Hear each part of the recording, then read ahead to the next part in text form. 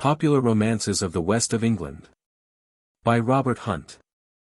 Preface to the third edition. During the last few years a new interest has been awakened, and the West of England has attracted the attention of many, who had previously neglected the scenes of interest, and the spots of beauty, which are to be found in our own island. The rugged granite range of Dartmoor, rich with the golden firs, the moorlands of Cornwall, with their mighty tors and giant boulders fringed with ferns and framed in masses of purple heath. The stern coasts, washed by an emerald sea, quaint with rocks carved into grotesque forms by the beating of waves and winds, spread with the green samphire and coated with yellow lichens, are now found to have a peculiar, though a wild often a savage beauty. The wood-clad valleys, ringing with the rush of rivers, and the sheltered plains, rich with an almost tropical vegetation, present new features of interest to the stranger's eyes. In the varied characters of the organization native to that southwestern clime. The railways give great facilities for visiting those scenes, of which the public eagerly avail themselves. But they have robbed the West of England of half its interest, by dispelling the spectres of romance which were, in hoar antiquity, the ruling spirits of the place. The Romances of the West of England, collected into a volume which has served its purpose well, gives the tourist the means of restoring the giants and the fairies to their native haunts. The growing inquiries of those who are desirous of knowing something of the ancient Cornish miners, of the old peasantry of this peninsula, and of the aged fishermen who almost lived upon the Atlantic waters, have convinced me that a third edition of this volume of folklore has become a necessity. While correcting the pages for a new edition, a scientific friend, who was deep in the cold thrall of positivism, called upon me. He noticed the work upon which I was engaged, and remarked, "I suppose you invented most of these stories."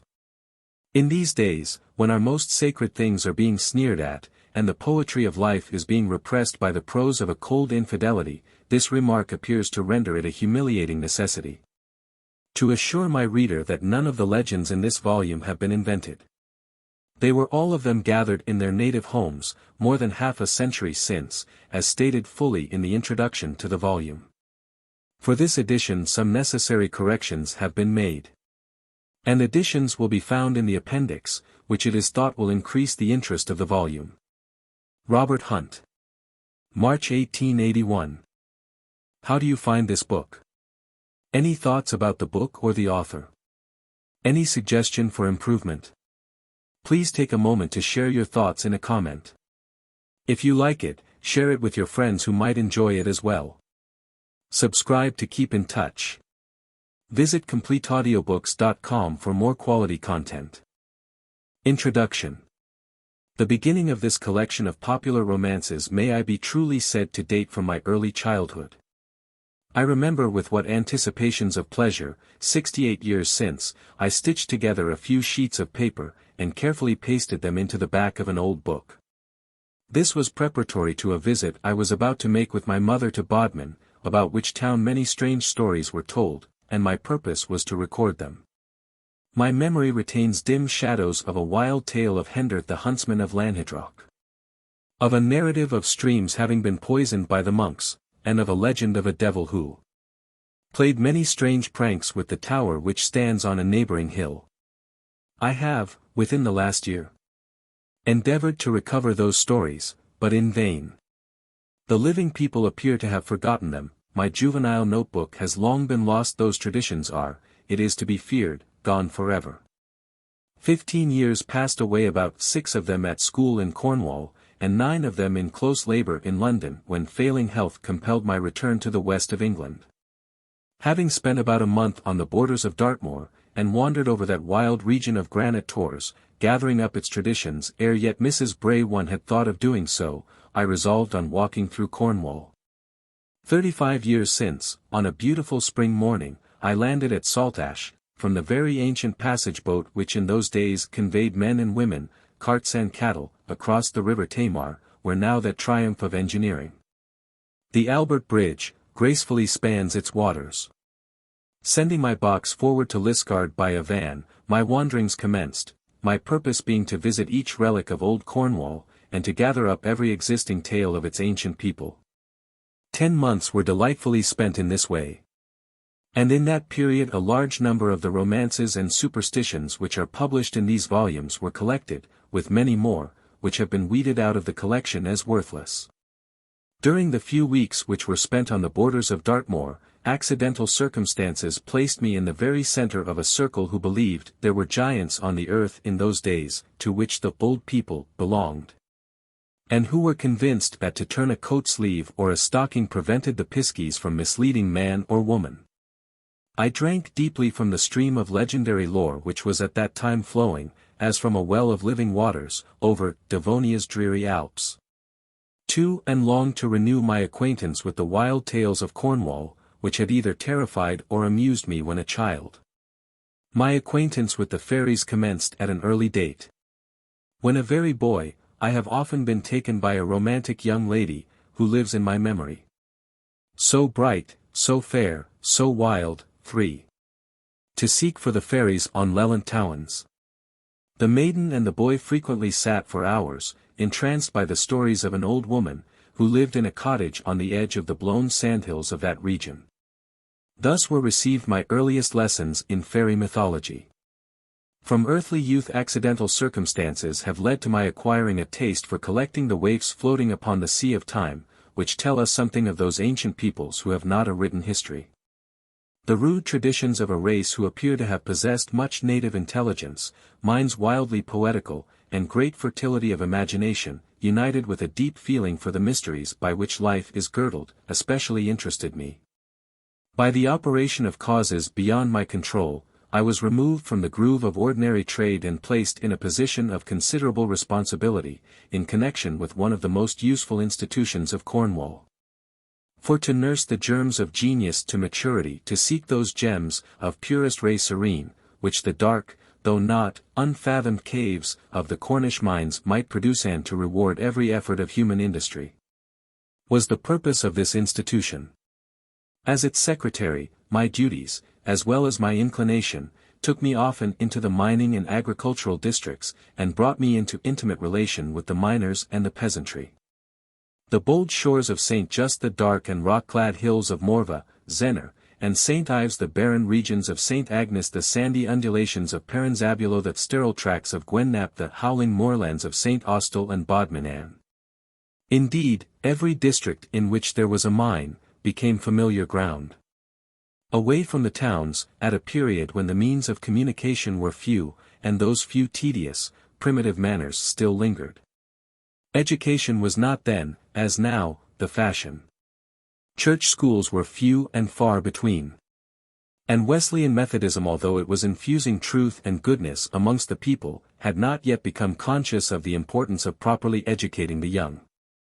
Always delighting in popular tales, no opportunity of hearing them was ever lost. Seated on a three-legged stool, or in a timberan settle, near the blazing heath fire on the hearth, have I elicited the old stories of which the people were beginning to be ashamed. Resting in a level, after the toil of climbing from the depths of a mine, in close companionship with the homely miner, his superstitions, and the tales which he had heard from his grandfather, have been confided to me. To the present hour my duties take me constantly into the most remote districts of Cornwall and Devon, so that, as boy and as man, I have possessed the best possible opportunities for gathering up the folklore of a people, who, but a few generations since, had a language peculiarly their own. 5. A people, who, like all the Celts, cling with sincere affection to the memories of the past, and who even now regard with jealousy the introduction of any novelty, and accept improvements slowly. The store of old-world stories which had been collected under the circumstances described would, perhaps, never have taken their present form, if Mr. Thomas Wright had not shown the value of studying the cyclopean walls of the promontory beyond Penzance, popularly called the Giant's Hedges, and if Mr. J. O. Halliwell had not told us that his rambles in western Cornwall, by the footsteps of the giants, had led him to attempt to remove part of a vale beyond which lies hid a curious episode in the history of an ancient people. In writing of the giants, the fairies, and the spectral bands, I have often asked myself, how is it possible to account for the enduring life of those romantic tales, under the constantly repressing influences of Christian teaching, and of the advances of civilization? I have, to some extent, satisfied myself by such a reply as the following.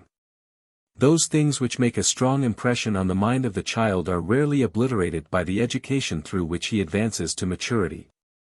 And they exert their influences upon the man in advanced age. A tale of terror, related by an ignorant nurse, rivets the attention of an infant mind, and its details are engraven on the memory. The bogle, or bogey, with which the child is terrified into quiet by some thoughtless servant, remains a dim and unpleasant reality to shake the nerves of the philosopher. Things like these, seeing that existence is surrounded by clouds of mystery, become a power which will, ever and anon through life, exert considerable control over our actions. As it is with the individual, so is it with the race to which that individual belongs. When our Celtic ancestors in the very darkness of their ignorance were taught, through their fears, a pantheistic religion, and saw a god in every grand phenomenon, when not merely the atmospheric changes, the aspects of the starry sky and the peculiarities apparent in the sun and moon, were watched with fearful anxiety. But when the trembling of a rock, the bubbling of a spring, the agitation of the forest leaves and the flight of a bird, were charged with sentences of life and death. Then was moulded the Celtic mind, and the early impressions have never been entirely obliterated. There were maddening orgies amongst the sacred rites of the Britons. Orgies that, whilst they reminded one writer of the backsheek dances, reminded another of the worship of Demeter. 6. The Romans came and possessed the land. Even to the most westerly promontory, we have evidences of their rule, and indications of their superiority. The Saxons overcame the Damnoni. Athelstane drove the Cornish beyond the Tamar, and planted his banner over the Scilly Islands. And this Teutonic people diffused their religion and their customs over the West. 7 The Dane followed upon the Saxon, and he has left his earthworks, in evidence of his possession, upon the Cornish hills. 8 The Norman conquerors eventually took possession of our island, and several of the existing families of Cornwall can speak of ancestors, who won their lands by favour of William, the Duke of Normandy. Notwithstanding the influences which can be not very obscurely traced of Roman and Saxon, Danish and Norman civilizations, the Celtic superstitions lingered on, varied perhaps in their clothing, but in all essentials the same. Those wild dreams which swayed with irresistible force the skin-clad Briton of the Cornish hills, have not yet entirely lost their power, where even the national and the British schools are busy with the people. And mechanics' institutions are diffusing the truths of science.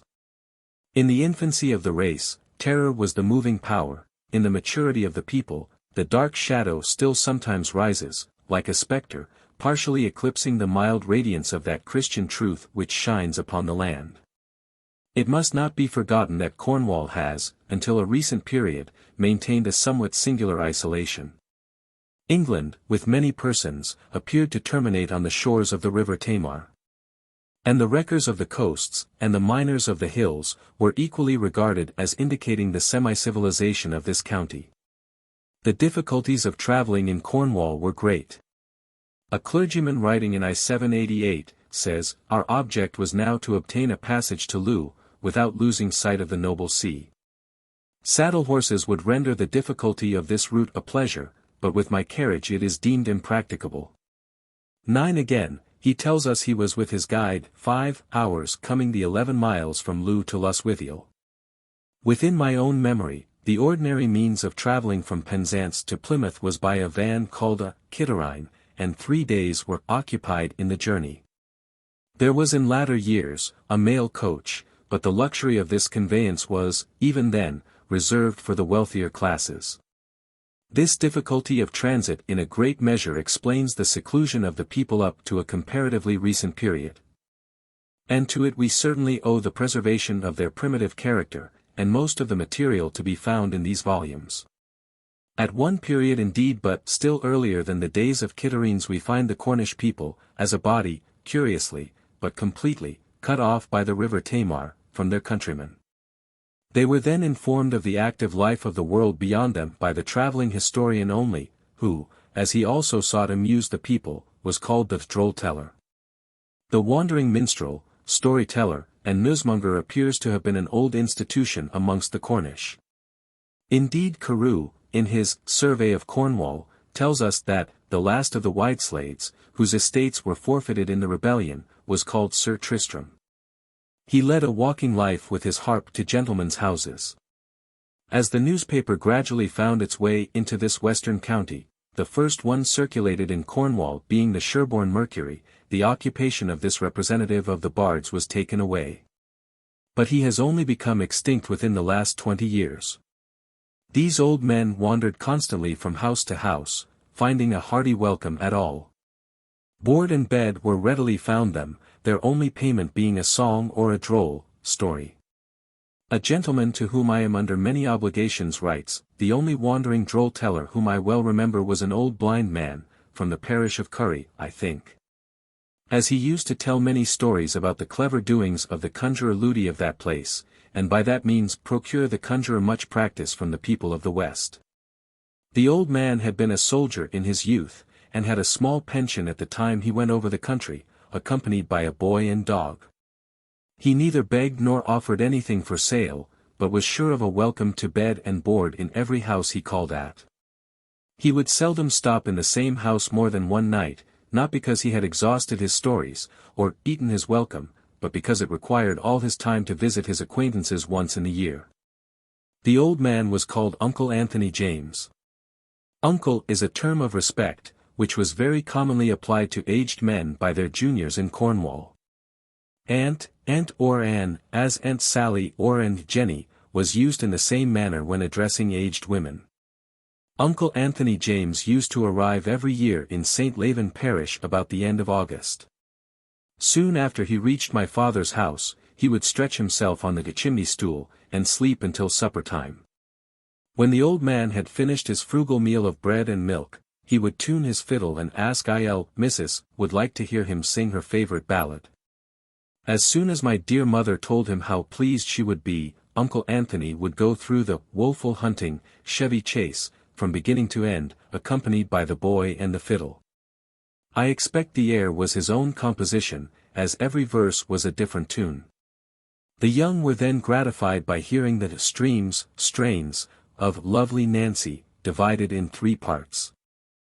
I never saw this ballad published, yet it is a very romantic old thing, almost as long as Chevy Chase. Another favorite was Cold blows the wind today, sweetheart. Cold are the drops of rain. The first true love that ever I had. In the greenwood he was slain. 'Twas down in the garden green, sweetheart, where you and I did walk. The fairest flower that in the garden grew is withered to a stalk. The stalk will bear no leaves, sweetheart. The flowers will ne'er return. And since my true love is dead and gone, what can I do but mourn? A 12-month and a day being gone. The spirit rose and spoke. My body is clay cold, sweetheart. My breath smells heavy arid strong. And if you kiss my lily-white lips, your time will not be long. Then follows a stormy kind of duet between the maiden and her lover's ghost, who tries to persuade the maid to accompany him to the world of shadows. Uncle Anthony had also a knack of turning Scotch and Irish songs into Cornish ditties. Barbara Allen he managed in the following way, and few knew but that he had composed the song. In Cornwall I was born and bred. In Cornwall was my dwelling. And there I courted a pretty maid. Her name was Entremelon. The old man had the babes in the wood for religious folks, but he avoided the canorums, as he called the Methodists. Yet the grand resource was the stories in which the supernatural bore great part. The story I told you about the ancestors of the conjurer Ludi finding the mermaid, who gave them the power to break the spell of witchcraft, was one of this old man's tales, which he seemed to believe. And he regarded the conjurer with as much respect as the bard might the priest in olden time. I have a dim recollection of another old droll teller, called Billy Frost, in St. Just, who used to go round to the feasts in the neighbouring parishes, and be well entertained at the public houses for the sake of his drolls. In 1829 there still existed 2 of those droll tellers, and from them were obtained a few of the stories here preserved. These wanderers perpetuated the traditions of the old inhabitants. But they modified the stories, according to the activity of their fancy, to please their auditors. Not merely this, they without doubt introduced the names of people remembered by the villagers. And when they knew that a man had incurred the hatred of his neighbors, they made him do duty as a demon, or placed him in no very enviable relation with the devil. The legends of Tregeagle are illustrations of this. The man who has gained the notoriety of being attached to a tale as old as that of Orestes was a magistrate in Cornwall 200 years since.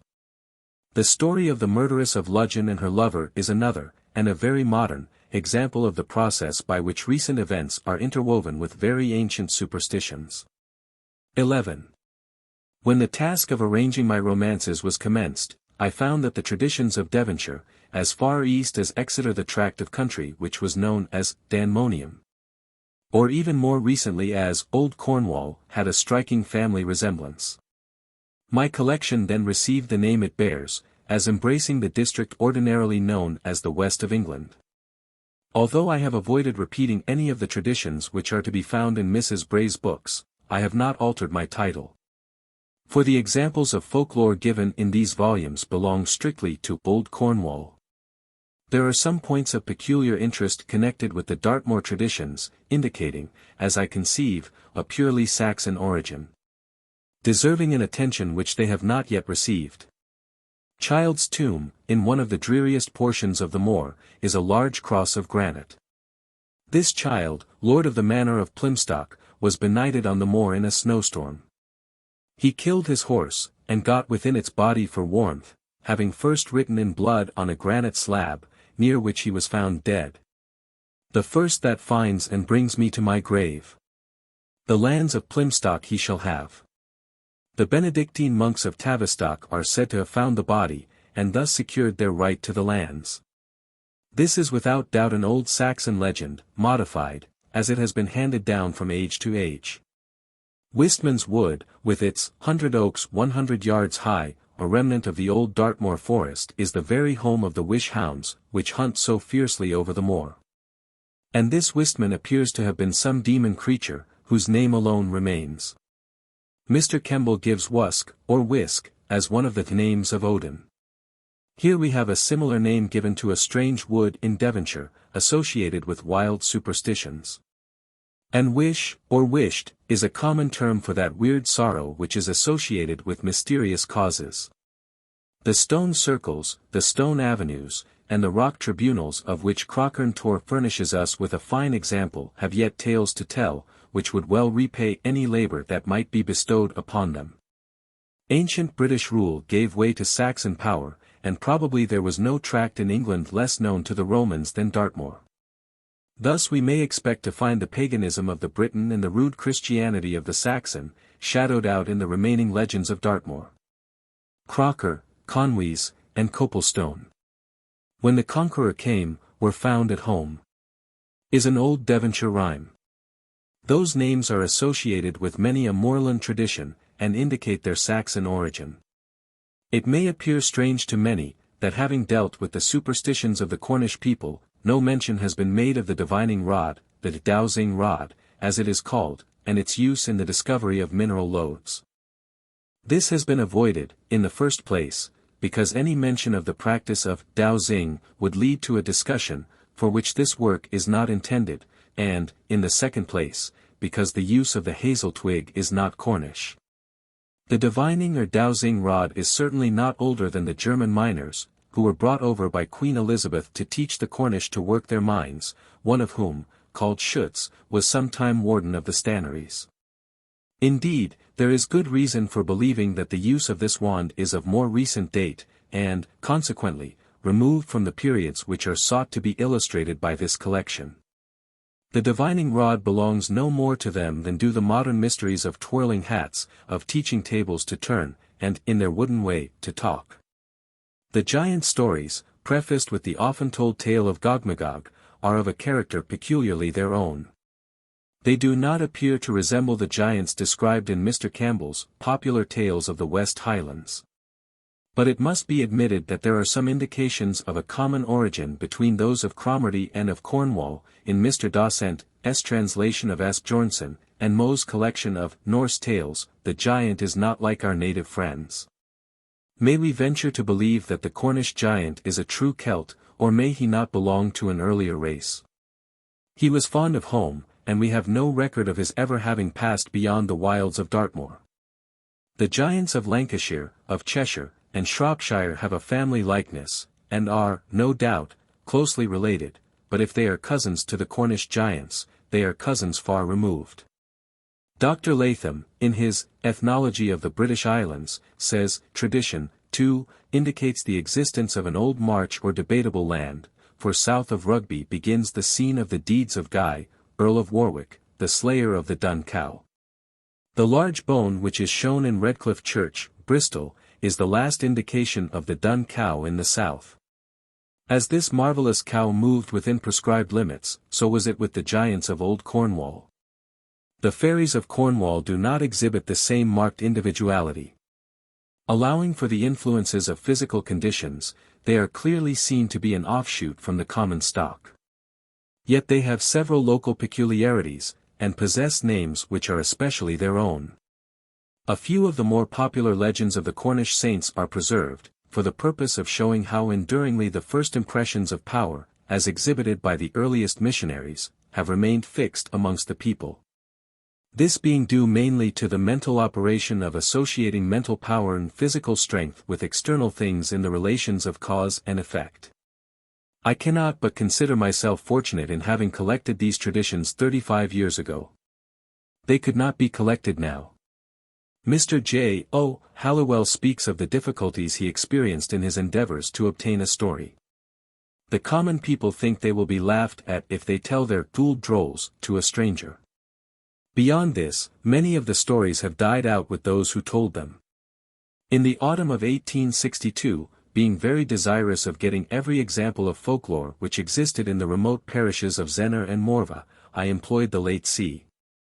Taylor Stevens, sometime rural postman from St. Ives to Zennor, and the author of The Chief of Baratenac, to hunt over the district. This he did with especial care, and the results of his labors are included in those pages.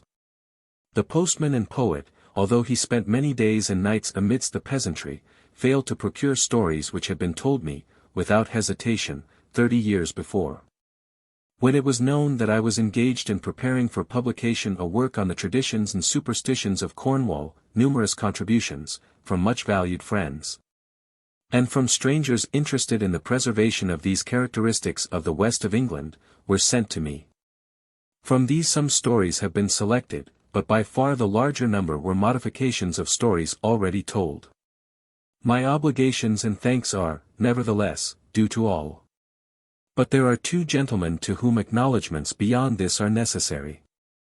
These are Mr. T. Q. Couch, who had already published examples of the folklore of Polperro and the neighborhood, who has communicated several original stories, and Mr. W.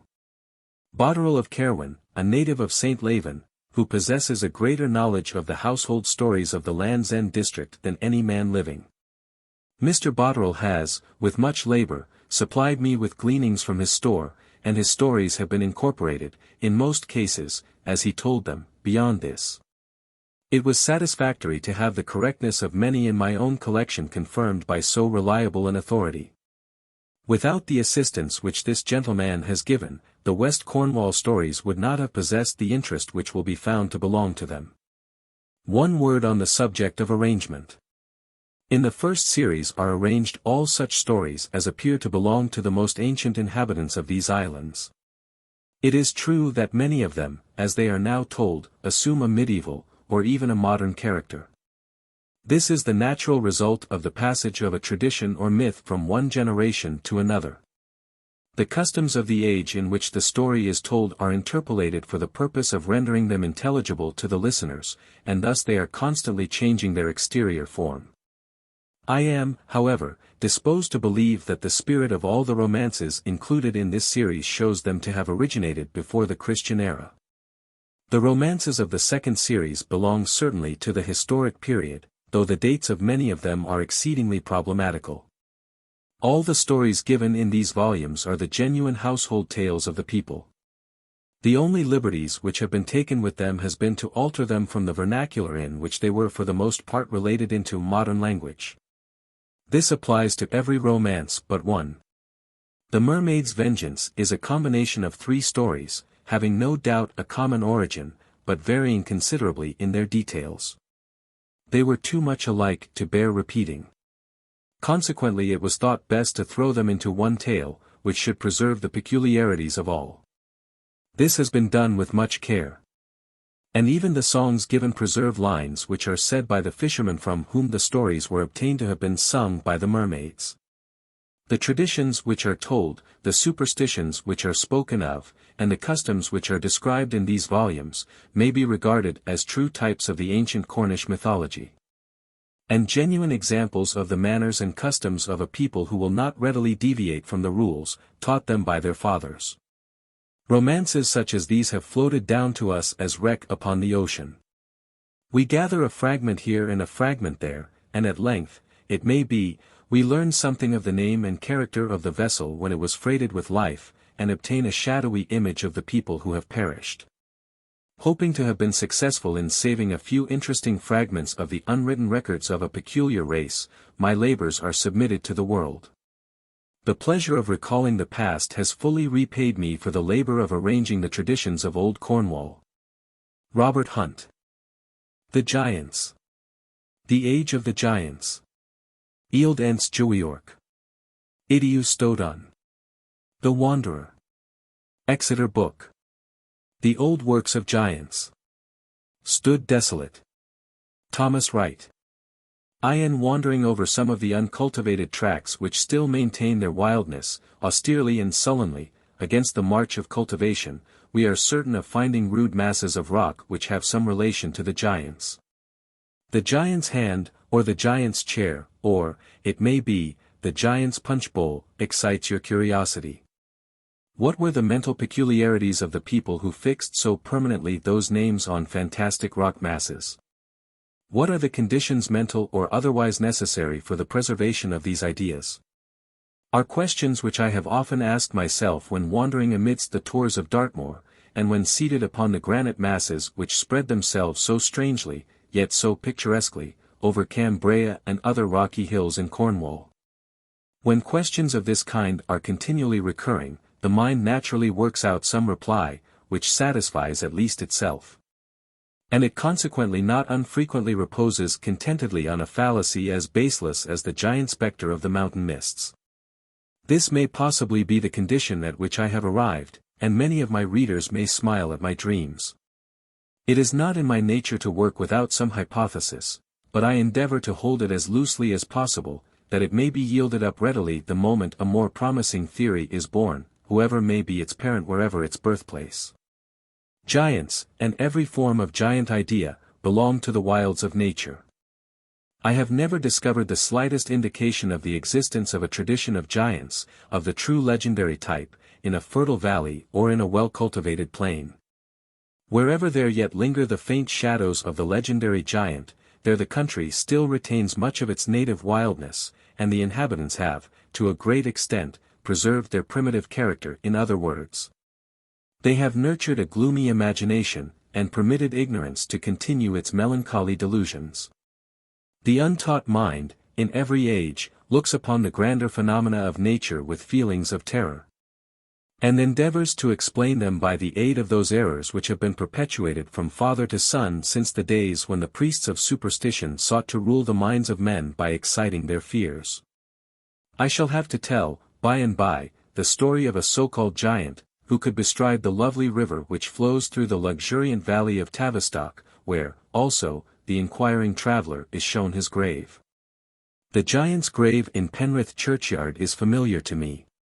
And in or near many a picturesque village, shadowed by noble trees, and surrounded by richly clothed fields, I can point to mounds, and to stones, which are said to be the resting places of giants. These, however, will invariably be found to be rude monuments to ordinary men, who were possessed of more wealth, intelligence, courage or strength than their fellows, men who have been the objects of hero worship, but whose names have perished amidst the wrecks of time. It may be argued that these village giants are creations of the same character as those of the true legendary type, and that both result from analogous operations in the human mind. It may be so. But how vastly different must have been the constitution of those minds to which we owe the creations of the Titans of our mountains and the large men of our lowlands. Had I the learning necessary for the task of showing that our legendary giant is of Oriental origin, I have not the required leisure to pursue that inquiry to its end. And I leave it to abler men, contenting myself, and, let me hope, satisfying my readers, by studying the subject in its more simple aspects. I find, over a tract of country extending, from the eastern edge of Dartmoor to the Land's End and even beyond it, to the Scilly Islands, curious relics of the giants. This district is in many respects a peculiar one. The physical features of the country are broadly marked, and, even after the civilizing influences of centuries, wild nature contests with man, and often maintains her supremacy. On one hand we see industry taking possession of the hills, and holding them firm in its ameliorating grasp, on the other, we find the sterile moor and the rock-spread region still resisting successfully the influences of man and his appliances.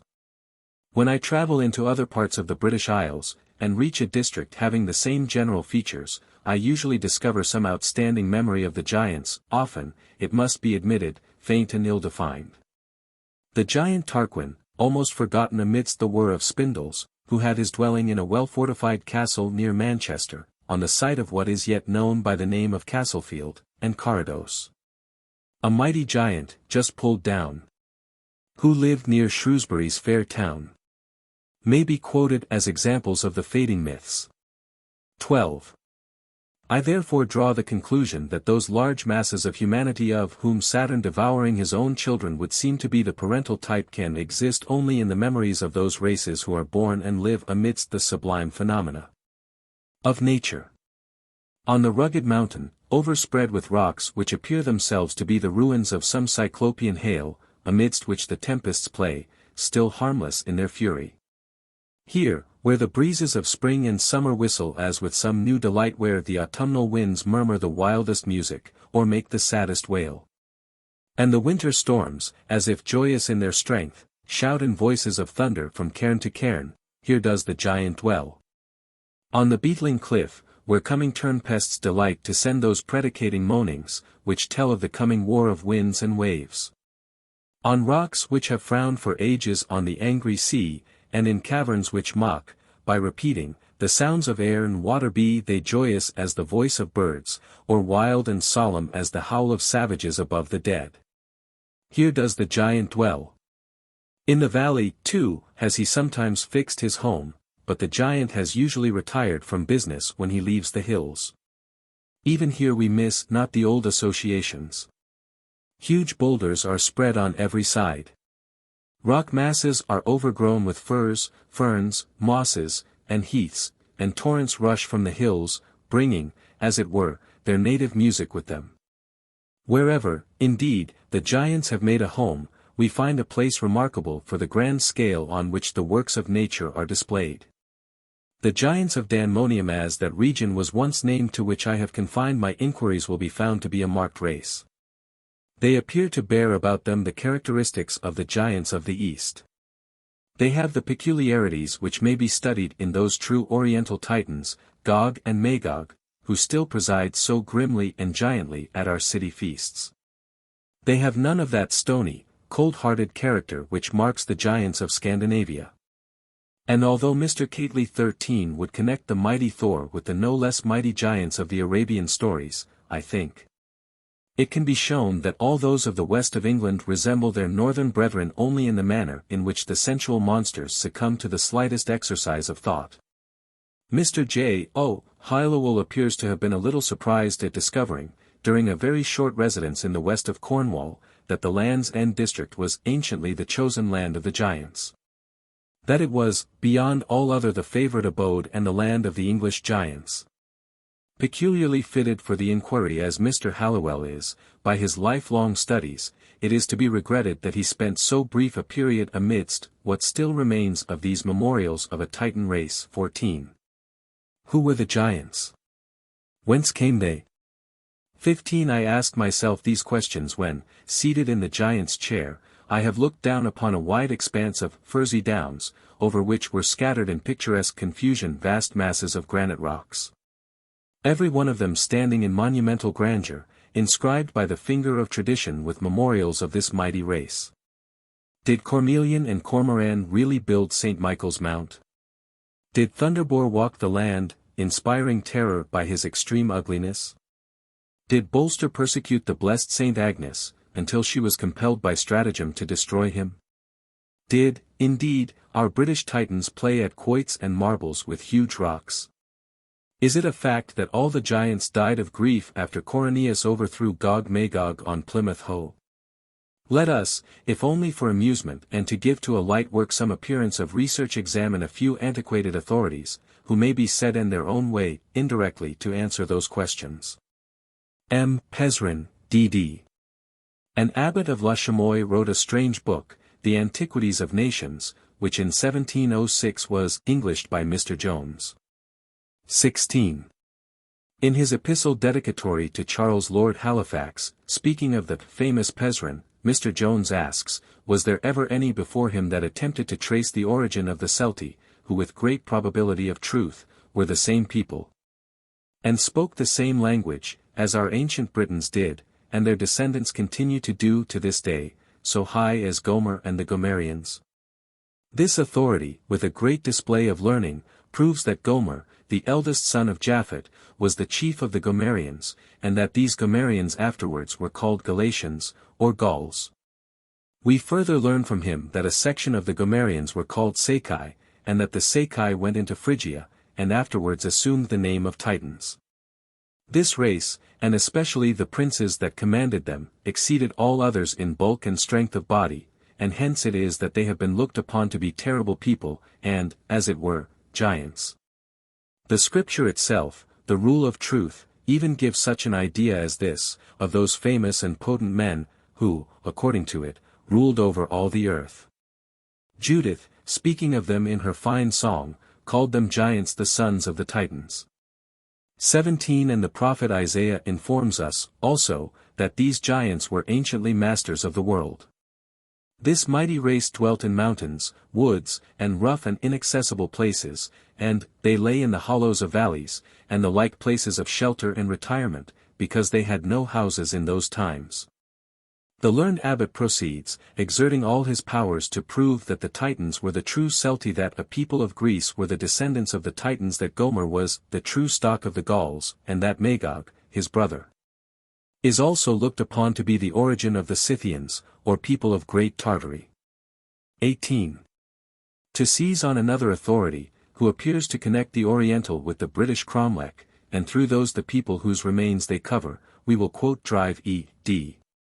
Clark, who describes 19 a cyclopean structure visited by him near Kiel, consisting of 3 upright stones, supporting horizontally an enormous slab of granite. After mentioning several cromlechs of a similar character, and other stupendous vestiges of cyclopean architecture, he says, there is nothing Gothic about them, nothing denoting the Cimbri or the Franks, or the old Saxons, but rather the ancient Gaulish, the ancient British, and the ancient Irish. And if this be admitted, they were Titan Celts, the giants of the sacred, and the Cyclopes of the heathen historians. I am informed that Mr. Christie has lately examined several cromlechs in Algeria, beneath each he found a human skeleton. Such may be presumed to be the sources from which sprang the giants of Cornwall, whose iaburs of which relics still remain prove them to have been a race by the side of whom, in stature the tall Amazon had stood a pygmy's height. Everything they have left us informs us that they were men who would have ta'en Achilles by the hair, and bent his neck, or with a finger stayed Ixion's wheel. 20. With these evidences, who then dares say that the Samathians, who, under the reign of Barduz, people this island, were not subdued by Albion, a giant son of Neptune, who called the land after his own name, and reigned 44 years. 21. Let us not forget the evidence also given by Milton in his Lycidas, when he asks, in his poetic sorrow, if his friend sleeps by the fable of Bellerus old, where the great vision of the guarded mount looks towards Namencos and Bayona's hold. Belerion was the name formerly given to the promontory of the land's end. It was the home of a mighty giant, after whom, in all probability, the headland was called. 22. Tradition throws a faint light back into those remote ages, and informs us that cyclopean walls, vast earthworks, and strangely piled masses of rock, which still remain, imperishable monuments of animal power. In various parts of the ancient Danmonium, were the works of the giants. With the true history of Jack the Giant Killer, of him of the Beanstalk, and some others, we are all acquainted. We listened to those histories ere yet the dark seed of that troublesome weed doubt had germinated. They were poured forth from loving lips into believing ears, and often in the sleep of innocency have we buried our heads in the maternal bosom to hide the horrid visage of some cormoran blunderbore, or thunderbore, and escape the giant's toils. By this process the stories were imprinted on memory's tablets with an indelible ink, and for long years, the sponge and water which is employed by the pioneers in the great march of intellect has been used almost in vain.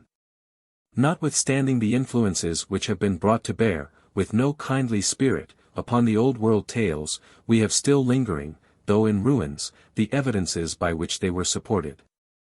Mr. Thomas Wright, in his Memoir on the Local Legends of Shropshire, quotes from, and translates his quotation, an Anglo-Saxon poem, which bears the title of The Ruin, in that Exeter book. Wondrous is this Wildstone. The fates have broken it. Have burst the birthplace. The work of giants is perishing. From the Land's End 23 to the eastern edge of Dartmoor, the perishing works of the giants' wondrous wallstones are yet to be found. In many instances the only records by which we can mark the homes of the giants are the names which yet cling to the rocks on the hills where they dwelt. The giant's cradle, on Tregeagle Hill, reminds us of the great man's infancy, as does also the giant's spoon, which is near it. The giant of Tregeagle was, beyond question, a temperate one, as the giant's well, without the walls of his castle, incontestably proves. But what shall we say of his neighbour, who dwelt at Beersheba, where the giant's bowl is still suggestive of imbibitions deep? The monumental mass of granite on Dartmoor, known as Bowerman's Nose, may hand down to us the resting place and name of a giant whose nose was the index of his vice, though Carrington, in his poem of Dartmoor, supposes these rocks to be a granite god, to whom, in days long flown, the suppliant knee in trembling homage bowed.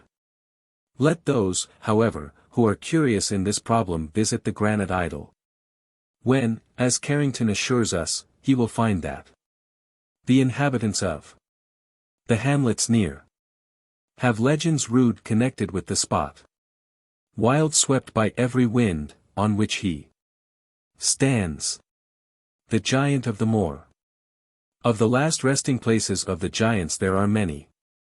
Marden, on Dartmoor, has a giant's grave 24, and from that rude region, travelling westward, we find these graves proving the mortality of even this Titan race rising on many a moor and mountain, until, crossing the sea, we see numerous giants' graves in the Scilly Islands, as though they had been the favourite resting places of the descendants of those who dreamed of yet more western lands, beneath the setting sun, which were, even to them, the islands of the blessed. 25. There is scarcely a pile of rocks around our western shore upon which the giants have not left their impress. At Tolpedon-Penwith we have the giant's chair, at Camboscowan we see the giant's pulpit. If we advance nearer to the towns, even the small mass of rocks behind Streeton known, near Penzance, called Tolcarn, has the mark of the giant's foot. The priests, however, in the season of their rule, strove to obliterate the memories of those great pagans.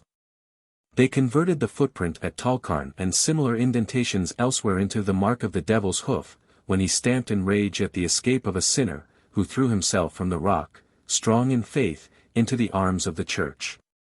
In more recent times, this footmark has been attributed to the devil jumping with joy, as he flew off, from this spot, with some unfortunate miller, who had lost his soul by mixing china clay with his flour. The metamorphosis of ancient giants into modern devils is a curious feature in our inquiry. At Lamorna we have the Giant's Cave. On Goulval Cairn we find also the Giant's Mark, which the magic of Sir H. Davies' science could not dispel. 26 on Carn Brea are no end of evidences of these titans, the giants' hand rivaling in size any of the monstrous monuments of the Egyptian gods. Thus, in nearly every part of the country where granite rocks prevail, the monuments of the giants may be found. Why do the giants show such a preference for granite? At Loo, indeed, the giant's hedge is a vast earthwork. But this is an exception, 27, unless the bolster in St. Agnes is a giant's work. In pursuing the dim lights which yet remain to guide us to the history of the giants, we must not forget the record of the fatal wrestling on Plymouth Hoe. Cornelius and Gog-Magog. Who can dare question such an authority as John Milton? In his History of Britain, that part especially now called England. From the first traditional beginning continued to the Norman conquest. Collected out of the ancientest and best authors thereof. He gives us the story of Brutus and of Cornelius, who with the battle axe which he was wont to manage against the Piran giants, is said to have done marvels. With the adventures of these heroes in Africa and in Aquitania we have little concern. They suffer severe defeats. And then, Brutus, finding now his powers much lessened, and this not yet the place foretold him, leaves Aquitaine, and with an easy course arriving at Totnes in Devonshire, quickly perceives here to be the promised end of his labours. The following matters interest us more closely. 28. The land, not yet Britain, but Albion, was in a manner desert and inhospitable, kept only by a remnant of giants, whose excessive force and tyranny had consumed the rest. Them Brutus destroys, and to his people divides the land, which, with some reference to his own name, he thenceforth calls Britain. To Corinchus, Cornwall, as now we call it, fell by lot. The rather by him licked, for that the hugest giants in rocks and caves were said to lurk still there, which kind of monsters to deal with was his old exercise. And here, with leave bespoken to recite a grand fable, though dignified by our best poets, while Brutus, on a certain festival day, solemnly kept on that shore where he first landed, Totnes, was with the people in great jollity and mirth. A crew of these savages, breaking in upon them, began on the sudden another sort of game than at such a meeting was expected. But at length by many hands overcome, Gog-Magog, the hugest, in height 12 cubits, is reserved alive. That with him Cornelius, who desired nothing more, might try his strength, whom in a wrestle the giant catching aloft, with a terrible bug broke 3 of his ribs, nevertheless Cornelius, enraged, heaving him up by main force. And on his shoulders bearing him to the next high rock, threw him headlong all shattered into the sea, and left his name on the cliff, called ever since Langomagog, which is to say, the Giant's Leap. The same story has been somewhat differently told, although there is but little variation in the main incidents. When Brutus and Cornelius, with their Trojan hosts, landed at Plymouth, these chiefs wisely sent parties into the interior to explore the country, and to learn something of the people. At the end of the first day, all the soldiers who had been sent out as exploring parties, returned in great terror, pursued by several terrific giants. Brutus and Cornelius were not, however, to be terrified by the immense size of their enemies, nor by the horrid noises which they made, hoping to strike terror into the armed hosts. These chieftains rallied their hosts and marched to meet the giants, hurling their spears and flinging their darts against their huge bodies. The assault was so unexpected that the giants gave way, and eventually fled to the hills of Dartmoor. Gog-Magog, the captain of the giants, who was sadly wounded in the leg, and, unable to proceed, hid himself in a bog. But there, by the light of the moon, he was found by the Trojan soldiers, bound with strong cords, and carried back to the Hoe at Plymouth, where the camp was. Gog-Magog was treated nobly by his victors, and his wounds were speedily healed. Brutus desired to make terms with the giants. And it was at length proposed by Gog-Magog to try a fall with the strongest in the host, and that whoever came off the conqueror should be proclaimed king of Cornwall, and hold possession of all the western land. Cornelius at once accepted the challenge of the monster. Notwithstanding, the giant, though bent with woes, full 18 feet in height he rose.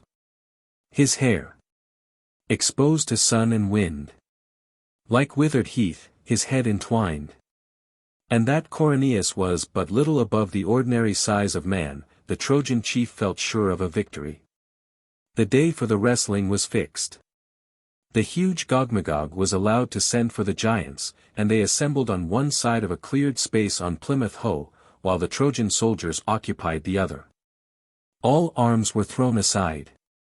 And fronting each other, naked to the waist, stood the most lordly of the giants, and the most noble of men. The conflict was long, and it appeared for some time doubtful.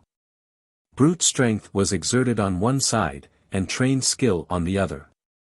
At length Cornelius succeeded in seizing Gogmagog by the girdle, and by regularly repeated impulses he made the monster undulate like a tree shaken by a winter storm, until at length, gathering all his strength into one effort, the giant was forced to his back on the ground, the earth shaking with his weight, and the air echoing with the thunder of his mighty groan, as the breath was forced from his body by the terrible momentum of his fall.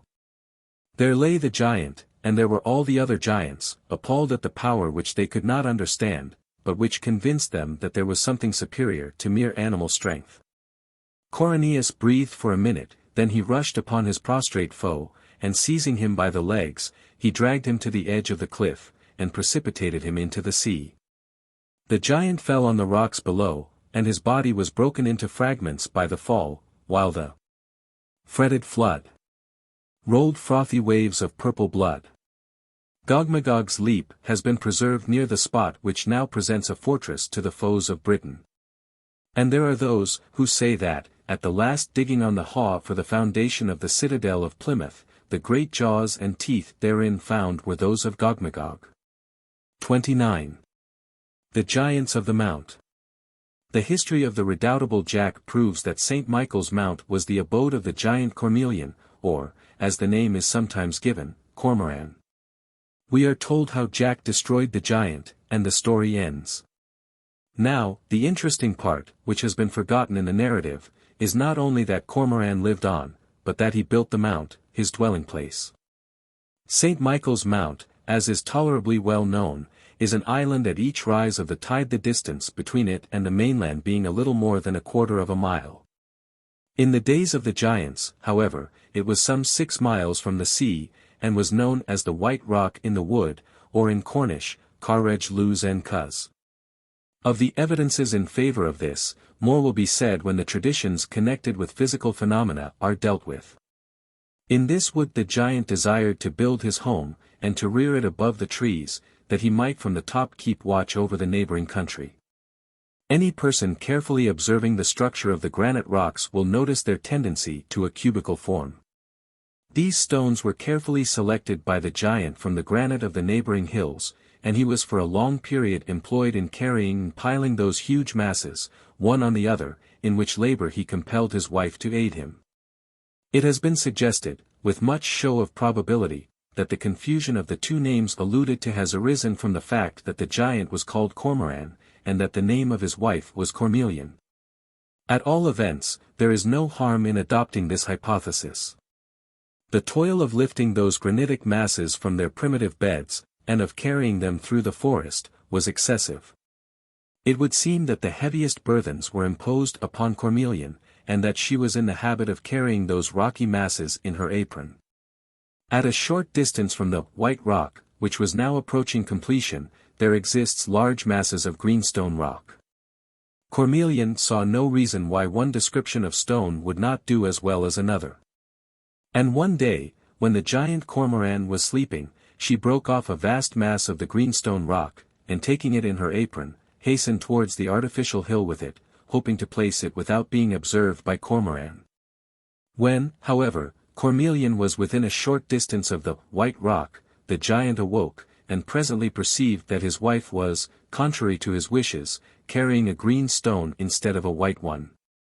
In great wrath he arose, followed her, and, with a dreadful imprecation, gave her a kick. Her apron string broke, and the stone fell on the sand. There it has ever since remained, no human power being sufficient to remove it. The giantess died, and the mass of greenstone, resting, as it does, on clay slate rocks, became her monument. In more recent days, when the light of Christianity was dawning on the land, this famous rock was still rendered sacred, a little chapel, 30 having been built on it, and to this day it is usually known as the Chapel Rock. 31. The Key of the Giant's Castle. The Giant's Castle at Perran, remarkable as a grand example of truly British Cyclopean architecture, was built by the power of enchantment. The giant to whom all the rest of his race were indebted for this stronghold was in every way a remarkable mortal. He was stronger than any other giant, and he was a mighty necromancer. He sat on the promontory of Perran, and by the power of his will he compelled the castle to rise out of the sea. It is only kept in its present position by virtue of a magic key. This the giant placed in a hold rock, known as the Giant's Lock, and whenever this key, a large round stone, can be taken out of the lock, the promontory of Perran and its castle will disappear beneath the waters. There are not many people who obtain even a sight of this wonderful key. You must pass at low tide along a granite ledge, scarcely wide enough for a goat to stand on. If you happen to make a false step, you must be dashed to pieces on the rocks below. Well, having got over safely, you come to a pointed rock with a hole in it. This is the castle lock. Put your hand deep into the hole, and you will find at the bottom a large egg-shaped stone, which is easily moved in any direction. You will feel certain that you can take it out, but try. Try as you may, you will find it will not pass through the hole, yet no one can doubt but that it once went in. Lieutenant Goldsmith dissolved one bit of superstition by foolishly throwing the fatal Logan stone from off its bearing. But no one has ever yet succeeded in removing the key of the giant's castle from the hole in which the necromancer is said to have placed it when he was dying. The rival giants. Those who have visited the Logan Rock will be familiar with the several groups which form the Perran promontory. Perran Castle, an ancient British fortress, the cyclopean walls of which, and its outer earthwork, can still be traced, was the dwelling of a famous giant and his wife. I have heard it said that he gave his name to this place, but that is, of course, doubtful. This giant was chief of a numerous band, and by his daring he held possession, against the giants of the Mount, of all the lands west of Penzance. Amongst the hosts who owned allegiance to him, was a remarkable fine young fellow, who had his abode in a cave, in the pile of rocks upon which the Logan Rock stands. This young giant grew too fond of the giantess, and it would appear that the lady was not unfavorably inclined towards him. Of their love passes, however, we know nothing.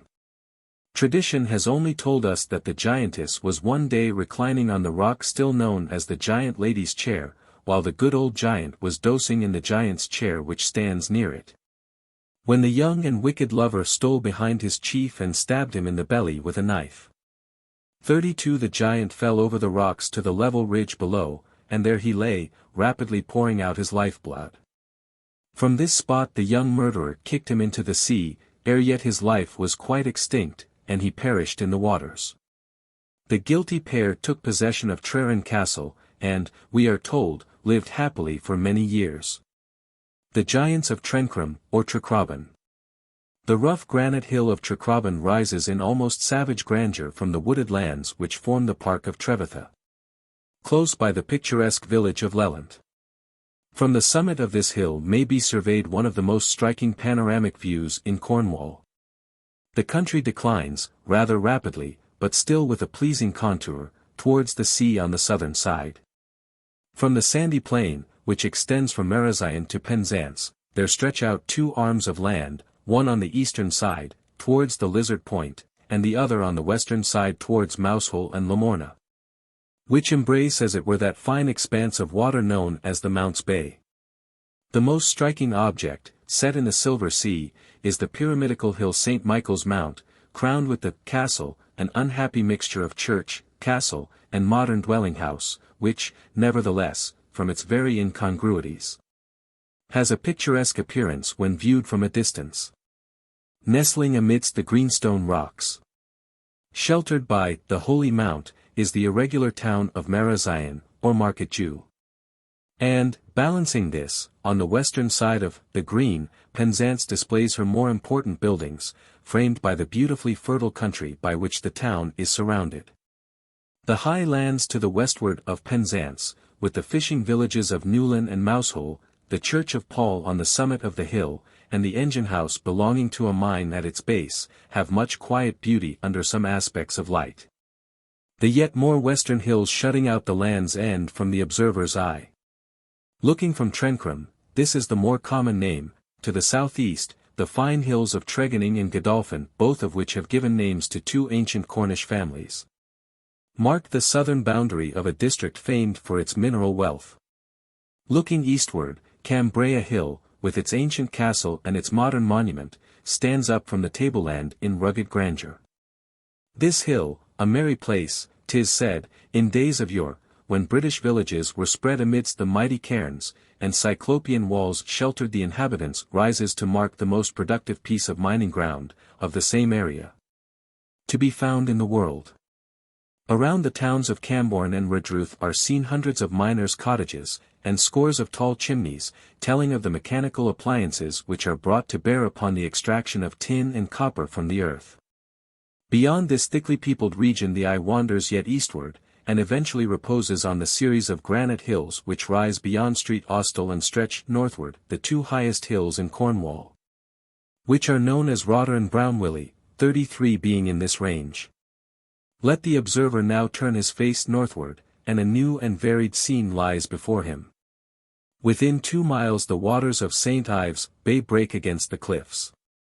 On the left is the Creek of Hale, which has been fashioned by the energy of man into a useful harbour, and given rise to the foundation of 2 extensive iron foundries.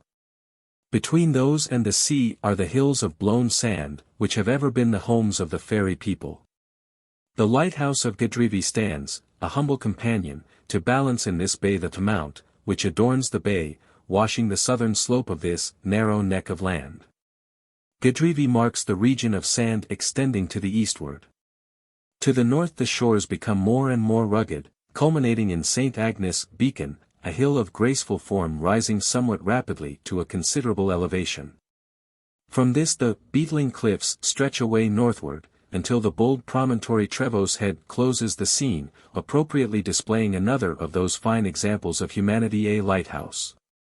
To the left, towards the sea, rises the cenotaph of Nil, an eccentric man, who evidently sought to secure some immortality by this building, and the silly ceremonials carried on around it, the due performance of which he has secured by bequests to the corporation of St. Ives. Around this the mining district of St. Ives is seen, and her fishing boats dotting the sea give evidence of another industry of vast importance to the town and neighbourhood. Westward of St. Ives, hills more brown and rugged than any which have yet been viewed stretch away to Zennor, Morva, and St. Just, and these, girding the scene beneath our feet, shut out from us the region of the Land's End. On the summit of this hill, which is only surpassed in savage grandeur by Cambria, the giants built a castle, the 4 entrances to which still remain in cyclopean massiveness to attest the Herculean powers by which such mighty blocks were piled upon each other. There the giant chieftains dwelt in awful state.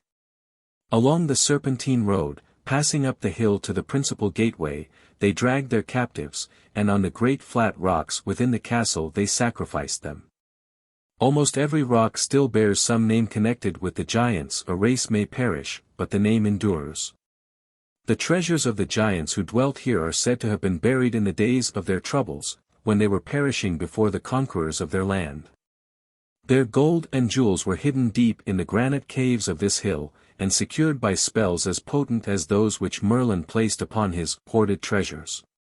They are securely preserved, even to the present day, and carefully guarded from man by the Spriggans, or Trolls, of whom we have to speak in another page. The giants at play.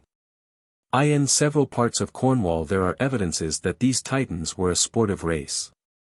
Huge rocks are preserved to show where they played at trapball, at hurling, and other athletic games.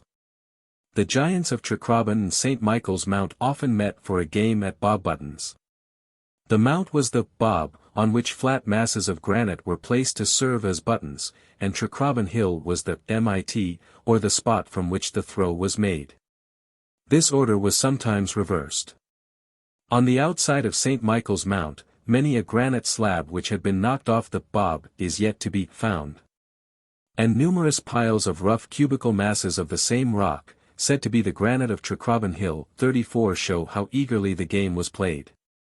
Tregeagle Hill was well chosen by the giants as the site of their castle. From it they surveyed the country on every side, and friend or enemy was seen at a considerable distance as he approached the guarded spot.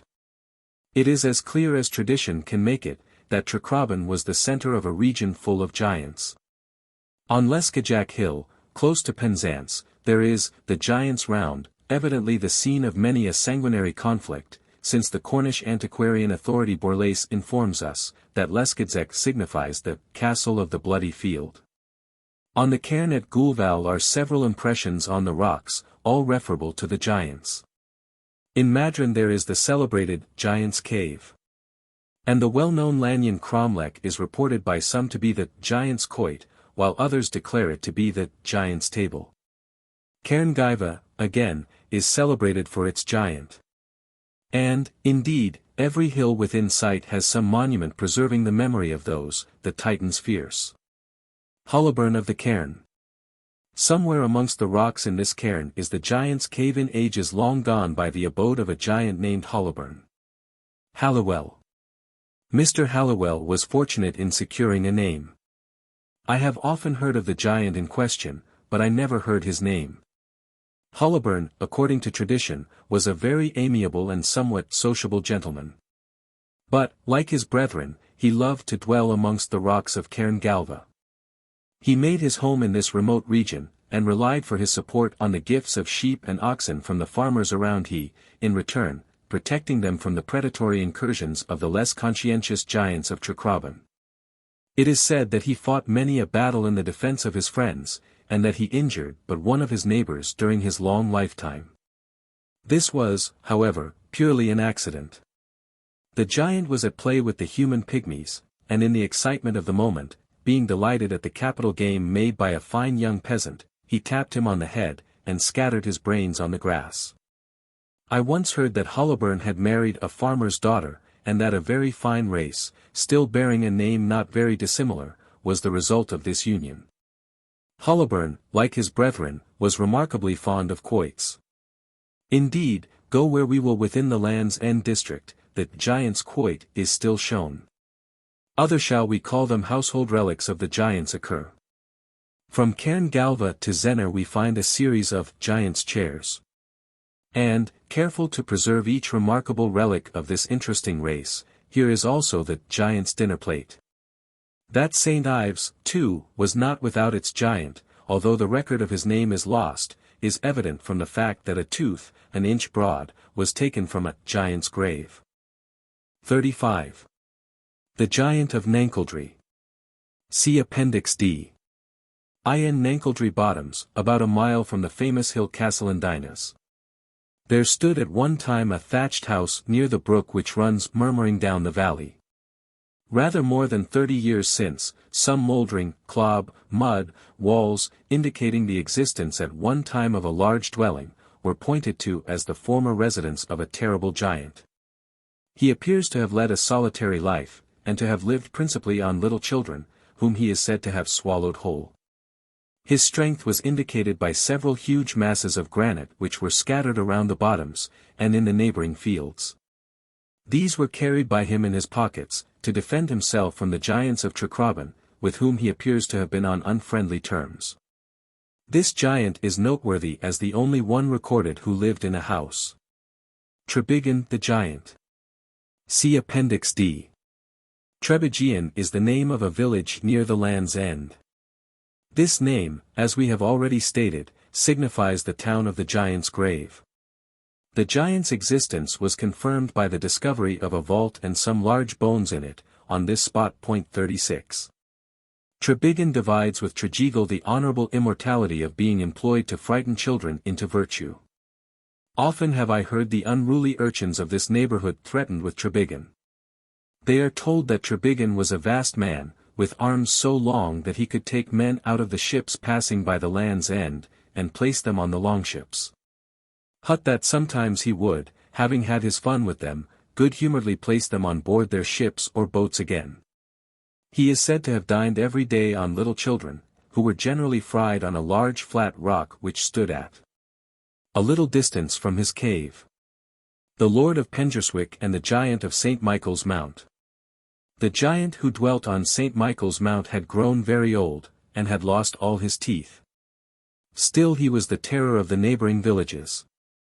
The horrid old monster who had but one eye, and that one in the middle of his forehead would, whenever he required food which was pretty often walk or wade across to market Jew, as the tide might be, select the best cow in the neighborhood. And, swinging it over his shoulders, return to his island. This giant had often taken cattle from the Pengerswick estate, and one day he thought he should like another of this choice breed. Accordingly, away he went, across the sea, to Pengerswick Cove. The giant did not know that the Lord of Pengerswick had returned from the east, a master of white witchcraft, or magic. The Lord had seen the giant coming, and he began to work his spells. The giant was bewildered, yet he knew not how. At last, after much trouble, he caught a fine calf, tied its 4 feet together, passed his great head between the fore and hind legs, and, with the calf hanging on his shoulders, he trod in joy towards the shore. He wandered on in perfect unconsciousness of the path, and eventually he found himself on the precipitous edge of the great black rock which still marks the western side of Pengerswick Cove. As if the rock had been a magnet, the giant was chained fast. He twisted, turned, and struggled in vain. He found himself gradually becoming stiff, so that at last he could neither move hand nor foot, yet were his senses more keenly alive than ever. The giant had to remain thus, during a long winter's night, with the calf bleeding, as never calf bleated before, into his ear. In the morning, when the enchanter thought he had punished the giant sufficiently, he mounted his mare, and rode down to the shore. He disenchanted the giant, by giving him a severe horsewhipping, and he then made him drop the calf. He continued to flog the giant until he leaped off the rock into the sea, through which in great agony he waded to the mount, and from that day to this he has never ventured on the mainland. We learn, however, from undoubted authority, that some time after this, Tom, the giant of Lelant, visited the giant on the mount, and, finding him half-starved, he took his Aunt Nancy from Goulval to see his friend, with a large supply of butter and eggs. The old giant was exceedingly glad to see the farmer's wife, bought all her store at a very extravagant price, and bargained and paid in advance for more. He had a store of wealth in the caverns of the mount. The knowing old woman kept him well supplied as long as the giant had money to pay her, and Aunt Nancy's family became the wealthiest in the parish of Goulval. The giant of St. Michael's Mount loses his wife. The giant on the mount and the giant on Tregeagle Hill were very friendly. They had only one cobbling hammer between them, which they would throw from one to the other, as either required it. One day the giant on the mount wanted the hammer in a great hurry, so he shouted, "Holloa, up there! Tregeagle, throw us down the hammer, wusta." "To be sure," sings out Tregeagle, "here. Look out, and catch 'em." Now, nothing would do but the giant's wife, who was very near-sighted, must run out of her cave to see Tregeagle throw the hammer. She had no hat on, and coming at once out into the light, she could not distinguish objects. Consequently, she did not see the hammer coming through the air, and received it between her eyes. The force with which it was flung was so great that the massive bone of the forehead of the giantess was crushed, and she fell dead at the giant's feet. You may be sure there was a great to-do between the two giants. They sat wailing over the dead body, and with their sighs they produced a tempest. These were unavailing to restore the old lady, and all they had to do was to bury her. Some say they lifted the chapel rock and put her under it, others, that she is buried beneath the castle court, while some no doubt the giant's detractors declare that they rolled the body down into the sea, and took no more heed of it. Tom and the Giant Blunderbuss, or, the Wheel and Exe Fight. The similarity of this story to the well-known tale of Tom Hickathrift will strike every one. It might be supposed that the old story of the strong man of the Isle of Ely had been read by some Cornish man, and adapted to the local peculiarities. This may possibly have been the case, but I do not think it probable. I first heard the story from a miner, on the floors of Dingdug Mine, during my earliest tour in search of old stories. I have since learned that it was a common story with the St. Ives nurses, who told it to amuse or terrify their children. Recently, I have had the same tale communicated to me by a friend, who got it from a farmer living in Lelant. This story is confined to the parishes of Lelant, St. Ives, Sancreed, Toadnack, Moors, and Zentra. Mr. Halliwell thinks the adventures of Tuns Hickathrift are connected with some of the insurrections in the Isle of Ely, such as that of Herwood, described in Wright's Essays, 2. 91 now. Herwood the Saxon is said to have taken refuge in the extreme part of Cornwall, and we are told of many romantic adventures, chiefly in connection with the beautiful daughter of Aleph, a Cornish chief. May it not be, that here we have the origin of the story as it is told in Lincolnshire and in Cornwall? Young Giant, who does not appear to have been known by any other name than Tom, lived somewhere westward of Hale, probably in Lelant. Tom would eat as much meat as 3 men, and when he was in the humour he could do as much work as half a dozen. Howbeit, Tom was a lazy fellow, and spent most of his time wandering about the parish with his hands in his pockets. Occasionally Tom would have an industrious fit, then, if he found any of his neighbours hedging, he would turn to and roll in all the largest rocks from over the fields, for grounders 37 this was the only work Tom took delight in. He was wont to say, he could feel his strength about such work as that Tom didn't appear so very big a man in those days, when all men were twice the size they are now. He was about 4 feet from shoulder to shoulder, square-built and straight all the way down from shoulder to chins, loins. Tom's old mother was constantly telling her idle son to do something to earn his food, but the boy couldn't find any job to his mind for a long time. At last he undertook to drive a brewer's wain, in the hope of getting into plenty of strong drink, and he went to live in Marketjew, where the brewery was. The first day he was so employed, he was going to St. Ives with his load of beer, and on the road he saw half a score of men trying to lift a fallen tree onto a draw. It was, however, more than the whole of them could do. "Stand clear!" shouts Tom. He put his hands, one on each side of the tree, and lifted it on the draw, without so much as saying, "Ho," to his oxen, or looking behind him. The feat was performed in Ludgeon Leas, and a little farther on was a giant's place diverting the road, which should have gone straight to St. Ives but for it. This place was hedged in with great rocks, which no 10 men of these times could move. They call them the giant's hedges to the present day. There was a gate on that side of the giant's farm which was nearest Marketjew, and another on that side which joined the highway leading on to St. Ives. Tom looked at the gate for some time, half disposed to drive through, but eventually he decided on proceeding by the ordinary road. When, however, Tom was coming back from St. Ives with his empty wain, his courage screwed up by the influence of some 3 or 4 gallons of strong beer which he had drunk. He began to reason with himself thus. The King's highway ought not to be twisting and turning like an angle-twitch. 38 it should go straight through here. What right has the giant to keep his place closed, stopping honester men than he ever was longer on the road home? If everybody were of my mind, the road would soon be opened. Faith, I'll drive through. He wouldn't eat me, I suppose. My old mammy never told me I was to come to my end that way.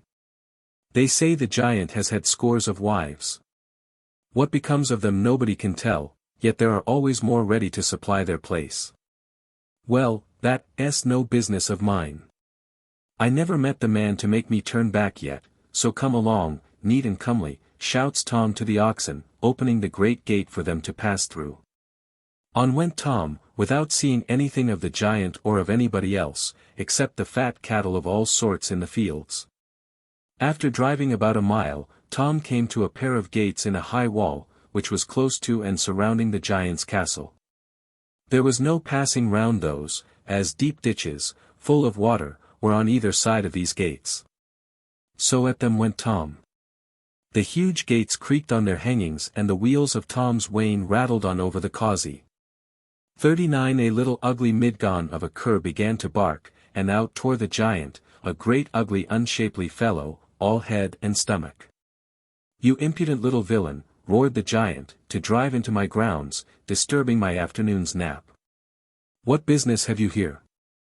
I am on the road, says Tom, and you nor a better man than you shan't put me back.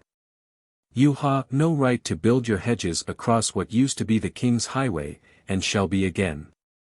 I shan't bemean myself to talk with such a little saucy blackguard as thee art, said the giant. I'll get a twig, and drive thee out faster than thee came in. Well, says Tom, you may keep your breath to cool your porridge. But, if that's the game you are up to, I can play at that as well as you. The giant had pulled up a young elm tree, about 20 feet high or so, and he began stripping the small branches from the head of the tree, as he came up the hill, gaping, yawning, all the time, as if he were half asleep. Tom, seeing what he was up to, upset his wain. This he did without the oxen moving, as the tunsey, pole, turned round in the ring of the yoke. He then slipped off the further wheel in a wink, hauled out the axle tree, fast in the other wheel, against the giant came up. In old time the axle was made to work in gudgeons under the carts or wains. Now then, says Tom, fair play for the buttons. If you can beat me, I'll go back. The and wheel is my sword and buckler, which I'll match against your elm tree. Then Torn began whistling. The giant got round the uphill side, lifted his tree, and tore towards Tom without saying a word, as if he would cleave him from head to heel. Tom lifted the axle tree, with the wheel up, to guard off the blow of the giant's twig, the giant being in such a towering passion to hear Tom coolly whistling all the time, that he couldn't steady himself. He missed Tom's head, struck the edge of the wheel, and, the ground being slippery, the giant fell upon his face on the ground. Tom might have driven the DXE through him as he lay sprawling in the mud, and so have nailed him to the earth. But no, not he. Tom would rather be killed than not fight fair, so he just tickled the giant under the ribs with the end of the DXE. Come, get up, says Tom, let us have another turn. The giant rose very slowly, as if he were scarcely able to stand, bent double, supporting himself on his twig.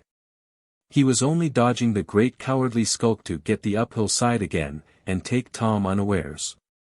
But he was waiting with his right hand grasping the DXE, the wheel resting on the ground. Quick as lightning the giant raised his tree. Tom fetched him a heavy kick on the shins, he slipped, fell forward, and Tom so held the DXE, that it passed through his body like a spit. Good Lord, how the giant roared. Thee stop thy bleeding, says Tom. Stand quiet a moment. Let us draw the EXE out of thy body, and give thee a chance for another round.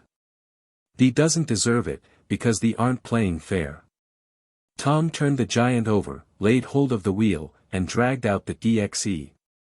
In doing this he was nearly blinded with the blood that spouted out of the hole. Blunderbuss rolled on the ground like an empty sack, roaring amain all the time in great agony.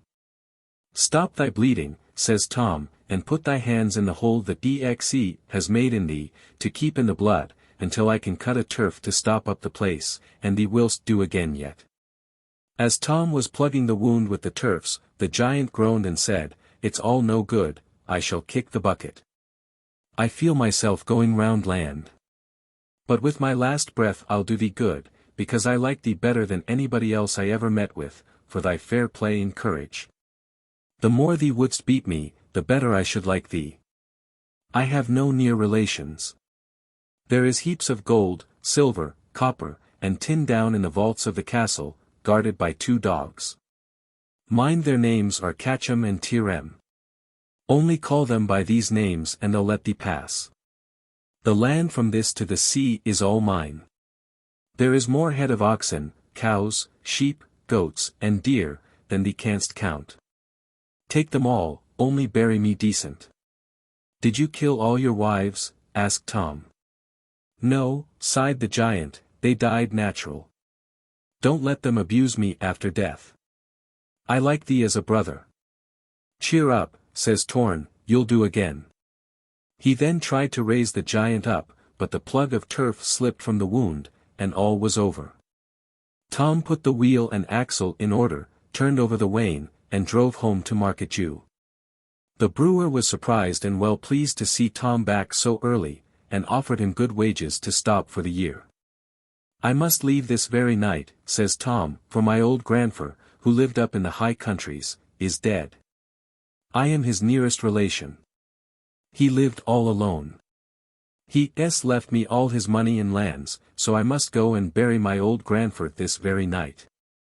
The brewer was about to pay him for his day's work. "Oh, never mind that," says Tom, "I'll give up that for as much beer as I can drink with supper." After supper Torn went and took possession of the giant's castle and lands, nobody the wiser except a little woman, the giant's last wife, who came from some place not far from the castle. Some name Krolos, some Tregeagle, others Bujihir, as the place where she dwelt. Howbeit, she knew all about the giant's overthrow, and thought it the wisest course to take up at once with Torn. And she being a tidy body, Tom was by no means unwilling. Tom and this woman took possession of the castle.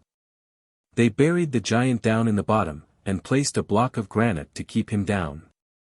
They gave the carcass of a sheep to catch him, and Piran visited the caves of the castle, found lots of treasure, and fairly got into the giant's shoes.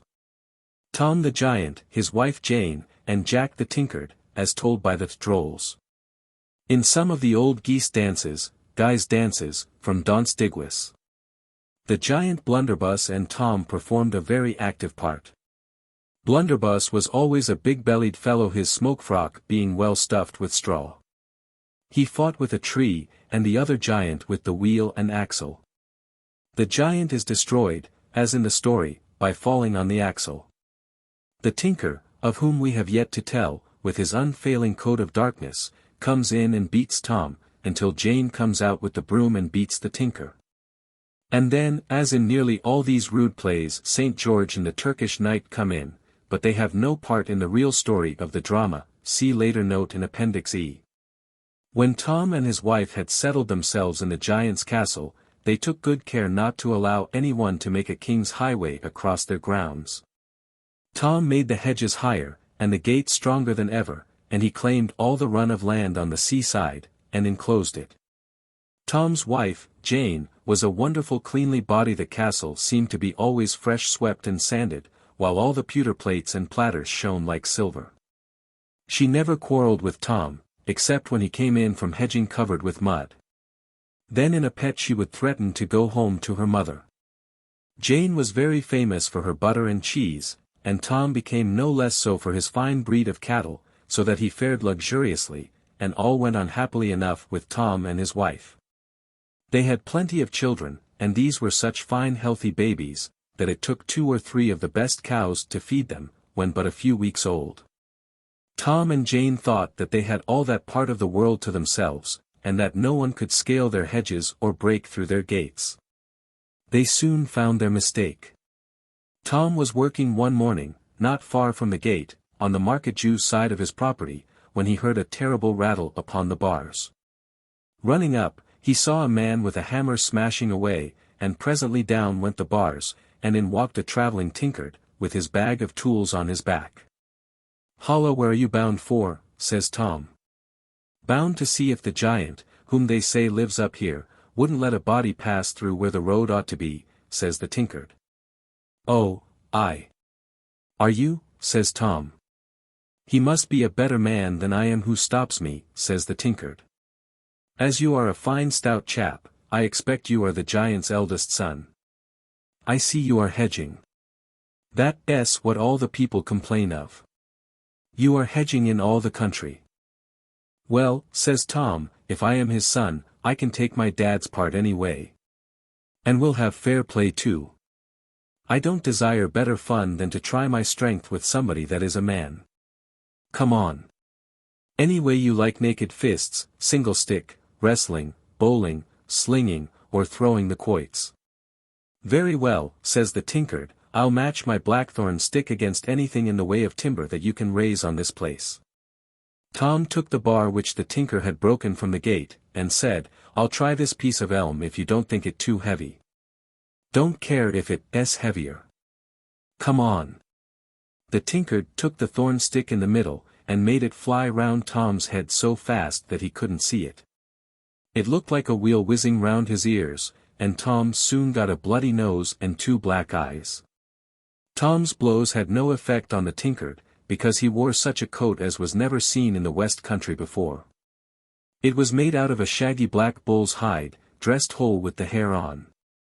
The skin of the forelegs made the sleeves, the hind quarters only were cut, pieces being let in to make the spread of the skirts, while the neck and skin of the head formed a sort of hood.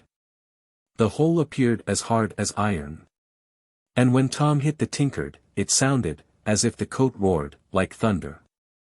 They fought until Tom got very hungry, and he found he had the worst of it. "I believe thee art the devil, and no man," says Tom. "Let us see thy feet before thee dost taste any more of my blood." The Tinkard showed Tom that he had no cloven foot, and told him that it depended more on handiness than strength to conquer with the single stick. And that a small man with science could beat a big man with none. The Tinkard then took the clumsy bar of the gate from Tom, gave him his own light and tough blackthorn, and proceeded to teach him to make the easiest passes, cuts, and. Whilst the 2 men were thus engaged, Jane had prepared the dinner, and called her husband 3 times. She wondered what could be keeping Tom, as he was always ready to run to his dinner at the first call. At length she went out of the castle to seek for him, and surprised she was, and if truth must be told rather glad to see another man inside the gates, which no one had passed for years. Jane found Tom and the Tinkard tolerable friends by this time, and she begged them both to come into dinner, saying to the Tinkard that she wished she had something better to set before him.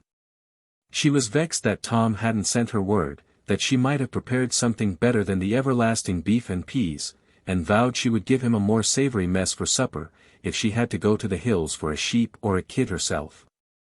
At length the men were seated at the board, which groaned beneath the huge piece of boiled beef, with mountains of peas pudding, and they soon got fairly to work. Jane then went to the cellar, and tapped a barrel of the strongest beer, which was intended to have been kept for a tide feast. Of the meat, Tom ate twice as much as the Tinkard, and from the can of ale he took double draughts. The Tinkard ate heartily, but not voraciously, and, for those days, he was no hard drinker. Consequently, as soon as dinner was over, Tom fell back against the wall, and was quickly snoring like a tempest. His custom was to sleep 2 or 3 hours after every meal. The Tinkard was no sleepyhead, so he told Jane to bring him all her pots and pans which required mending, and he would put them in order. He seated himself amidst a vast pile, and was soon at work. The louder Tom snored, the more Jack rattled and hammered away at the kettles, and ere Tom was awake, he had restored Jane's cooking vessels to something like condition. At length Tom awoke, and, feeling very sore, he begged the Tinkard to put off until tomorrow a wrestling match which they had talked of before dinner. The Tinkard, nothing loath, agreed. So Tom took him up to the topmost tower of the castle, to show him his lands and his cattle. For miles and miles, farther over the hill than the eye could reach, except on the southern side, everything belonged to Tom. In this tower they found a long and strong bow. Tom said none but the old giant could bend it. He had often tried, and fretted because he could not bring the string to the notch. The Tinkard took the bow. He placed one end to his toe, and, by what appeared like sleight of hand to Tom, he bent the bow, brought the string to the notch, sent the arrow off thwang and shot a hare so far away that it could hardly be seen from the heath and ferns. Tom was surprised, until the Tinkard showed him how to bend the bow, more by handiness than strength, and again he killed a kid which was springing from rock to rock on the cairns far away. The hare and kid were brought home, cooked for supper, and the Tinkard was invited to stop all night. The story ordinarily rambles on, telling of the increasing friendship between the 3, and giving the Tinkard story of himself, which was so interesting to Tom and Jane that they stayed up nearly all night to hear it. He told how he was born and bred in a country far away more than a score days' journey from this land, far to the north and east of this, from which it was divided by a large river. This river the Tinkard had swam across. Then there was a week's journey in a land of hills and cairns, which were covered with snow a great part of the year. In this land there were many giants, who digged for tin and other treasures. With these giants he had lived and worked. They always treated him well, indeed, he always found the bigger the man the more gentle. Half the evil that's told about them by the cowardly fools who fear to go near them is false. Many, many more strange things did the tinker tell. Amongst other matters, he spoke of wise men who came from a city at no great distance from this land of tin for the purpose of buying the tin from the giants, and they left them tools, and other things, that the diggers required in exchange. One of these merchants took a fancy to the tinker, named him Jack. He had no name previously and removed him to the city, where Jack was taught his trade, and many other crafts. The tinker had left that city 4 months since, and worked his way down to Market Jew. Being there, he heard of the giant, and he resolved to make his acquaintance. The rest has been told. While this, which was a long story, was being told, Jack the tinker was enjoying Jane's new barley bread, with honey and cream, which he moistened with metheglin. "Good night, Tom," says he at last. "You see you have lived all your days like a lord on his lands, and know nothing. I never knew father or mother, never had a home to call my own. All the better for me, too. If I had possessed one, I would never have known 1,000th part of what I have learned by wandering up and down in the world." Morning came, and, after breakfast, Tom proposed to try a hitch on the grass in the castle court. Jack knew nothing of wrestling, so he told Tom he had never practiced, but still he would try his strength. Tom put the tinker on his back at every hitch, but he took all the care he could not to hurt him. At last the tinker cried for quarter, and declared Tom to be best man. Jane had made a veal and parsley pie, and put it down to bake, when, being at leisure, she came out to see the sport. Now, it must be remembered the tinker had broken down the gate, and no one had thought of repairing it, or closing the opening. 2 men of Tregeagle were coming home from ball 40 and passing the giant's gate. They thought it very strange that it should be broken down. After consulting for some time, they summoned all their courage, and it must be confessed, with fear and trembling they crawled into the grounds, and proceeded towards the castle. Now, no one in that country except Tom and Jane knew that the old giant was dead. The 2 men turned round a corner, and saw 3 very large children playing. The baby, a year old, was riding an old buck-goat about the field.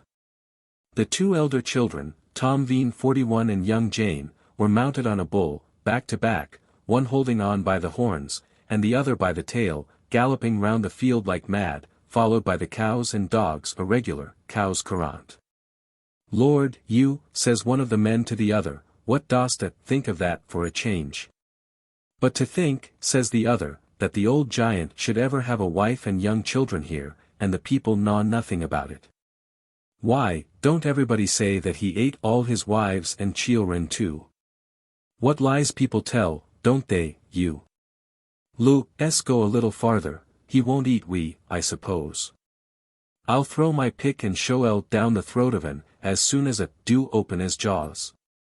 "Look you, now," shouts the other, "you come round a little farther, just peep round the corner and thee meest see 2 fellows wrestling, and a woman looking on. Can I believe my eyes, you? Don't that woman look something like Jane I used to be coursin' of?" The miners satisfied themselves that it was Jane, sure enough, and quietly beat a retreat. Soon was St. Ives in a state of excitement, and all Jane's cousins, believing from the accounts given by the miners that Jane was well off, resolved to pay her a visit. These visits worked much confusion in Tom's castle and family. He and his wife quarrel, but the tinker is the never-failing friend. All this part of the story is an uninteresting account of fair-weather friends.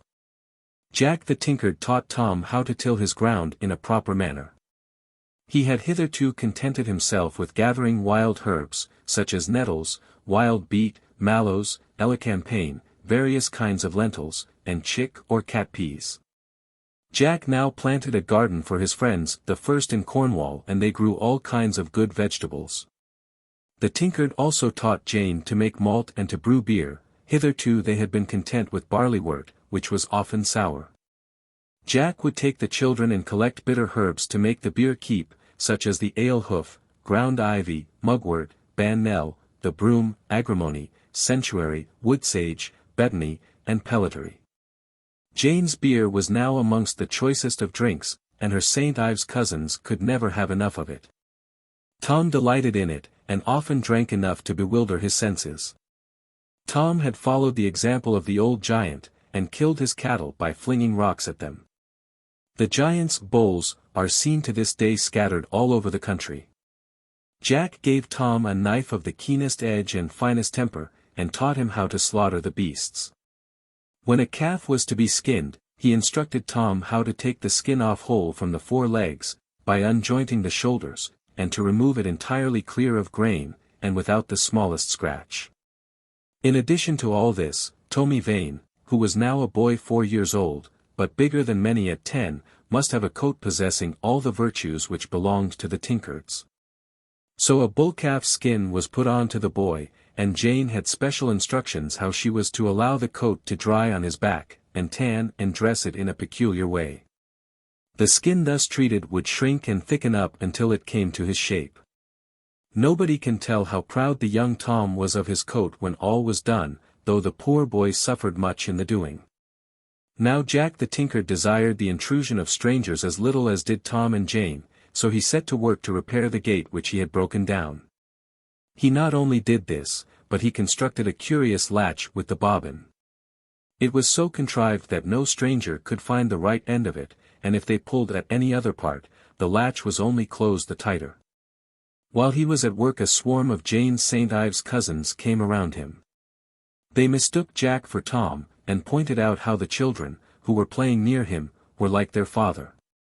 Jack parleyed with them until he had completed his task, and then he closed the gate in their faces. Much more of this character is related by the Drolls. But with the exception of constant alterations of feasting and fighting, there is little of novelty in the story, until at last a grand storm arises between Tom and his wife, who is believed by the husband to be on too intimate terms with Jack the Tinkard. The result of this is, that Jane goes home to Crowloss, fights with her mother, old Jenny, because old Jenny abuses Tom, which Jane will not allow in her presence while yet at Crowloss another boy is born, called Honey, and as the cow was not at hand as when she was in the castle, he was nursed by a goat, and it is said a class of his descendants are yet known as the Zenner goats. How Tom and the Tinkard found the tin, and how it led to Morva Fair. I have preserved the pronunciation of this word, which was common in Cornwall between 20 and 30 years since, and which still prevails in some of the outlying districts. In Webster's English Dictionary we find tinker oddly enough derived from the Welsh tinsers, the ringer, from tinclaw, to ring, a mender of brass kettles, pans, and the like. The word being so obviously tin-seared, or tin-sered. The original having been in all probability stain, or a stain-seared, a worker in tin. The Gaelic still retains seared and caird to represent the English smith. In the present case, we have to deal, there can be little doubt, not with the modern tinker, but the ancient worker in tin, as is shown in this division of the legend, although the story has suffered some modern corruption. And Jack is made to mend Jane's pots and pans. The old Cornish saying, Steen sen Agvis and Quella Steen in Cornwall. St. Agnes tin is the best tin in Cornwall gives the original Cornish term for tin.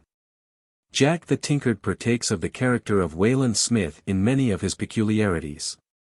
See Appendix F. When Tom had fairly thrown the Tinkard in the wrestling match, which, it must be remembered, was seen by the miners of Tregeagle, at which Tom was much pleased, although he did not express his pleasure, it was settled that Tom was the best man.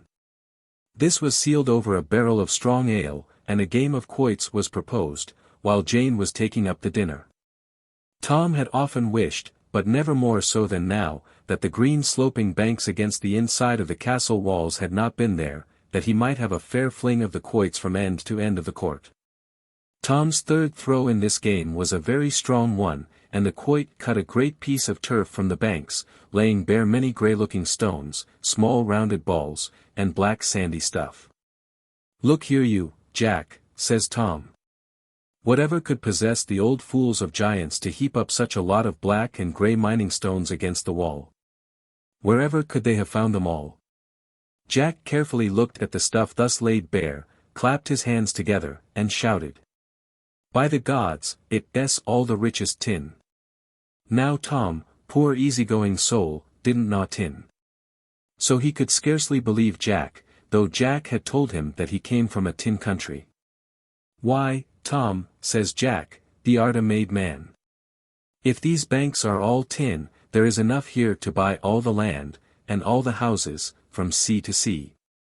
What do I care for the tin, haven't I all a man can desire? My lands are all stocked with sheep and horned cattle. We shall never lack the best beef and mutton, and we want no better than our honest homespun."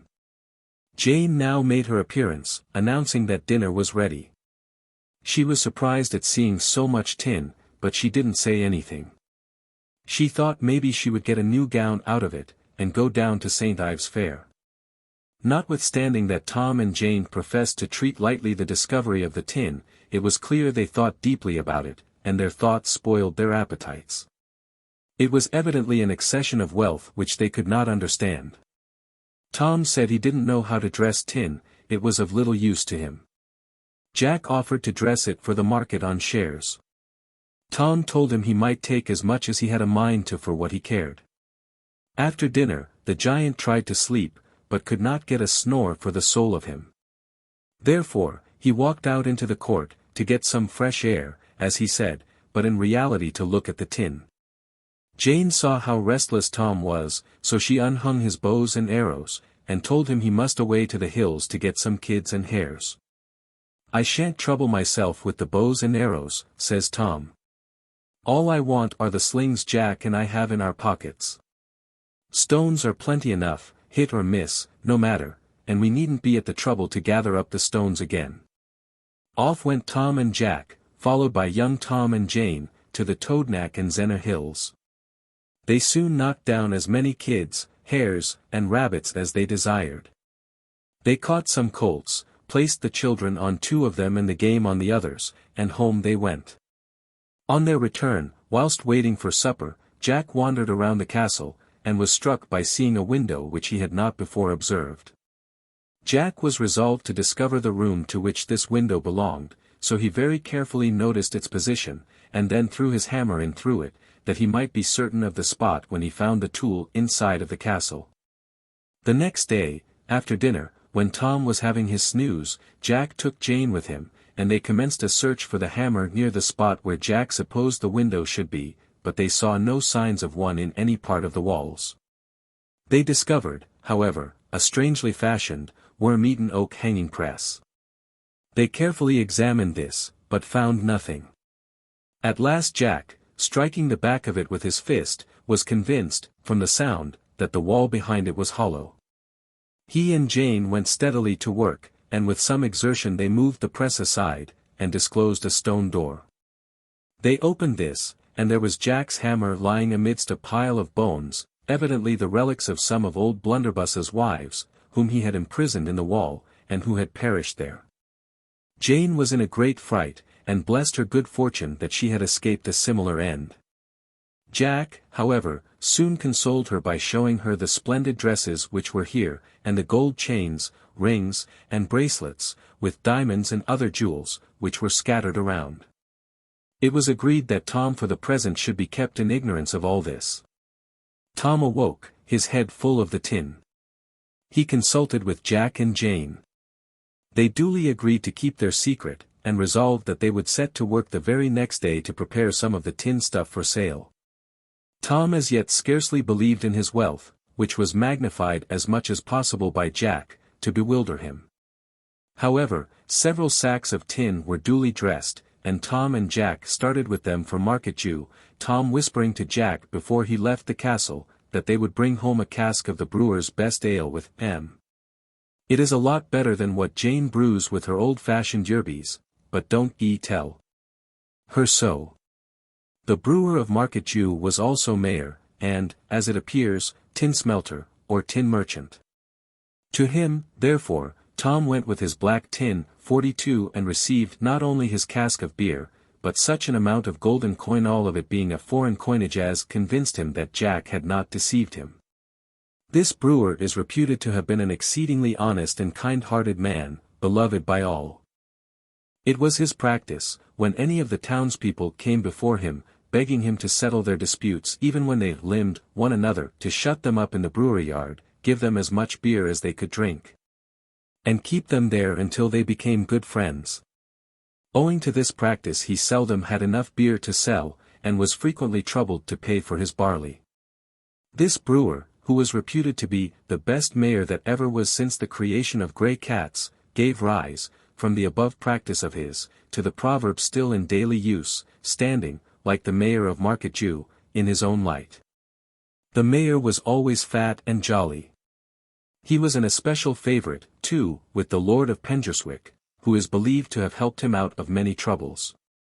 He had bought his tin of Tom and Jack, such a bargain, that he resolved to have some sport, so a barrel of beer was broached in the yard, and the crier was sent round the town to call all hands to a courant, merrymaking.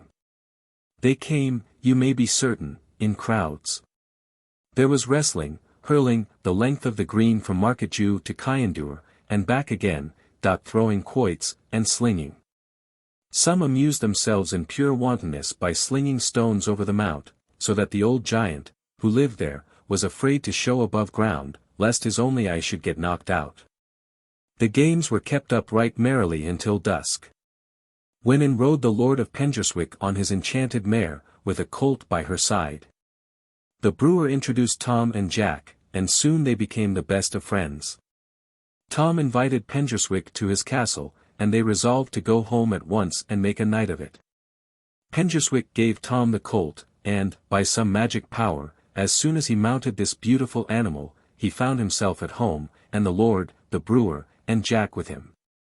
How this was brought about Tom could never tell, but Jack appeared to be in the secret. Tom was amazed and delighted to find Jane dressed like a queen, in silks and diamonds, and the children arrayed in a manner well becoming the dignity of their mother. Jane, as soon as Tom and Jack had left her, had proceeded to the room in the wall, and with much care removed the jewels, gold, and dresses, caring little, as she afterwards said, for the dead bones, although they rattled as she shook them out of the robes. In a little time she had all the dresses in the main court of the castle, and having well beaten and brushed them, she selected the finest those she now wore and put the rest aside for other grand occasions. The condescension of the great Lord of Pengerswick was something wonderful. He kissed Jane until Tom was almost jealous, and the great lord romped about the court of the castle with the children. Tom was, on the whole, however, delighted with the attention paid to his wife by a real lord, but our clear-headed Jack saw through it all, and took measures accordingly.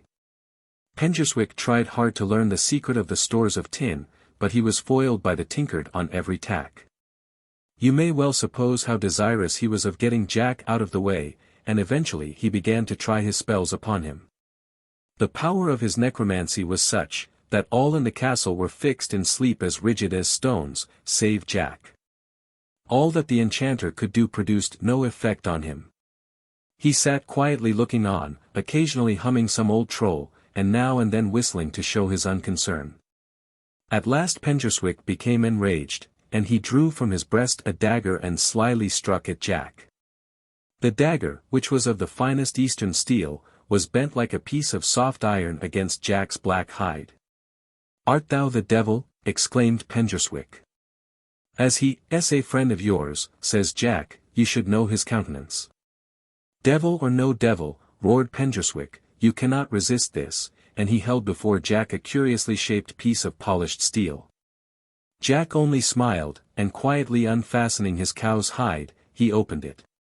The cross, like a star of fire, was reflected in a mirror under Jack's coat, and it fell from Pengerswick's grasp. Jack seized it, and turning it full upon the enchanter, the proud lord sank trembling to the ground, piteously imploring Jack to spare his life and let him go free. Jack bade the prostrate lord rise from the ground. He kicked him out of the castle, and sent the vicious mare after him. Thus he saved Tom and his family from the power of this great enchanter. In a little time the sleep which had fallen upon them passed away, and they awoke, as though from the effects of a drunken frolic. The brewer hurried home, and Tom and Jack set to work to dress their tin. Tom and Jane's relations and friends flocked around them, but Jack said, summer flies are only seen in the sunshine, and he shortly after this put their friendship to the test, by conveying to them the idea that Tom had spent all his wealth. These new friends dropped off when they thought they could get no more, and Tom and Jane were thoroughly disgusted with their summer friends and selfish relations. The tinker established himself firmly as an inmate of the castle. No more was said about the right of the public to make a king's highway through the castle grounds. He aided Torn in hedging in the wastelands, and very carefully secured the gates against all intruders. In fact, he also quite altered his politics. Jack had a desire to go home to Dartmoor to see his mother, who had sent to tell him that the old giant Dart was near death. He started at once, on foot.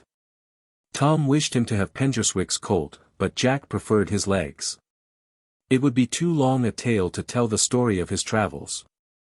He killed serpents and wild beasts in the woods, and when he came to rivers, he had but to take off his coat, gather up the skirts of it with a string, and stretch out the body with a few sticks, thus forming a cobble, yaunch it on the water, and paddle himself across.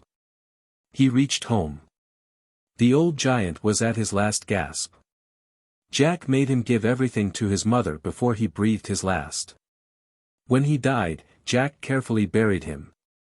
He then settled all matters for his mother, and returned to the West Country again. Tom's daughter became of marriageable years, and Jack wished to have her for a wife. Tom, however, would not consent to this, unless he got rid of a troublesome old giant who lived on one of the hills in Morva, which was the only bit of ground between Hale and Street just which Tom did not possess. The people of Morva were kept in great fear by this giant, who made them bring him the best of everything. He was a very savage old creature, and took exceeding delight in destroying everyone's happiness. Some of Tom's cousins lived in Morva, and young Tom fell in love with one of his Morva cousins 7 times removed, and by Jack's persuasion, they were allowed by Tom and Jane to marry. It was proclaimed by Jack all round the country that great games would come off on the day of the wedding. He had even the impudence to stick a bill on the giant's door, stating the prizes which would be given to the best games. The happy day arrived, and, as the custom then was, the marriage was to take place at sundown. A host of people from all parts were assembled, and under the influence of Jack and Tom, the games were kept in reet spirit. Jack and Tom, by and by, amused themselves by itching quoits at the giant's house on the top of the hill. The old giant came out and roared like thunder. All the young men were about to fly, but Jack called them a lot of scurvy cowards, and stayed their flight. Jack made faces at the giant, and challenged him to come down and fight him. The old monster thought he could eat Jack, and presently began to run down the hill when, lo! He disappeared. When the people saw that the giant was gone, they took courage, and ran up the hill after Jack, who called on them to follow him. There was a vast hole in the earth, and there, at the bottom of it, lay the giant, crushed by his own weight, groaning like a volcano and shaking like an earthquake. Jack knew there was an adit level driven into the hill, and he had quietly, and at night, worked away the roof at one particular part, until he left only a mere shell of rock above. So it was, that, as the giant passed over this spot, the ground gave way. Heavy rocks were thrown down the hole on the giant, and there his bones are said to lie to this day. Jack was married at once to young Jane, her brother Tom to the Morva girl, and great were the rejoicings. From all parts of the country came in the wrestlers, and never since the days of Gogmagog had there been such terrific struggles between strong men. Quoits were played. And some of the throws of Tom and the Tinker are still shown to attest the wonderful prowess of this pair. Hurling was played over the wild hills of those northern shores, and they rung and echoed then, as they have often rung and echoed since, with the brave cry, Ger Weeg YW Ger Teague, which has been translated into, Fair play is good play. 43. An honorable trait in the character of our Celtic friends. All this took place on a Sunday, and was the origin of Morva Feast and Morva Fair. We are, of course, astonished at not finding some evidence of direct punishment for these offences, such as that which was inflicted on the hurlers at Padstow. This has, however, been explained on the principle that the people were merely rejoicing at the accomplishment of a most holy act, and that a good deed demanded a good day. 44. The Giant of Morva. The above notices were collected for me in Morva by the late C. Taylor Stevens, author of The Chief of Baratenac, and sometime Rural Postman Front Street Ives to Zenner. Their connection with the traditions of Jack and Tom will be evident to every reader. In the Giant's Field in Morva still stand some granite fragments which once constituted the Giant's house. From this we see the Giant's castle at Busbrinis, and the Giant's cradle, thus perpetuating the infancy of the great man, and his subsequent power. The quoits used by this giant are numerous indeed.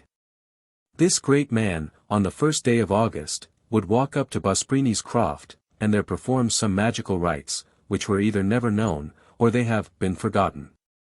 On this day, for when thus engaged the giant was harmless, thousands of people would congregate to get a glimpse of the monster, and as he passed them, all being seated on the stone hedges, every one drank, to the health of Mr. Giant. At length the giant died, but the gathering on the 1st of August has never been given up, or rather, the day shifts, and is made to agree with Morva feast, which is held on the first Sunday in August.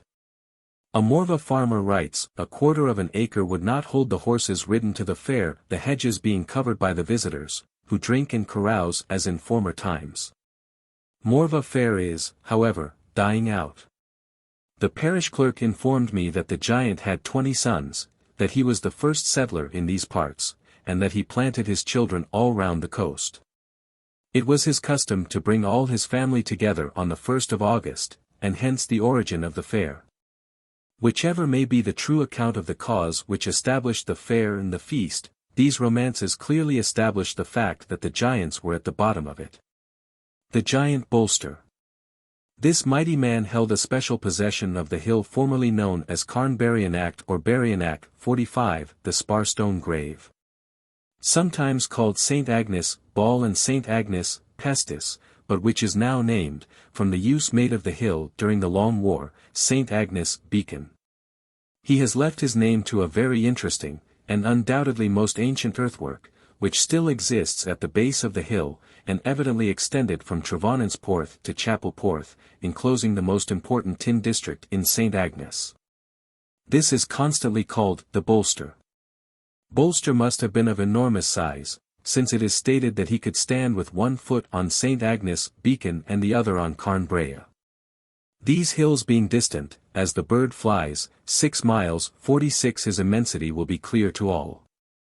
In proof of this, there still exists, in the valley running upwards from Chapel Porth, a stone in which may yet be seen the impression of the giant's fingers. On one occasion, Bolster, when enjoying his usual stride from the Beacon to Carnbrea, felt thirsty, and stooped to drink out of the well at Chapel Porth, resting, while he did so, on the above-mentioned stone. We hear but little of the wives of our giants, but Bolster had a wife, who was made to labor hard by her tyrannical husband. On the top of St. Agnes, Beacon there yet exist the evidences of the useless labors to which this unfortunate giantess was doomed, in grouped masses of small stones. These, it is said, have all been gathered from an estate at the foot of the hill, immediately adjoining the village of St. Agnes. This farm is to the present day remarkable for its freedom from stones, though situated amidst several others, which, like most lands reclaimed from the moors of this district, have stones in abundance mixed with the soil. Whenever Bolster was angry with his wife, he compelled her to pick stones, and to carry them in her apron to the top of the hill. There is some confusion in the history of this giant, and of the blessed St. Agnes to whom the church is dedicated.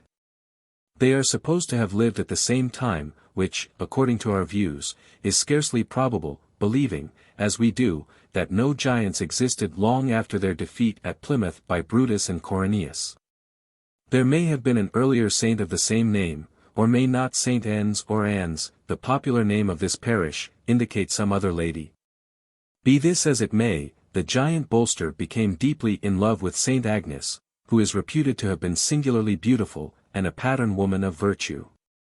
The giant allowed the lady no repose. He followed her incessantly, proclaiming his love, and filling the air with the tempests of his sighs and groans. Saint Agnes lectured Bolster in vain on the impropriety of his conduct, he being already a married man. This availed not. Her prayers to him to relieve her from his importunities were also in vain. The persecuted lady, finding there was no release for her, while this monster existed, resolved to be rid of him at any cost. And eventually succeeded by the following stratagem. Agnes appeared at length to be persuaded of the intensity of the giant's love, but she told him she required yet one small proof more. There exists at Chapel Porth a hole in the cliff at the termination of the valley. If Bolster would fill this hole with his blood, the lady would no longer look coldly on him. This huge bestrider of the hills thought that it was an easy thing which was required of him, and felt that he could fill many such holes and be none the weaker for the loss of blood. Consequently, stretching his great arm across the hole, he plunged a knife into a vein, and a torrent of gore issued forth. Roaring and seething, the blood fell to the bottom, and the giant expected in a few minutes to see the test of his devotion made evident, in the filling of the hole. It required much more blood than Bolster had supposed. Still it must in a short time be filled, so he bled on. Hour after hour the blood flowed from the vein, yet the hole was not filled. Eventually the giant fainted from exhaustion. The strength of life within his mighty frame enabled him to rally, yet he had no power to lift himself from the ground, and he was unable to stanch the wound which he had made. Thus it was, that after many throes, the giant Bolster died. The cunning saint, in proposing this task to Bolster, was well aware that the hole opened at the bottom into the sea, and that as rapidly as the blood flowed into the hole it ran from it, and did. The multitudinous seas incarnadine, making the green one red. Thus the lady got rid of her hated lover, Mrs. Bolster was released, and the district freed from the presence of a tyrant. The hole at Chapel Porth still retains the evidences of the truth of this tradition, in the red stain which marks the track down which flowed the giant's blood. There is another tradition, in some respects resembling this one, respecting a giant who dwelt at Gorin, on the south coast. The Hack and Cast. In the parish of Gorin is an entrenchment running from cliff to cliff, and cutting off about 100 acres of coarse ground. This is about 20 feet broad, and 24 feet high in most places. Marvelous as it may appear, tradition assures us that this was the work of a giant, and that he performed the task in a single night. This fortification has long been known as Thyka Vosa, and the Hack and Cast. The giant, who lived on the promontory, was the terror of the neighborhood, and great were the rejoicings in Gorin when his death was accomplished through a stratagem by a neighboring doctor. The giant fell ill through eating some food children or otherwise to satisfy his voracity, which had disturbed his stomach. His roars and groans were heard for miles, and great was the terror throughout the neighborhood. A messenger, however, soon arrived at the residence of the doctor of the parish, and he bravely resolved to obey the summons of the giant, and visit him. He found the giant rolling on the ground with pain, and he at once determined to rid the world, if possible, of the monster. He told him that he must be bled. The giant submitted, and the doctor moreover said that, to ensure relief, a large hole in the cliff must be filled with the blood. The giant lay on the ground, his arm extended over the hole, and the blood flowing a torrent into it. Relieved by the loss of blood, he permitted the stream to flow on, until he at last became so weak, that the doctor kicked him over the cliff, and killed him. The well-known promontory of the dead man, or Dodman, is so called from the dead giant. The spot on which he fell is the giant's house, and the hole has ever since been most favorable to the growth of ivy. The giant Rath, or Ralph. Not far from Portreath there exists a remarkable fissure, or gorge, on the coast, formed by the wearing out, through the action of the sea, of a channel of ground softer than that which exists on either side of it. This is generally known as Ralph's cupboard, and one tale is, that Ralph was a famous smuggler, who would run his little vessel, even in dark nights, into the shelter afforded by this gorge, and safely land his goods. Another is, that it was formerly a cavern in which dwelt Rath, a huge giant who was the terror of the fishermen. Sailing from St. Ives, they ever avoided the cupboard. As they said, nothing ever came out of it which was unfortunate enough to get into it. Wrath is reputed to have watched for those who were drifted towards his cupboard by currents or driven in by storms. It is said that wading out to sea, he tied the boats to his girdle, and quietly walked back to his den, making, of course, all the fishermen his prey. The roof of the cavern is supposed to have fallen in after the death of the giant, leaving the open chasm as we now see it. Ordulf the Giant. This Tavistock Samson is far removed from our fine old legendary giant. Yet we perceive in the stories of Ordulf precisely the same process as that which has given immortality to Blunderbuss and others. In the church of the monastery of Tavistock, built by Orger in 960, and consecrated by Saint Rumen, was buried Orger, and also his son Adulf or Ordulf, to whom, by some writers, the foundation of the abbey is attributed. Ordulf was a man of giant size, and possessing most remarkable strength. He once appeared before the gates of the city of Exeter in company with King Edward, and demanded admission. His demand was not immediately complied with. He tore away the bars of the portcullis with his hands, burst open the gates with his foot, rent the locks and bolts asunder, and broke down a considerable portion of the wall, walking into the city over the ruins, and occasioning great alarm amidst the inhabitants. The king is said to have attributed this extraordinary feat of strength to the chieftains having entered into a compact with the devil, and the people generally believed the king to be correct. At Tavistock, it was the custom of Ordulf to stand with 1 foot on either side of the Tavy, which is about 20 feet wide, and having the wild beasts driven in from the Dartmoor forests. He would with the seemingly insignificant blows of a small knife strike their heads off into the stream. 47. The Fairies. The elfin creed of Cornwall. Elves, urchins, goblins all, and little fairies. Mad Frank. I do wander everywhere, swifter than the moon's sphere. And I serve the fairy queen, to do her orbs upon the green. Shakespeare. By the moon we sport and play, with the night begins our day. As we dance the dew doth fall, trip it little urchins all, lightly as the little bee. 2 by 2, and 3 by 3. And about go we, and about go we. Lyle, Maid's Metamorphoses. To thee the fairy state I with discretion dedicate, because thou prizest things that are curious and unfamiliar. Oberon's Feast, Robert Herrick. Ln. The Fairy Mythology of Thomas Cately. I must refer all those who are desirous of examining the metamorphoses which this family of spiritual beings undergo, in passing from one country to another. My business is with the Cornish branch of this extensive family, and I shall be in a position to show that, notwithstanding Mr. Cately has entirely excluded Cornwall from consideration, there exists, even to the present day, a remarkable fairy mythology in that county. Between 30 and 40 years since, ere yet the influences of our practical education had disturbed the poetical education of the people, every hill and valley, every tree, shrub, and flower was peopled with spiritual creations, deriving their characteristics from the physical peculiarities amidst which they were born.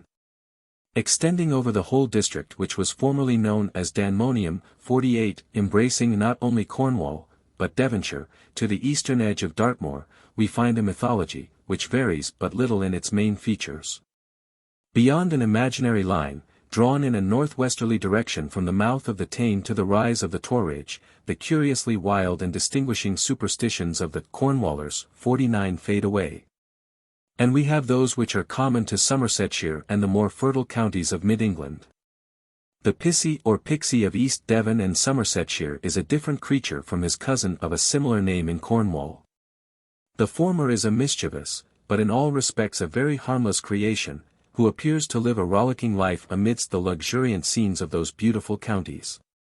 The latter, the Piskies of Cornwall, appear to have their wits sharpened by their necessities, and may be likened to the keen and cunning Arab boy of the London streets, as seen in contrast with the clever child who has been reared in every comfort of a well-regulated home.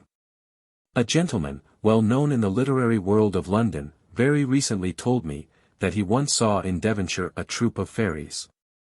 It was a breezy summer afternoon, and these beautiful little creatures were floating on the circling zephyrs up the side of a sunlit hill, and fantastically playing. Where oxlips and the nodding violet grow. They are truly the fairies of Midsummer Night's Dream. They haunt the most rural and romantic spots, and they gather on hill, in dale, forest, or mead. By paved fountain, or by rushy brook.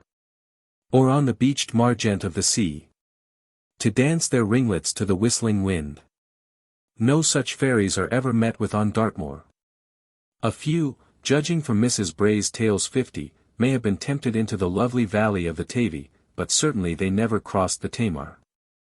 The darker shades in the character of the Cornish fairy almost dispose me to conclude that they belong to an older family than those of Devonshire.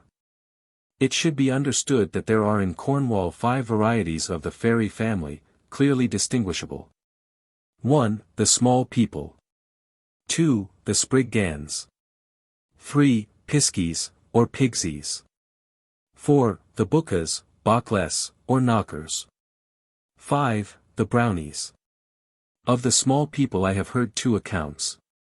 Indeed, it is by no means clear that the tradition of their origin does not apply to the whole 5 branches of this ancient family. The small people are believed by some to be the spirits of the people who inhabited Cornwall many thousands of years ago, long before the birth of Christ. That they were not good enough to inherit the joys of heaven, but that they were too good to be condemned to eternal fires. They were said to be poor innocents. This phrase is now applied to silly children. When they first came into this land, they were much larger than they are now, but ever since the birth of Christ they have been getting smaller and smaller. Eventually they will turn into murrians, ants, and at last be lost from the face of the earth. These small people are exceedingly playful amongst themselves, but they are usually demure when they know that any human eye sees them. They commonly aid those people to whom they take a fancy, and, frequently, they have been known to perform the most friendly acts towards men and women. The above notion corresponds with the popular belief in Ireland, which is, that the fairies are a portion of the fallen angels, who, being less guilty than the rest, were not driven to hell, but were suffered to dwell on earth. 51 In Cornwall, as in Wales, another popular creed is, that the fairies are druids becoming because they will not give up their idolatry smaller and smaller. These small people in many things closely resemble the elves of Scandinavia. The Spriggans are quite a different class of beings. In some respects they appear to be offshoots from the family of the Trolls of Sweden and Denmark. The Spriggans are found only about the cairns, quoits or cromlechs, burrows, or detached stones, with which it is unlucky for mortals to meddle.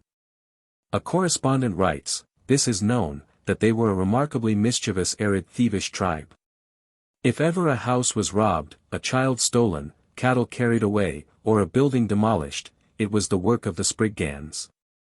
Whatever commotion took place in earth, air, or water, it was all put down as the work of these spirits. Wherever the giants have been, there the Spriggans have been also. It is usually considered that they are the ghosts of the giants. Certainly, from many of their feats, we must suppose them to possess giant strength. The Spriggans have the charge of buried treasure. The Piskey, this fairy is a most mischievous and very unsociable sprite. His favorite fun is to entice people into the bogs by appearing like the light from a cottage window, or as a man carrying a lantern. The Piskey partakes, in many respects, of the character of the Spriggan. So widespread were their depredations, and so annoying their tricks, that it at one time was necessary to select persons whose acuteness and ready tact were a match for these quick-witted wanderers. And many a clever man has become famous for his power to give charms against pixies. It does not appear, however, that anything remarkable was required of the clever man. No pixie could harm a man if his coat were inside out, and it became a very common practice for persons who had to go from village to village by night, to wear their jacket or cloak so turned. Ostensibly to prevent the dew from taking the shine off the cloth, but in reality to render them safe from the pixies. 52. They must have been a merry lot, since to laugh like a piskey is a popular saying. These little fellows were great plagues to the farmers, riding their colts and chasing their cows. The bukas or knockers. These are the sprites of the mines, and correspond to the kobolds of the German mines, the Durgars, and the Trolls. They are said to be the souls of the Jews who formerly worked the tin mines of Cornwall. They are not allowed to rest because of their wicked practices as tinners, and they share in the general curse which ignorant people believe still hangs on this race. The brownie, this spirit was purely of the household. Kindly and good, he devoted his every care to benefit the family with whom he had taken up his abode. The brownie has fled, owing to his being brought into very close contact with the schoolmaster, and he is only summoned now upon the occasion of the swarming of the bees. When this occurs, mistress or maid seizes a bell metal, or a tin pan, and, beating it, she calls, "Brownie, brownie," as loud as she can until the good brownie compels the bees to settle. Mr. Thorns has noticed that in Cornwall, the moths which some regard as departed souls, others as fairies, are called pisces. This is somewhat too generally expressed. The belief respecting the moth, so far as I know, is confined to one or two varieties only. Mr. Couch informs us that the local name, around Pulpero, of the weasel is fairy. So that we have evidence of some sort of metempsychosis amongst the elf family. Moths, ants, and weasels it would seem are the forms taken by those wandering spirits. We read in Bishop Corbett, whose work was published in 1648, and was reprinted many years after by Bishop Percy. The fairies were of the old profession. Their songs were Ave Mavis. Their dances were procession. But now, alas, they all are dead. Or gone beyond the seas. Or, further, for religion fled. Or else they take their ease. Other writers have supposed that at the time of the Reformation the fairies departed from the land. This hypothesis is not warranted by evidence. It is possible that they may have taken possession of some of the inferior creatures, but they are certainly still to be found in those regions which lie beyond the reach of the railway giant, with his fiery mouth, or of that electric spirit who, travelling on his mysterious wires, can beat the wildest elf that ever mounted night steeds. Nursing a fairy. A thrifty housewife lived on one of the hills between Zenner Church Town and St. Ives. One night a gentleman came to her cottage, and told her he had marked her cleanliness and her care, that he had a child whom he desired to have brought up with much tenderness, and he had fixed on her. She should be very handsomely rewarded for her trouble, and he showed her a considerable quantity of golden coin. Well, she agreed, and away she went with the gentleman to fetch this child. When they came to the side of Zenner Hill, the gentleman told the woman he must blindfold her, and she, good, easy soul, having heard of such things, fancied this was some rich man's child, and that the residence of its mother was not to be known. So she gave herself great credit for cunning in quietly submitting. They walked on some considerable distance. When they stopped the handkerchief was taken from her eyes, and she found herself in a magnificent room, with a table spread with the most expensive luxuries, in the way of game, fruits, and wines. She was told to eat, and she did so with some awkwardness, and not a little trembling. She was surprised that so large a feast should have been spread for so small a party, only herself and the master. At last, having enjoyed luxuries such as she never tasted before or since, a silver bell was rung, and a troop of servants came in, bearing a cot covered with satin, in which was sleeping the most beautiful babe that human eyes ever gazed on. She was told this child was to be committed to her charge, she should not want for anything, but she was to obey certain laws. She was not to teach the child the Lord's Prayer. She was not to wash it after sundown, she was to bathe it every morning in water, which she would find in a white ewer placed in the child's room. This was not to be touched by any one but herself. And she was to be careful not to wash her own face in this water. In all other respects she was to treat the child as one of her own children. The woman was blinded again, and the child having been placed in her arms, away she trudged, guided by the mysterious father. When out on the road, the bandage was removed from her eyes, and she found she had a small baby in her arms, not remarkably good looking, with very sharp, piercing eyes, and but ordinarily dressed. However, a bargain is a bargain. So she resolved to make the best of it, and she presented the babe to her husband, telling him so much of the story as she thought it prudent to trust him with. For years the child was with this couple. They never wanted for anything. Meat, and even wines, were provided as most people thought by wishing for them, clothes, ready-made, were on the child's bed when required, and the charmed water was always in the magic ewer. The little boy grew active and strong. He was remarkably wild, yet very tractable, and he appeared to have a real regard for his big mammy, as he called the woman. Sometimes, she thought the child was mad. He would run, and leap, and scream, as though he were playing with scores of boys, when no soul was near him. The woman had never seen the father since the child had been with them. But ever and anon, money was conveyed to them in some mysterious manner. One morning, when washing the boy, this good woman, who had often observed how bright the water made the face of the child, was tempted to try if it would improve her own beauty. So directing the boy's attention to some birds singing on a tree outside the window, she splashed some of the water up into her face. Most of it went into her eye. She closed it instinctively, and upon opening it, she saw a number of little people gathered round her and playing with the boy. She said not a word, though her fear was great. And she continued to see the world of small people surrounding the world of ordinary men and women, being with them, but not of them. She now knew who the boy's playmates were, and she often wished to speak to the beautiful creatures of the invisible world who were his real companions, but she was discreet, and kept silence. Curious robberies had been from time to time committed in St. Ives Market, and although the most careful watch had been kept, the things disappeared, and no thief detected. One day our good housewife was at the market, and to her surprise she saw the father of her nursling. Without ceremony she ran up to him at a moment when he was putting some choice fruit by stealth into his pocket and spoke to him. "So, thou sayest me, dost thou?" "To be sure I do, and know ye too," replied the woman. "Shut this eye," putting his finger on her left eye. "Canst see me now?" "Yes, I tell ye, and know ye too," again said the woman. "Water for elf. Not water for self. Yonve lost your eye, your child, and yourself," said the gentleman. From that hour she was blind in the right eye. When she got home the boy was gone. She grieved sadly, but she never saw him more, and this once happy couple became poor and wretched.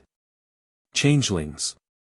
A correspondent, to whom I am much indebted for many curious examples of the folklore of the people in the remote districts to the west of Penzance, says, "In reference to some stories of fairy changelings I never knew but one child that had been kept by the Spriggans more than 3 days. It was always complaining, sickly, and weakly, and had the very face of a changeling. It has been my fortune, some 30 or 40 years since, to have seen several children of whom it had been whispered amongst the peasantry that they were changelings.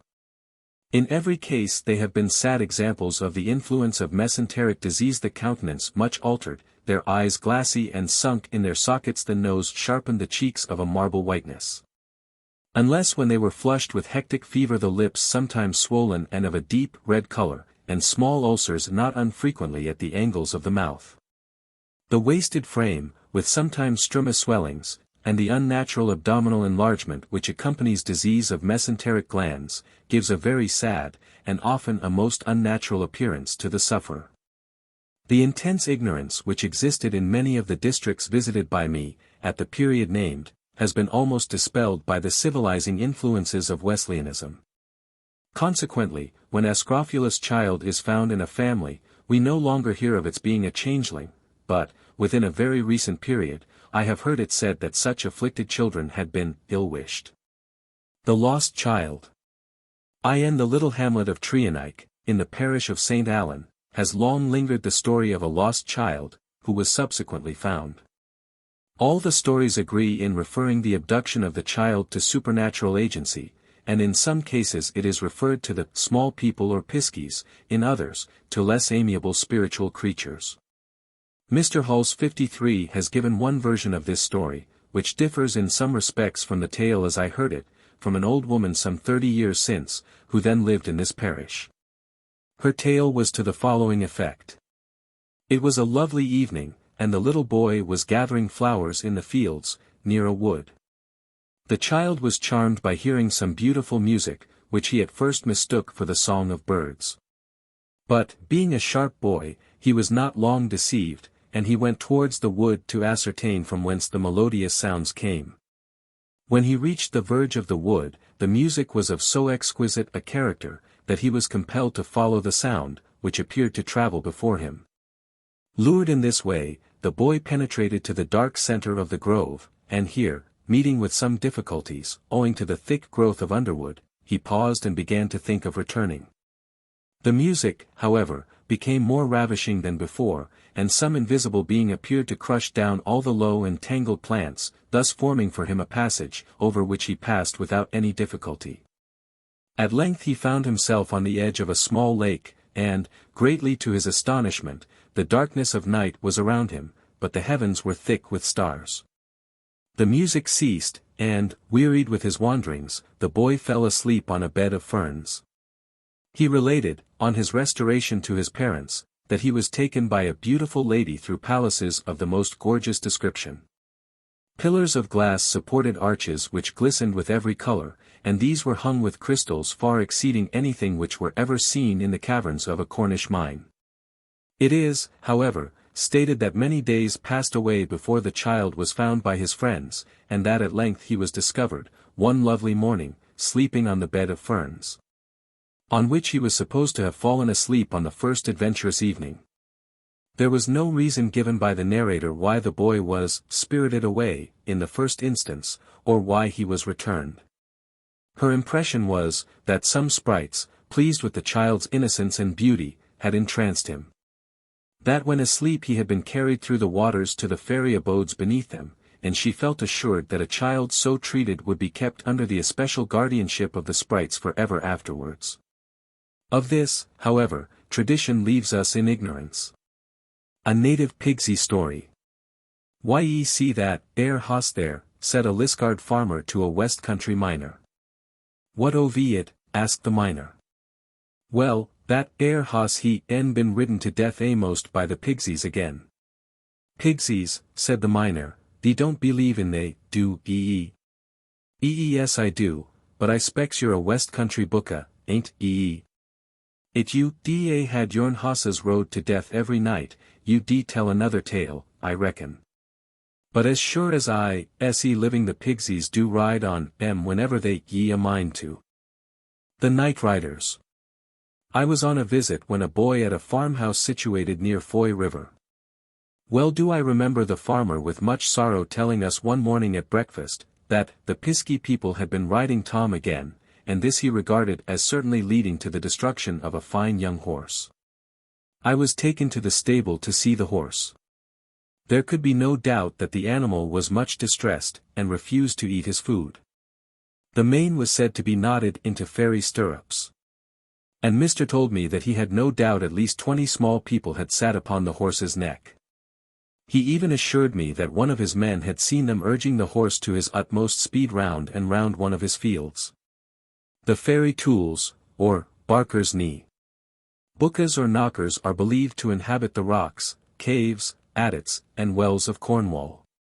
In the parish of Toadnack there was a well where those industrious small people might every day be heard busy at their labors digging with pickaxe and shovel. I said, every day. No.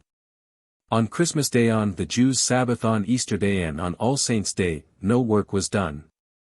Why our little friends held those days in reverence has never been told me. Any one, by placing his ear on the ground at the mouth of this well, could distinctly hear the little people at work. There lived in the neighborhood a great, hulking fellow, who would rather do anything than work, and who refused to believe anything he heard. He had been told of the fairy well. He said it was all a dream. But since the good people around him reiterated their belief in the fairies of the well, he said he defined it all out. So day after day, Barker, that was this hulk's name, would lie down amidst the ferns growing around the mouth of the well, and, basking in the sunshine, listen and watch. He soon heard pick and shovel, and chit-chat, and merry laughter. Well, he'd see thee out of all this, he told his neighbors. Day after day, and week after week, this fellow was at his post. Nothing resulted from his watching. At last he learned to distinguish the words used by the busy workers. He discovered that each set of laborers worked 8 hours, and that, on leaving, they hid their tools. They made no secret of this, and one evening he heard one say, he should place his tools in a cleft in the rock. Another, that he should put his under the ferns, and another said, he should leave his tools on Barker's knee. He started on hearing his own name. At that moment a heavy weight fell on the man's knee. He felt excessive pain, and roared to have the cursed things taken away. His cries were answered by laughter. To the day of his death Barker had a stiff knee, he was laughed at by all the parish, and Barker's knee became a proverb. The Piskies in the Cellar.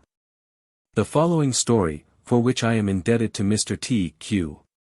Couch, will remind the reader of the Cluricon and the Haunted Cellar, in Fairy Legends and Traditions of the South of Ireland. By T. Crofton Croker, Esq. On the Thursday immediately preceding Christmastide, year not recorded, were assembled at the Rising Sun the captain and men of a stream work 54 in the Cowse below. This Cowse was a flat, alluvial moor, broken by gigantic molehills, the work of many a generation of tinners.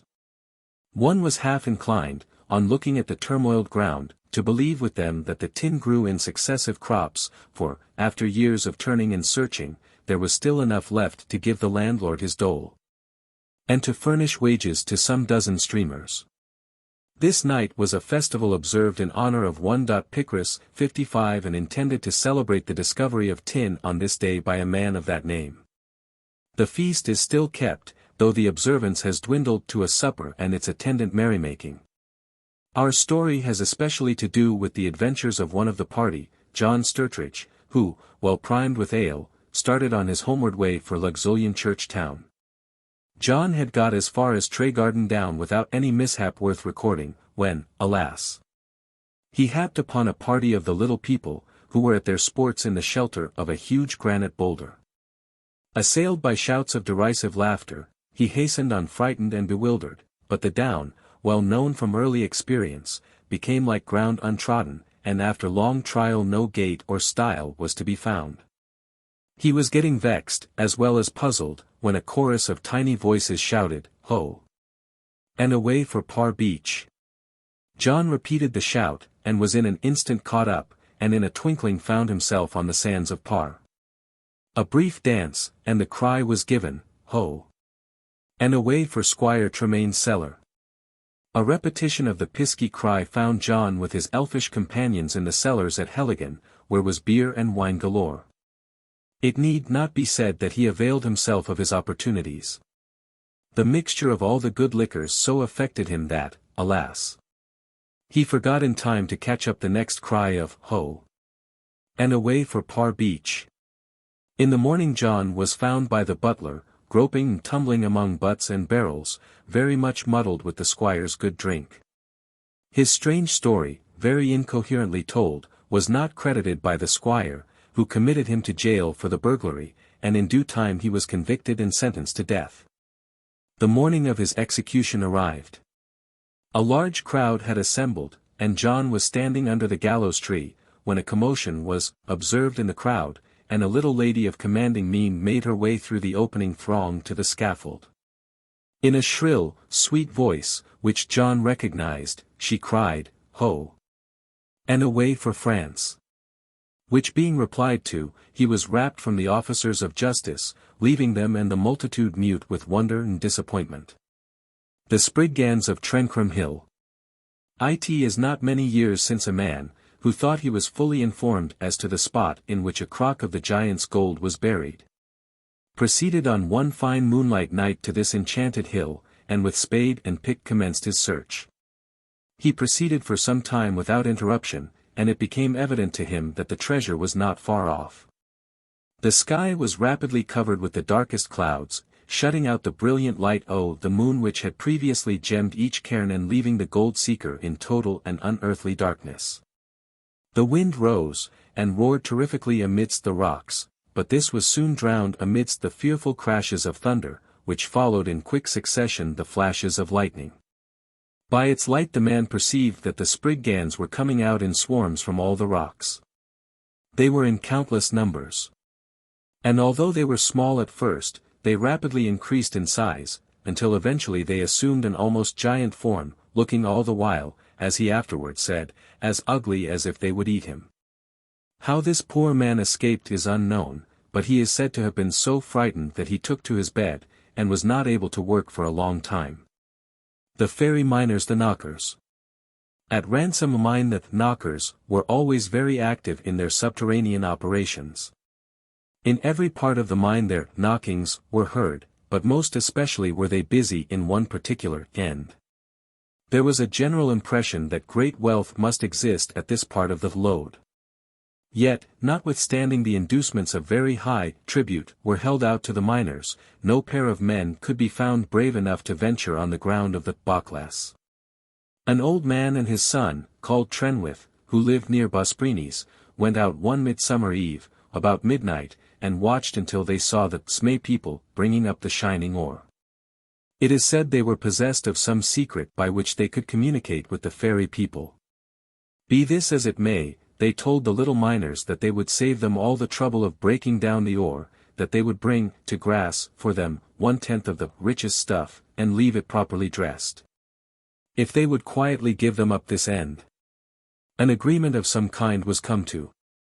The old man and his son took the pitch, and in a short time realized much wealth. The old man never failed to keep to his bargain, and leave the 1/10 of the ore for his friends. He died. The son was avaricious and selfish. He sought to cheat the knockers, but he ruined himself by so doing. The lode failed, nothing answered with him. Disappointed, he took to drink, squandered all the money his father had made, and died a beggar. The Spriggan's child, as told by a Cornish droll. I'll tell you a tale, and you've patience to hear'n. 'Bout the Spriggans, that swarm round Pardony still. You knew Janie Tregeagle, who lives in Bray Aveen, in the village just under the chapel hill. One afternoon she went out for to reap, and left the child in the cradle asleep. Janie took good care to cover the fire, turned down the brandis on the baking iron, swept up the ashes on the hearthstone, and so left the child in the house all alone. The boys had all on them gone away, some to work and some to play. Janie worked in the field as gay as a lark, and when she came home it was nearly dark. The first thing she saw when she opened the door was the cradle upset, all the straw on the floor, but no child in sight. She searched all round. Still no child was found. And it got dark night. So great was Jane's fright, that for more than an hour she hadn't the power to strike a light. However, she kindled the fire at last, and threw in a faggot to make a blast. As she stooped over the wood corner stone, she heard a sound 'tween a cry and a moan. It clearly came from a bundle of ferns, the two bigger boys' bed. And there, sure enough, as frightened she turns, Janie saw the child's head. 'Twas very queer how the child got there. Nobody could say, yet ever since that day, and blinking and peeping, when it ought to be sleeping. But seldom it closed its eyes. Jane said for a child it looked too wise. That, she thought it a changeling. She didn't disguise. And often they gave it a beating, to stop, but she couldn't its cussed bleeding. Janie resolved to work the spell, and weener she could stay. She bathed the brat in the chapel well, which he thought rare play. On the 3 first Wednesdays in Flory May, she plunged it deep at the dawn of day, passed it slowly 3 times against the sun, went 3 times round, and when all was clone, the imp of a child roared aloud for fun. No tongue can tell the trouble it gave her to dip the shaver, and work the spell. From Brea to Chapelunny is a mile or more. And surely it tried Janie's patience sore, to trudge forth and back from the chapel well, with this brat on her back, to work the spell. She wished it dead. But it wouldn't die. It ate its bread, it would pine and cry. And Janie was nearly beside herself, with this plague of her life, this wicked elf. Well, one rainy day as it rains in May, Janie set out with the child in her arms, once more to work the holy charms. When very close to the top of the hill, where she was sure there was nobody near, she heard the strangest voice in her ear, saying these words, quite clear and shrill. Tregeagle, Tregeagle, thy wife and children greet thee well. Oh, Janie's heartstrings were like to crack, when up spake the thing in her arms, good lack. For wife or child little care I. They may laugh, or they may cry, while milk I quaff. When I am dry, get of my pap my fill. Whenever I will, on the dowdy's back ride, with my legs astride. When we work the spell, at the chapel well, Janie dropped the cussed thing on the ground, and turned round, and round, and round. You may be sure she was in a fright, to hear the sound, and nobody in sight. And to hear a child talk months before it could walk. She has said o'er and o'er, and I am sure you can't wonder, 'twouldn't frighten her more, had the rocks burst asunder, and the earth belched forth thunder. When Janie at length got over the fright, from hearing the sound and nobody in sight, and the brat which lay crying, as if it was dying, talking out like a man of his wife and his child, she felt all bedazzled as if she was wild, took the brat by the arm, flung it over her shoulder, wouldn't believe it her child if the parson had told her, thought the devil was in it, as she ran the hill down, without stopping a minute, till she came to Brea town. The old women came out, and all on 'em agreed, 'twas the strangest thing that ever they seed. They stood in a row, and each one had a word, 'twas the wonderfulst story that ever they heard. 'Twas a Spriggan's brat, they were all sure of that, no more like Jane's child than an old ramcat. She must beat it black, she must beat it blue, bruise its body all o'er with the heel of her shoe, then lay it alone beneath the church stile, and keep out of hearing and sight for a while. When every one said, as every one thought, that Janie's child would again be brought. Some said 'twould be living, some said 'twould be dead. But the Spriggan's base brat she no longer need dread. Jane beat the babe black, and she beat the babe blue, on the ashes pile before the door. And she would have beaten it 10 times more, but out of her hand she lost her shoe, struck away all at once, by she couldn't tell who. The brat bad roared, it could roar no more. So they carried it off to the old church stile, and laid it under the stone. Some swore that when placed on the earth it was seen to smile. Then all turned back, and kept far out of sight. And Janie declared she was almost wild, but they kept her back till the turn o' the night, when she rushed to the stile and found her own child. 'Twas there, sure enough, her own dear child. But when first she saw it, she did not know it, it looked so frightened, it seemed so wild. Then the old women said, if it keeps its wits, we're sadly afraid the poor babe will have fits. A friend writes me, I saw an account in a newspaper the other day of an Irish woman who was brought before the magistrates, in New York, for causing the death of a child by making it stand on hot coals, to try if it were her own truly begotten child, or a changeling. I think the notion was, that her own child would stand fire, but an imp would either die, to all appearance, or be spirited away. This is much worse than the plan of the woman of Brevene, who put the brat on the ashes pile, and beat it black with the broom. 56. The Piskie's Changeling. This story is told by Mr. T.Q. Couch, as an example of the folklore of a Cornish village, in Notes and Queries, under the name of Coleman Gray. There is a farmhouse of some antiquity with which my family have a close connection. And it is this circumstance, more than any other, that has rendered this tradition concerning it more interesting to us, and better remembered than many other equally romantic and authentic. Close to this house, one day, a little miserable-looking banding was discovered alone, unknown, and incapable of making its wants understood. It was instantly remembered by the finder, that this was the way in which the Piskies were accustomed to deal with those infants of their race for whom they sought human protection. And it would have been an awful circumstance if such a one were not received by the individual so visited. The anger of the Piskies would be certain, and some direful calamity must be the result. Whereas, a kind welcome would probably be attended with great good fortune. The miserable plight of this stranger, therefore, attracted attention and sympathy. The little unconscious one was admitted as one of the family.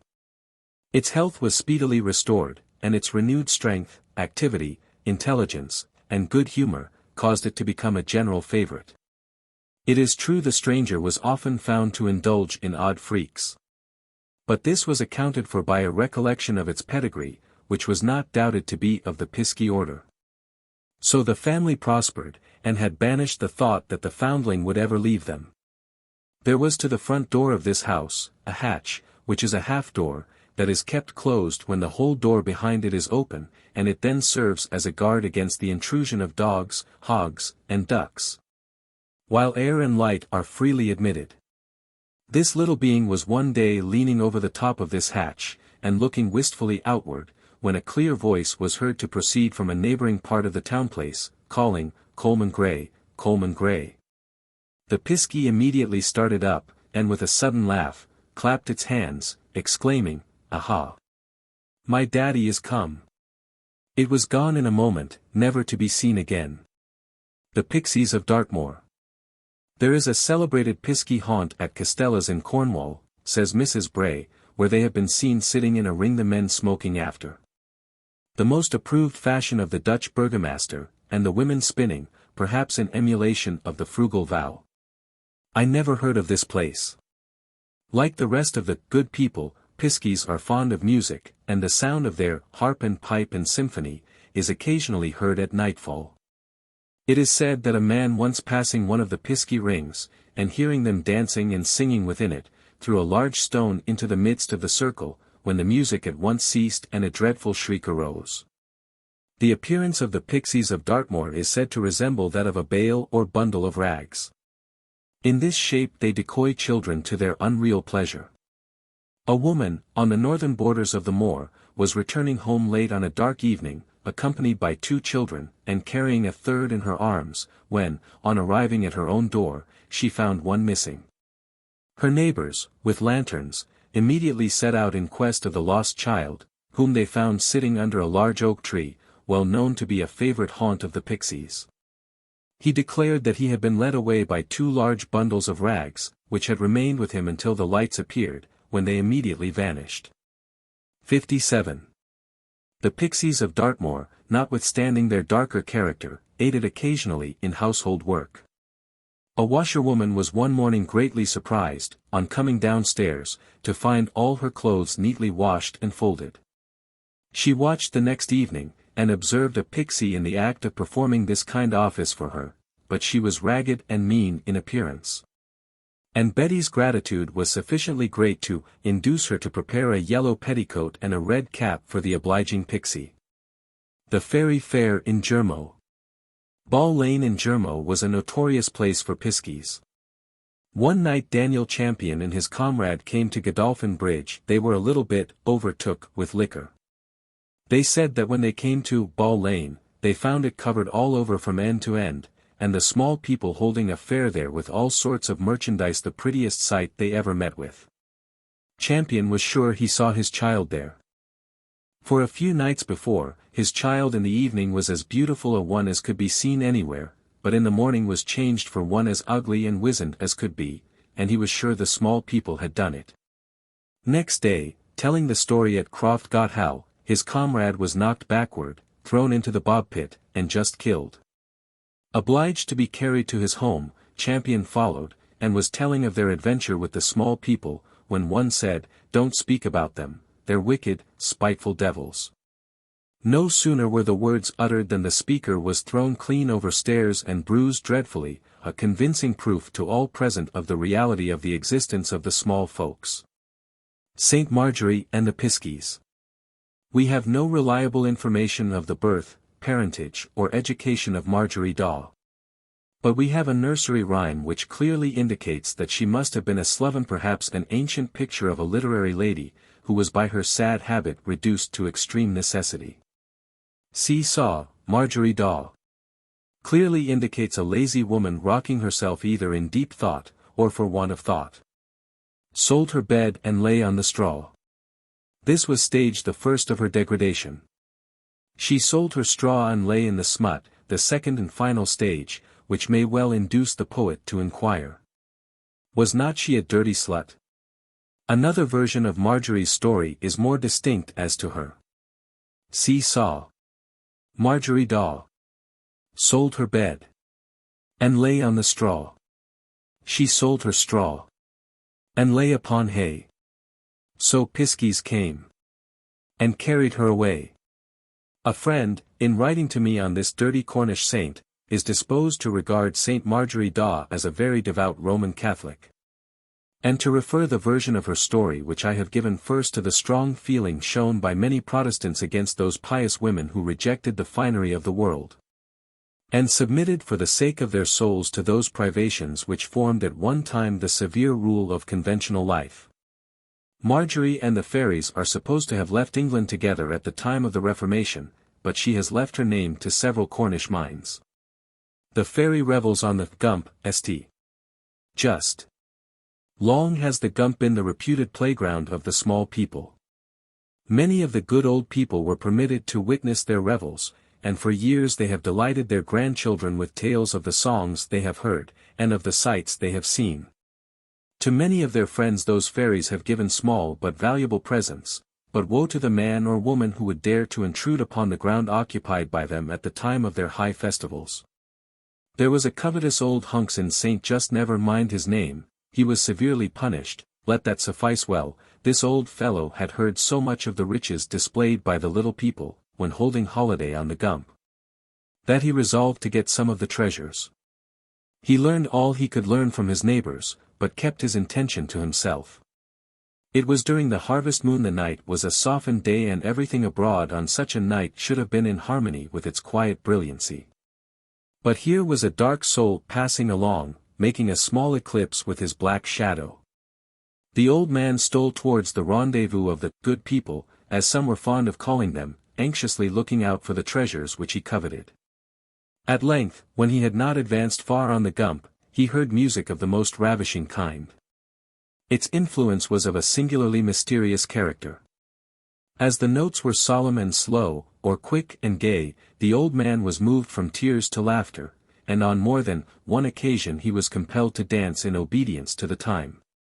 Notwithstanding that he was almost bewildered by the whirling motion to which he was compelled, the old man kept his wits awake, and waited his opportunity to seize some fairy treasure, but as yet nothing remarkable had presented itself. The music appeared to surround him, and, as he thought, to come closer to him than it was at first. And although its sound led him to believe that the musicians were on the surface, he was impressed with an idea that they were realty beneath the earth. Eventually there was a crash of sound, startling beyond description. And the hill before him opened. All was now ablaze with variously colored lights. Every blade of grass was hung with lamps, and every furze bush was illuminated with stars. Out from the opening in the hill marched a host of spriggans, as if to clear the road. Then came an immense number of musicians playing on every kind of instrument. These were followed by troop after troop of soldiers, each troop bearing aloft their banner, which appeared to spread itself, to display its blazonry, without the assistance of any breeze. All these arranged themselves in order over the ground, some here and some there. One thing was not at all to our friend's liking. Several hundreds of the most grotesque of the spriggans placed themselves so as to enclose the spot on which he was standing. Yet, as they were none of them higher than his shoe tie, he thought he could squash them easily with his foot if they were up to any mischief, and so he consoled himself. This vast array having disposed of themselves, first came a crowd of servants bearing vessels of silver and vessels of gold, goblets cut out of diamonds, rubies, and other precious stones. There were others laden, almost to overflowing, with the richest meats, pastry, preserves, and fruits. Presently the ground was covered with tables and everything was arranged in the most systematic order, each party failing back as they disposed of their burdens. The brilliancy of the scene nearly overpowered the old man. But, when he was least prepared for it, the illumination became 1,000 times more intense. Out of the hill were crowding thousands upon thousands of lovely ladies and gentlemen, arrayed in the most costly attire. He thought there would be no end to the coming crowd. By and by, however, the music suddenly changed, and the harmonious sounds which fell upon his ears appeared to give new life to every sense. His eyes were clearer, his ears quicker, and his sense of smell more exquisite. The odors of flowers, more delicious than any he had ever smelt, filled the air. He saw, without any disturbing medium, the brilliant beauty of the thousands of ladies who were now upon the gump, and their voices were united in one gush of song, which was clear as silver bells, a hymeneal symphony of the utmost delicacy. The words were in a language unknown to him, but he saw they were directed towards a new group now emerging from the hill. First came a great number of female children clothed in the whitest gauze, strewing flowers on the gump. These were not dead or cut flowers, for the moment they touched the ground they took root and grew. These were followed by an equally large number of boys, holding in their hands shells which appeared to be strung like harps, and from which they brought forth murmurs of melody, such as angels only could hope to hear and live. Then came, and there was no end to their coming, line upon line of little men clothed in green and gold, and by a forest of banners, which, at a signal, were all furled. Then, seated on thrones, carried upon a platform above the heads of the men, came a young prince and princess who blazed with beauty and jewels, as if they were suns amidst a skiey host of stars. There was much ceremonial marching to and fro, but eventually the platform was placed upon a mound on the gump, which was now transformed into a hillock of roses and lilies. And around this all the ladies and gentlemen walked, bowing, and each one saying something to the princess and the prince, passing onward and taking their seats at the tables. Although no man could count the number of this fairy host, there was no confusion, all the ladies and gentlemen found, as if by instinct, their places. When all were seated, a signal was given by the prince. Servants in splendid liveries placed tables crowded with gold plate and good things on the platform, and every one, the prince and princess included, began to feast with a will. Well, thought the old man, now is my time. If I could only crawl up to the prince's table, I should have a catch sure enough, and become a rich man for life. With his greedy mind fixed on this one object, and unobservant of everything else, he crouched down, as though by so doing he could escape observation, and very slowly and stealthily advanced amongst the revellers. He never saw that thousands of spriggans had thrown little strings about him, and that they still held the ends of the threads. The presence of this selfish old mortal did not in any way discompose the assembly. They ate and drank and were as merry as though no human eye was looking on them. The old man was wondrous cautious lest he should disturb the feasters, consequently a long time was spent in getting, as he desired, to the back of the mound. At length he reached the desired spot, and, to his surprise, all was dark and gloomy behind him, but in front of the mound all was a blaze of light. Crawling like a serpent on his belly, trembling with anxiety, the old man advanced close to the prince and princess. He was somewhat startled to find, as he looked out over the mound, that every one of the thousands of eyes in that multitude was fixed on his. He gazed a while, all the time screwing his courage up. Then, as a boy who would catch a butterfly, he took off his hat and carefully raised it, so as to cover the prince, the princess, and their costly table, and, when about to close it upon them, a shrill whistle was heard. The old man's hand was fixed powerless in the air, and everything became dark around him. Whir! Whir! Whir! As if a flight of bees were passing him, buzzed in his ears. Every limb, from head to foot, was as if stuck full of pins and pinched with tweezers. He could not move, he was chained to the ground. By some means he had rolled down the mound, and lay on his back with his arms outstretched, arms and legs being secured by magic chains to the earth. Therefore, although he suffered great agony, he could not stir, and, strange enough, his tongue appeared tied by cords, so that he could not call. He had lain, no one can tell how long, in this sad plight, when he felt as if a number of insects were running over him, and by the light of the moon he saw standing on his nose one of the Spriggans, who looked exceedingly like a small dragonfly. This little monster stamped and jumped with great delight, and having had his own fun upon the elevated piece of humanity, he laughed most outrageously, and shouted, "Away, away, I smell the day." Upon this the army of small people, who had taken possession of the old man's body, moved quickly away, and left our discomfited hero alone on the gump. Bewildered, or, as he said, bedevilled, he lay still to gather up his thoughts. At length the sun arose, and then he found that he had been tied to the ground by myriads of gossamer webs, which were now covered with dew, and glistened like diamonds in the sunshine. He shook himself, and was free. He rose wet, cold, and ashamed. Sulkily he made his way to his home. It was a long time before his friends could learn from the old man where he had passed the night, but, by slow degrees, they gathered the story I have related to you. The fairy funeral. This and 2 or 3 other bits of folklore were communicated to the Athénome by me, when Ambrose Merton, Mr. Thorns, solicited such contributions. The parish church of Lelant is curiously situated amidst hills of blown sand, near the entrance of the Creek of Hale. The sandy waste around the church is called the Towan. And this place was long the scene of the midnight gambols of the small people. In the adjoining village, or, as it is called in Cornwall, the church town, lived an old woman who had been, according to her own statement, a frequent witness to the use made by the fairies of the Towan.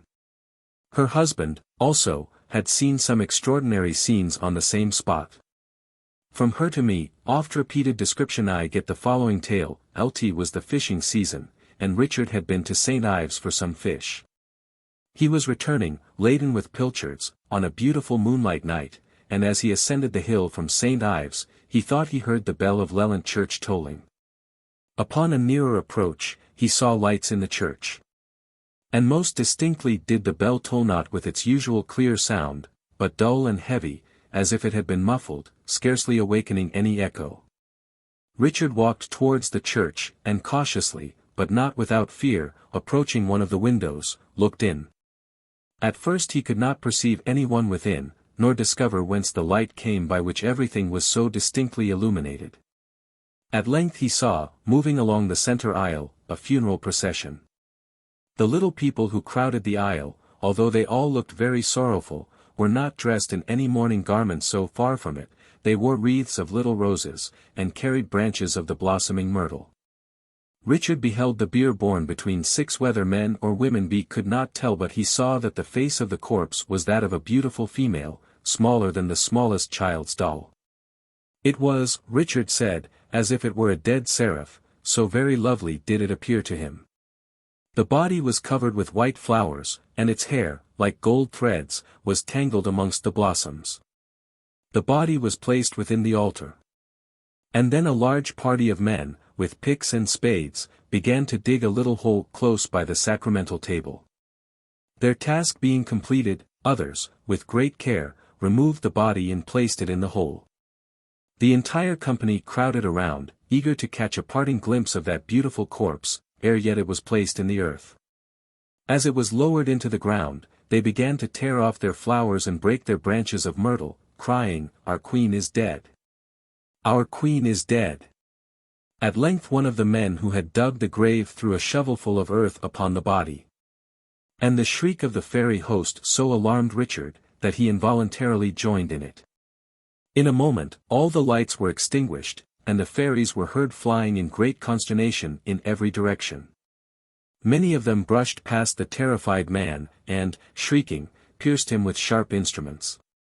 He was compelled to save his life by the most rapid flight. The fairy revel.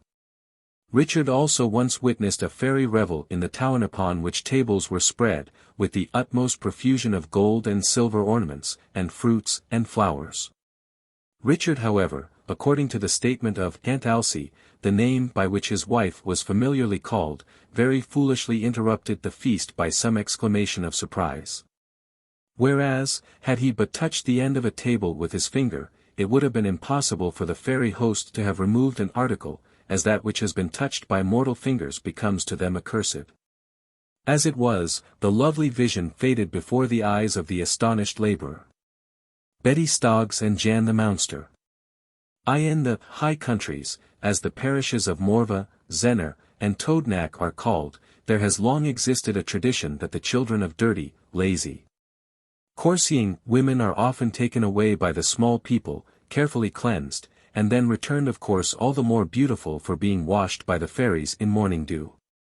This notion has evidently prevailed for many ages, and, like many an old tradition, it has been remodeled in each generation to adapt it to the conditions of the time. The following is but slightly modified in its principal characteristics from a story somewhat coarsely told, and greatly extended, by an old woman in Morva.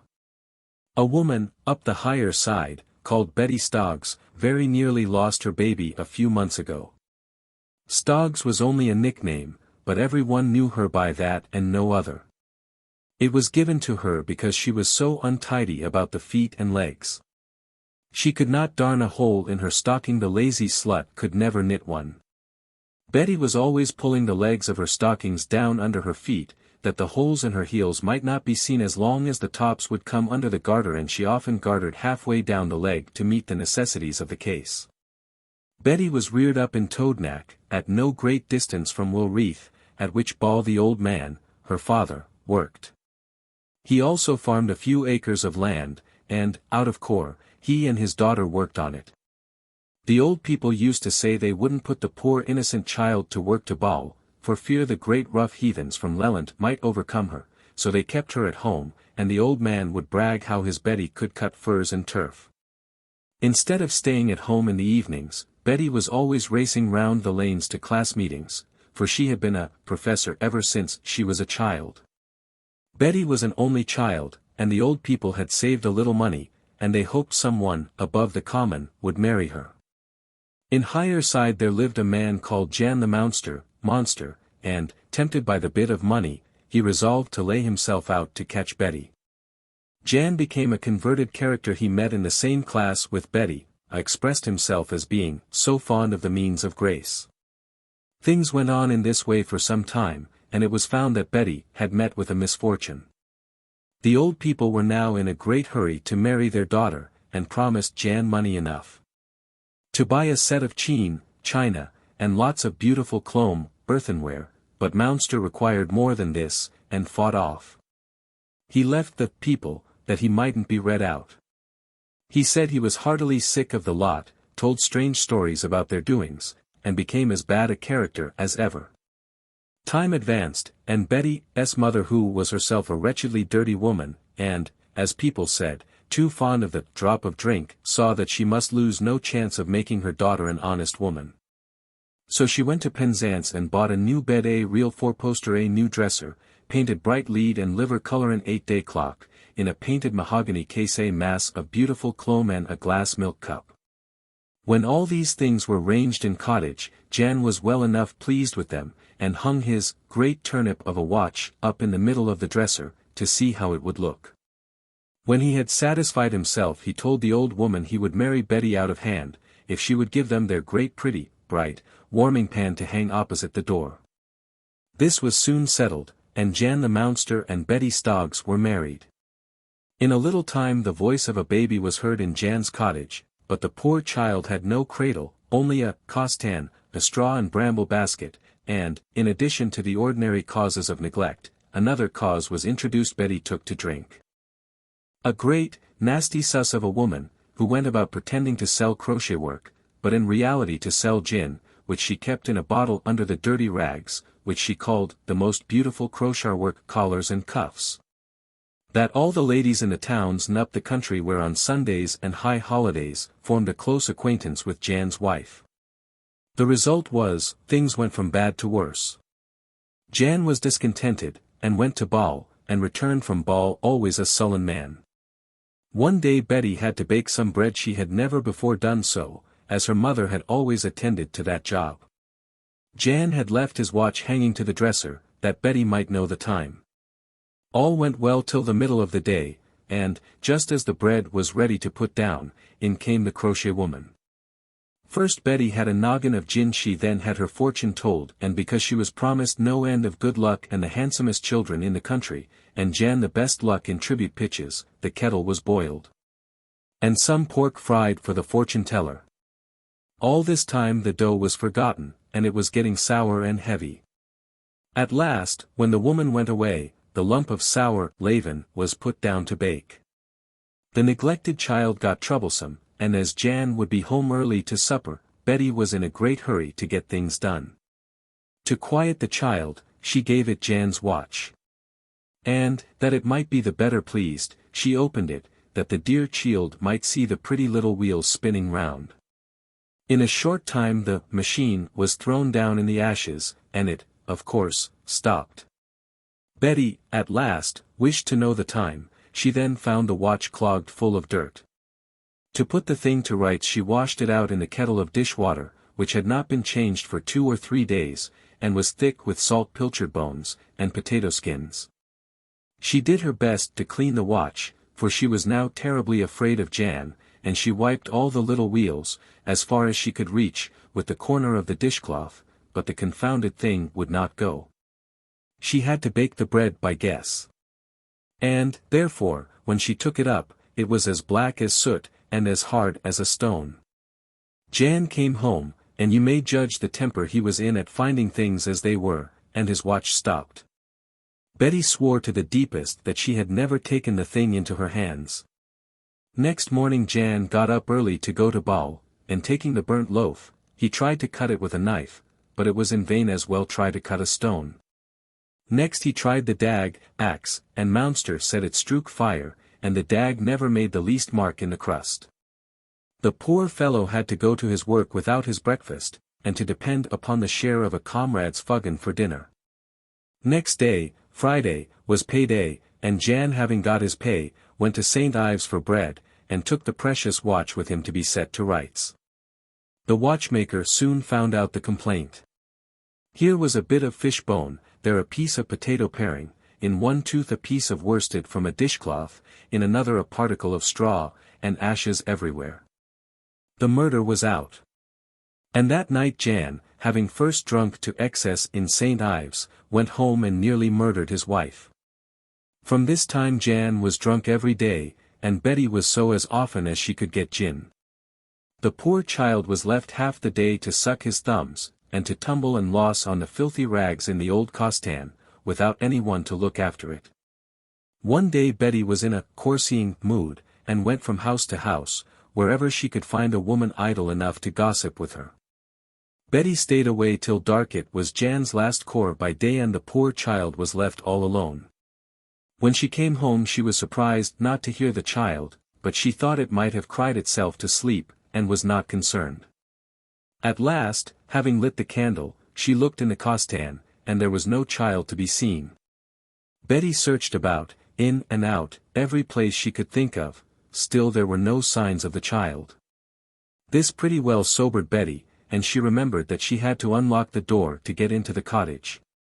While yet full of fear and trembling to meet her husband, Jan came home from ball. He was, of course, told that his croom of a child was lost. He didn't believe a word of what Betty told him, but he went about and called up all the neighbors, who joined him in the search. They spent the night in examining every spot around the house and in the village, all in vain. After daybreak they were all assembled in deep and earnest consultation, when the cat came running into the house, with her tail on end, and mewing anxiously. She ran forth and back round a brake of firs, constantly crying, as if she wished the people to follow her. After a long time some one thought of going after the cat, and in the middle of the furze brake, on a beautiful green, soft spot of mossy grass, was the baby sleeping, as sweet as a little nut, wrapped carefully up in some old dry gowns. And all its clothes clean and dry. When they unwrapped the child, they found he was covered over with bright flowers, as we placed them round a babe in the coffin. He had a bunch of violets in his dear little hands, and there were wallflowers and primroses, and balm and mint spread over his body. The furs was high all around, so that no cold wind could reach the infant. Every one declared that the child never looked so handsome before. It was plain enough, said the old women, that the small people had taken the child and washed it from top to toe. That their task of cleansing the babe was a long one, and that the sun arose before they could finish it, that they had placed the child where it was found, intending to take it away the next night. They were never known to come for the babe, but every one said that this affair worked a great change in Betty Stoggs and in Jan the Mounster. The cottage was kept tidy, the child clean. And its father and mother drank less, and lived happier, for ever afterwards. The four-leaved clover. Not many years since a farmer lived in Busfranken in St. Buryan, who had a very fine red and white cow called Daisy. The cow was always fat, with her dewlaps and udder sweeping the grass. Daisy held her milk from calf to calf. Had an udder like a bucket, yet she would never yield more than a gallon or so of milk, when one might plainly see that she had still at least 2 gallons more in her udder. All at once, when the milk was in full flow, she would give a gentle bleat, cock up her ears, and the milk would stop at once. If the milkmaid tried to get any more from her after that, she would up foot, kick the bucket, and spill all the milk, yet stand as still as a stock, and keep chewing her cud all the time. Everybody would have thought the cow bewitched, if she hadn't been always fat and held her milk all the year round. Besides, everything prospered with the farmer, and all the other cows had more milk than any of the neighbors. No one could tell what the deuce could be the matter with Daisy, and they tried to drive her to Buryan Church Town Fair, that they might be rid of her, as she was always fit for the butchers. All the men and boys on the farm couldn't get her to Church Town.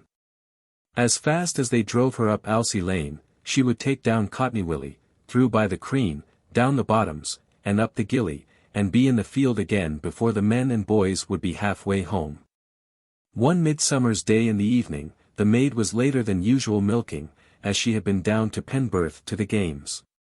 The stars were beginning to blink when she finished her task. Daisy was the last cow milked, and the bucket was so full she could scarcely lift it to her head. Before rising from the milking stool, the maid plucked up a handful of grass and clover to put in the head of her hat, that she might carry the bucket the steadier. She had no sooner placed the hat on her head, than she saw hundreds and thousands of small people swarming in all directions about the cow, and dipping their hands into the milk, taking it out on the clover blossoms and sucking them. The grass and clover, all in blossom, reached to the cow's belly. Hundreds of the little creatures ran up the long grass and clover stems, with buttercups, ladies' smocks, convolvuluses, and foxglove flowers, to catch the milk that Daisy let flow from her 4 teats, like a shower, among them. Right under the cow's udder the maid saw one much larger than the others lying on his back, with his heels cocked up to the cow's belly. She knew he must be a piskie, because he was laughing, with his mouth open from ear to ear. The little ones were running up and down his legs, filling their cups, and emptying them into the piskie's mouth. Hundreds of others were on Daisy's back, scratching her rump, and tickling her round the horns and behind the ears. Others were smoothing down every hair of her shining coat into its place. The milkmaid wasn't much startled to see them, as she had so often heard of fairies, and rather wished to see them. She could have stayed for hours, she said, to look at them dancing about among the clover, which they hardly bent any more than the dewdrops. The cows were in the field called Parkenventon, close under the house. Her mistress came out into the garden between the field and the house, and called to know what was keeping the maid so long. When the maid told what she had seen, her mistress said she couldn't believe her unless she had found a 4-leaved grass. Then the maid thought of the handful of grass in the head of her hat. In looking it over by the candlelight, she found a bunch of 3-leaved grass, and one stem with 4 leaves. They knew that it was nothing strange that she should see the small people, but they didn't know what plan to take to get rid of them, so that they might have the whole of Daisy's milk, till the mistress told her mother about it. Her mother was a very notable old dame, who lived in Church Town. The old woman knew all about witches, fairies, and such things, was noted for being a sharp, careful old body. For when she happened to break the eye of her stocking darning needle, she would take it to the blacksmith that he might put a new eye to it. The smith always charged her twopence. She would rather pay that than throw it away. Our Betty told her daughter that everybody knowed that the small people couldn't abide the smell of fish, nor the savour of salt or grease, and advised her to rub the cow's udder with fish brine to drive the small people away. Well, she did what her mammy told her to do. Better she had let it alone. From that time Daisy would yield all her milk, but she hadn't the half nor quarter, so much as before, but took up her udder, so that one could hardly see it below her flanks. Every evening, as soon as the stars began to twinkle, the cow would go round the fields bleating and crying as if she had lost her calf. She became hair-pitched, and pined away to skin and bone before the next Buryan fair, when she was driven to Church Town and sold for next to nothing. I don't know what became of her afterwards. But nothing throve with the farmer, after his wife had driven the small people away, as it did before. The Fairy Ointment. Many years since, there lived as housekeeper with a celebrated squire, whose name is associated with the history of his native country, one Nancy Tregeagle. There were many peculiarities about Nancy, and she was, being a favourite with her master, allowed to do much as she pleased. She was in fact a petted, and, consequently, a spoiled servant. Nancy left Pendeen one Saturday afternoon to walk to Penzance, for the purpose of buying a pair of shoes. There was an old woman, Jenny Trayer, living in Pendeen Cove who had the reputation of being a witch-whore, as some people mildly put it, who had strange dealings. And with her Nancy desired, for sundry reasons best known to herself, to keep on the closest of terms. So on this Saturday, Nancy first called on the old woman to inquire if she wished to have anything brought home from Penzance. Tom, the husband of Nancy's friend, did no work, but now and then he would go to sea for an hour or two and fish. It is true everybody gave Jenny just what she asked for her fish, out of pure fear. Sometimes they had a venture with the smugglers, who, in those days, carried on a roaring trade in Pendeen Cove. The old squire was a justice, but he winked very hard, and didn't know anything about the smugglers. Indeed, some ill-natured people, and there are always such to be found in any nook or corner, said Nancy often took her master home a choice bottle of cognac, even a case of Hollands, now and then.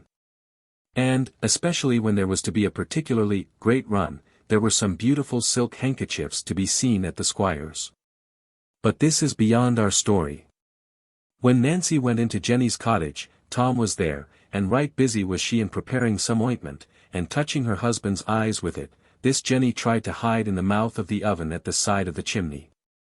Tom got up and said he must be off, and left the two women together. After a few idle compliments, Jenny said that Nancy must have something to drink before she started for Penzance, and she went to the SJ 5 Inns for the bottles. Nancy, ever curious, seized the moment, dipped her finger into the pot of green ointment, and, thinking it was good for the eyes, she just touched her right eye with it before Jenny returned. They then took a horn or two together, and being thus spliced, Nancy started for Penzance. Penzance market was in those days entirely in the street, even the old market house had not yet in existence. Nancy walked about doing a little business and a great deal of gossiping.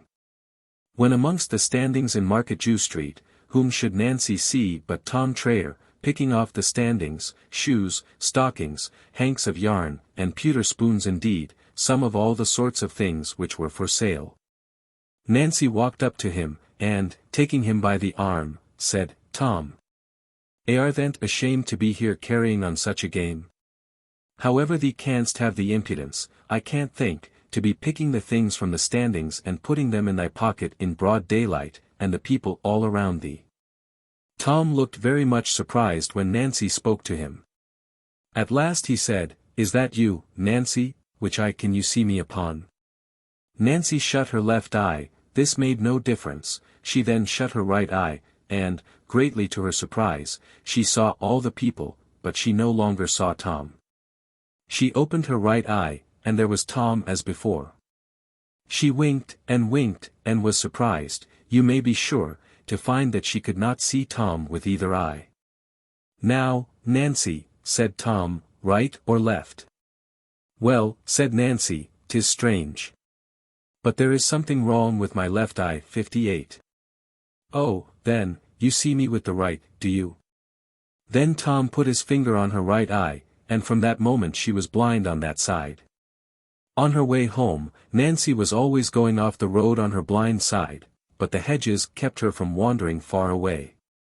On the downs near Pendeen there were no hedges, so Nancy wandered into a furze brake. Night came on, she could not find her way out, and she was found in it the next morning fast asleep.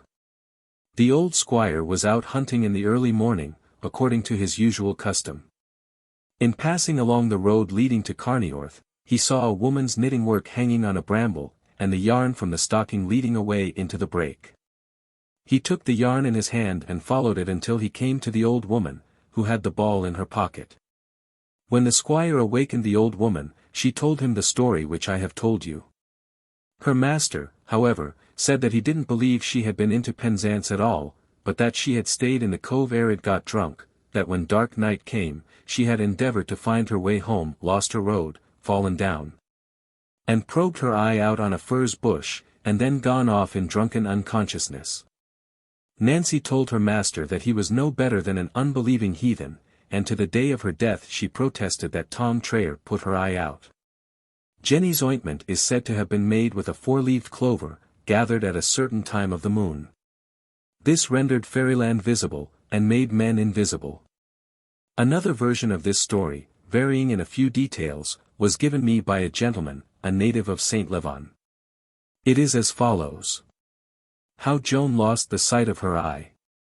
Joan was housekeeper to Squire Love, and was celebrated for her beautiful knitting.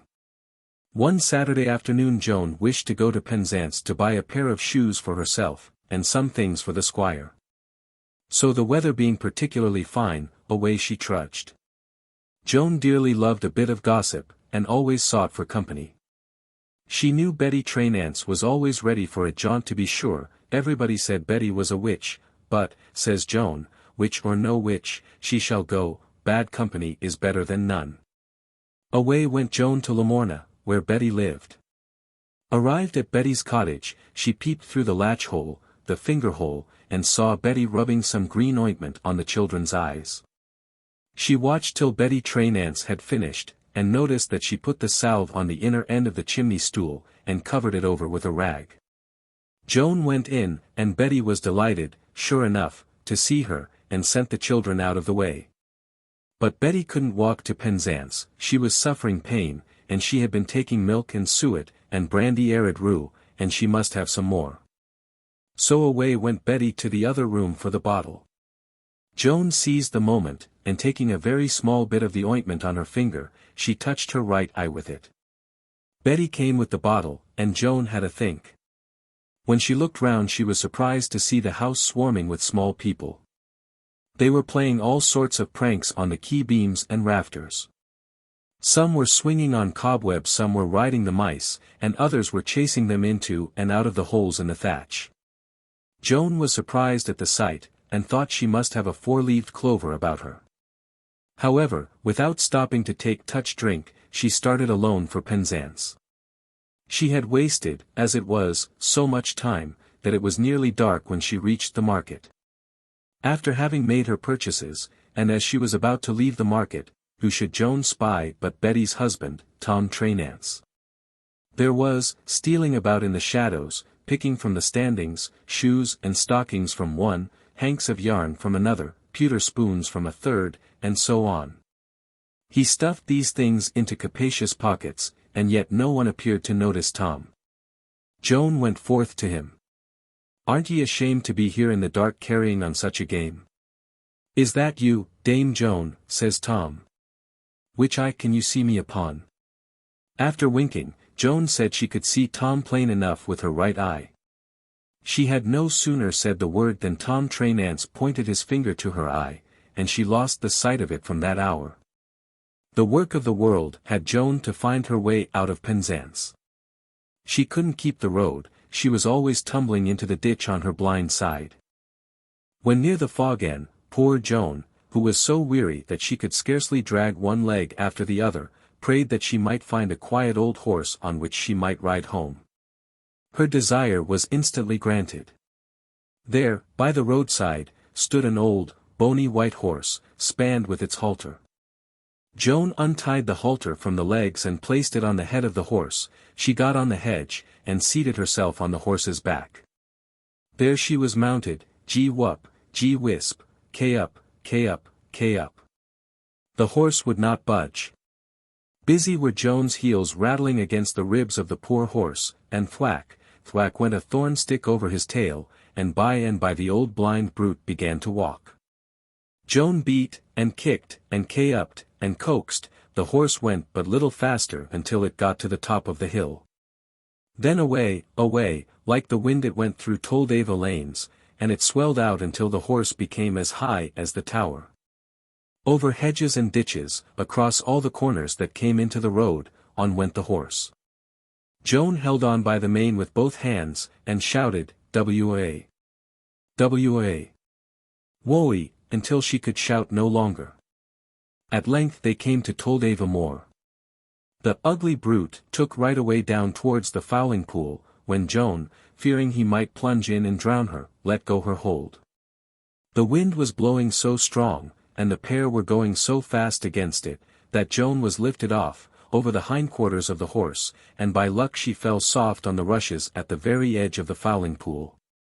When she looked up, Joan saw whatever she had been riding going down at the bottom in a blaze of fire, and the devil riding after, with lots of men, horses, and hounds, all without heads. All the marketing was lost. And in getting through the bogs, Joan had her shoes dragged from her feet. At last she got to Trove Bottoms, and seeing the bowed sheep house, she clambered over the hedge as she best could. Got into it, and laying herself down amongst the sheep, she soon fell fast asleep, thoroughly wearied out. She would have slept for a week, I believe, if she had not been disturbed. But, according to custom on Sunday morning, the squire and his boys came out to the downs to span the sheep, and there, greatly to their surprise, they found her. They got the miserable woman home between them. The squire charged her with having got drunk, and said her eye had been scratched out by a furze bush. But Joan never wandered from her story, and to the day of her death she told it to all young women, warning them never to meddle with fairy salve. The Fairy Widower. Not many years since a very pretty girl called Jenny Permuin lived in Toadnack. She was of poor parents, and lived in service. There was a good deal of romance, or what the old people called nonsense, in Jenny. She was always smartly dressed, and she would arrange wildflowers very gracefully in her hair. As a consequence, Jenny attracted much of the attention of the young men, and again, as a consequence, a great deal of envy from the young women. Jenny was, no doubt, vain. And her vanity, which most vain persons will say is not usual, was accompanied by a considerable amount of weakness on any point connected with her person. Jenny loved flattery, and being a poor, uneducated girl, she had not the genius necessary to disguise her frailty. When any man told her she was lovely, she quite admitted the truth of the assertion by her pleased looks. When any woman told her not to be such a fool as to believe such nonsense, her lips, and eyes too, seemed to say you are only jealous of me, and if there was a pool of water near. Nature's mirror was speedily consulted to prove to herself that she was really the best-looking girl in the parish. Well, one day Jenny, who had been for some time out of a situation, was sent by her mother down to the lower parishes to look for a place. Jenny went on merrily enough until she came to the 4 cross roads on the Lady Downs, when she discovered that she knew not which road to take. She looked first one way and then another, and she felt fairly puzzled, so she sat down on a boulder of granite, and began, in pure want of thought, to break off the beautiful fronds of ferns which grew abundantly around the spot she had chosen. It is hard to say what her intentions were, whether to go on, to return, or to remain where she was, so utterly indifferent did Jenny appear. Some say she was entirely lost in wild dreams of self-glorification. However, she had not sat long on this granite stone, when hearing a voice near her, she turned round and saw a young man. "Well, young woman," says he, "and what are you after?" "I am after a place, sir," says she. "And what kind of a place do you want, my pretty young woman?" says he, with the most winning smile in the world. "I am not particular, sir," says Jenny, "I can make myself generally useful." "Indeed," says the stranger. "Do you think you could look after a widower with one little boy?" "I am very fond of children," says Jenny. "Well, then," says the widower, "I wish to hire for a year and a day a young woman of your age, to take charge of my little boy." "And where do you live?" inquired Jenny. "Not far from here," said the man. "Will you go with me and see?" "An it please you to show me," said Jenny. But first, Jenny stared when she found the stranger knew her name. He was evidently an entire stranger in the parish, and how could he have learnt her name, she thought. So she looked at him somewhat astonished. "Oh. I see, you suppose I didn't know you. But do you think a young widower could pass through Toadknack and not be struck with such a pretty girl? Beside," he said, "I watched you one day dressing your hair in one of my ponds, and stealing some of my sweet-scented violets to put in those lovely tresses. Now, Jenny Permuin, will you take the place?" "For a year and a day?" asked Jenny. "Yes, and if we are pleased with each other then, we can renew the engagement." "Wages," said Jenny. The widower rattled the gold in his breeches pocket. "Wages. Well, whatever you like to ask," said the man. Jenny was charmed. All sorts of visions rose before her eyes, and without hesitation she said, "Well, I too take the place, sir, when must I come?" "I require you now. My little boy is very unhappy, and I think you can make him happy again. You'll come at once?" "But mother—" "Never mind mother, I'll send word to her." "But my clothes?" "The clothes you have will be all you require, and I'll put you in a much gayer livery soon." "Well, then," says Jane, "'tis a bargain." "Not yet," says the man. "Ye got a way of my own, and you must swear my oath." Jenny looked frightened. "You need not be alarmed," said the man, very kindly. "I only wish you to kiss that fern leaf which you have in your hand, and say, 'For a year and a day I promise to stay.'" "Is that all?" said Jenny, so she kissed the fern leaf and said, "For a year and a day. I promise to stay." Without another word he walked forward on the road leading eastward. Jenny followed him. She thought it strange that her new master never opened his lips to her all the way, and she grew very tired with walking. Still onward and onward he went, and Jenny was sadly weary and her feet dreadfully sore. At last poor Jenny began to cry.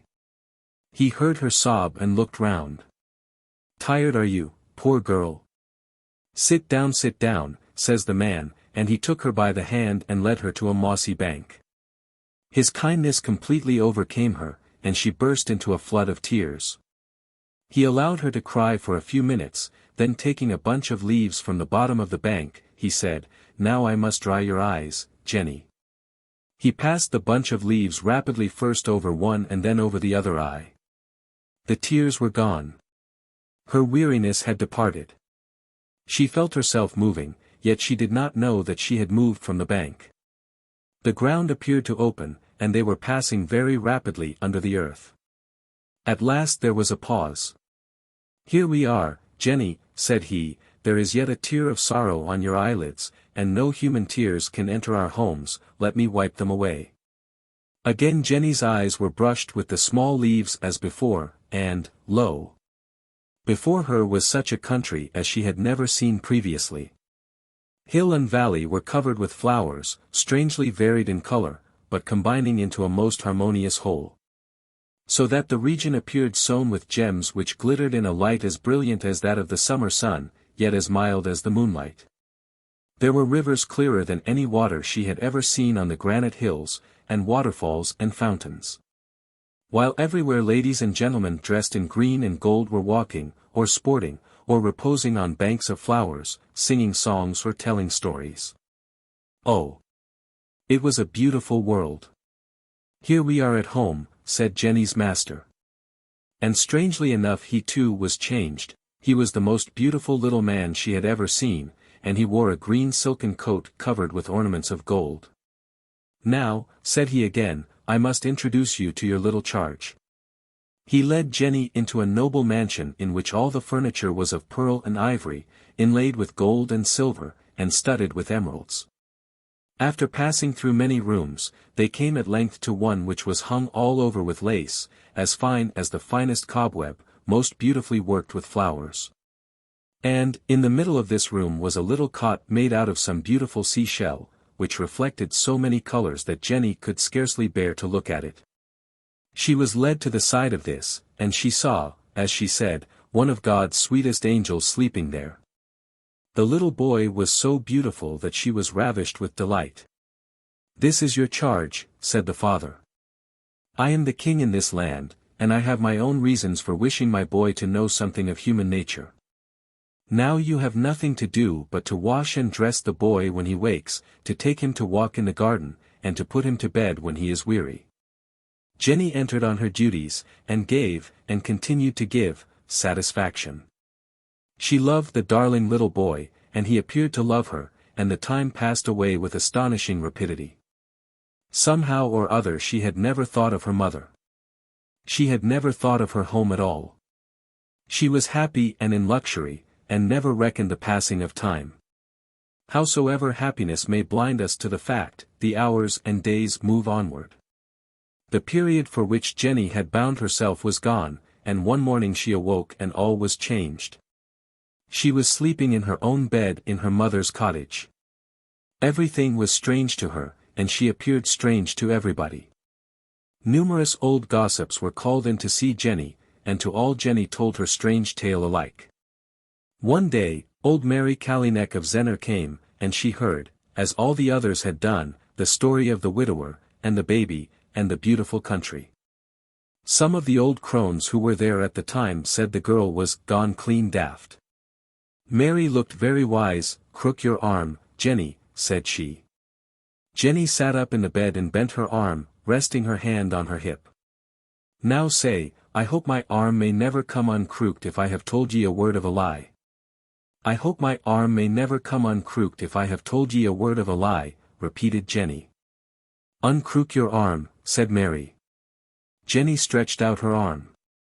"It is truth the girl is telling," said Mary. "And she has been carried by the small people to some of their countries under the hills." "Will the girl ever come right in her mind?" asked her mother. "All in good time," said Mary. "And if she will but be honest, I have no doubt but her master will take care that she never wants." Howbeit, Jenny did not get on very well in the world. She married and was discontented and far from happy. Some said she always pined after the fairy widower. Others said they were sure she had misbehaved herself, or she would have brought back lots of gold. If Jenny had not dreamt all this, while she was sitting picking ferns on the granite boulder, she had certainly had a very strange adventure. The old woman who turned her shift. I in a lone house situated not far from the hill on which now stands Nil Steeple, as it is called, which was then known as Chynwheel. O'er the house on the mine, lived a lone woman, the widow of a miner, said to have been killed in one of the very ancient coffins, as the open mine workings existing in this hill are termed. A village now bears this name, but it has derived it from this lone house. Whether it was that they presumed upon her solitude, or whether the old lady had given them some inducement, is not now known, but the Spriggans of Trencrum Hill were in the habit of meeting almost every night in her cottage to divide their plunder. The old woman usually slept, or at least she pretended to sleep, during the visit of the Spriggans. When they left, they always placed a small coin on the table by her bedside, and with this indeed the old woman was enabled to provide herself with not merely the necessaries of life, but to add thereto a few of those things which were luxuries to her position. The old lady, however, was not satisfied with this. She resolved to bide her time, and when the Spriggans had an unusually large amount of plunder, to make herself rich at once and forever at their expense. Such a time at last arrived. The Spriggans had gathered, we know not how much valuable gold and jewellery. It gleamed and glistened on the floor, and the old woman in bed looked on with a most covetous eye. After a while, it appears, the Spriggans were not able to settle the question of division with their usual amicability. The little thieves began to quarrel amongst themselves. Now, thought the old woman, is my time. Therefore, huddling herself up under the bedclothes, she very adroitly contrived to turn her shift, and having completed the unfailing charm, she jumped from her bed, placed her hand on a gold cup, and exclaimed, "Thee shust hae one on em." In a fright the Spriggans all scampered away, leaving their stolen treasure behind them. The last and boldest of the Spriggans, however, swept his hand over the old woman's only garment as he left the house. The old woman, now wealthy, removed in a little time from Chionwheel to St. Ives, and, to the surprise of every one, purchased property and lived like a gentlewoman. Whenever, however, she put on the shift which had secured her wealth, she was tortured beyond endurance. The doctors and all the learned people used hard names to describe her pains, but the wise women knew all along that they came of the Spriggans. The small people's gardens.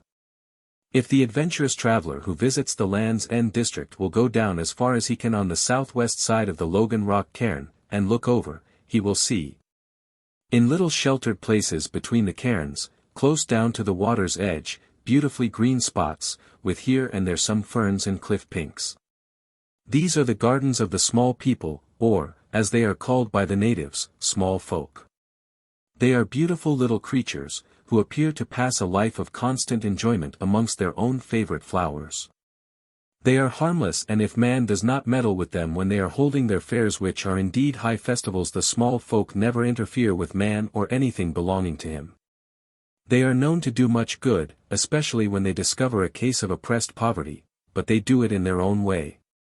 They love to do good for its own sake, and the publication of it in any way draws down their censure, and sometimes severe anger, on the object whom it was their purpose to serve. To prove that those lovely little creatures are no dream, I may quote the words of a native of St. Leven. As I was saying, when I have been to sea close under the cliffs, of a fine summer's night, I have heard the sweetest of music, and seen hundreds of little lights moving about amongst what looked like flowers. Aye. And they are flowers too, for you may smell the sweet scent far out at sea. Indeed, I have heard many of the old men say, that they have smelt the sweet perfume, and heard the music from the fairy gardens of the castle, when more than a mile from the shore. Strangely enough, you can find no flowers but the sea pinks in these lovely green places by day, yet they have been described by those who have seen them in the midsummer moonlight as being covered with flowers of every color.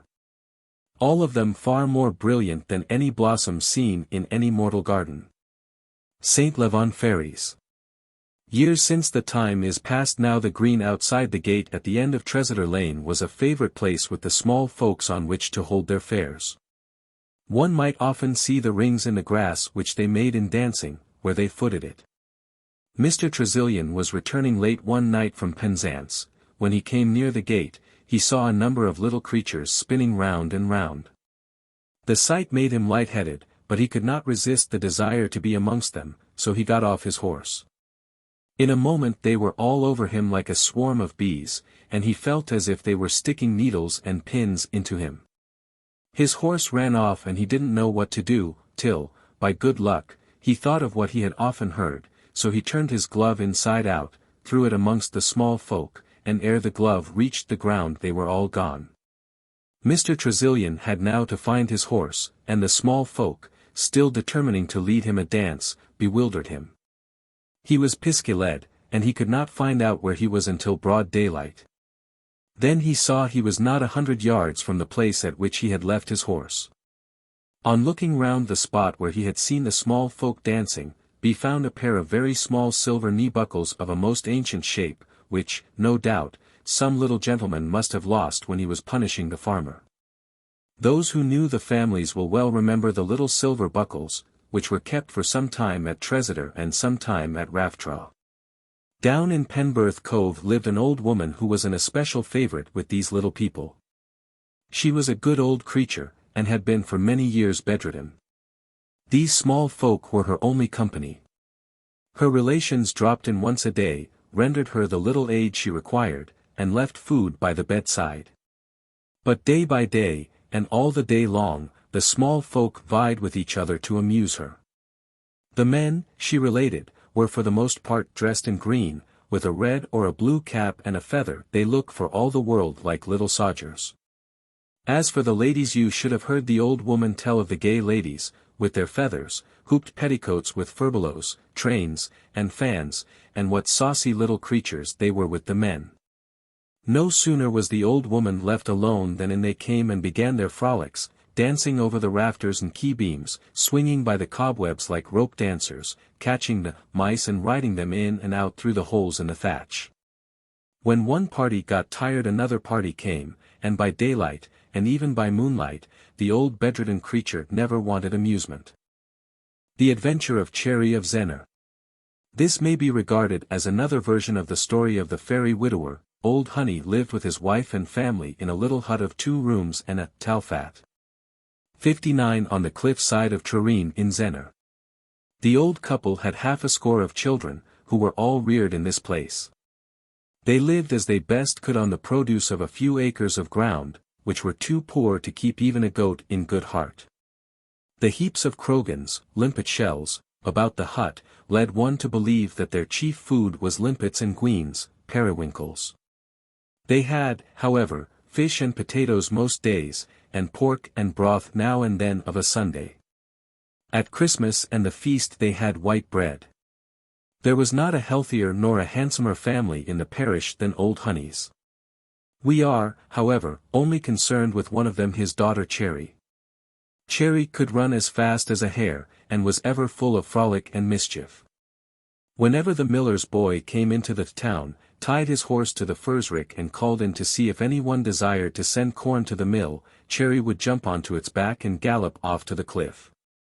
When the miller's boy gave chase, and she could ride no further over the edge of that rocky coast, she would take to the cairns, and the swiftest dog could not catch her, much less the miller's boy.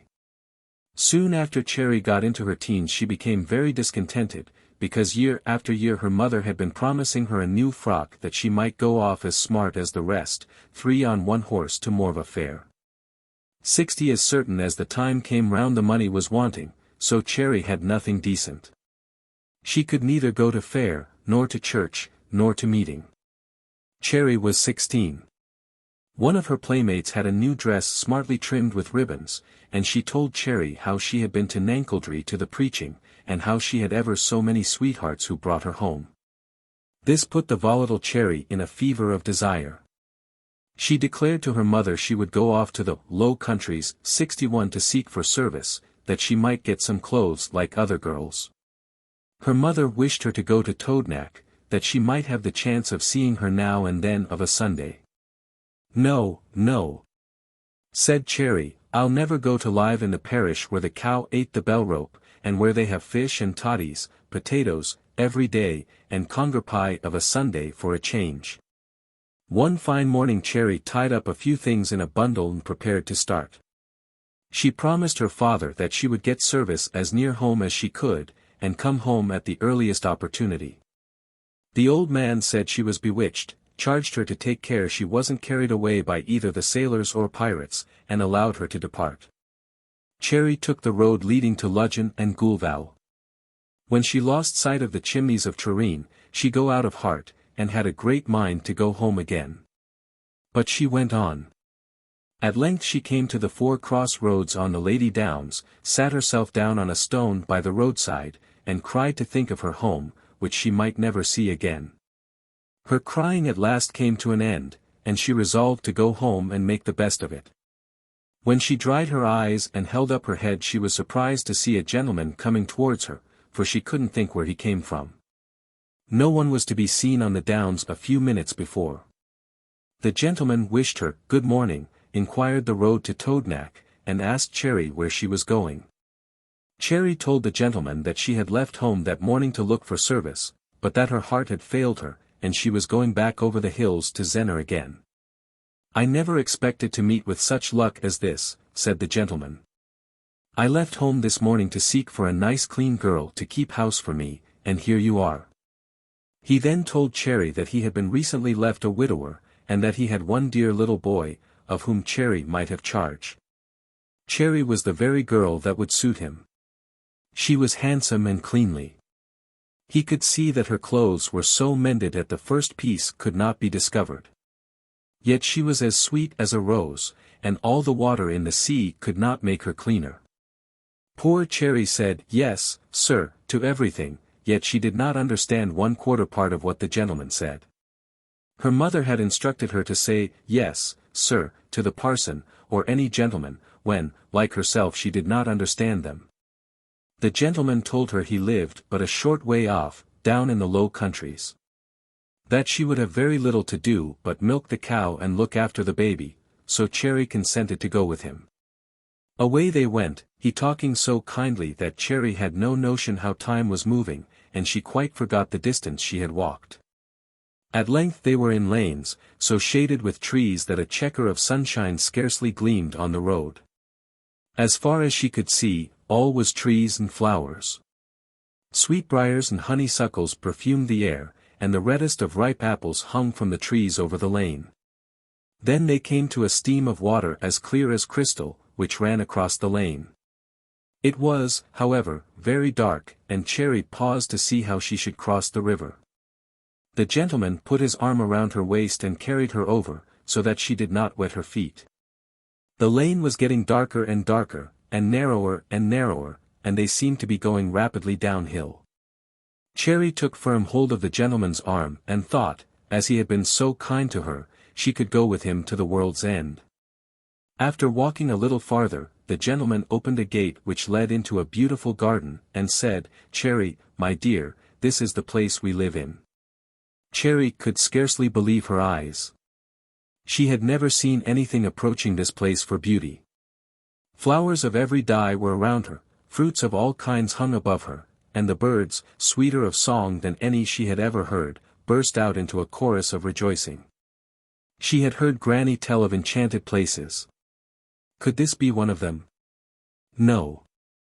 The gentleman was as big as the parson, and now a little boy came running down the garden walk shouting, "Papa, Papa." The child appeared, from his size, to be about 2 or 3 years of age, but there was a singular look of age about him.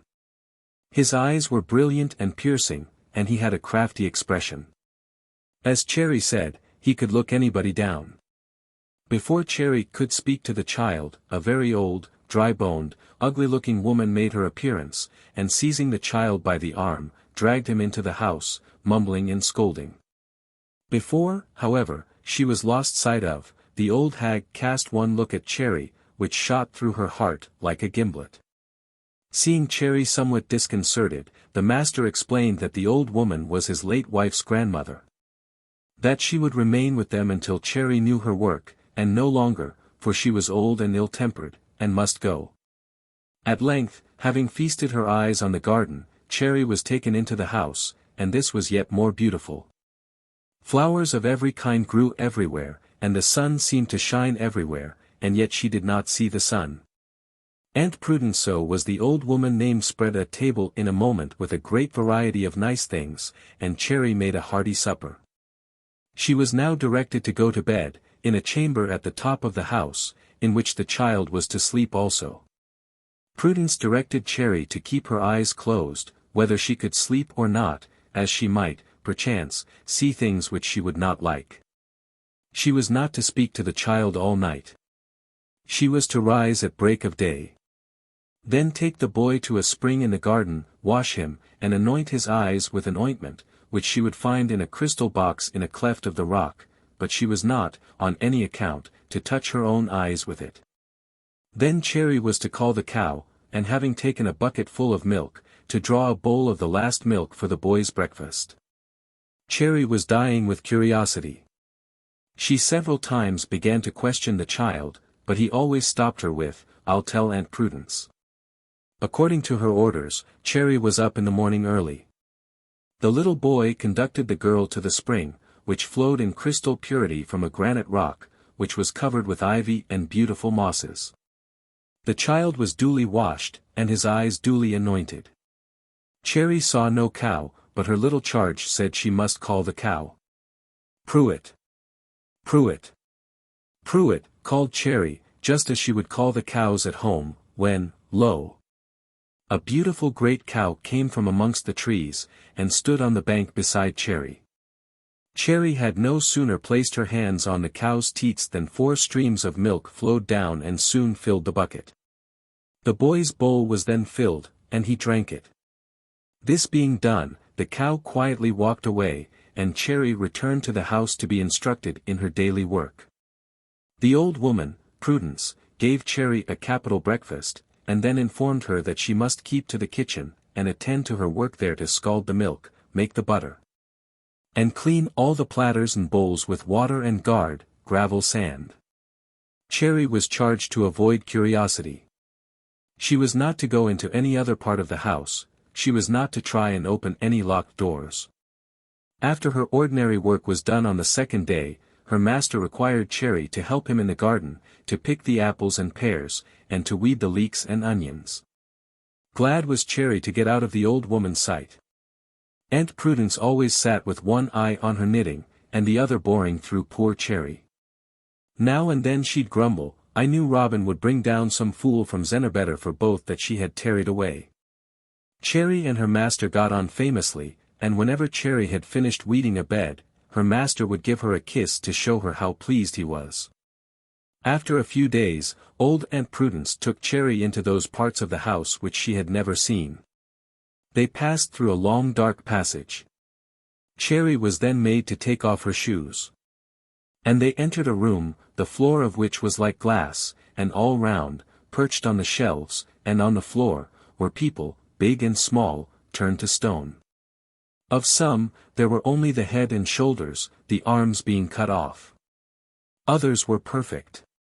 Cherry told the old woman she wouldn't come ony further for the world. She thought from the first she was got into a land of small people underground, only master was like other men. But now she knowed she was with the conjurers, who had turned all these people to stone. She had heard talk on up in Zenner, and she knew they might at any moment wake up and eat her. Old Prudence laughed at Cherry, and drove her on, insisted upon her rubbing up a box, like a coffin on 6 legs, until she could see her face in it. Well, Cherry did not want for courage, so she began to rub with a will. The old woman standing by, knitting all the time, calling out every now and then, "Rub! Rub! Rub! Harder and faster." At length Cherry got desperate, and giving a violent rub at one of the corners, she nearly upset the box. When, oh lor! It gave out such a doleful, unearthly sound, that Cherry thought all the stone people were coming to life, and with her fright she fell down in a fit. The master heard all this noise, and came in to inquire into the cause of the hubbub. He was in great wrath, kicked old Prudence out of the house for taking Cherry into that shut-up room, carried Cherry into the kitchen, and soon, with some cordial, recovered her senses. Cherry could not remember what had happened. But she knew there was something fearful in the other part of the house. But Cherry was mistress now old Aunt Prudence was gone. Her master was so kind and loving that a year passed by like a summer day. Occasionally her master left home for a season, then he would return and spend much time in the enchanted apartments, and Cherry was certain she had heard him talking to the stone people. Cherry had everything the human heart could desire, but she was not happy. She would know more of the place and the people. Cherry had discovered that the ointment made the little boy's eyes bright and strange, and she thought often that he saw more than she did. She would try, yes, she would. Well, next morning the child was washed, his eyes anointed, and the cow milked. She sent the boy to gather her some flowers in the garden, and taking a crumb of ointment, she put it into her eye. Oh, her eye would be burned out of her head. Cherry ran to the pool beneath the rock to wash her burning eye, when lo! She saw at the bottom of the water, hundreds of little people, mostly ladies, playing, and there was her master, as small as the others, playing with them. Everything now looked different about the place. Small people were everywhere, hiding in the flowers sparkling with diamonds, swinging in the trees, and running and leaping under and over the blades of grass. The master never showed himself above the water all day, but at night he rode up to the house like the handsome gentleman she had seen before. He went to the enchanted chamber and Cherry soon heard the most beautiful music. In the morning, her master was off, dressed as if to follow the hounds. He returned at night, left Cherry to herself and proceeded at once to his private apartments. Thus it was day after day, until Cherry could stand it no longer. So she peeped through the keyhole, and saw her master with lots of ladies, singing, while one dressed like a queen was playing on the coffin. Oh, how madly jealous Cherry became when she saw her master kiss this lovely lady. However, the next day, the master remained at home to gather fruit. Cherry was to help him, and when, as usual, he looked to kiss her, she slapped his face, and told him to kiss the small people, like himself, with whom he played under the water. So he found out that Cherry had used the ointment. With much sorrow he told her she must go home, that he would have no spy on his actions, and that Aunt Prudence must come back. Long before day, Cherry was called by her master. He gave her lots of clothes and other things, took her bundle in one hand, and a lantern in the other, and bade her follow him. They went on for miles on miles, all the time going uphill, through lanes, and narrow passages. When they came at last on level ground, it was near daybreak. He kissed Cherry, told her she was punished for her idle curiosity, but that he would, if she behaved well, come sometimes on the Lady Downs to see her. Saying this, he disappeared. The sun rose, and there was Cherry seated on a granite stone, without a soul within miles of her, a desolate moor having taken the place of a smiling garden. Long, long did Cherry sit in sorrow, but at last she thought she would go home. Her parents had supposed her dead, and when they saw her, they believed her to be her own ghost. Cherry told her story, which every one doubted, but Cherry never varied her tale, and at last every one believed it. They say Cherry was never afterwards right in her head, and on moonlight nights, until she died, she would wander on to the Lady Downs to look for her master. And Jeffreys and the Fairies. And Jeffreys was the daughter of a poor labouring man, who lived in the parish of St. Teith. She was born in 1626, and is supposed to have died in 1698. When she was 19 years old, Anne, who was a remarkably sharp and clever girl, went to live as a servant in the family of Mr. Moses Pitt. Anne was an unusually bold girl, and would do things which even boys feared to attempt. Of course, in those days everyone believed in fairies, and everybody feared those little airy beings. They were constantly the talk of the people, and this set Anne longing anxiously to have an interview with some of them. So Anne was often abroad after sundown, turning up the fern leaves, and looking into the bells of the foxglove to find a fairy, singing all the time. Fairy fair and fairy bright, come and be my chosen sprite. She never allowed a moonlight night to pass without going down into the valley, and walking against the stream, singing. Moon shines bright, waters run clear. I am here, but where's my fairy dear? The fairies were a long time trying this poor girl, for, as they told her afterwards, they never lost sight of her. But there they would be, looking on when she was seeking them, and they would run from frond to frond of the ferns, when she was turning them up. It's her anxious search. One day Anne, having finished her morning's work, was sitting in the arbor in her master's garden, when she fancied she heard some one moving aside the branches, as though endeavouring to look in upon her. And she thought it must be her sweetheart, so she resolved to take no notice. And went on steadily with her work. No sound was heard but the regular beat of the knitting needles one upon the other. Presently she heard a suppressed laugh, and then again a rustle amidst the branches. The back of the arbor was towards the lane, and to enter the garden it was necessary to walk down the lane to the gate, which was, however, not many yards off. Click, click went the needles, click, click, click. At last Anne began to feel vexed that the intruder did not show himself, and she pettishly said, half aloud. You may stay there till the Kuene 62 grows on the gate, ere I'll come to ee. There was immediately a peculiar ringing and very music laugh. Anne knew this was not her lover's laugh, and she felt afraid. But it was bright day, and she assured herself that no one would do her any mischief, as she knew herself to be a general favourite in the parish. presently and felt assured that the garden gate had been carefully opened and again closed, so she waited anxiously the result. In a few moments she perceived at the entrance of the arbor 6 little men, all clothed very handsome in green. They were beautiful little figures, and had very charming faces, and such bright eyes. The grandest of these little visitors, who wore a red feather in his cap, advanced in front the others, and, making a most polite bow to Anne, addressed her familiarly in the kindest words. This gentleman looked so sweetly on and that she was charmed beyond measure, and she put down her hand as if shake hands with her little friend, when he jumped into her palm and she lifted him into her lap. He then, without any more clambered upon her bosom and neck, and began kissing her. And never felt so charmed in her life as while this one little gentleman was playing with her. But presently he called his companion and they all clambered up by her dress as best they could, and kissed her neck, her lips, and her eyes. One of them ran his fingers over her eyes, and she felt as if they had been pricked with a pin. Suddenly and became blind, and she felt herself whirled through the air at a great rate. By and by, one of her little companions said something which sounded like "tear away," and lo! And had her sight at once restored.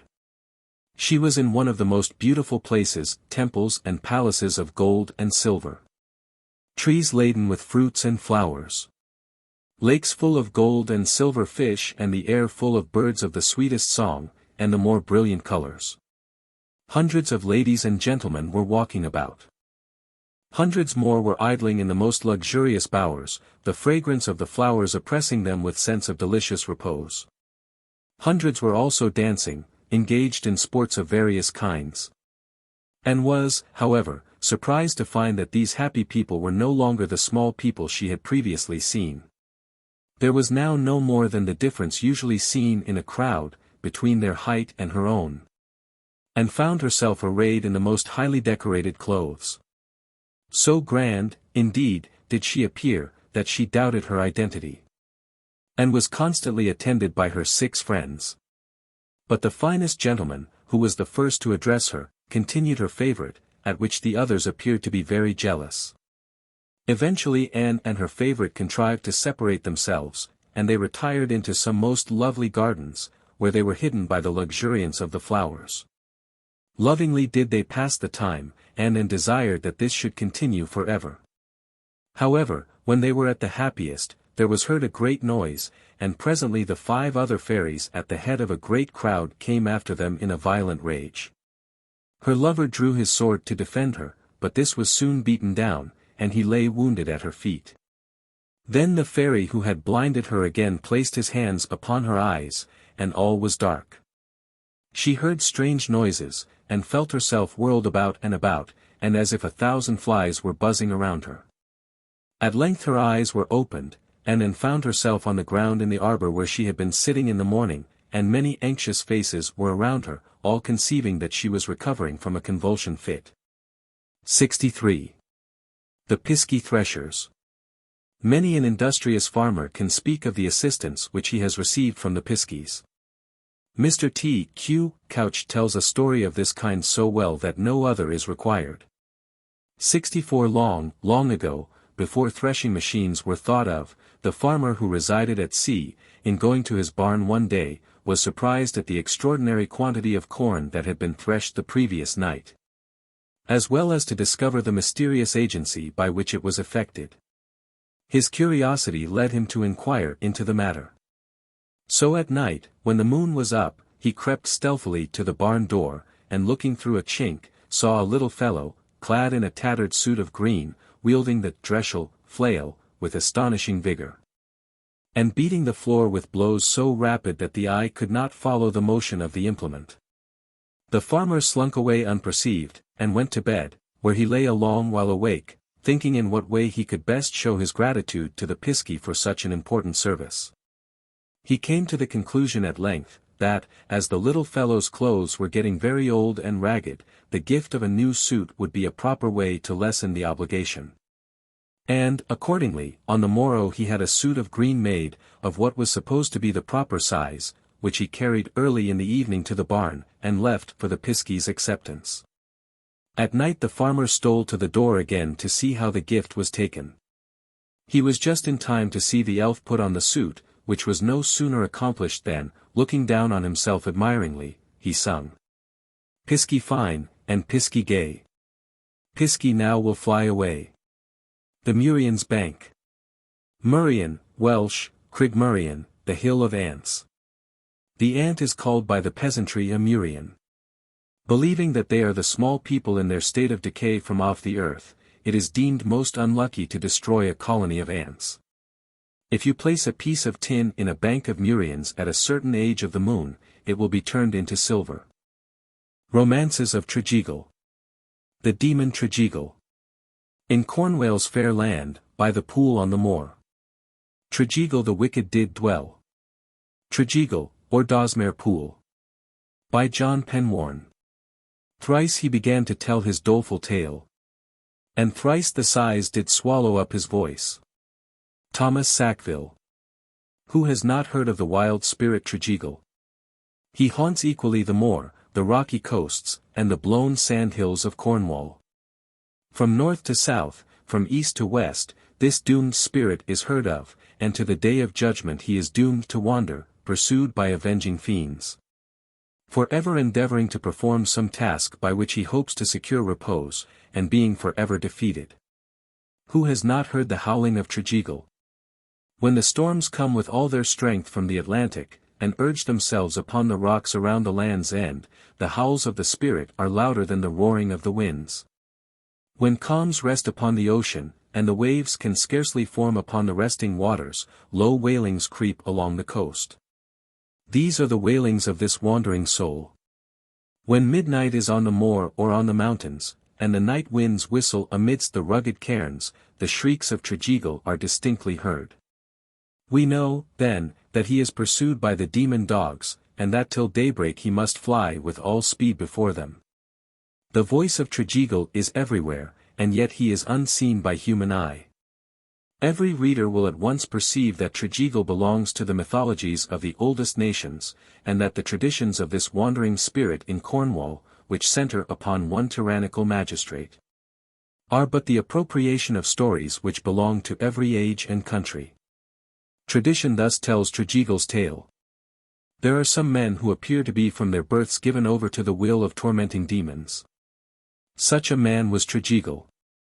He is as old as the hills, yet there are many circumstances in the story of his life which appear to remove him from this remote antiquity. Modern legends assert him to belong to comparatively modern times, and say that, without doubt, he was one of the Tregeagles who once owned Trevorder near Bodmin. We have not, however, much occasion to trouble ourselves with the man or his life. It is with the death and the subsequent existence of a myth that we are concerned. Certain it is that the man Tregeagle was diabolically wicked. He seems to have been urged on from one crime to another until the cup of sin was overflowing. Tregeagle was wealthy beyond most men of his time, and his wealth purchased for him that immunity, which the Church, in her degenerate days, too often accorded to those who could aid, with their gold or power, the sensual priesthood. As a magistrate, he was tyrannical and unjust, and many an innocent man was wantonly sacrificed by him for the purpose of hiding his own dark deeds. As a landlord, he was rapacious and unscrupulous, and frequently so involved his tenants in his toils, that they could not escape his grasp. The stain of secret murder clings to his memory, and he is said to have sacrificed a sister whose goodness stood between him and his demon passions. His wife and children perished victims to his cruelties. At length death drew near to relieve the land of a monster whose name was a terror to all who heard it. Devils waited to secure the soul they had won, and Tregeagle in terror gave to the priesthood wealth, that they might fight with them and save his soul from eternal fire. Desperate was the struggle, but the powerful exorcisms of the banded brotherhood of a neighboring monastery drove back the evil ones, and Tregeagle slept with his fathers, safe in the custody of the churchmen, who buried him with high honours in St. Breck Church. They sang chants and read prayers above his grave, to secure the soul which they thought they had saved. But Tregeagle was not fated to rest. Satan desired still to gain possession of such a gigantic sinner, and we can only refer what ensued to the influence of the wicked spiritings of his ministers. A dispute arose between two wealthy families respecting the ownership of extensive lands around Bodmin. The question had been rendered more difficult by the nefarious conduct of Tregeagle, who had acted as steward to one of the claimants, and who had destroyed ancient deeds, forged others, and indeed made it appear that he was the real proprietor of the domain. Large portions of the land Tregeagle had sold, and other parts were leased upon long terms, he having received all the money and appropriated it. His death led to inquiries, and then the transactions were gradually brought to light, involving, as this did, large sums of money, and indeed it was a question upon which turned the future well-doing or ruin of a family. It was fought by the lawyers with great pertinacity. The legal questions had been argued several times before the judges at the assizes. The trials had been deferred, new trials had been sought for and granted, and every possible plan known to the lawyers for postponing the settlement of a suit had been tried. A day was at length fixed, upon which a final decision must be come to, and a special jury was sworn to administer justice between the contending parties. Witnesses innumerable were examined as to the validity of a certain deed, and the balance of evidence was equally suspended. The judge was about to sum up the case and refer the question to the jury, when the defendant in the case, coming into court, proclaimed aloud that he had yet another witness to produce. There was a strange silence in the judgment hall. It was felt that something chilling to the soul was amongst them, and there was a simultaneous throb of terror as Tregeagle was led into the witness box. When the awestruck assembly had recovered, the lawyers for the defendant commenced their examination, which was long and terrible. The result, however, was the disclosure of an involved system of fraud, of which the honest defendant had been the victim, and the jury unhesitatingly gave a verdict in his favor. The trial over, every one expected to see the spectre witness removed. There, however, he stood, powerless to fly, although he evidently desired to do so. Spirits of darkness were waiting to bear him away, but some spell of holiness prevented them from touching him.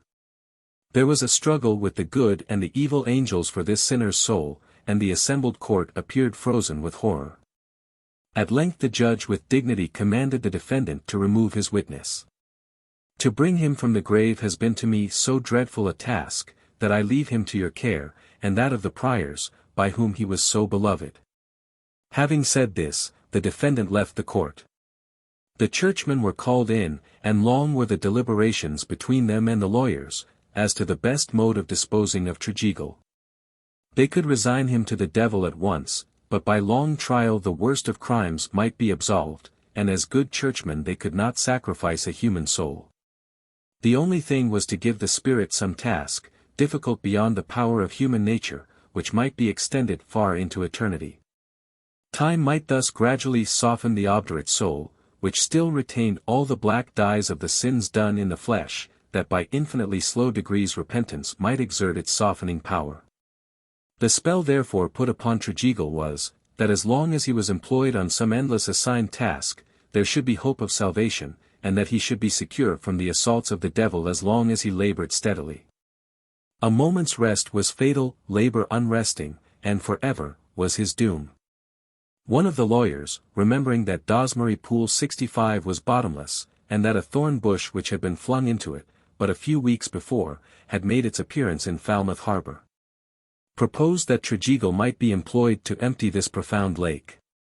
Then one of the churchmen, to make the task yet more enduring, proposed that it should be performed by the aid of a limpet shell having a hole in it. This was agreed to, and the required incantations were duly made. Bound by mystical spells, Tregeagle was removed to the dark moors and duly set to work. Year after year passed by, and there, day and night, summer and winter, storm and shine, Tregeagle was bending over the dark water, working hard with his perforated shell, yet the pool remained at the same level. His old enemy the devil kept a careful eye on the doomed one, resolving, if possible, to secure so choice an example of evil. Often did he raise tempests sufficiently wild, as he supposed, to drive Tregeagle from his work, knowing that if he failed for a season to labor, he could seize and secure him. These were long tried in vain. But at length an auspicious hour presented itself. Nature was at war with herself, the elements had lost their balance, and there was a terrific struggle to recover it. Light flings flashed and coiled like fiery snakes around the rocks of Rotter. Fireballs fell on the desert moors and hissed in the accursed lake. Thunders pealed through the heavens, and echoed from hill to hill, an earthquake shook the solid earth, and terror was on all living. The winds arose and raged with a fury which was irresistible, and hail beat so mercilessly on all things, that it spread death around. Long did Tregeagle stand the pelting of the pitiless storm, but at length he yielded to its force and fled. The demons in crowds were at his heels. He doubled, however, on his pursuers, and returned to the lake, but so rapid were they, that he could not rest the required moment to dip his shell in the flow-seething waters. 3 times he fled round the lake, and the evil ones pursued him. Then, feeling that there was no safety for him near Dosmery Pool, he sprang swifter than the wind across it, shrieking with agony, and thus, since the devils cannot cross water, and were obliged to go round the lake, he gained on them and fled over the moor. Away, away went Tregeagle, faster and faster the dark spirits pursuing, and they had nearly overtaken him, when he saw Roach Rock and its chapel before him. He rushed up the rocks, with giant power clambered to the eastern window, and dashed his head through it, thus securing the shelter of its sanctity. The defeated demons retired, and long and loud were their wild wailings in the air. The inhabitants of the moors and of the neighboring towns slept not a wink that night. Tregeagle was safe, his head was within the holy church, though his body was exposed on a bare rock to the storm. Earnest were the prayers of the blessed hermit in his cell on the rock to be relieved from his nocturnal and sinful visitor. In vain were the recluse's prayers. Day after day, as he knelt at the altar, the ghastly head of the doomed sinner grinned horridly down upon him. Every holy ejaculation fell upon Tregeagle's ear like molten iron. He writhed and shrieked under the torture. But legions of devils filled the air, ready to seize him, if for a moment he withdrew his head from the sanctuary. Sabbath after Sabbath the little chapel on the rock was rendered a scene of sad confusion by the interruptions which Tregeagle caused. Men trembled with fear at his agonizing cries, and women swooned. At length the place was deserted, and even the saint of the rock was wasting to death by the constant perturbation in which he was kept by the unholy spirit, and the demons who, like carrion birds, swarmed around the holy cairn. Things could not go on thus. The monks of Bodmin and the priests from the neighboring churches gathered together, and the result of their long and anxious deliberations was, that Tregeagle, guarded by 2 saints, should be taken to the north coast, near Padstow, and employed in making trusses of sand, and ropes of sand with which to bind them. By powerful spell, Tregeagle was removed from Roach, and fixed upon the sandy shores of the Padstow district. Sinners are seldom permitted to enjoy any peace of soul. As the ball of sand grew into form, the tides rose, and the breakers spread out the sands again a level sheet, again was it packed together and again washed away. Toil. Toil. Toil. Day and night unrestingly, sand on sand grew with each hour, and ruthlessly the ball was swept, by one blow of a sea wave, along the shore. The cries of Tregeagle were dreadful. And as the destruction of the sand heap was constantly recurring, a constantly increasing despair gained the mastery over hope, and the ravings of the baffled soul were louder than the roarings of the winter tempest. Baffled in making trusses of sand, Tregeagle seized upon the loose particles and began to spin them into a rope. Long and patiently did he pursue his task, and hope once more rose like a star out of the midnight darkness of despair. A rope was forming, when a storm came up with all its fury from the Atlantic, and swept the particles of sand away over the hills. The inhabitants of Padstow had seldom any rest. At every tide the howlings of Tregeagle banished sleep from each eye. But now so fearful were the sounds of the doomed soul, in the madness of the struggle between hope and despair, that the people fled the town, and clustered upon the neighboring plains, praying, as with one voice, to be relieved from the sad presence of this monster. Saint Petrock, moved by the tears and petitions of the people, resolved to remove the spirit, and by the intense earnestness of his prayers, after long wrestling, he subdued Tregeagle to his will. Having chained him with the bonds which the saint had forged with his own hands, every link of which had been welded with a prayer, Saint Petrock led the spirit away from the north coast and stealthily placed him on the southern shores. In those days Ella's town, now Helston, was a flourishing port. Ships sailed into the estuary, up to the town, and they brought all sorts of merchandise, and returned with cargoes of tin from the mines of Brieg and Wendron. The wily monk placed his charf at Barepa, and there condemned him to carry sacks of sand across the estuary of the Loo, and to empty them at Porthleven, until the beach was clean down to the rocks. The priest was a good observer. He knew that the sweep of the tide was from Trewava's head round the coast towards the Lizard, and that the sand would be carried back steadily and speedily as fast as the spirit could remove it. Long did Tregeagle labor, and, of course, in vain. His struggles were giant-like to perform his task, but he saw the sands return as regularly as he removed them. The sufferings of the poor fishermen who inhabited the coast around Porthleven were great. As the howlings of Tregeagle disturbed the dwellers in Padstow, so did they now distress those toil-worn men.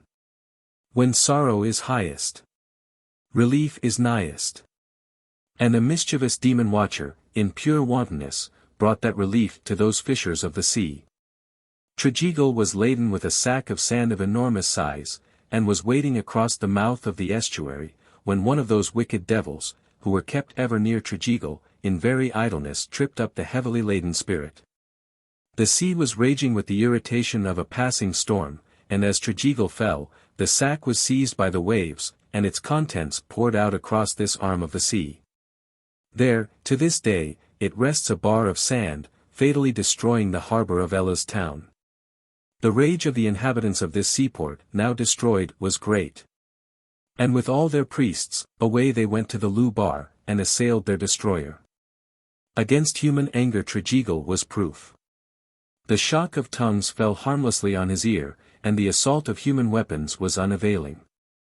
By the aid of the priests, and faith-inspired prayers, the bonds were once more placed upon Tregeagle, and he was, by the force of bell, book, and candle, sent to the land's end. There he would find no harbour to destroy, and but few people to terrify. His task was to sweep the sands from Porthcurno Cove round the headland called Tolpedenpenwith, into Nangisel Cove. Those who know that rugged headland, with its cubical masses of granite, piled in titanic grandeur one upon another, will appreciate the task. And when to all the difficulties are added the strong sweep of the Atlantic current, that portion of the Gulf Stream which washes our southern shores, it will be evident that the melancholy spirit has, indeed, a task which must endure until the world shall end. Even until today is Tregeagle labouring at his task. In calms his wailing is heard, and those sounds which some call the soughing of the wind, are known to be the moanings of Tregeagle.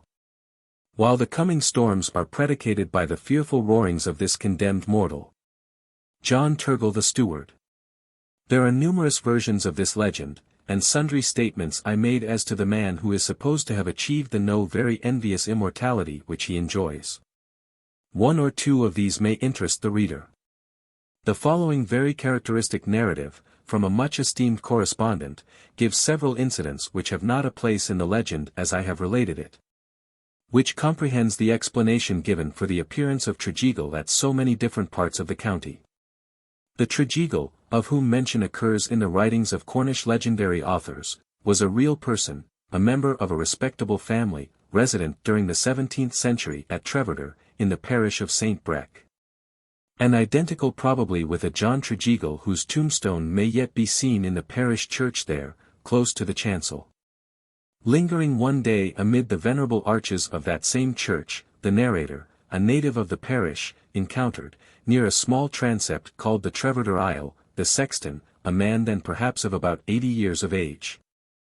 The conversation turning not unnaturally on the illustrious dead, the narrator was gratified in receiving from the lips of the old man the following characteristic specimen of folklore, the greater part of which has remained clearly imprinted in his memory after a lapse of many years. Though, he thinks he has had to supply the very last sentence of all from the general popular tradition, here and there he may have had to supply a few expressions.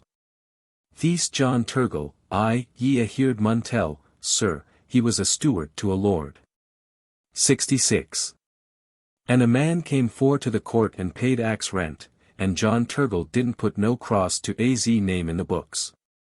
And after that Tregeagle died, and the lord came down to look after az rents, and when he zeed the books, he zeed this man's name that there wasn't no cross to ut. And he rent for the man, and axed en for az rent, and the man said he'd a paid az rent, and the lord said he hadn't, there warn't no cross to az name in the books, and he tood en that he have the law for, too if he didn't pay. And the man, he didn't know what to do, and he went to the minister of Simon Ward, 67 and the minister axed en if he'd a got faith, and the man, he hadn't got faith, and he was obliged for to come homewards again. And after that the Assizes was coming nigh, and he was becoming afeard, sure enough, and he went to the minister again, and tood en he'd a got faith, the minister might do whatever a liked.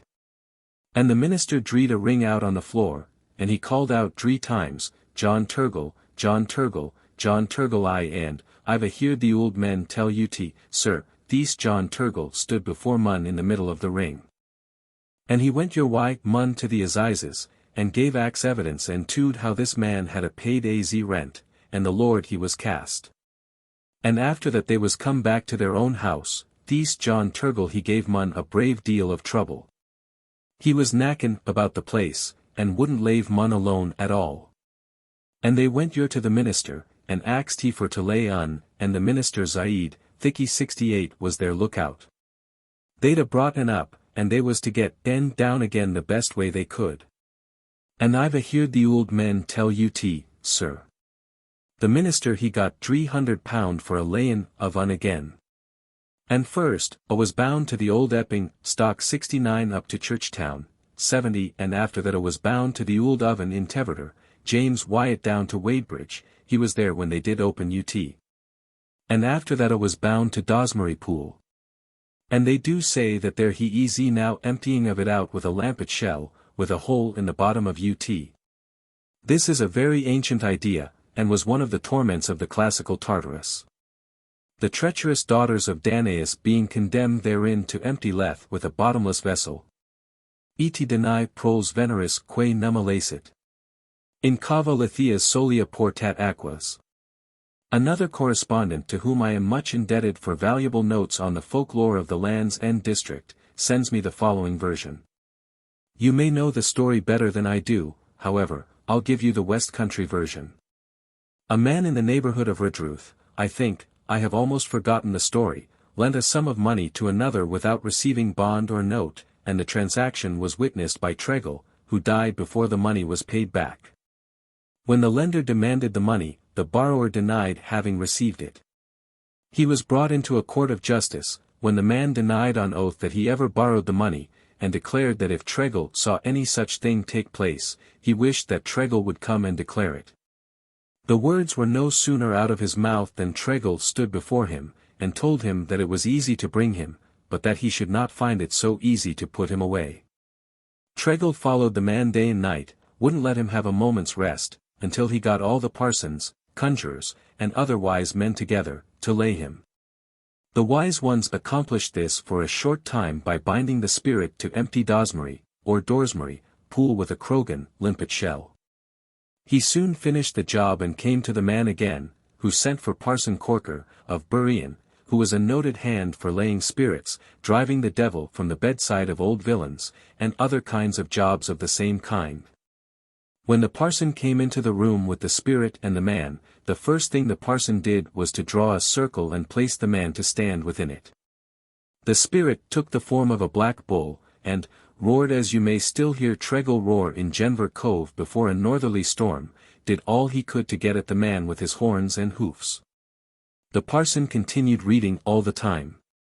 At first the reading seemed to make him more furious, but little by little he became as gentle as a lamb, and allowed the parson to do what he would with him, and consented at last to go to Genver Cove, in Escall's Cliff, and make a truss of sand, which he was to carry above a certain rock in Escall's Cliff. He was many years trying, without being able to accomplish this piece of work, until it came to a very cold winter, when Tregeagle, by taking water from the stream nearby, and pouring over the sand, caused it to freeze together. So that he finished the task, came back, to the man, and would have torn him in pieces, but the man happened to have a child in his arms, so the spirit couldn't harm him. The man sent for the parson without delay. Parson Corker couldn't manage him alone, this time, had to get some more parsons to help, very difficult job, bound Tregeagle at last to the same task, and not to go near the fresh water. He is still there, making his truss of sand and spinning sand ropes to bind it. What some people take to be the calling of the northern cliffs, is the roaring of Tregeagle because there is a storm coming from the north to scatter his sand. 71 W.B. Dosmery Pool. Mr. Bond, in his Topographical and Historical Sketches of the Boroughs of East and West Loo, writes, this pool is distant from Loo about 12 miles off. Mr. Carew says, Dosmery Pool amid the moors. On top stands of a hill. More than a mile about, no streams. It empt, nor any fill. It is a lake of fresh water about a mile in circumference, the only one in Cornwall, unless the low pool near Helston may be deemed such, and probably takes its name from Domare. Sweet or freshwater sea. It is about 8 or 10 feet deep in many parts.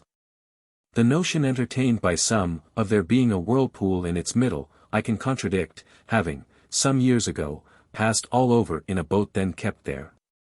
Such is Mr. Bond's evidence. But this is nothing compared with the popular belief, which declares the pool to be bottomless. And beyond this, is it not known to every man of faith, that a thorn bush thrown into Dosmery Pool has sunk in the middle of it, and after some time has come up in Falmouth harbour? Notwithstanding that Carew says that, no streams it empt, nor any fill, James Michel, in his Parochial History of St. Neot's, says, it is situate on a small stream called St. Neot's River, a branch of the Foy, which rises in Dosmere Pool. There is a ballad, Tregeagle, or Dosmere Pool, an ancient Cornish legend, in 2 parts, by John Penwame. He has given a somewhat different version of the legend from any I have heard, and in the ballad very considerable liberties have been taken. It must, however, be admitted, that nearly all the incidents introduced in the poem are to be found in some of the many stories current amongst the peasantry. Speaking of Dosmere Pool, Mr. Penwarn says, there is a popular story attached to this lake, ridiculous enough, as most of those tales are. It is, that a person of the name of Tregeagle, who had been a rich and powerful man, but very wicked, guilty of murder and other heinous crimes, lived near this place. And that, after his death, his spirit haunted the neighbourhood, but was at length exorcised and laid to rest in Dosmere Pool. But having in his lifetime, in order to enjoy the good things of this world, disposed of his soul and body to the devil, his infernal majesty takes great pleasure in tormenting him, by imposing on him difficult tasks, such as spinning a rope of sand, dipping out the pool with a limpet shell, and at times amuses himself with hunting him over the moors with his hellhounds, at which time Tregeagle is heard to roar and howl in a most dreadful manner, so that, roaring or howling like Tregeagle is a common expression amongst the vulgar in Cornwall. Such is the foundation on which is built the following tale.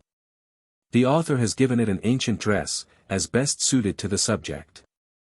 Tregeagle, in the ballad, is a shepherd dwelling by the pool on the moor.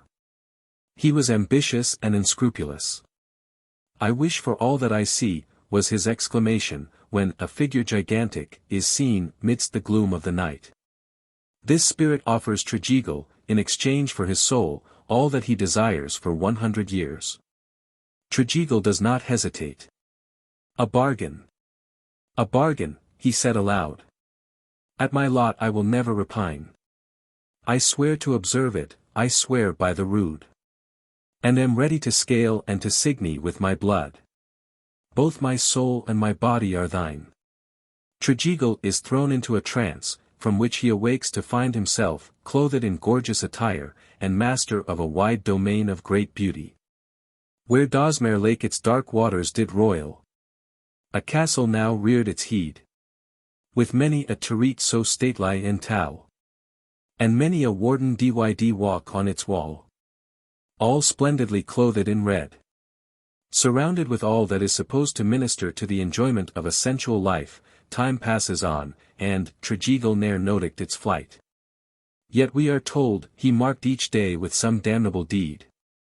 In the midst of his vicious career he is returning home through a violent storm, and he is accosted by a damsel on a white horse and a little page by her side, who craves his protection.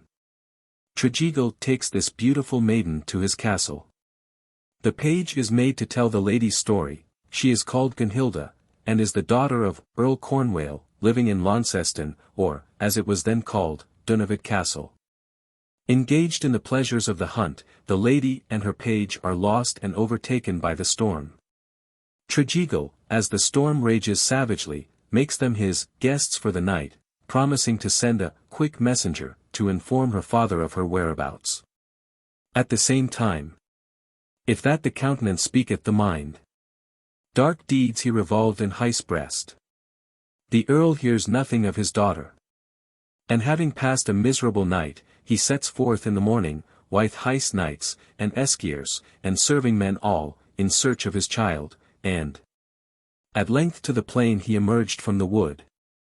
For a father, alas, what a sight! There lay her fair garments all drenched in blood. Her palfrey all torn in the dark crimson flowed by the ravenous beasts of the night. This is a delusion caused by enchantment. Gunhilda still lives.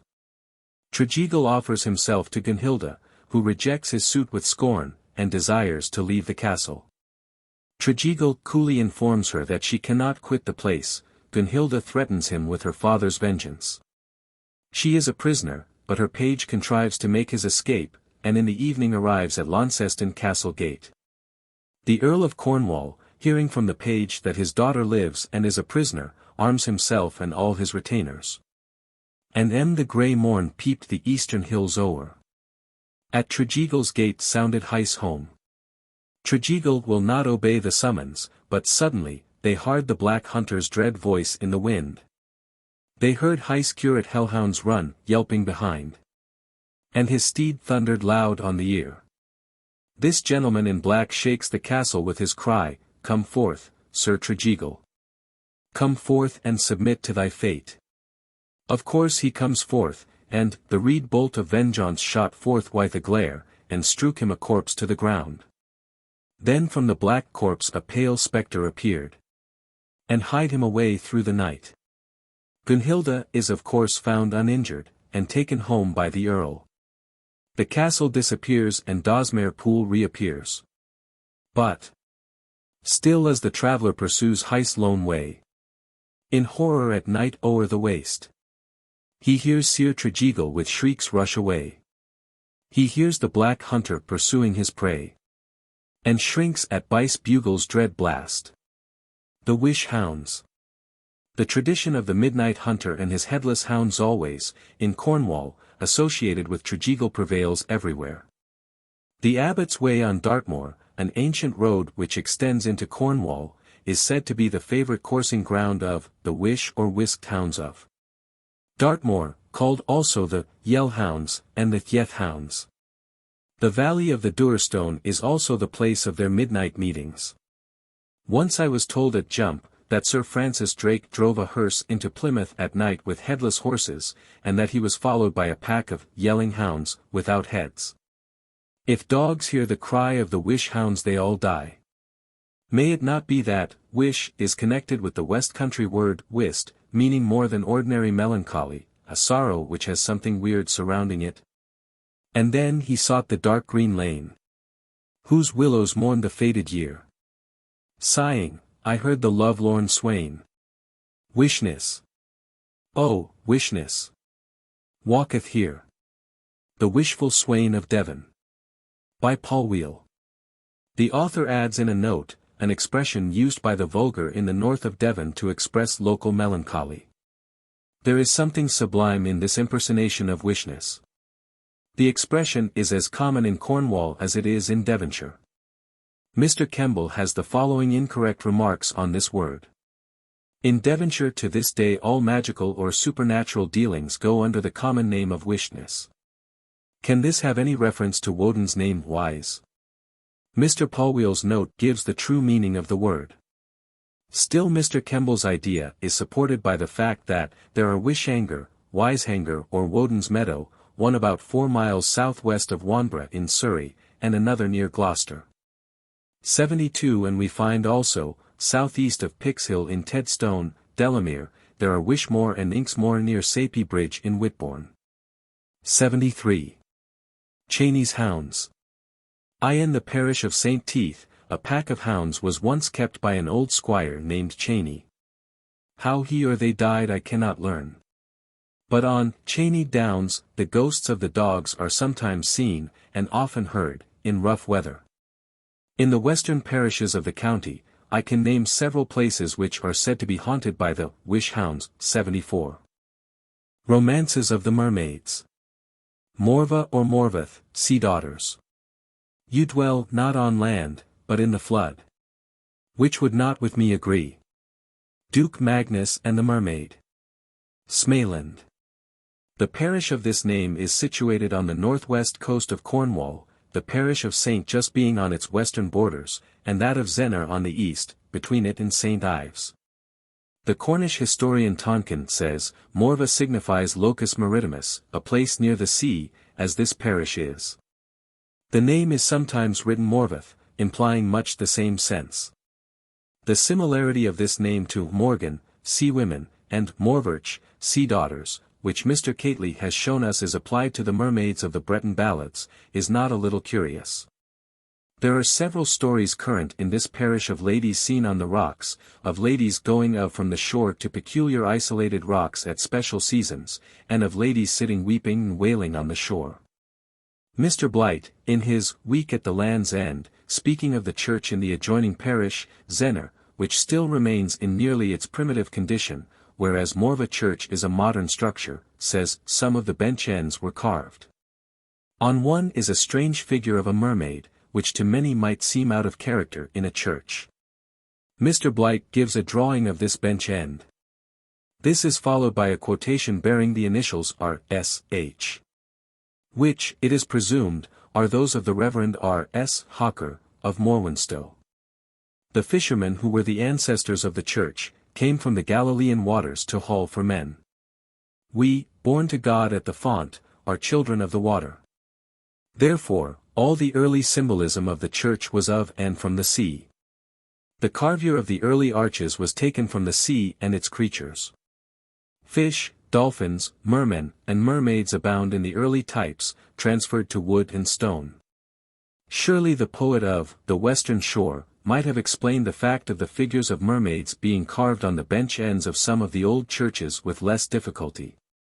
Had he remembered that nearly all the churches on the coast of Cornwall were built by and for fishermen, to whom the superstitions of mermen and mermaidens had the familiarity of a creed.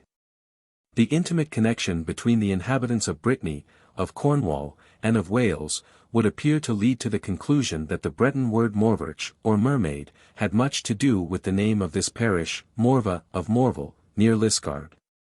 And probably of Morwenstow, of which the vicar, Mr. Hawker, writes, My glebe occupies a position of wild and singular beauty.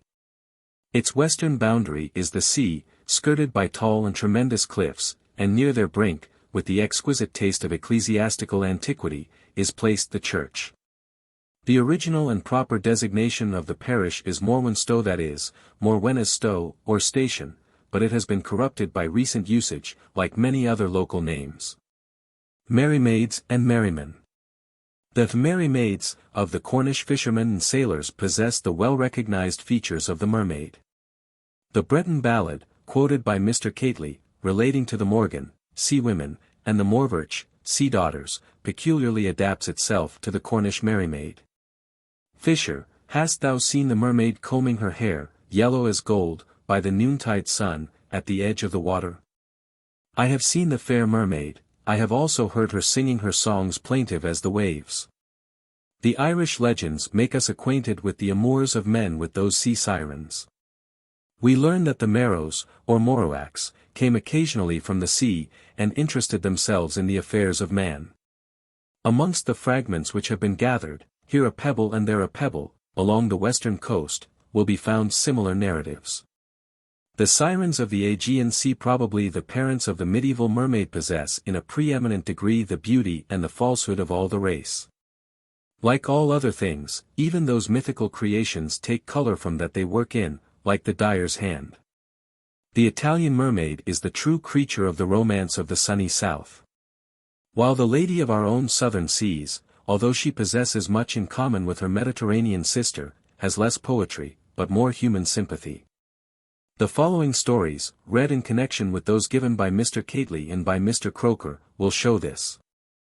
75. When, 35 years since, I spent several nights in a fisherman's cottage on a southwestern coast, I was treated to many a long yarn respecting mermaids seen by the father and his sons in the Southern Ocean. The appearance of those creatures on our own shores, they said, was rare, but still they knew they had been seen. From them I learned of more than one family who have received mysterious powers from the sea nymphs. And I have since heard that members of those families still live, and that they intimate to their credulous friends their firm belief that this power, which they say has been transmitted to them, was derived, by some one of their ancestors, from merman or mermaiden. Usually those creatures are associated with some catastrophe, but they are now and then spoken of as the benefactors of man. One word more. The story of the Mermaid's Vengeance has been produced from 3 versions of evidently the same legend, which differed in many respects one from the other, yet agreeing in the main with each other. The first I heard at the Lizard, or rather at Coverack, the second in Sennen Cove, near the Land's End, the third at Perran. I have preferred the last locality, as being peculiarly fitted for the home of a mermaid story, and because the old man who told the tale there was far more graphic in his incidents. And these were strung more closely together than either of the other stories. 76. The Mermaid of Padstow. The port of Padstow has a good natural harbour, so far as rocky area goes, but it is so choked up with drifting sands as to be nearly useless. A peasant recently thus explained the cause.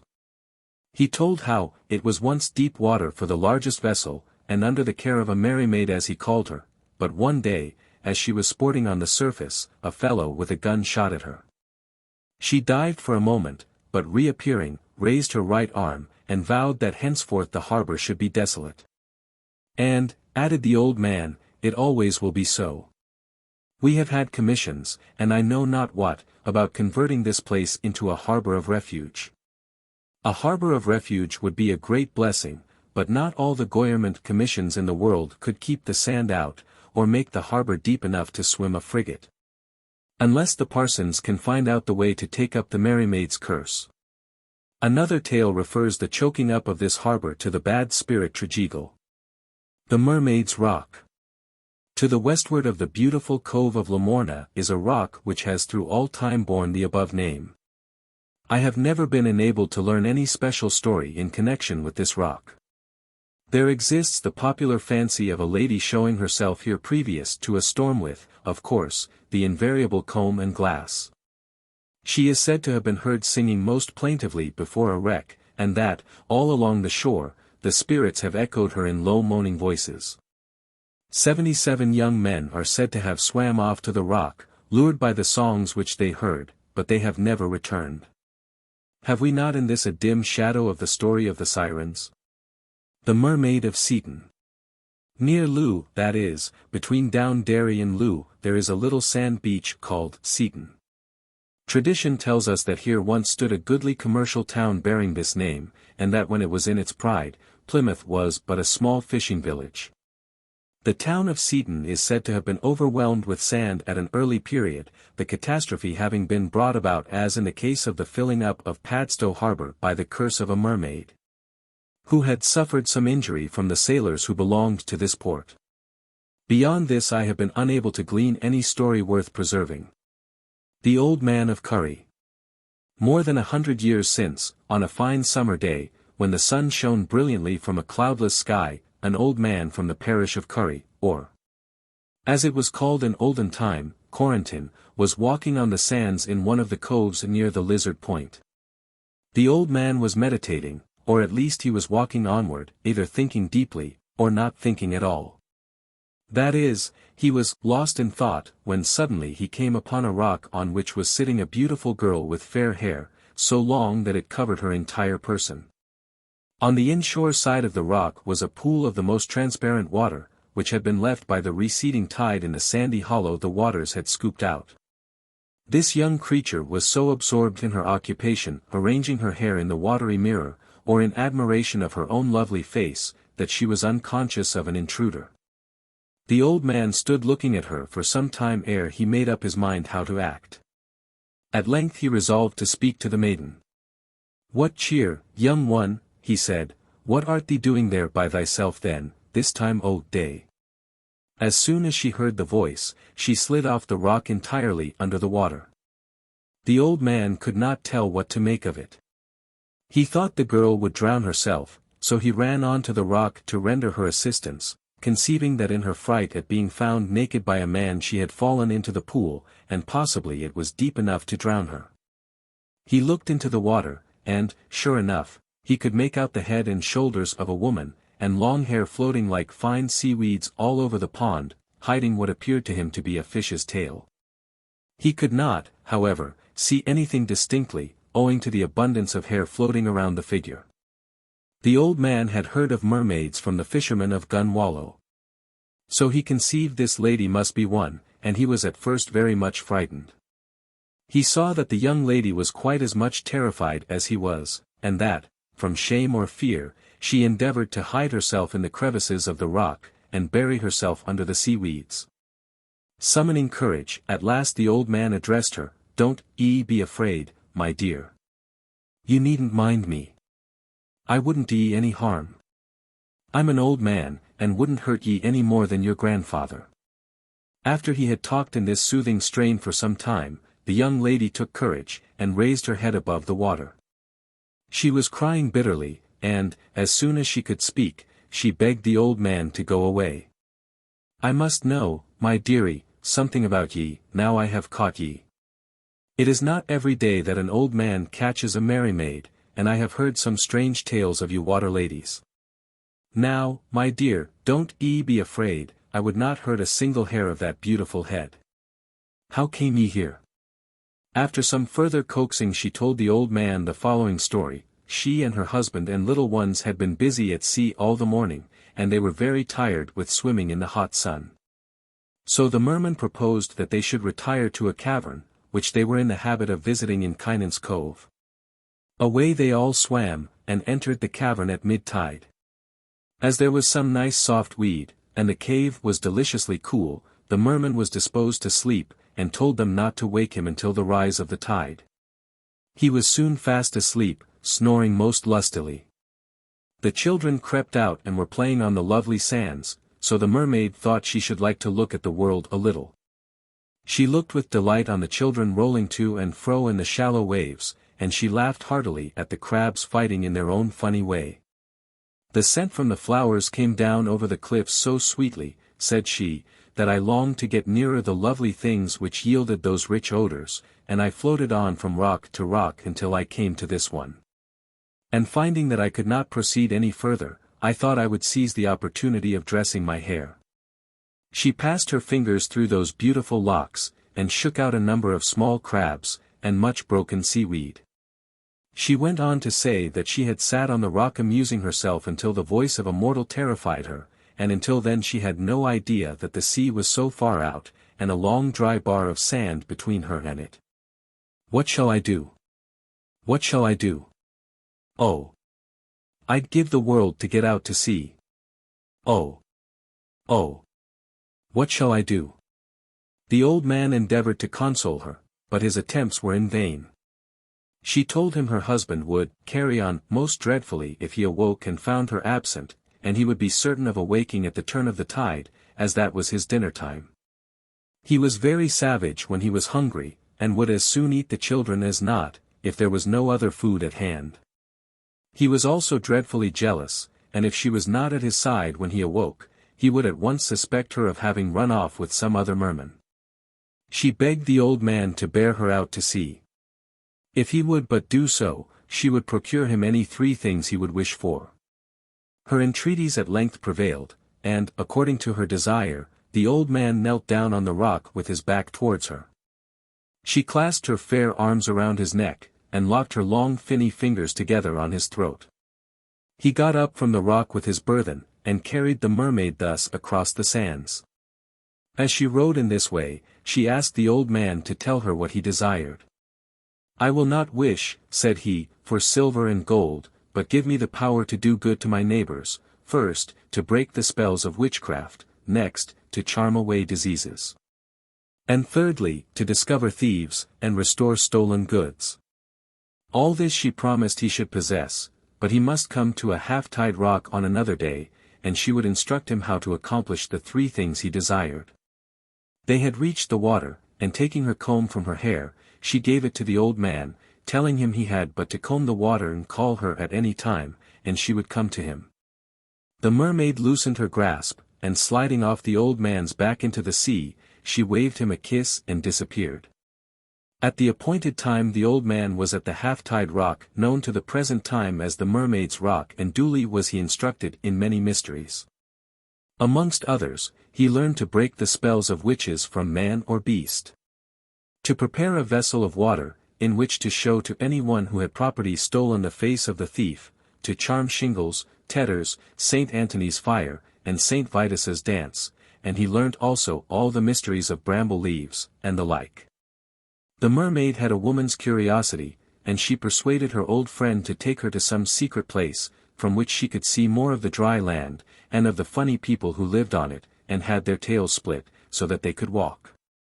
On taking the mermaid back to the sea, she wished her friend to visit her abode, and promised even to make him young if he would do so, which favour the old gentleman respectfully declined.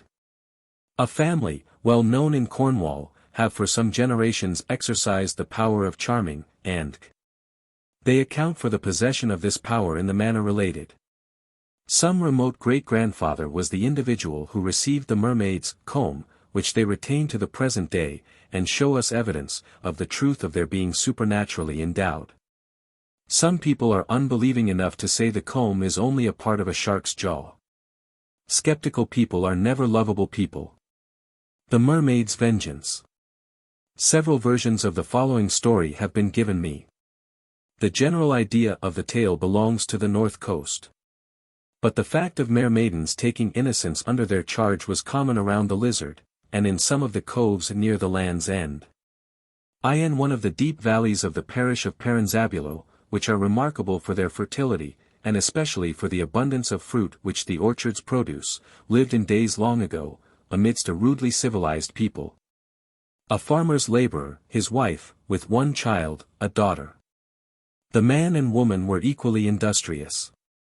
The neatly whitewashed walls of their mud-built cottage, the well-kept gravelled paths, and carefully weeded beds of their small garden, in which flowers were cultivated for ornament, and vegetables for use, proclaimed at once the character of the inmates. In contrast with the neighbouring cottages, this one, although smaller than many others, had a superior aspect, and the occupiers of it exhibited a strong contrast to those peasants and miners amidst whom they dwelt. Penaluna, as the man was called, or Penna the Proud, as he was, in no very friendly spirit, named by his less thoughtful and more impulsive fellows, was, as we have said, a farmer's labourer. His master was a wealthy yeoman, and he, after many years' experience, was so convinced of the exceeding industry and sterling honesty of Penna, that he made him the manager of an outlying farm in this parish. Under the Hind, or Hine, the Saxon pronunciation is still retained in the west of England, or general supervisor of this and numerous other extensive farms. Penna was too great a favourite with the squire to be a favourite of the Hinds. He was evidently jealous of him, and from not being himself a man of very strict principles, he hated the unobtrusive goodness of his underling, and was constantly on the watch to discover some cause of complaint. It was not, however, often that he was successful in this. Every task committed to the care of Penna, and he was often purposely overtasked, was executed with great care and dispatch. With the wife of Penna, however, the case was unfortunately different. Honor Penna was as industrious as her husband, and to him she was in all respects a helpmate. She had, however, naturally a proud spirit, and this had been encouraged in her youth by her parents. Honor was very pretty as a girl, and, indeed, she retained much beauty as a woman. The only education she received was the wild one of experience, and this within a very narrow circle. She grew an ignorant girl, amongst ignorant men and women, few of them being able to write their names, and scarcely any of them to read. There was much native grace about her, and she was flattered by the young men, and envied by the young women, of the village, the envy and the flattery being equally pleasant to her. In the same village was born, and brought up, Tom Shannalls, who had, in the course of years, become hind to the squire. Tom, as a young man, had often expressed himself fond of honor, but he was always distasteful to the village maiden, and eventually, while yet young, she was married to Peneluna, who came from the southern coast. Bringing with him the recommendation of being a stranger, and an exceedingly hard-working man, who was certain to earn bread, and something more, for his wife and family. In the relations in which these people were now placed towards each other, Shannalls had the opportunity of acting ungenerously towards the Pennas. The man bore this uncomplainingly, but the woman frequently quarrelled with him whom she felt was an enemy, and whom she still regarded but as her equal. Shannalls was a skilled farmer, and hence was of considerable value to the squire. But although he was endured for his farming knowledge and his business habits, he was never a favourite with his employer. Penna, on the contrary, was an especial favourite, and the evidences of this were so often brought strikingly under the observation of Shannalls, that it increased the irritation of his hate, for it amounted to that. For years things went on thus. There was the tranquil suffering of an oppressed spirit manifested in Penna, the angry words and actions of his wife towards the oppressor.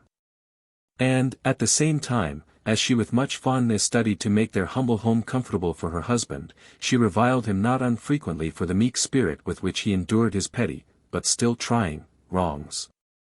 The hind dared not venture on any positive act of wrong towards those people, yet he lost no chance of annoying them, knowing that the squire's partiality for Penna would not allow him to venture beyond certain bounds, even in this direction.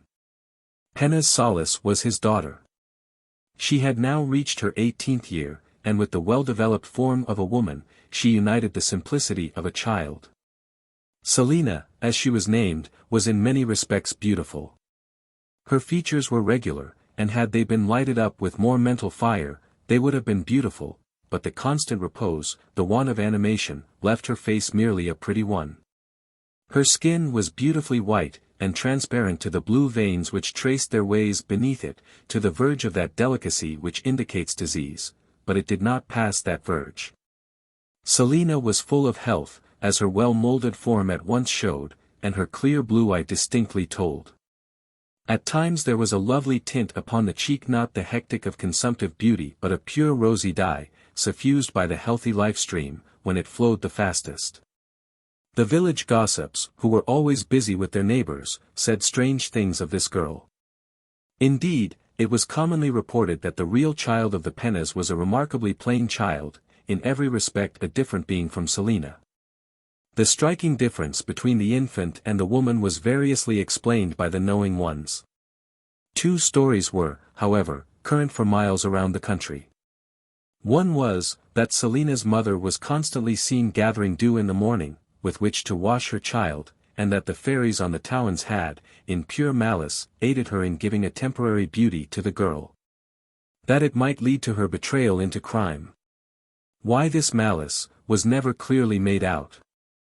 The other story was, that Honor Penna constantly bathed the child in a certain pool, amidst the arched rocks of Perran, which was a favourite resort of the Mermaids. That on one occasion the child, as if in a paroxysm of joy, leapt from her arms into the water, and disappeared. The mother, as may well be supposed, suffered a momentary agony of terror. But presently the babe swam up to the surface of the water, its little face more bright and beautiful than it had ever been before. Great was the mother's joy, and also, as the gossips say, great her surprise at the sudden change in the appearance of her offspring. The mother knew no difference in the child whom she pressed lovingly to her bosom, but all the aged crones in the parish declared it to be a changeling. This tale lived its day. But, as the girl grew on to womanhood, and showed none of the special qualifications belonging either to fairies or mermaids, it was almost forgotten. The uncomplaining father had solace for all his sufferings in wandering over the beautiful sands with his daughter. Whether it was when the summer seas fell in musical undulations on the shore, or when, stirred by the winter tempests, the great Atlantic waves came up in grandeur, and lashed the resisting sands in giant rage, those two enjoyed the solitude. Hour after hour, from the setting sun time, until the clear cold moon flooded the ocean with her smiles of light, would the father and child walk these sands. They seemed never to weary of them and the ocean.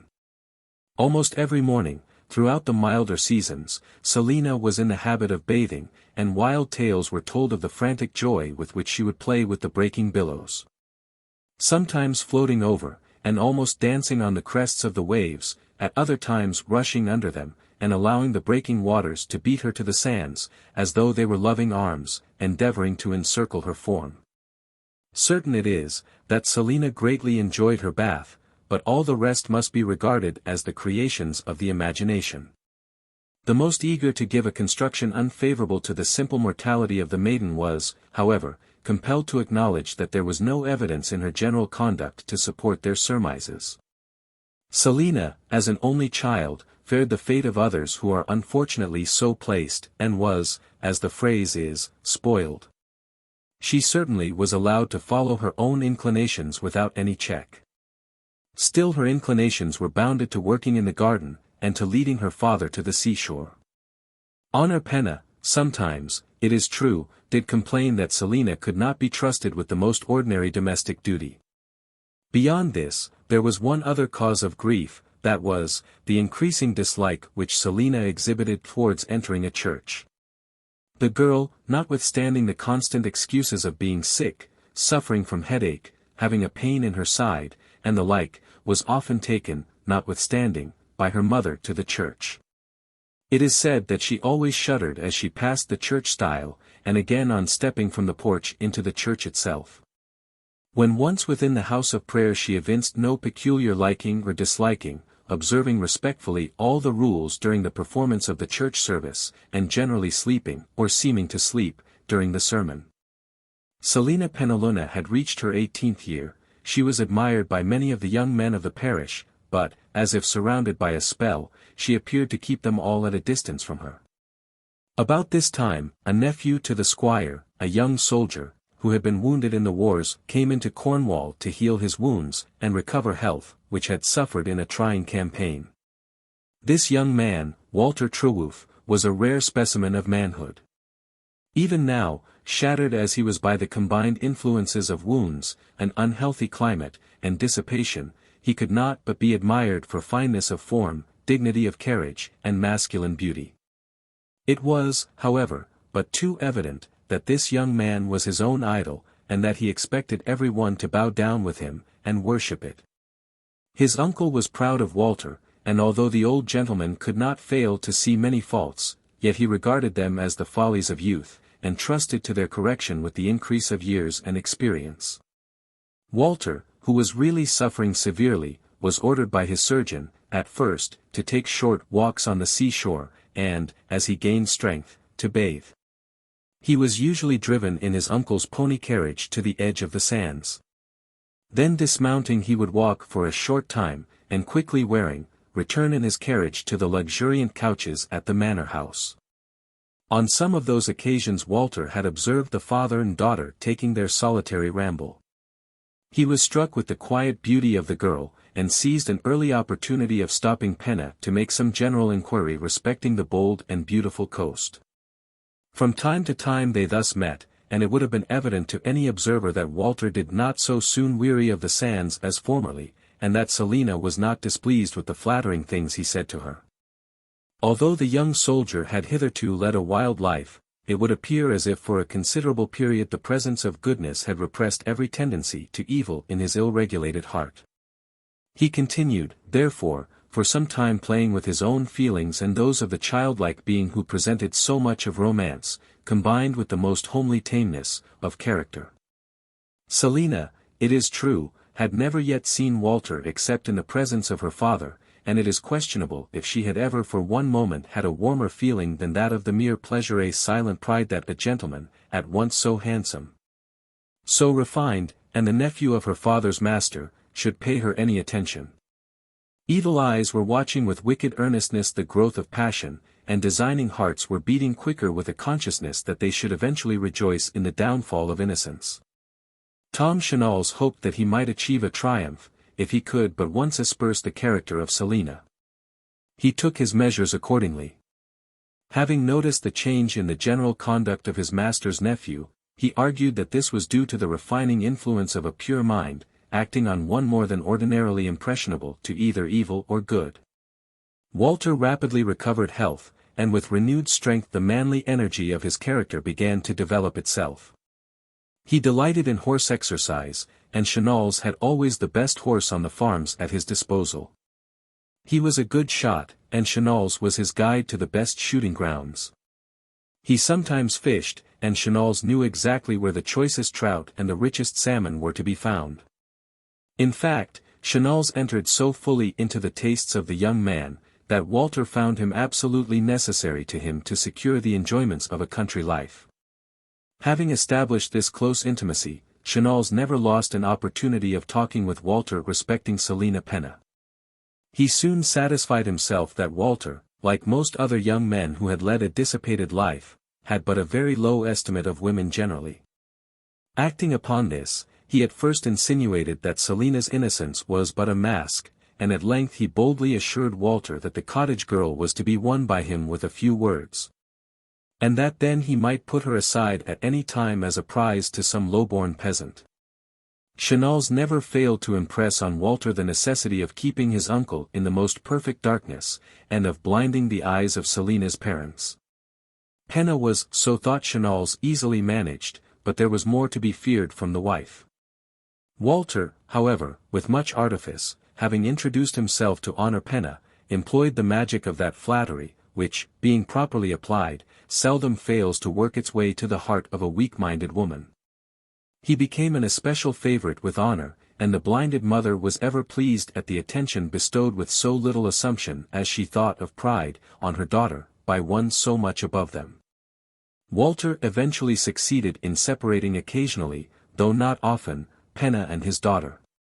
The witching whispers of unholy love were poured into the trusting ear. Guileless herself, this child woman suspected no guile in others, least of all in one whom she had been taught to look upon as a superior being to herself. Amongst the villagers, the constant attention of Walter Trewulf was the subject of gossip, and many an old proverb was quoted by the elder women, ill-naturedly, and implying that evil must come of this intimacy. Tom Chanals was now employed by Waiter to contrive some means by which he could remove Penna for a period from home. He was not long in doing this. He lent every power of his wicked nature to aid the evil designs of the young soldier, and thus he brought about that separation of father and child which ended in her ruin. Near the Land's End the squire possessed some farms, and one of them was reported to be in such a state of extreme neglect, through the drunkenness and consequent idleness of the tenant, that Chanals soon obtained permission to take the farm from this occupier, which he did in the most unscrupulous disregard for law or right. It was then suggested that the only plan by which a desirable occupier could be found, would be to get the farm and farm buildings into good condition, and that Penna, of all men, would be the man to bring this quickly about. The squire was pleased with the plan. Penna was sent for by him, and was proud of the confidence which his master reposed in him. There was some sorrow on his leaving home. He subsequently said that he had had many warnings not to go, but he felt that he dared not disoblige a master who had trusted him so far, so he went. Walter needed not any urging on the part of Chanals, though he was always ready to apply the spur when there was the least evidence of the sense of right asserting itself in the young man's bosom.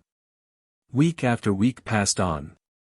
Walter had rendered himself a necessity to Selina. Without her admirer the world was cold and colorless. With him all was sunshine and glowing tints.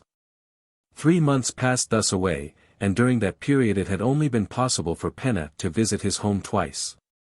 The father felt that something like a spirit of evil stood between him and his daughter. There was no outward evidence of any change, but there was an inward sense undefined, yet deeply felt like an overpowering fear that some wrong had been done. On parting, Penna silently but earnestly prayed that the deep dread might be removed from his mind.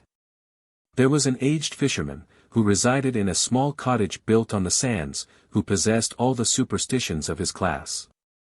This old man had formed a father's liking for the simple-hearted maiden, and he had persuaded himself that there really was some foundation for the tales which the gossips told. To the fisherman, Walter Trewulf was an evil genius. He declared that no good ever came to him, if he met Walter when he was about to go to sea.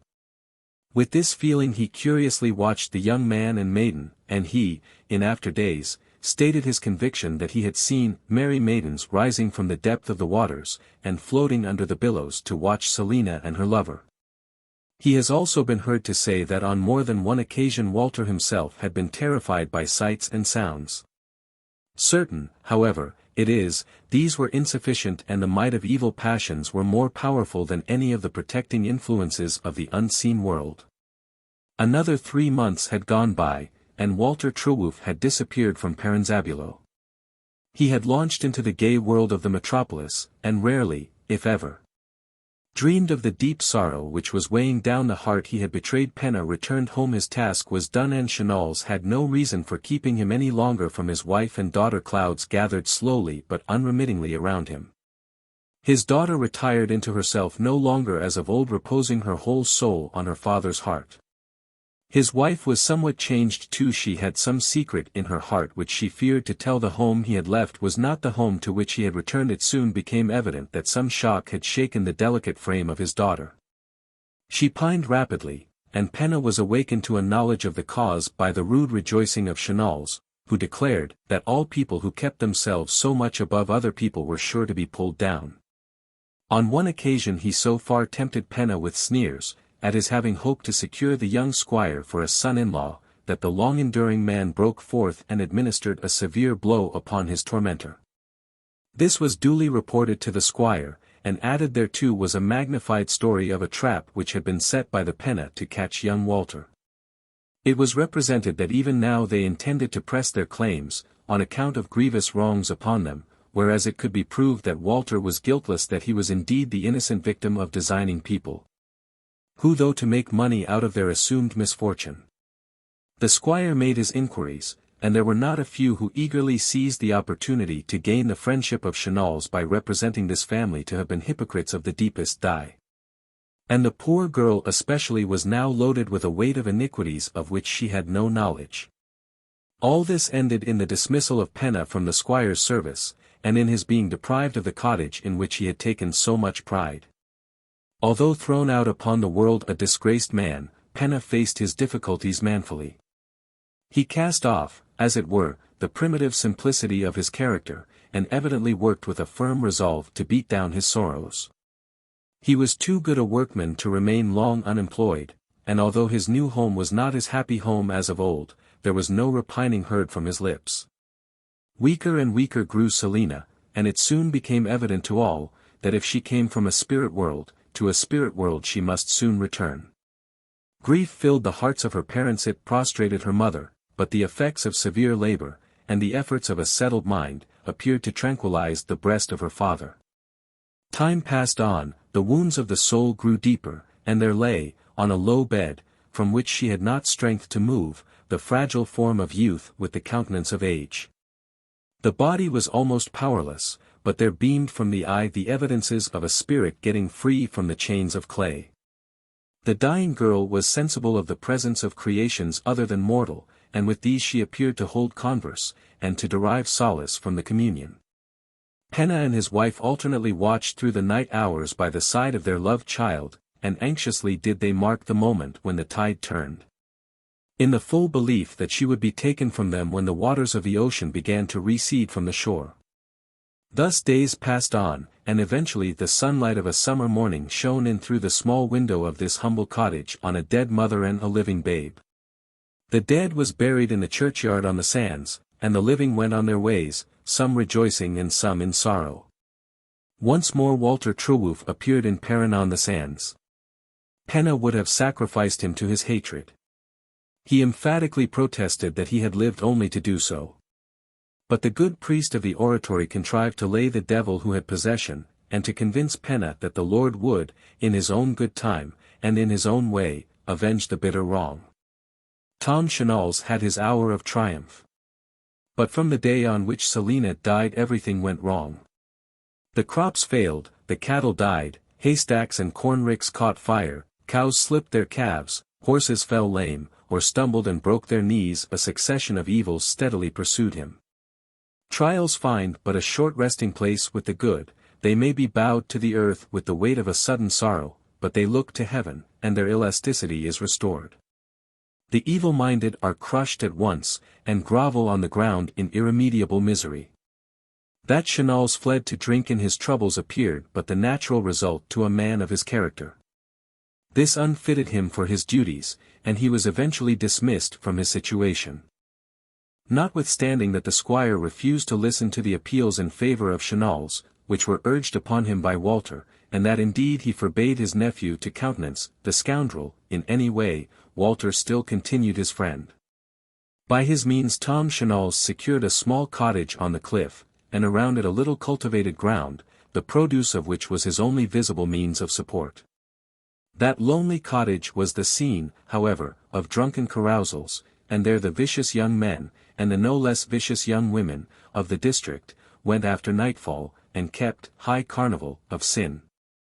Walter Trewulf came frequently amongst them, and as his purse usually defrayed the costs of a debauch, he was regarded by all with especial favour. One midnight, Walter, who had been dancing and drinking for some hours, left the cottage wearied with his excesses, and although not drunk, he was much excited with wine. His pathway lay along the edge of the cliffs, amidst bushes of furze and heath, and through several irregular, zigzag ways. There were lateral paths striking off from one side of the main path, and leading down to the seashore. Although it was moonlight, without being actually aware of the error, Walter wandered into one of those, and before he was awake to his mistake, he found himself on the sands. He cursed his stupidity, and, uttering a blasphemous oath, he turned to retrace his steps. The most exquisite music which ever flowed from human ups fell on his ear. He paused to listen, and collecting his unbalanced thoughts, he discovered that it was the voice of a woman singing a melancholy dirge. The stars are beautiful, when bright. They are mirrored in the sea. But they are pale beside that light, which was so beautiful to me. My angel child, my earth-born girl. From all your kindred riven. By the base deeds of a selfish churl. And to a sand-grave driven. How shall I win thee back to ocean? How canst thou quit thy grave? To share again the sweet emotion of gliding through the wave? Walter, led by the melancholy song, advanced slowly along the sands. He discovered that the sweet, soft sounds proceeded from the other side of a mass of rocks, which project far out over the sands, and that now, at low water, there was no difficulty in walking around it. Without hesitation he did so, and he beheld, sitting at the mouth of a cavern, one of the most beautiful women he had ever beheld. She continued her song, looking upwards to the stars, not appearing to notice the intrusion of a stranger. Walter stopped, and gazed on the lovely image before him with admiration and wonder, mingled with something of terror. He dared not speak, but fixed, as if by magic, he stood gazing on.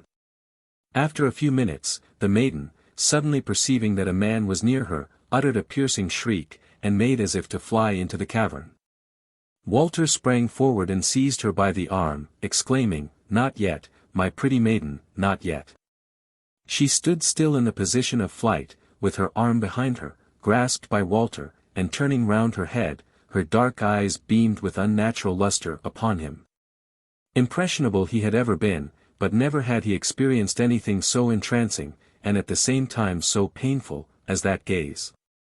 It was Selina's face looking lovingly upon him, but it seemed to possess some new power, a might of mind from which he felt it was impossible for him to escape. Walter slackened his hold, and slowly allowed the arm to fall from his hand. The maiden turned fully round upon him. "Go," she said. He could not move. Go, man, she repeated. He was powerless. Go to the grave where the sinless one sleepeth. Bring her cold corse where her guarding one weepeth. Look on her, love her again, aye. Betray her.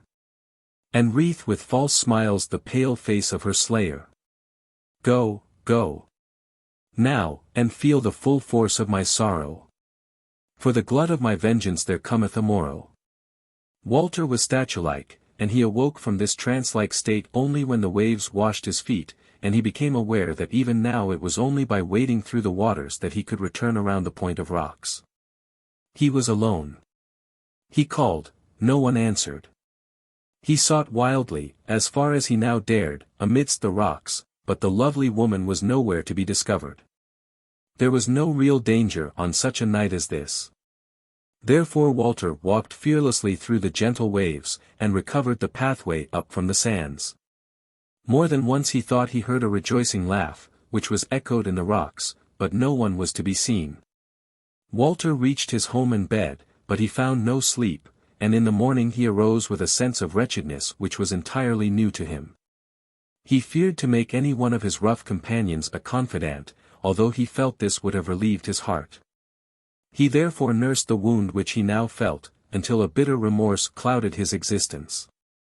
After some days, he was impelled to visit the grave of the lost one, and in the fullness of the most selfish sorrow, he sat on the sands and shed tears.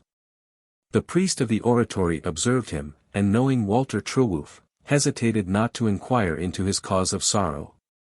His heart was open to the holy man, and the strange tale was told, the only result being, that the priest felt satisfied it was but a vivid dream, which had resulted from a brain overexcited by drink.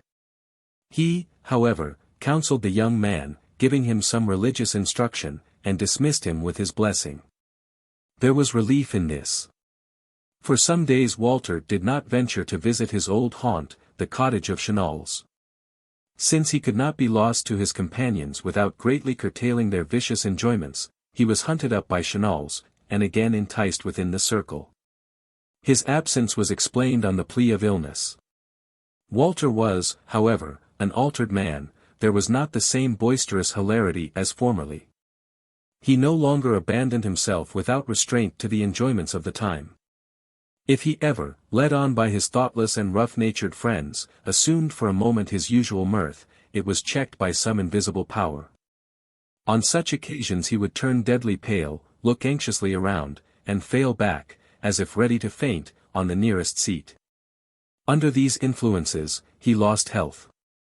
His uncle, who was really attached to his nephew, although he regretted his dissolute conduct, became now seriously alarmed. Physicians were consulted in vain. The young man pined, and the old gossips came to the conclusion that Walter Trewulf was ill-wished, and there was a general feeling that Penna or his wife was at the bottom of it. Walter, living really on one idea, and that one the beautiful face which was, and yet was not, that of Selina, resolved again to explore the spot on which he had met this strange being, of whom nothing could be learned by any of the covert inquiries he made. He lingered long ere he could resolve on the task. But wearied, worn by the oppression of one undefined idea, in which an intensity of love was mixed with a shuddering fear, he at last gathered sufficient courage to seize an opportunity for again going to the cavern. On this occasion, there being no moon, the night was dark, but the stars shone brightly from a sky, cloudless, save a dark mist which hung heavily over the western horizon. Every spot of ground being familiar to him, who, boy and man, had traced it over many times, the partial darkness presented no difficulty. Walter had scarcely reached the level sands, which were left hard by the retiring tide, than he heard again the same magical voice as before. But now the song was a joyous one, the burthen of it being, "Join all hands. Might and main. Weave the sands. Form a chain. He, my lover, comes again." He could not entirely dissuade himself but that he heard this repeated by many voices. But he put the thought aside, referring it, as well he might, to the numerous echoes from the cavernous openings in the cliffs. He reached the eastern side of the dark mass of rocks, from the point of which the tide was slowly subsiding. The song had ceased, and a low moaning sound, the soughing of the wind, passed along the shore. Walter trembled with fear, and was on the point of returning, when a most flute-like murmur rose from the other side of the rocky barrier, which was presently moulded into words. From your couch of glistering pearl, slowly, softly, come away. Our sweet earth child, lovely girl, died this day, died this day. Memory told Walter that truly was it the anniversary of Selina Penelonna's death, and to him every gentle wave falling on the shore sang, or murmured, died this day, died this day. The sand was left dry around the point of the rocks, and Walter, impelled by a power which he could not control, walked onward. The moment he appeared on the western side of the rock, a wild laugh burst into the air, as if from the deep cavern before him, at the entrance of which sat the same beautiful being whom he had formerly met. There was now an expression of rare joy on her face, her eyes glistened with delight, and she extended her arms, as if to welcome him. Was it ever your wont to move so slowly towards your loved one? Walter heard it was Selina's voice. He saw it was Selina's features, but he was conscious it was not Selina's form. Come, sit beside me, Walter, and let us talk of love. He sat down without a word, and looked into the maiden's face with a vacant expression of fondness. Presently she placed her hand upon his heart, a shudder passed through his frame, but having passed, he felt no more pain, but a rare intensity of delight. The maiden wreathed her arm around his neck, drew Walter towards her, and then he remembered how often he had acted thus towards Selina. She bent over him and looked into his eyes. In his mind's mirror he saw himself looking thus into the eyes of his betrayed one. You loved her once, said the maiden. I did indeed, answered Walter, with a sigh. As you loved her, so I love you, said the maiden, with a smile which shot like a poisoned dart through Walter's heart. She lifted the young man's head lovingly between her hands, and bending over him, pressed her lips upon and kissed his forehead. Walter curiously felt that although he was the kissed, yet that he was the kisser. Kisses, she said, are as true at sea as they are false on land. You men kiss the earth-born maidens to betray them. The kiss of a sea child is the seal of constancy. You are mine till death. Death, almost shrieked Walter. A full consciousness of his situation now broke upon Walter. He had heard the tales of the gossips respecting the mermaid origin of Selina, but he had laughed at them as an idle fancy. He now felt they were true. For hours Walter was compelled to sit by the side of his beautiful tormentor, every word of assumed love and rapture being a torture of the most exquisite kind to him. He could not escape from the arms which were wound around him. He saw the tide rising rapidly. He heard the deep voice of the winds coming over the sea from the far west. He saw that which appeared at first as a dark mist, shape itself into a dense black mass of cloud, and rise rapidly over the star-bedecked space above him. He saw by the brilliant edge of light which occasionally fringed the clouds that they were deeply charged with thunder. There was something sublime in the steady motion of the storm. And now the roll of the waves, which had been disturbed in the Atlantic, reached our shores, and the breakers fell thunderingly within a few feet of Walter and his companion. Paroxysms of terror shook him, and with each convulsion he felt himself grasped with still more ardor, and pressed so closely to the maiden's bosom, that he heard her heart dancing of joy. At length his terrors gave birth to words, and he implored her to let him go. The kiss of the sea child is the seal of constancy. Walter vehemently implored forgiveness. He confessed his deep iniquity. He promised a life of penitence. Give me back the dead, said the maiden bitterly, and she planted another kiss, which seemed to pierce his brain by its coldness, upon his forehead. The waves rolled around the rock on which they sat, they washed their seat. Walter was still in the female's grasp, and she lifted him to a higher ledge. The storm approached. Lightning struck down from the heavens into the sands, and thunders roared along the iron cliffs. The mighty waves grew yet more rash, and washed up to this strange pair, who now sat on the highest pinnacle of the pile of rocks. Walter's terrors nearly overcame him. But he was roused by a liquid stream of fire, which positively hissed by him, followed immediately by a crash of thunder, which shook the solid earth. Tom Chanel's cottage on the cliff burst into a blaze, and Walter saw, from his place amidst the raging waters, a crowd of male and female roisterers rush terrified out upon the heath, to be driven back by the pelting storm. The climax of horrors appeared to surround Walter. He longed to end it in death, but he could not die. His senses were quickened. He saw his wicked companion and evil adviser struck to the ground, a blasted heap of ashes, by a lightning stroke, and at the same moment he and his companion were borne off the rock on the top of a mountainous wave, on which he floated. The woman holding him by the hair of his head, and singing in a rejoicing voice, which was like a silver bell heard amidst the deep bass bellowings of the storm. Come away, come away. O'er the waters wild. Our earth-born child. Died this day, died this day. Come away, come away. The tempest loud weaves the shroud for him who did betray. Come away, come away. Beneath the wave. Leath the grave. Of him we slay, him we slay. Come away, come away.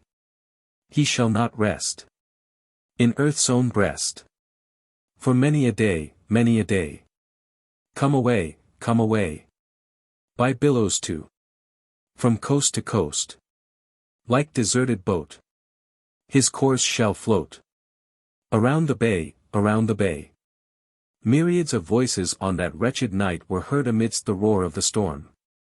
The waves were seen covered with a multitudinous host, who were tossing from one to the other the dying Walter Trewulf, whose false heart thus endured the vengeance of the mermaid, who had, in the fondness of her soul, made the innocent child of humble parents the child of her adoption. 78. Romances of the Rocks. Cromlech and Druid Stones. Among the rocks and stones, methinks I see more than the heedless impress that belongs to lonely nature's casual work. They bear a semblance strange of power intelligent, and of design not wholly worn away. The Excursion, Wordsworth. Surely there is a hidden power that reigns mid the lone majesty of untamed nature, controlling sober reason. Caractacus, William Mason. It is a common belief amongst the peasantry over every part of Cornwall, that no human power can remove any of those stones which have been rendered sacred to them by traditionary romance. Many a time have I been told that certain stones have been removed by day, but that they always returned by night to their original positions, and that the parties who had dared to tamper with those sacred stones were punished in some way. When the rash commander of a revenue cutter landed with a party of his men and overturned the Logan Rock, to prove the folly of the prevalent superstition, he did but little service in dispelling an old belief, but proved himself to be a fool for his pains. I could desire, for the preservation of many of our Celtic remains, that we could impress the educated classes with a similar reverence for the few relics which are left to us of an ancient and a peculiar people, of whose history we know so little, and from whose remains we might, by careful study, learn so much. Those poised stones and perforated rocks must be of high antiquity, for we find the Anglo-Saxons making laws to prevent the British people from pursuing their old pagan practices. 79.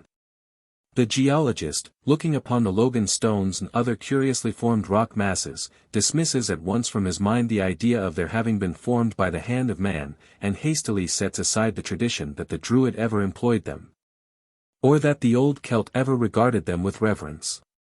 There cannot be a doubt but that many huge masses of granite are, by atmospheric causes, now slowly passing into the condition required for the formation of a Logan rock. It is possible that in some cases the weathering may have gone on so uniformly around a stone, as to poise it so exactly that the thrust of a child will shake a mass many tons in weight. The result, however, of my own observations, made with much curiosity and considerable care, has been to convince me, that in by far the greatest number of instances the disintegration, though general around the line of a bedway or horizontal joint, has gone on rapidly on the side exposed to the beat of the weather, while the opposite extremity has been but slightly worn. Consequently, the stones have a tendency to be depressed on the sheltered side. With a little labor man could correct this natural defect, and with a little skill make a poised stone. We have incontrovertible evidence that certain poised stones have been regarded, through long periods of time, as of a sacred character. Whether these stones were used by the Druids, or merely that the ignorant people supposed them to have some peculiar virtue, I care not. The earliest inhabitants of Cornwall, probably Celts 80, were possessed with some idea that these stones were connected with the mysteries of existence. And from father to son, for centuries, notwithstanding the introduction of Christianity, these stones have maintained their sacred character. Therefore, may we not infer that the leaders of the people availed themselves of this feeling? And finding many rocks of a gigantic size, upon which nature had begun the work, they completed them, and used the mighty moving masses to impress with terror the principle by which they ruled the untaught, but poetically constituted minds of the people. Dr. Borlase has been laughed at for finding rock basins, the works of the Druids, in every granitic mass. At the same time, those who laugh have failed to examine those rock masses with unprejudiced care, and hence they have erred as wildly as did the Cornish antiquary, but in a contrary direction. Hundreds of depressions are being formed by the winds and rains upon the faces of the granite rocks. With these no Druid ever perplexed himself or his people. But there are numerous hollows to be found in large flat rocks which have unmistakably been formed, if not entirely, partly by the hands of man. The Sacrificing Rock, or Cambria, is a remarkable example. The larger hollows on the Men Rock, in Constantine, several basins in the Logan Rock group, and at Camboscowan, may be referred to as other examples. With these remarks, I proceed to notice a few of the most remarkable rock masses with which tradition has associated some tale. The Logan or Loging Rock. It may be observed that I have always used the words Loging Rock for the celebrated stone at Tregeagle Dinas. Much learned research seems to have been idly expended on the supposed name, Logan Rock. To log is a verb in general use throughout Cornwall for vibrating or rolling like a drunken man. And is frequently heard in provincial pronunciation for tug, characteristic of the modem present participle. The Loging Rock is, therefore, strictly descriptive of its peculiar motion. Davies Gilbert. Madrid, in Mason's Caractacus, addressing the Linus and Elidurus, says, "Thither, youths, turn your astonished eyes. Behold yon huge and unhewn sphere of living adamant, which, poised by magic, rests its central weight on yonder pointed rock, firm as it seems. Such is the strange and virtuous property. It moves obsequious to the gentlest touch of him whose breath is pure. But to a traitor, though even a giant's prowess nerved his arm, it stands as fixed as Snowdon." This faithfully preserves the traditionary idea of the purposes to which this in every way remarkable rock was devoted. Up to the time when Lieutenant Goldsmith, on the 8th of April, 1824, slid the rock off from its support, to prove the falsehood of Dr. Borlase's statement, that it is morally impossible that any lever, or, indeed, force, however applied in a mechanical way, can remove it from its present position. The Logan Rock was believed to cure children, who were rocked upon it at certain seasons, of several diseases. But the charm is broken, although the rock is restored. 81. Mincamber, Mainamber or Ambrose's Stone. Mighty Logan Stone was poised and blessed by Ambrose Merlin, not far from Penzance. So great, says Drayton, in his Polyalbion, that many men's united strength cannot remove it, yet with one finger you may wag it. Merlin proclaimed that this stone should stand until England had no king. And Scawen tells us. Here, too, we may add what wrong another sort of strangers have done to us, especially in the civil wars, and in particular by the destroying of Mincamber, a famous monument, being a rock of infinite weight, which, as a burden, was laid upon other great stones, and yet so equally thereon poised up by nature only, that a little child could instantly move it, but no one man, or many, remove it. This natural monument all travellers that came that way desired to behold. But in the time of Oliver's usurpation, when all monumental things became despicable, one shrubs all, one of Oliver's heroes, then governor of Pendens, by labour and much ado, caused to be undermined and thrown down. To the great grief of the country, but to his own great glory, as he thought. Doing it, as he said, with a small cane in his hand. I myself have heard him to boast of this act, being a prisoner under him. 82. So was Merlin's prophecy fulfilled. Zenner Coites. Taylor Stevens, lately deceased, who was for some time the rural postman of Zenner, sought, in his poem, The Chief of Barathenac, to embody in a story some descriptions of the Zenner Coites and other rock curiosities. I employed this man for some weeks to gather up for me all that remained of legendary lore in Zenner and Morva. He did his work well, and from his knowledge of the people, he learned more from them than any other man could have done. The results of his labors are scattered through these volumes. C. Taylor Stevens wrote me on the subject of the cromlechs as follows. Superstitious belief respecting the quoits. I was in the neighborhood of Zenner in 1859, and by accident came across the Zenner cromlech, and was struck with the mode of its construction, not having heard of its existence before. And thinking it bore some resemblance to the druidical altars I had read of, I inquired of a group of persons who were gathered round the village smithery, whether any one could tell me anything respecting the heap of stones on the top of the hill. Several were in total ignorance of their existence. One said, "'Tes called the giant's kite, that's all I know." At last, one more thoughtful, and one who, I found out, was considered the wiseacre and oracle of the village, looked up and gave me this important piece of information: "Them air rocks were put there afore you nor me was born or thoft ov. But who donned es a puzzler to everybody in Sunner, Zenner. I do believe these put up there when thes air world was made, but whether they was or no don't very much matter by how accounts. Thes I'd know, that nobody can't take car awa. If anybody was to, they'd be brought there agin. He's an ef they was tucked awa one night, they's sure to be how right up top o, th hill fust thing in morning. But I can't tell as much as Posson can, ef you dz he d tell he how about et. In one of the notes received from the poet and postman he gives a curious instance of the many parts a man played in those remote districts but a few years since. My venerable grandpapa was well known by all the old people. For he was not only a local preacher, but a charmer, a botanist, a veterinary surgeon, a secretary to a burial and sick benefit society, and, moreover, the blacksmith of the neighborhood. The Menontoll. Not more than 2 miles from Penzance stands the celebrated cromlech of Lannion, often pronounced Lanine. This, like all the other cromlechs, marks, no doubt, the resting place of a British chieftain, many of whose followers repose within a short distance of this, the principal monument. Beyond the village of Lannion, on a furzy down, stands the Menontoll, or the Hold Stone. For some purpose it is in vain to speculate on it now. The bardic priesthood employed this stone, and probably the superstition which attaches to it may indicate its ancient uses.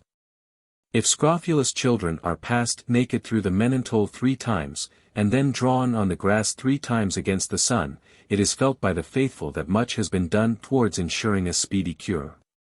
Even men and women who have been afflicted with spinal diseases, or who have suffered from scrofulous taint, have been drawn through this magic stone, which all declare still retains its ancient virtues. If 2 brass pins are carefully laid across each other on the top edge of this stone, any question put to the rock will be answered, by the pins acquiring, through some unknown agency, a peculiar motion.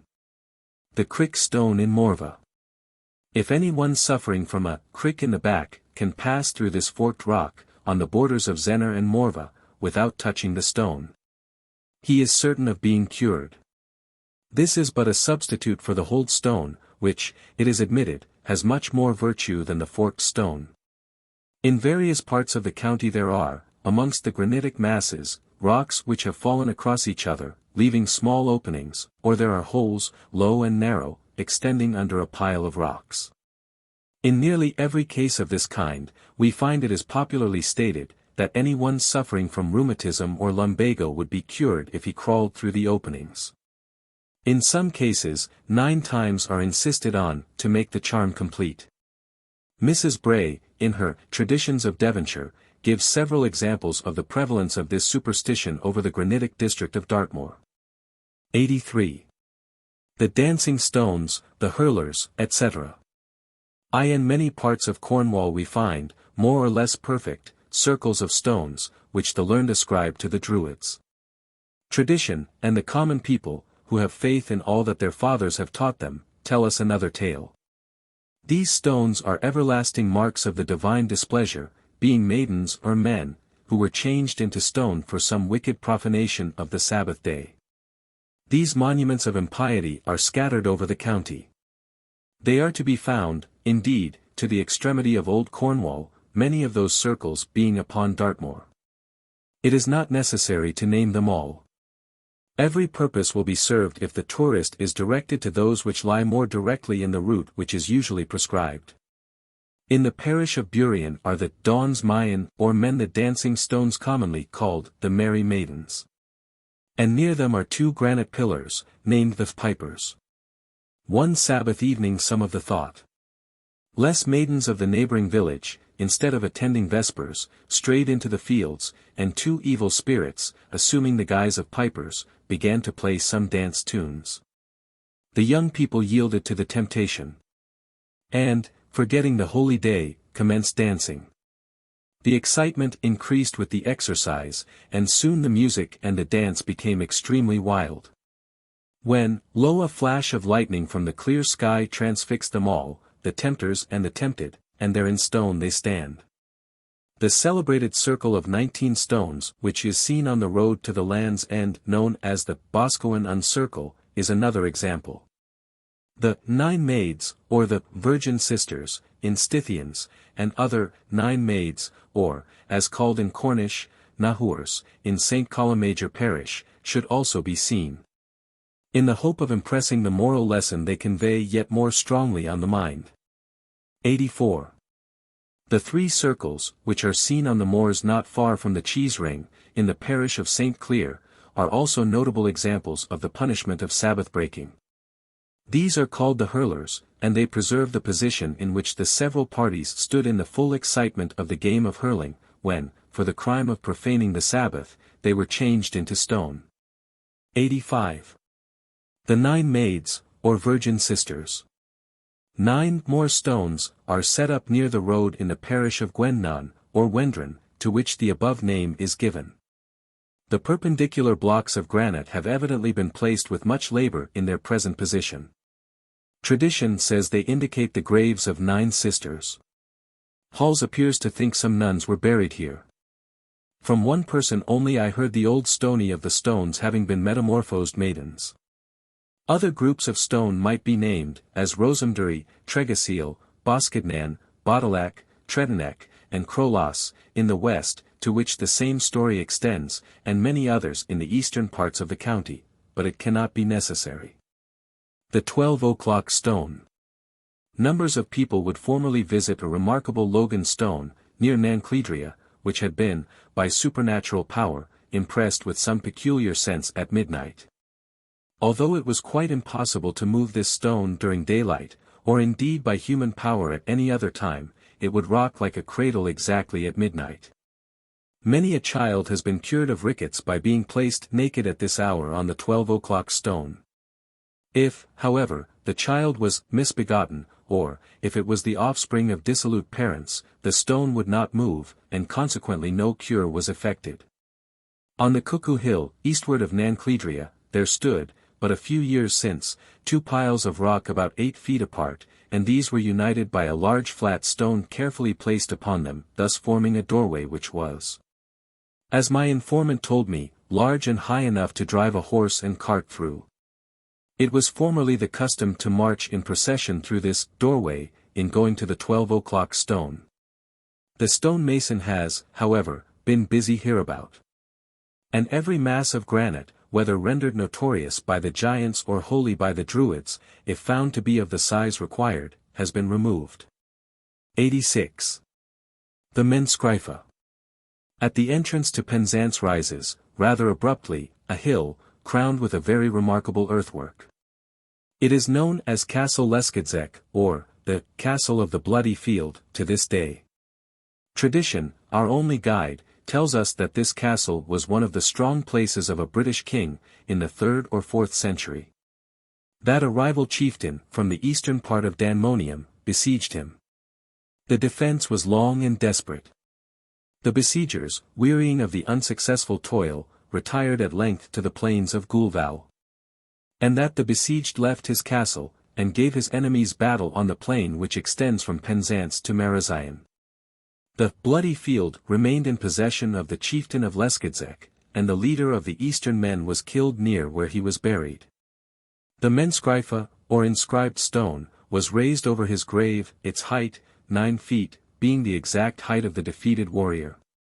Ryalobran Cunnival Phil is engraven on the block, thus handing to us the name of the unfortunate warrior, who was probably the son of the hero from whom Gulval draws its name, and if so, may we not suppose that he was but endeavoring to recover the possessions which once belonged to his parent. Table Men. The Saxon king's visit to the Land's End. At a short distance from Sennen church, and near the end of a cottage, is a block of granite, nearly 8 feet long, and about 3 feet high. This rock is known as the Table Men, or Table Main, which appears to signify the stone table. At Bosavern, in St. Just, is a somewhat similar fiat stone, and the same story attaches to each.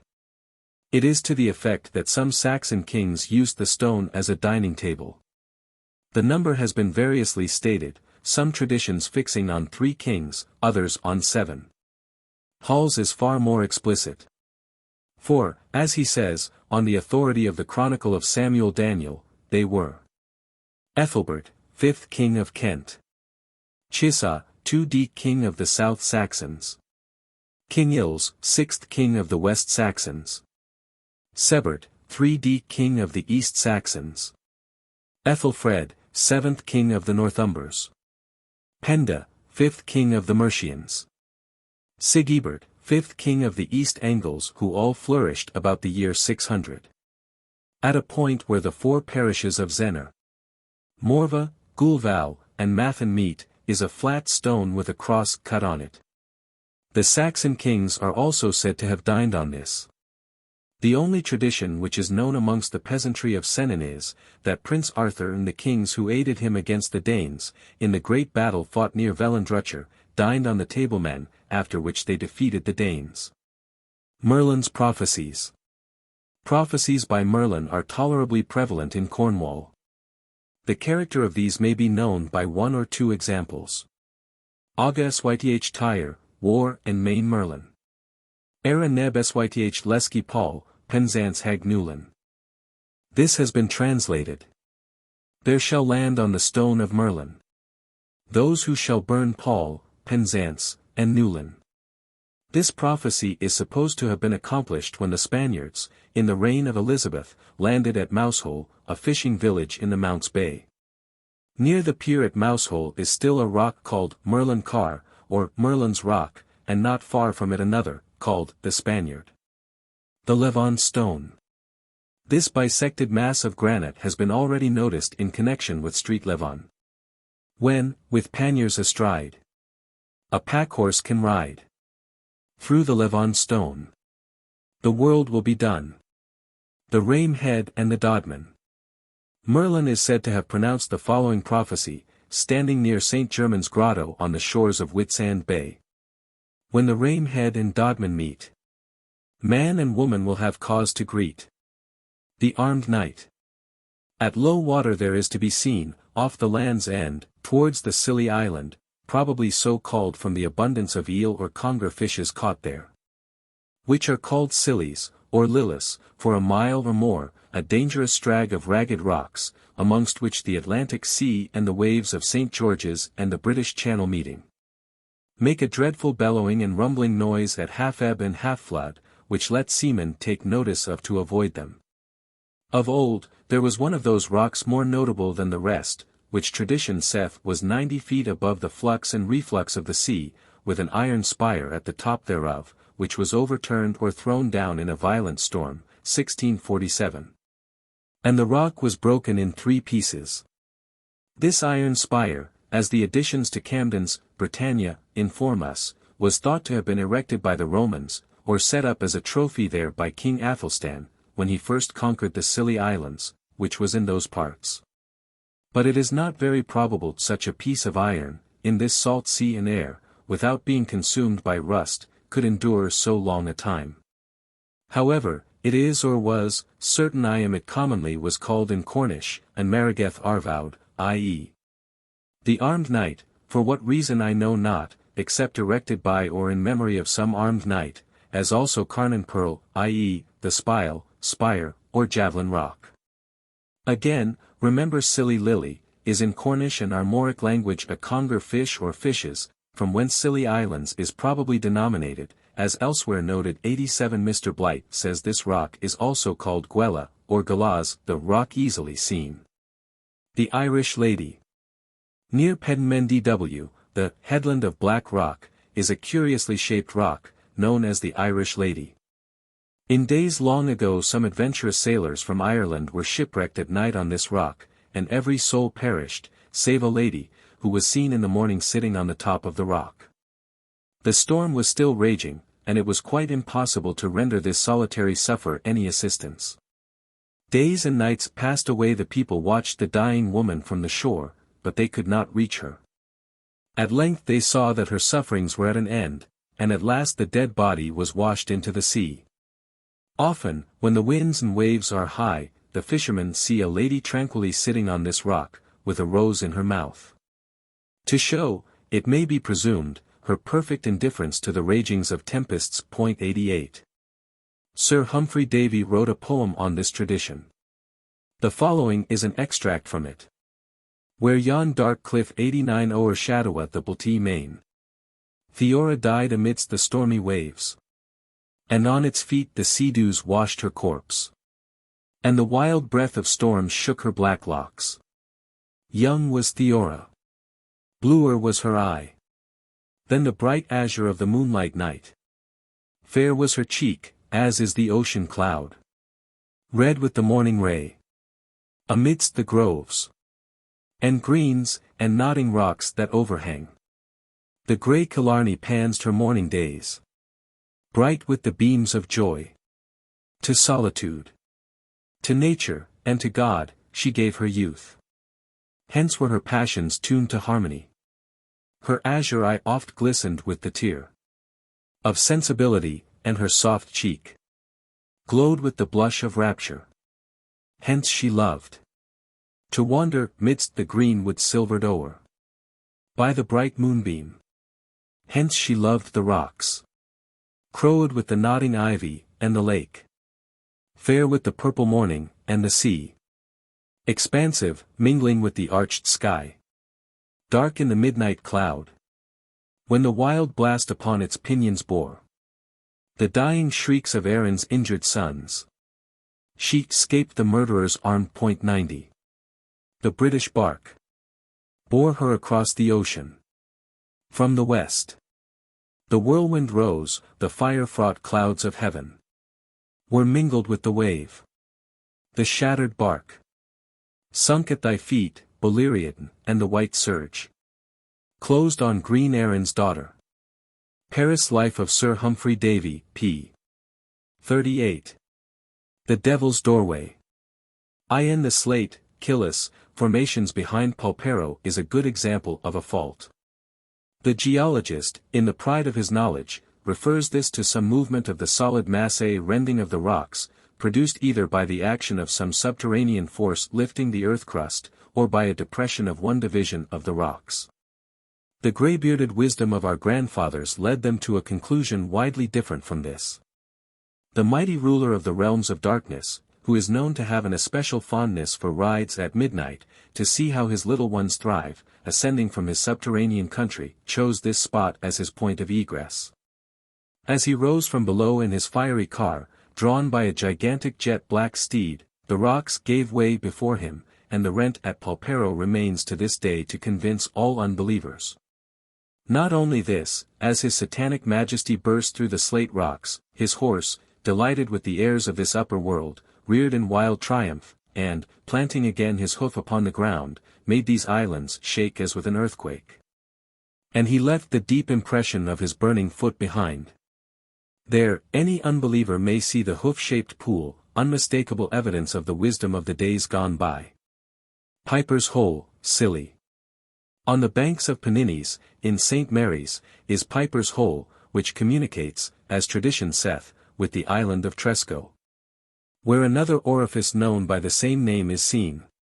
Going in at the orifice at Pennines banks in St. Mary's, it is above man's height, and of as much space in its breadth, but grows lower and narrower farther in a little beyond which entrance appear rocky basins, or reservoirs, continually running over with fresh water, descending as it distills from the sides of the rocky passage. By the fall of water heard further in, it is probable there may be rocky descents in the passage. The drippings from the sides have worn the passage, as far as it can be seen, into very various angular surfaces. Strange stories are related of this passage, of men going so far in that they never returned, of dogs going quite through, and coming out at Tresco, with most of their hair off, and such like incredibles. But its retired situation, where lovers retreat to indulge their mutual passion has made it almost as famous as the cave wherein Dido and Aeneas met of old. Its water is exceeding good. 91. The Devil's Colts, etc.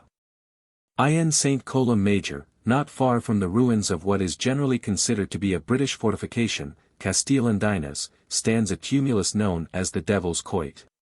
It is curious to find one tradition directly contradicting another. We are told, on the one hand, that the devil never came into Cornwall, because, when he crossed the Tamar, and made Torpoint for a brief space his resting place, he could not but observe that everything, vegetable or animal, was put by the Cornish people into a pie.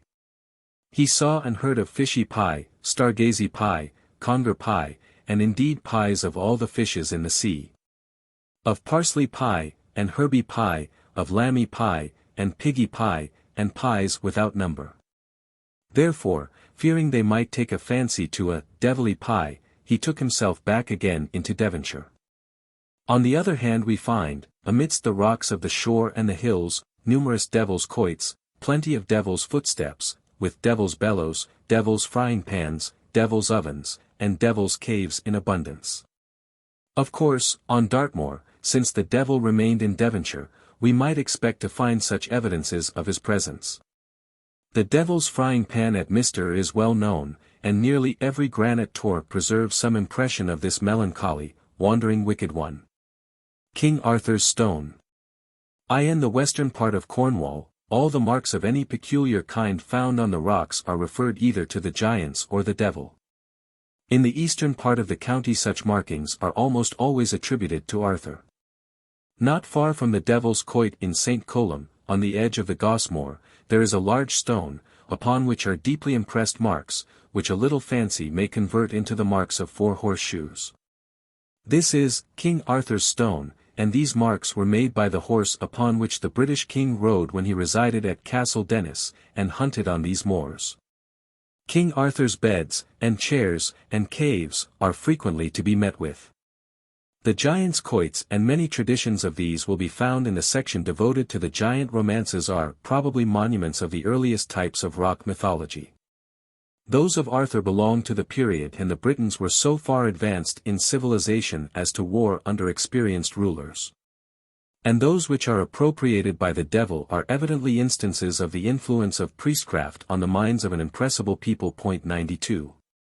The Cock Crow Stone.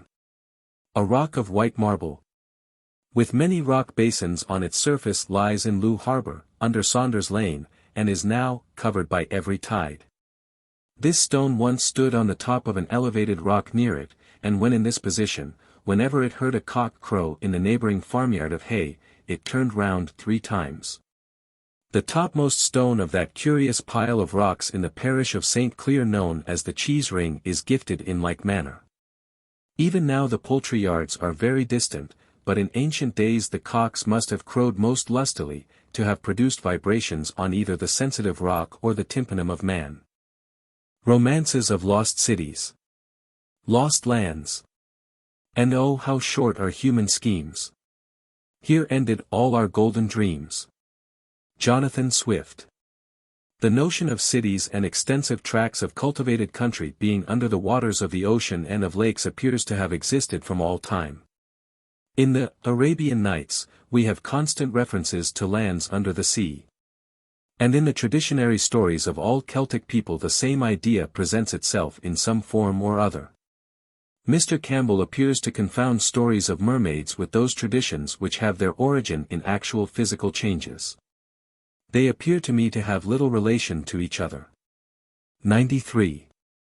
In addition to the traditions given of large tracts of land which have been lost in the sea, I have given those which relate to cities, or towns, or churches which have been buried in the sands. These traditions are of the same general character. This subject deserves a much more careful investigation than it has yet received. I hope simply to draw attention to the subject, and to show that those dim traditions point to some buried truth. They are like the buried lights which are supposed to indicate the resting places of the dead. The tradition of the lioness or lethoso. Those who may stand on the extreme point of the land's end, and looking over that space where the waters of the Atlantic mix with those of the British Channel, see in the far distance the Scilly Islands, will have to call upon their imagination to conceive that these broad waters roll over a country which has existed within historic time. A region of extreme fertility, we are told, once united the Scilly Islands with western Cornwall. A people, known as the Silures, inhabited this tract which has been called the Lioness, or sometimes Lethoso, who were remarkable for their industry and their piety. No less than 140 churches stood over that region, which is now a waste of waters, and the rocks called the Seven Stones are said to mark the place of a large city. Even tradition is silent on the character of this great cataclysm. We have only one hint and we know not its value, which appears to show that the deluge was comparatively gradual. One of the ancestors of the Trevilians is said to have had time to remove his family and his cattle. But at last he had to fly himself with all the speed which a fleet horse could give him.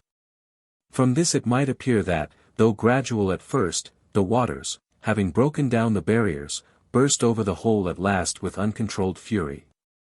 A small, but very ancient, oratory, Chapel Idni, or the Narrow Chapel, formerly stood in Sennen Cove. It is said to have been founded by one Lord of Goonhilly, who owned a portion of the Lioness, on the occasion of his escape from the flood. By this war of waters several large towns were destroyed, and an immense number of the inhabitants perished. In the absence of full traditional evidence, it will not be uninteresting to gather together the fragmentary statements which exist in the writings of historians and others. The number of parish churches lost is so astonishingly great as to baffle the power of evidence, to preclude the possibility of conviction. I, therefore, take upon me to reduce the number from 140 to 40, to cut off what any dash of Worcester's pen might casually have created, the first figure. Whitaker's supplement to Polwheel's History of Cornwall. The Saxon Chronicle says the Lioness was destroyed on the 11th of November, 1099. On the 3rd of the nones of November, 1099, the sea overflowed the shore, destroying towns and drowning many persons and innumerable oxen and sheep. The Chronicle of Florence of Worcester, translated by Thomas Forrester, A. M. Bone, 1854. Salinus, Cap 22, applies Siluria to the country lying west of the Land's End. His words are, Silurum quoque insulum ab ora quam gens Britannia dunmonii tenent, turbitum freedom distinguit. There is a tradition that there formerly existed a large tract of land between the Land's End and the Scilly Islands, called the Lioness, which was destroyed by an inundation of the sea. One of the family of Trevilian now residing in Somerset, but originally Cornish, saved himself by the assistance of his horse at the time of this inundation. And it is reported that the arms of this family were taken from his fortunate escape, to commemorate his providential preservation. Drew and Hitchens, Cornwall. A cave is pointed out in Perran, where the ancestor of the Trevilians is said to have been borne on shore, by the strength of his horse, from the destruction of the Lioness country west of the Land's End. The Trevilian family are too old, too honorable, and now too much distinguished by science, for them to covet any addition of honor through the medium of fabulous history. It is recorded in the Saxon Chronicle that, in the year 1099, there was so very high a tide, and the damage so great in consequence, that men remembered not the like to have ever happened before, and the same day was the first of the new moon. Stowe, who wrote his History of England about the year 1580, notices the great tide of 1099, when he says, "The sea brake in over the banks of the Thames and other rivers, drowning many towns and much people, with innumerable numbers of oxen and sheep. At which time the lands in Kent, that sometime belonged to Duke Gosawine, Earl of Kent, were covered with sandies and drowned, which are to this day called Godwine sandies." On the slender foundation of these alluvial catastrophes, Florence of Worcester either invented, or, with more than monkish credulity, received the tale of a whole district being engulfed, not at some remote geological period, but in what may be considered as the recent times of authentic history, after the existence of systematic registers and records. A district covered, as he states, by a city and by 140 churches, with their accompanying villages, farms, and an event that must have shaken the whole of Europe. And, to increase the wonder, a gentleman, accidentally on horseback, is carried by this animal to the neighboring shore of Whitsand Bay, or 20 miles further off, to Perran, through a sea which had swallowed an entire country, and from which the largest of modern vessels could not possibly have escaped. This idle tale, related by one writer after another, has almost reached our own times. The editor remembers a female relation of a former vicar of St. Earth who, instructed by a dream, prepared decoctions of various herbs, and, repairing to the land's end, poured them into the sea, with certain incantations, expecting to see the lioness country rise immediately out of the water, having all its inhabitants alive, notwithstanding their long submersion. But perchance some form was unobserved. Perchance in prayer or faith she swerved. No country appeared, and although the love of marvelous events, and of tales exciting the passions, seems not to have diminished in recent times, yet the editor is unaware of any subsequent attempt having been made to rescue those unfortunate people from their protracted state of suspended animation. The Parochial History of Cornwall, by Davies Gilbert, Volume 3. Pages 109, 110. Although a sweep of ocean, 27 miles in breadth, separates at present the land's end from the Scilly Islands, there can yet be little doubt of their having been heretofore united to each other by the mainland. The records of history indeed do not rise so high as the era when this disjunction was first effected. But we have documents yet remaining which prove to us that this strait must have been considerably widened, and the number of the Scilly Islands greatly increased within the last 16 or 17 centuries. By the waters of the Atlantic, receding probably from the coast of America, pressing towards this coast of Britain, accumulating upon Bolerium, an overwhelming part of the western shores of Cornwall. Strabo expressly tells us that the Cassiterides, so called from the Greek name of tin, there produced, were in his time only 10 in number, whereas they are now divided into 140 rocky islets. Solinus also makes mention of a large and respectable island, called Silura, evidently the Scilly of present times, lying on Damnonian or Cornish coast, and separated from the mainland by a strait turbulent and dangerous character which sufficiently marks the compression of its waters.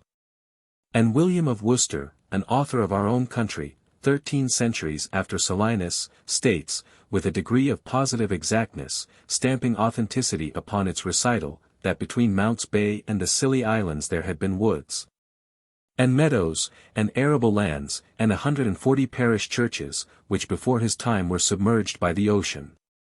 Uninterrupted tradition since this period, which subsists to the present day vigorous and particular, authenticates his account, and leaves no doubt upon the wind that a vast tract of land, which stretched anciently from the eastern shore of Mounts Bay to the northwestern rock of Scilly, with the exception of the narrow strait flowing between the long ships and Land's End, has, since the age of Strabo and Solinus, and previous to that of William of Worcester, been overwhelmed and usurped by the waves of the sea. The depth of the water at the Land's End is about 11 fathoms, at the long ships, 8, to the north of them, 20, to the south, 30, and 25, 20, and 15 fathoms between them and the northwest of Scilly. The shallowest water occurs in the mid-space between Cornwall and the Isles. A tour through Cornwall in the autumn of 1808, by the Reverend Richard Warner. Yet the cause of that inundation, which destroyed much of these islands, the Scilly Islands, might reach also to the Cornish shores, is extremely probable, there being several evidences of a like subsidence of the land in the Mounts Bay. The principal anchoring place, called a lake, is now a haven, or open harbour. The Mount, from its Cornish name, we must conclude to have stood formerly in a wood, but now, at full tide, is half a mile from the sea, and not a tree near it. And in the sandy beach betwixt the Mount and Penzance, where the sands have been dispersed by violent high tides, I have seen the trunks of several large trees in their natural position. Borlase, Phil. Trans, Volume 48. Part 1. That Cornwall once extended further west may be inferred from hence, that about midway between the Land's End and Scilly are rocks called in Cornish Lethoso, by the English, 7 stones. The Cornish call the places within the stones Tregva, i.e., a dwelling, and it has been reported that windows and other stuff have been fished up, and that fishermen still see tops of houses under water. From the Land's End to Scilly, a tract of 30 miles, is an equal depth of water, and the bottom of the sea a plain, level surface.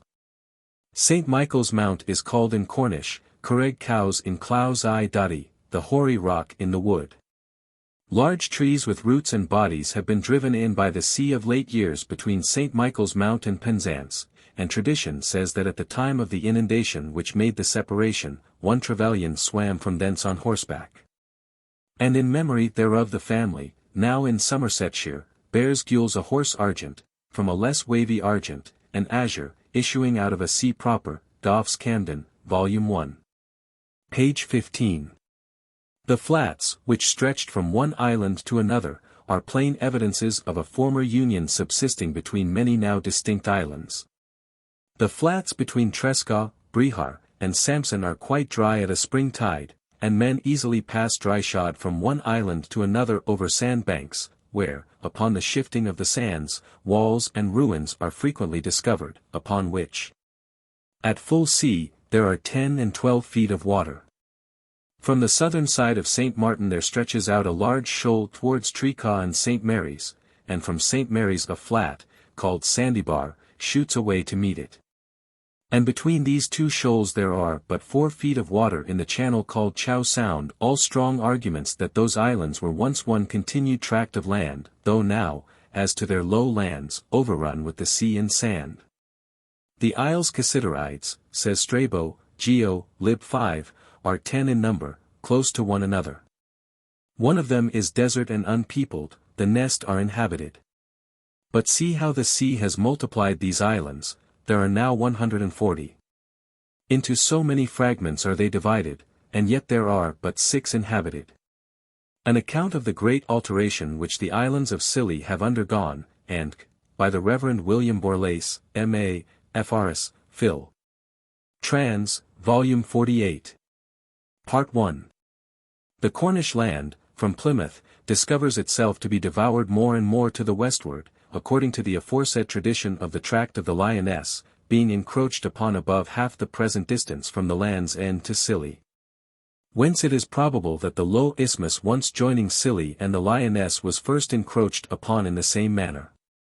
The projecting land being exposed to the concurrence of the tides from the Irish, the Bristol, and British channels, by whose violence and impetuosity, increased by the winds, the loose earth of the Gulf rock might be worn away, leaving the resistible substance behind, standing as it is in the middle way betwixt Scilly and Cornwall. A Natural and Historical Account of the Islands of Scilly, by Robert Heath. The following notices are gathered from other local traditions. From Ramehead to the 2 loose very fertile valleys are stated to have extended at least a league southwards, over a tract now covered with sea. And around the coast in many places, we are assured, in 12 feet of water, trees are to be seen in the sea. The Black Rock in Falmouth Harbour is stated to have been a large island, which was surrounded by the sea only at high water. 6 miles south of St. Michael's Mount waved, from Clement's Isle to Cudden Rock, a wood. Cudden Point and the Silver Table. This point is situated in the parish of Perran. The parish, it will be remembered, into which Trelawney escaped, aided by the fleetness of his horse, from the deluge which buried the lands between this and the Scilly Isles.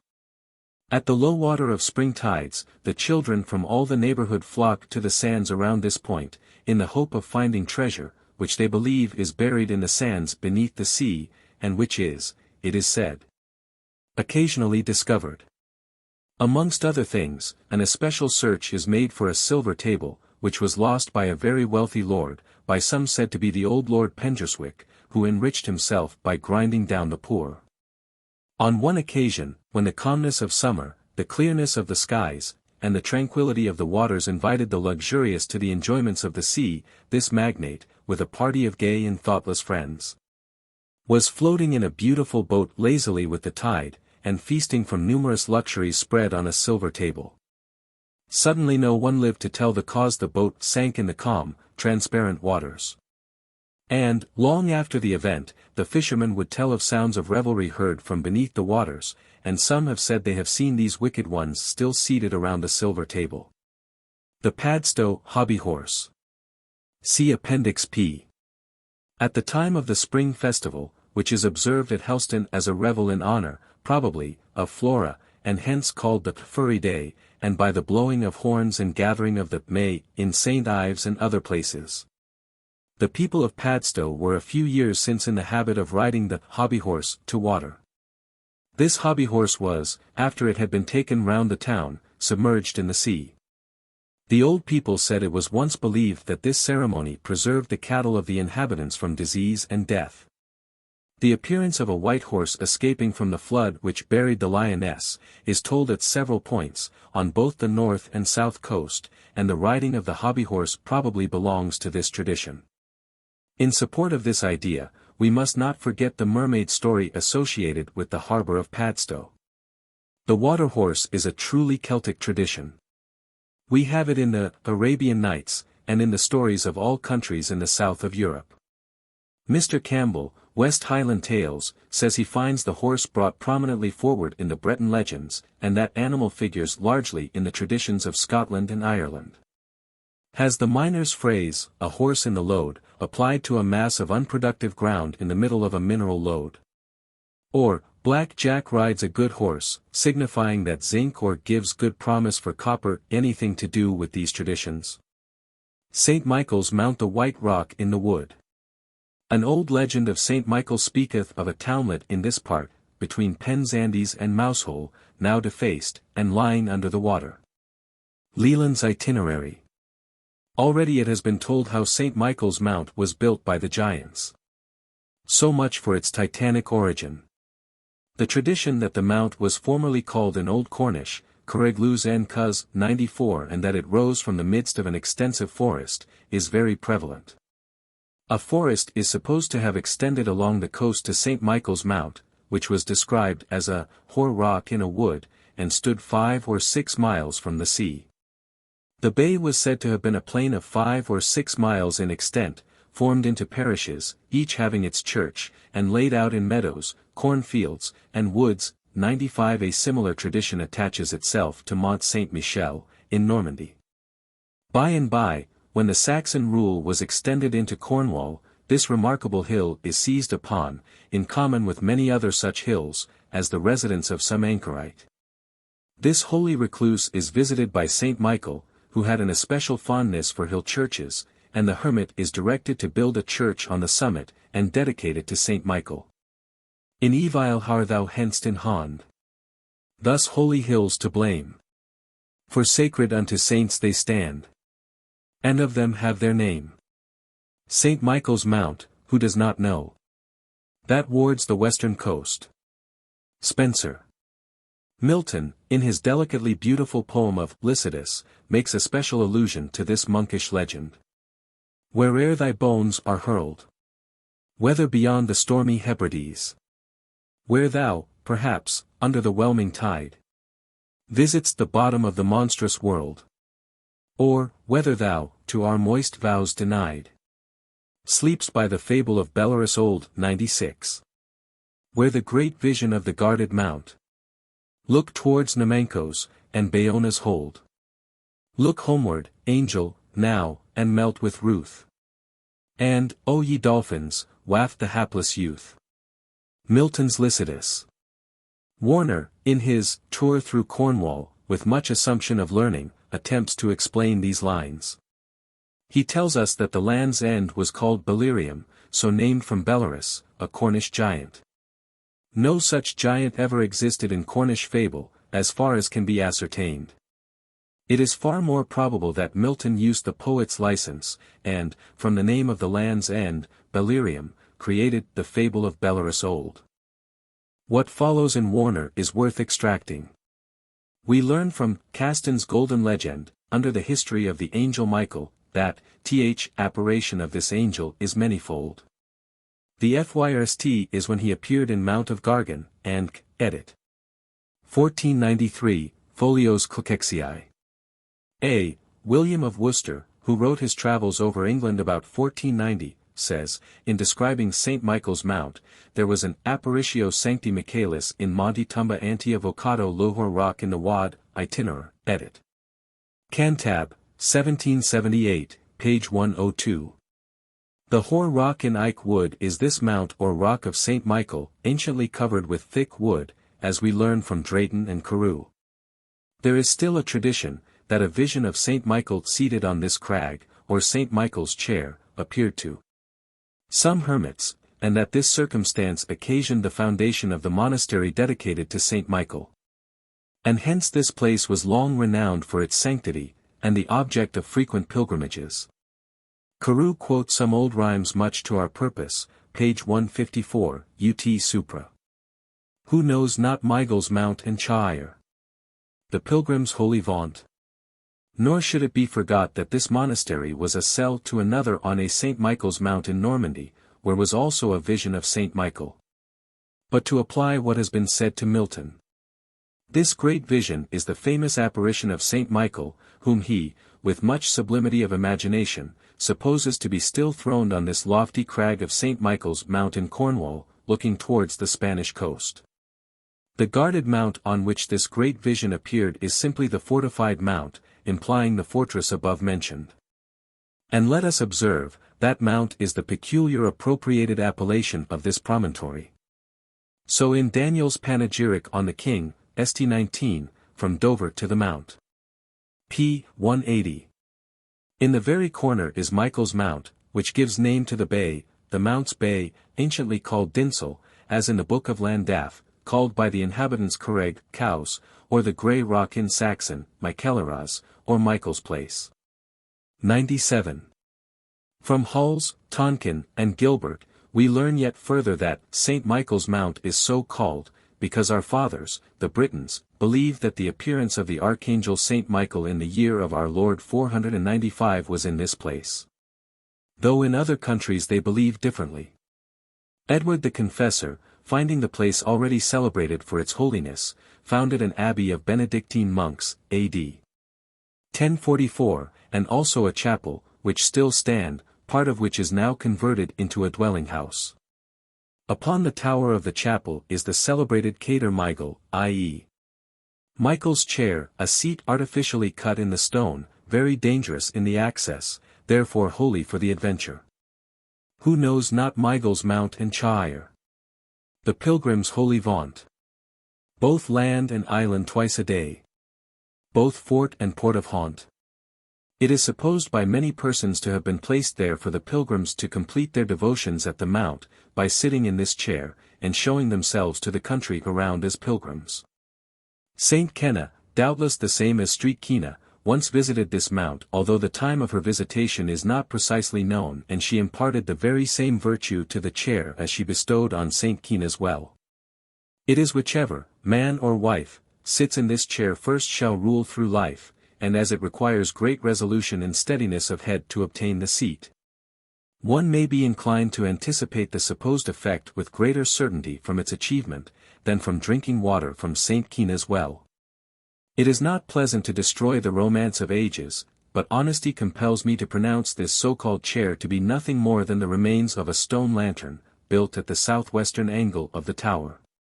The good monks, without doubt, placing a light therein, it could be seen by the fishermen far off at sea, and probably they received some tribute of either fish or money for the support of this useful guide to the shore.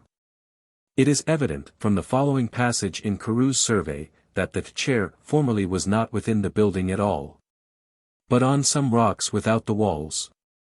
A little without the castle there is a bad seat in a craggy place called St. Michael's Chair, somewhat dangerous for access, and therefore holy for the adventure. 98. Guava's Lake. On the western side of the Mounts Bay, between the fishing towns of Newlyn and Mousehole, is the well-known anchoring place known by the above name. It is not a little curious that any part of the ocean should have been called a lake. Tradition, however, helps us to an explanation. Between the land on the western side of the bay, and St. Michael's Mount on the eastern side, there, at one time, extended a forest of beech trees. Within this forest, on the western side, was a large lake, and on its banks a hermitage. The saint of the lake was celebrated far and near for his holiness, and his small oratory was constantly resorted to by the diseased in body and the afflicted in mind. None ever came in the true spirit who failed to find relief. The prayers of the saint and the waters of the lake removed the severest pains from the limbs and the deepest sorrows from the mind. The young were strengthened and the old revived by their influences. The great flood, however, which separated the islands of Scilly from England, submerged the forest, and destroyed the lands enclosing this lovely and almost holy lake, burying beneath the waters church and houses, and destroying alike the people and the priest. Those who survived this sad catastrophe built a church on the hill and dedicated it to the saint of the lake, or in Cornish, St. Paul, modernized into St. Paul. 99. In support of this tradition, we may see, of a fine summer day, when the tide is low and the waters clear, the remains of a forest in the line passing from St. Michael's Mount to Guavas.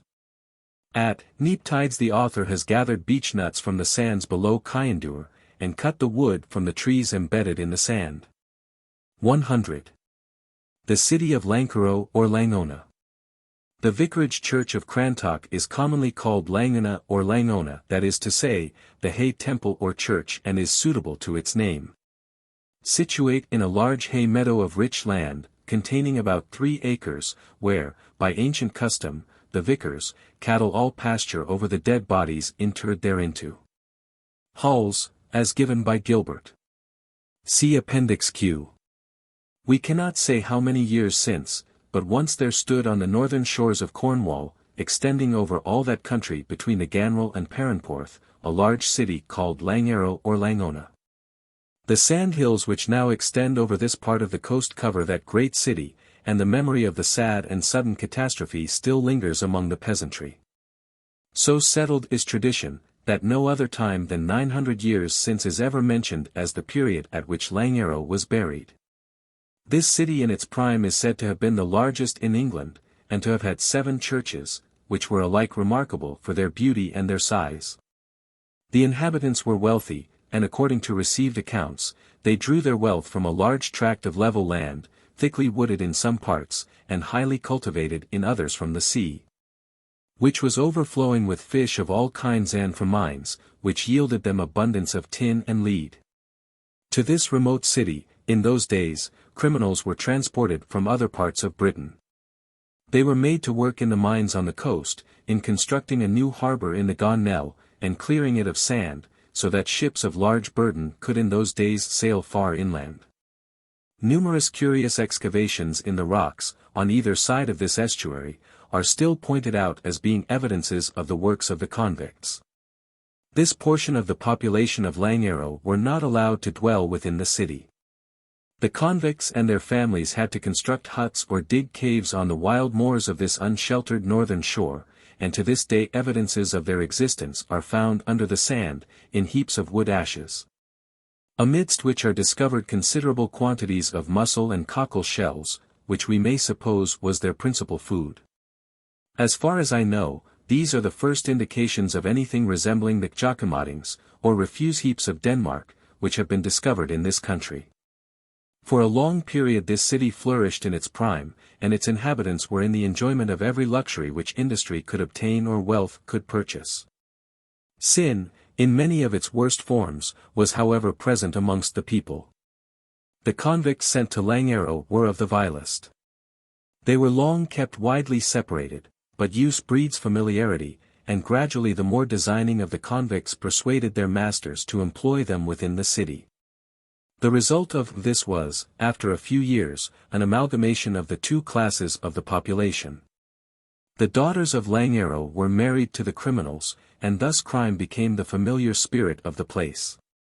The progress of this may have been slow. The result was, however, sure, and eventually, when vice was dominant, and the whole population sunk in sensual pleasures, the anger of the Lord fell upon them. A storm of unusual violence arose, and continued blowing, without intermitting its violence for one moment, for 3 days and nights. In that period the hills of blown sand, extending, with few intervals, from Crantock to Perran were formed, burying the city, its churches, and its inhabitants in a common grave.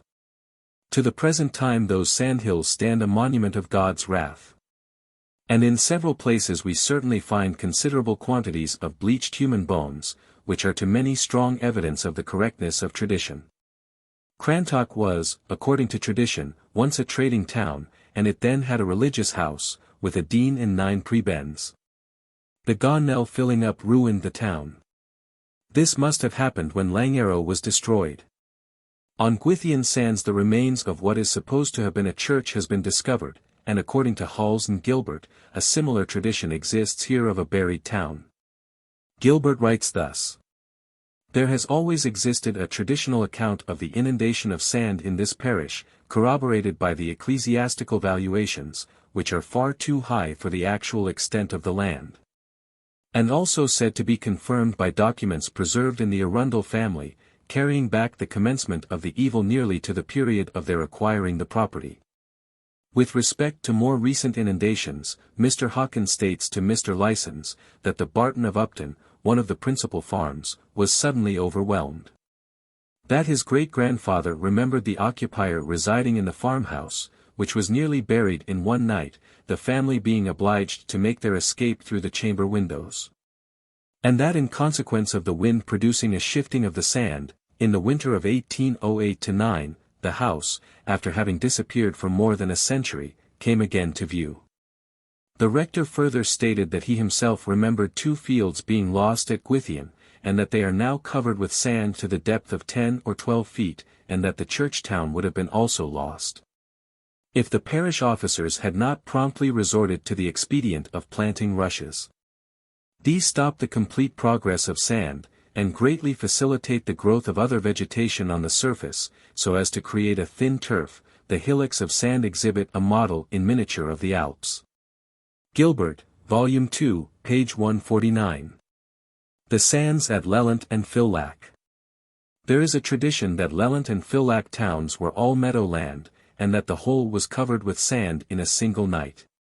Also that the low tract of land extended on both sides of Hale far beyond the present bar, so that the sea has swallowed up some hundreds of acres. The people say that the site of the ancient church and village of Lelant was somewhere seaward of the Black Rock. The ancient burial ground has been long washed away, and that human teeth are still frequently found on the shore after a great undertow, that takes the sand out to sea. Many circumstances seem to confirm the probability of the tradition. The sand was drifting inland at such a rate before the reed-like plant called by the present inhabitants the spire was planted, that the whole of the land about the village would have been rendered worthless ere this, but for the stability given to it. The land from which the sand has been cleared, on the sea side of the church, has evidently been ploughed, as the furrows are quite apparent between the ridges. They say that there was a market held in Lelant when St. Ives was scarcely a village. Lelant being the mother church, would seem to prove this. One can easily understand how a large tract of land of the nature of that under Lelant sandhills would be washed away in a comparatively short time, as the soil at the low water level is a many clay. This is constantly being washed down by high tides, and carried away by the undercurrent, as it contains no stone to form a pebbly beach, and therefore there is nothing left to protect the shore. The island, Street Ives. The so-called island is now a peninsular mass of clay slate rocks, interpenetrated by very hard trappean masses. Between this and the town of St. Ives is a low neck of land, which consists chiefly of sand and gravel, with some masses of clay slate broken into small angular fragments. On either side of this neck of land are good examples of raised beaches. Everything, therefore, favors the tradition which is preserved in the name. One statement is, that the island was brought in from Tile Sea. Another, that it rose out of the sea. This town, as Mr. Camden saith, was formerly called Pendennis or Pendunes, the head fort, fortress, or fortified place, probably from the little island here, containing about 6 acres of ground, on which there stands the ruins of a little old fortification and a chapel, Hull's Cornwall. On the island, or peninsula, work of St. Ives standeth the ruins of an old chapel, wherein God was duly worshipped by our ancestors the Britons, before the church of St. Ives was erected or endowed. Tonkins, Cornwall. The beach on one side of the peninsula is called Porthmew, that on the other Porthgwydden. And the name of the street between them is Kyranchi, said to signify the place of the breach, pointing, it might appear, to the action of the sea in wearing out the softer ground. Kyanki is another mode of pronouncing this name, Chyan signifying a house. Hence the name, it is thought by some, was given when 2 houses, Chyanchai, stood alone on the spot. 101. The Chapel Rock, Perran Porth. This is one of the rocks of which many exist around the Cornish coast, upon which, at one time, there stood, in all probability, a small chapel or oratory. This rock is left dry at every tide, but stands far out in the sea at high water. A curious fancy exists with respect to it. It is said that this rock can be approached on dry sand every day at 11 o'clock throughout the year. There is no truth in this statement, but strangers are gravely assured that this is the fact. From this rock to the sandy peninsula which runs out in the Porth, or Port, is about 500 yards. Those, it is said, were, at one time, connected by cultivated land. From the circumstance that the evidences of a burial place have been found on the little peninsula, it appears highly probable that the island and it have been closely connected as church and graveyard. Tradition refers the destruction of the land to certain storms or convulsions which swept away the country, for a mile or 2 out at sea, marked by a line drawn from the rocks off St. Agnes, known as the Man and His Man, and Carter's Rock, which is off Penhale Point. Romances of Fire Worship. Fire Worship. An angel who at last in sight of both my parents all in flames ascended from off the altar, where an offering burned, as in a fiery column charioting his godlike presence. Samson Agonists. Milton. It would not be profitable to pursue the inquiry into the value of the numerous hypotheses which have been from time to time raised in support of the assertion that a system of fire worship prevailed amongst the Britons of Old Cornwall. There can be no doubt but that the writings of Borlase, and other earnest thinkers of his class, have done much to perpetuate the belief in the existence of a druidical priesthood in Cornwall, who had their altars on the hills, who made the huge piles of granite rocks the instruments of their worship, and who availed themselves of the hollows formed in those rocks by nature, to procure the unpolluted waters from heaven, with which to wash away sins. The antiquary has too frequently placed himself in the unfortunate position of Jonathan Oldbuck amidst the ancient fortifications at the Kaim of Kinprunes, when he was so rudely checked in his theory by Edie Ochiltree, who would insist on it that he did mind the biggin o.t. But the modern historian and philosopher has gone as far wrong in the contrary direction. The antiquaries formerly insisted that all the natural basins formed in the granite rocks were of Druidic origin, and all the Logan stones the result of Druid labors. The geologists and historians now declare them, one and all, to be the result of disintegration, produced by ordinary atmospheric causes. Both are, I presume to think, wrong. I am quite satisfied that I can point to rock basins upon which the hands of man have been busy, and to Logan stones in which he has, for his own purposes, aided nature. In the sacrificing rock on Carn Bray are a series of hollows so deeply cut, and so entirely unlike anything seen on any of the other rocks on that remarkable hill, although ordinary rock basins are numerous, that I am disposed to believe in the tradition which gives it its name. On the Main or Men rock in Constantine, I see, in like manner, evidences of the works of man, side by side with those of nature. The disintegration produced by the accumulation of water, at first in small quantities in a little hollow on the face of a rock, is a curious process. The first action is the separation of a few particles, or small crystals, of quartz or mica. These repose beneath the small deposit of water, until, by the beating of the rains and the action of the winds, they are made to serve as grinding materials, and carry on the work of weathering. The basins thus formed have a regular curvature, which does not belong to those deeper basins to which I have referred. The question, however, before us is, have we any evidences, traditional or otherwise, which go to support the belief that the Phoenicians, or any other people, introduced the worship of fire into this country?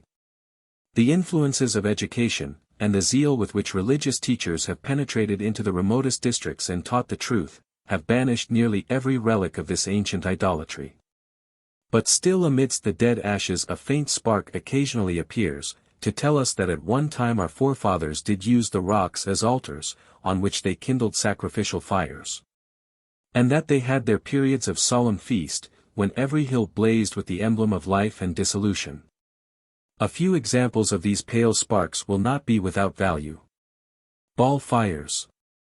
Of these Cornish midsummer fires an account is given by a correspondent in Hone's Year-Book, which I quote entire, not because I can agree with the writer in all his views, but because he places the main question in a fair light. An immemorial and peculiar custom prevails on the sea-coast of the western extremity of Cornwall, of kindling large bonfires on the eve of June 24th. And on the next day the country people, assembling in great crowds, amuse themselves with excursions on the water. I cannot help thinking it the remains of an ancient druidical festival, celebrated on Midsummer Day, to implore the friendly influence of heaven on their fields, compounded with that of the 1st of May. When the Druids kindled large fires on all their sacred places, and on the tops of all their cairns, in honor of Bel, or Belinus, the name by which they distinguished the sun, whose revolving course had again clothed the earth with beauty, and diffused joy and gladness through the creation. Their water parties on the 24th prove that they consider the summer season as now so fully established that they are not afraid to commit themselves to the mercy of the waves. If we reflect on the rooted animosity which subsisted between the Romans and the Druids, and that the latter, on being expelled from their former residences, found, together with the miserable remnants of the Britons, an asylum in the naturally fortified parts of the island, we shall not be surprised at their customs having been faintly banded down through such a long succession of ages. That Cornwall was one of their retreats is sufficiently proved by the numerous remains of their circular temples, cromlechs, cairns, and even in the 11th century, when Christianity was become the national religion, the people were so attached to their ancient superstitions that we find a law of Canute the Great strictly prohibiting all his subjects from paying adoration to the sun, moon, sacred groves and woods, hallowed hills and fountains. If, then, this propensity to idolatry could not be rooted out of those parts of the kingdom exposed to the continual influx of foreigners, and the horrors of frequent war, how much more must it have flourished in Cornwall and those parts where the Druids long preserved their authority and influence? It may therefore be fairly inferred that, from their remote situation, and comparative insignificancy with the rest of England, they preserved those religious ceremonies unmolested. And, corrupted as they must naturally be by long usage and tradition, yet are handed down to us to this today with evident marks of a druidical origin. 102. In Hone's Everyday Book will be found several accounts of festivals which may be referred to ball worship. Mr. Richard Edmonds, a native of Penzance, has given us a very faithful description of the proceedings at Penzance on Midsummer Eve. Although that gentleman states his belief in the true Celtic origin of this remarkable mode of celebrating the Midsummer Festival, His description leads us to suppose that it is distinctly Roman. It is the immemorial usage in Penzance and the neighboring towns and villages to kindle bonfires and torches on Midsummer Eve. And on Midsummer Day to hold a fair on Penzance Quay, where the country folks assemble from the adjoining parishes in great numbers to make excursions on the water. St. Peter's Eve is distinguished by a similar display of bonfires and torches, although the Quay Fair, on St. Peter's Day has been discontinued upwards of 40 years. On these eves a line of tar barrels, relieved occasionally by large bonfires, is seen in the center of each of the principal streets in Penzance. On either side of this line young men and women pass up and down swinging round their beads heavy torches made of large pieces of folded canvas steeped in tar, and nailed to the ends of sticks between 3 and 4 feet long. The flames of some of these almost equal those of the tar barrels. Rows of lighted candles also, when the air is calm, are fixed outside the windows or along the sides of the streets. In St. Just and other mining parishes the young miners, mimicking their fathers' employments, bore rows of holes in the rocks, load them with gunpowder, and explode them in rapid succession by trains of the same substance. As the holes are not deep enough to split the rocks, the same little batteries serve for many years. On these nights Mounts Bay has a most animating appearance, although not equal to what was annually witnessed at the beginning of the present century, when the whole coast, from the Land's End to the Lizard, wherever a town or village existed, was lighted up with these stationary or moving fires.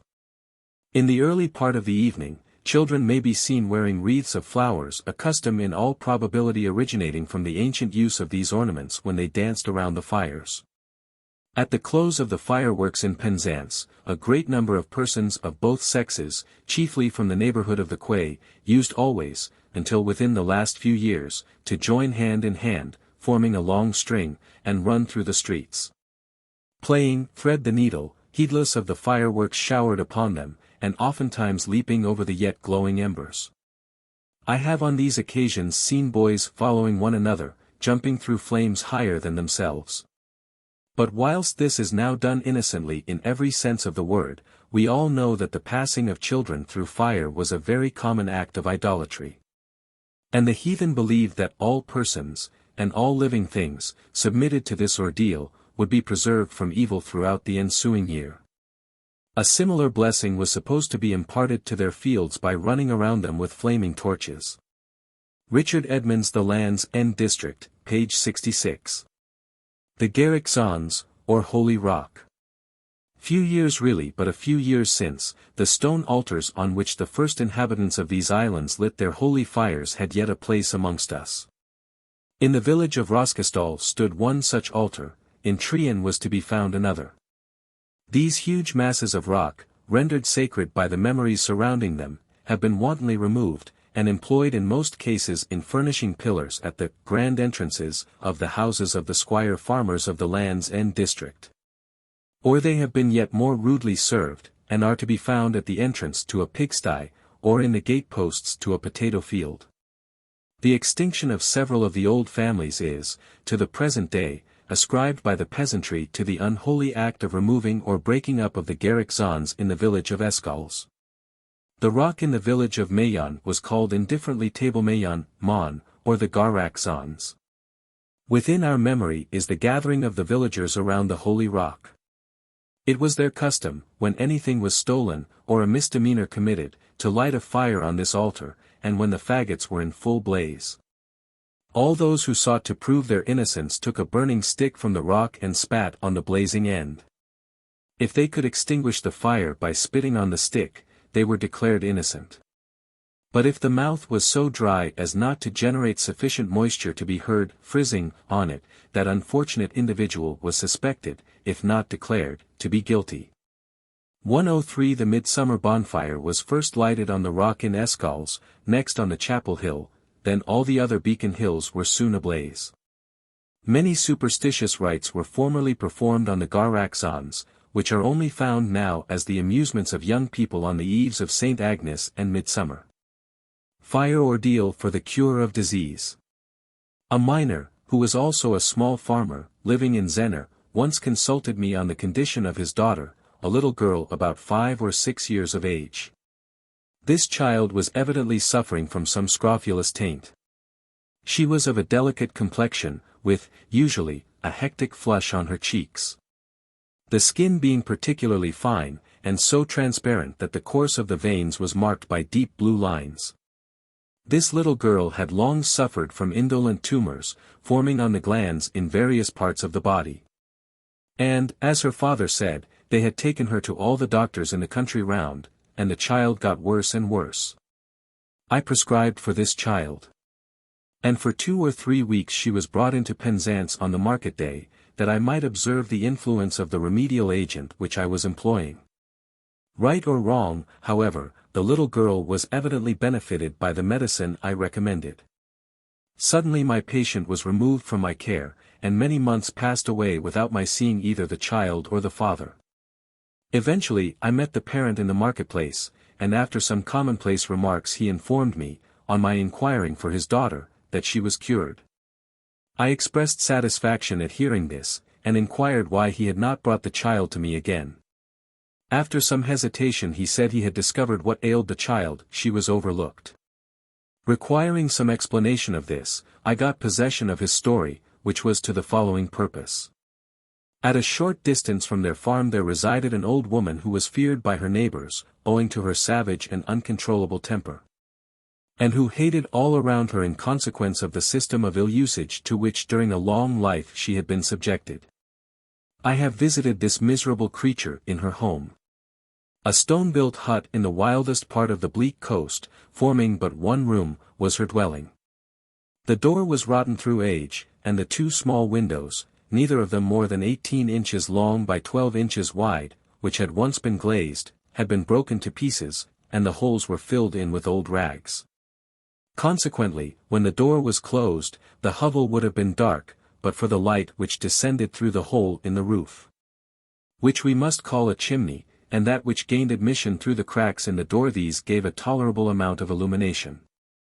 A low truckle bed in one corner, with very scanty, dirty, and ragged covering, a small round table, roughly made and standing on 4 square legs, log of wood, and a 3-legged stool, formed, with one exception, all the furniture in the place. This exception was the dresser. Those who are not acquainted with Western England will require to be told that no dwelling, however poor, is regarded as complete without the set of framed shelves and drawers which constitute the dresser. This old woman's dresser was painted white and blue, and on its shelves were cups and saucers, a few plates, 1 or 2 dishes, and some mugs. Here was an orderly arrangement, and a tolerably clean display, strangely contrasting with the dirt and disorder of everything around. At the period of my visit this old woman was seated on the block of wood, with her naked arms folded before her, rocking herself to and fro. Marjorie Penworn, for so she was called, though usually spoken of as Anne, or Aunt Madge, must have been nearly 80 years old. Her hair was an iron grey, and it struggled out from under a cotton cap, which had once been white, in long thin locks. Her eyebrows were long enough to fall over her disagreeable grey eyes. And this, with the accumulation of long hair around her toothless mouth, gave her a most repulsive appearance. There were still living 2 or 3 old people who had known Marjorie in her youth, and they spoke of her as having been a pretty girl. The general idea evidently being that she had sold her soul to the devil, and that it was the influence of her evil mind which gave her so wretched an aspect.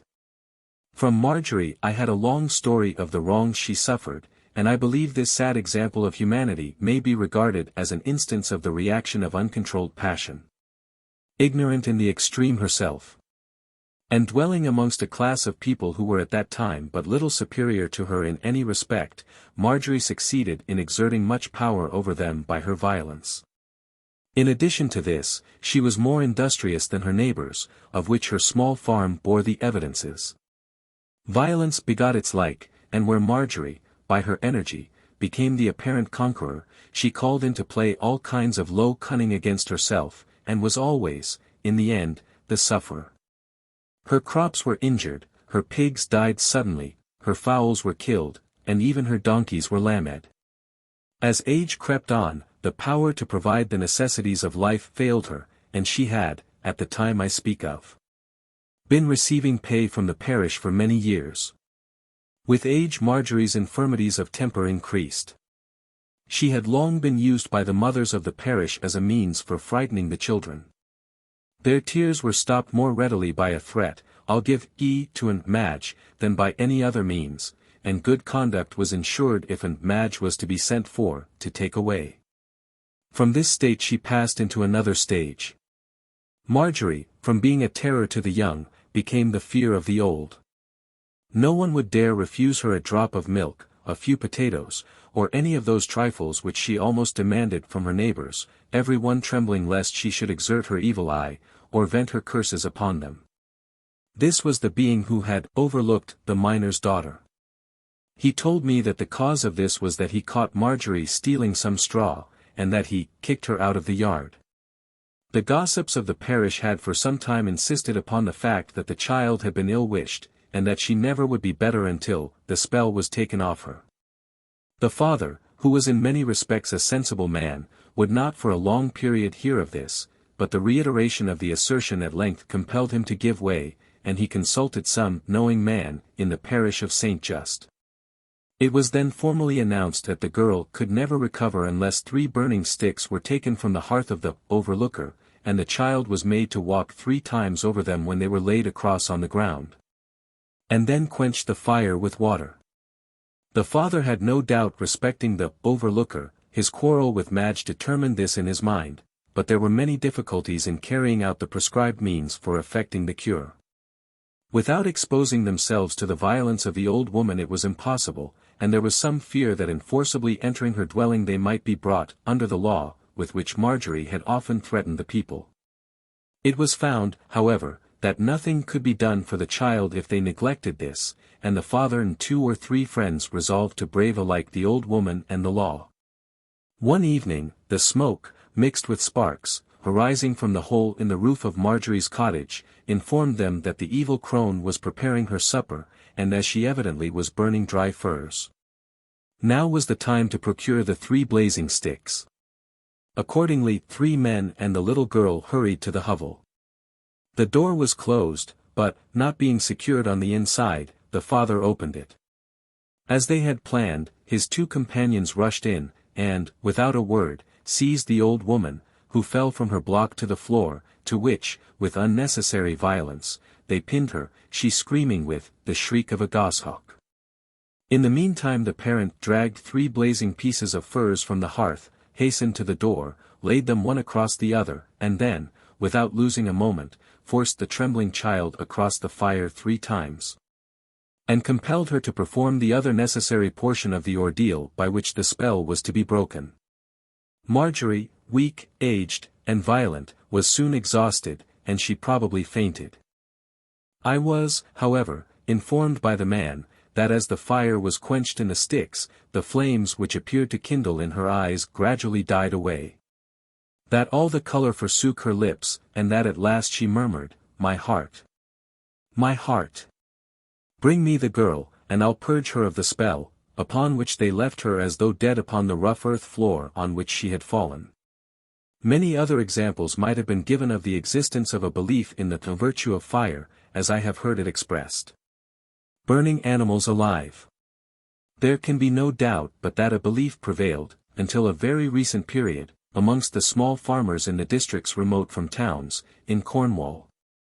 That a living sacrifice appeased the wrath of God. This sacrifice must be by fire, and I have heard it argued that the Bible gave them warranty for this belief. The accompanying notes, from Hone's Everyday Book, and from Drew and Hitchens, Cornwall, prove the prevalence at least at the commencement of this century of this idea. I have lately been informed that within the last few years a calf has been thus sacrificed by a farmer, in a district where churches, chapels, and schools abound. The burning of blood, drawn from a deceased animal, has been a very common mode of appeasing the spirits of disease. There are too many obvious traces of the fact to doubt its truth, that the making of bonfires, and the leaping through them, are vestiges of the ancient worship of the heathen god Baal. And therefore it is, with propriety, that the editor of Time's Telescope adduces a recent occurrence from Drew and Hitchens' History of Cornwall, as a probable remnant of pagan superstition in that country. He presumes that the vulgar notion which gave rise to it was derived from the druidical sacrifice of beasts. An ignorant old farmer in Cornwall, having met with some severe losses in his cattle about the year 1800, was much afflicted with his misfortunes. To stop the growing evil, he applied to the farriers in his neighborhood, but unfortunately he applied in vain. The malady still continuing, and all remedies failing, he thought it necessary to have recourse to some extraordinary measure.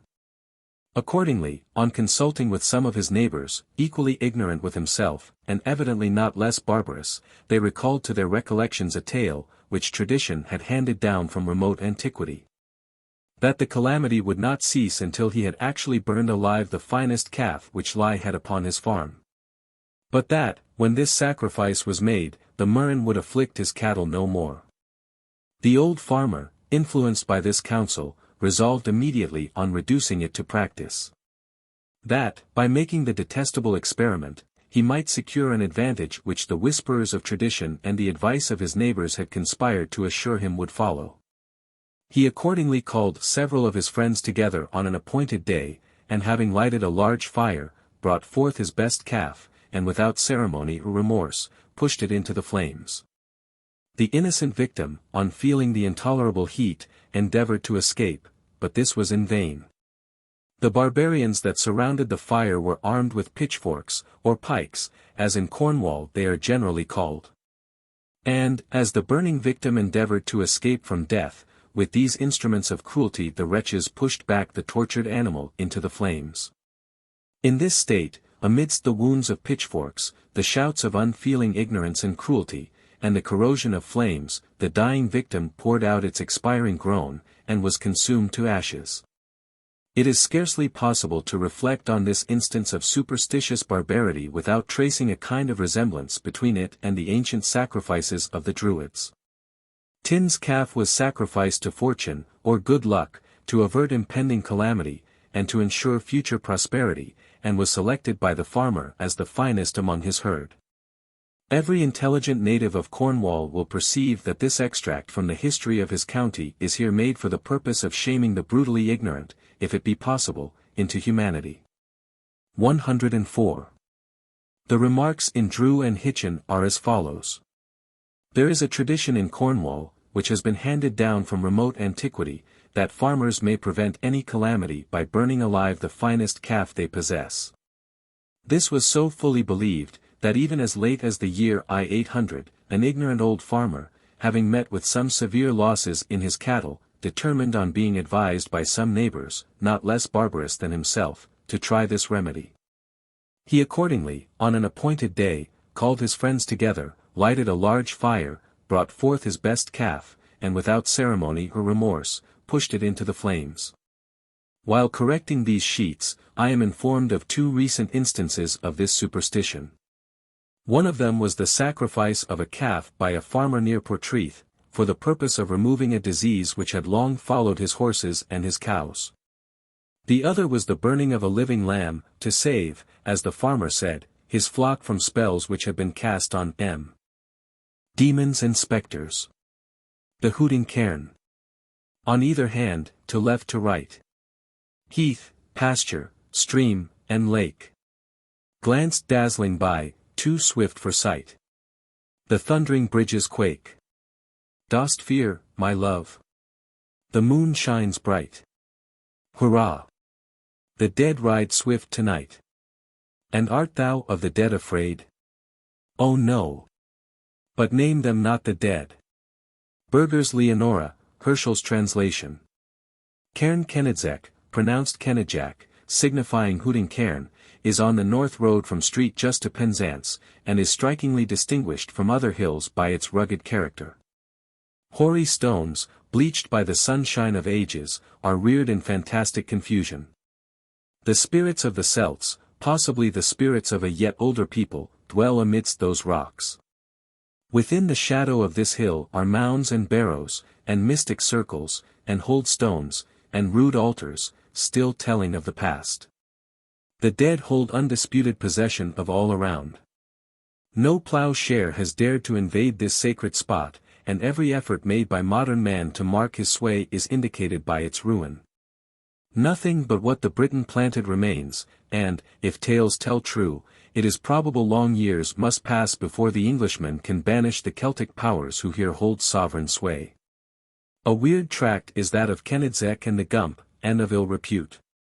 The old, half-starved horses on the common, with their hides grown rusty brown, like dried and withered grass, by exposure, are ridden by the arch-fiend at night. He is said to hunt lost souls over this heath, and an old stile hard by bears an evil name, for there the souls are sure to be caught, none being able to get over it. The people tell of midnight fights by demons, and of a shadowy form holding a lantern to the combatants. Blight.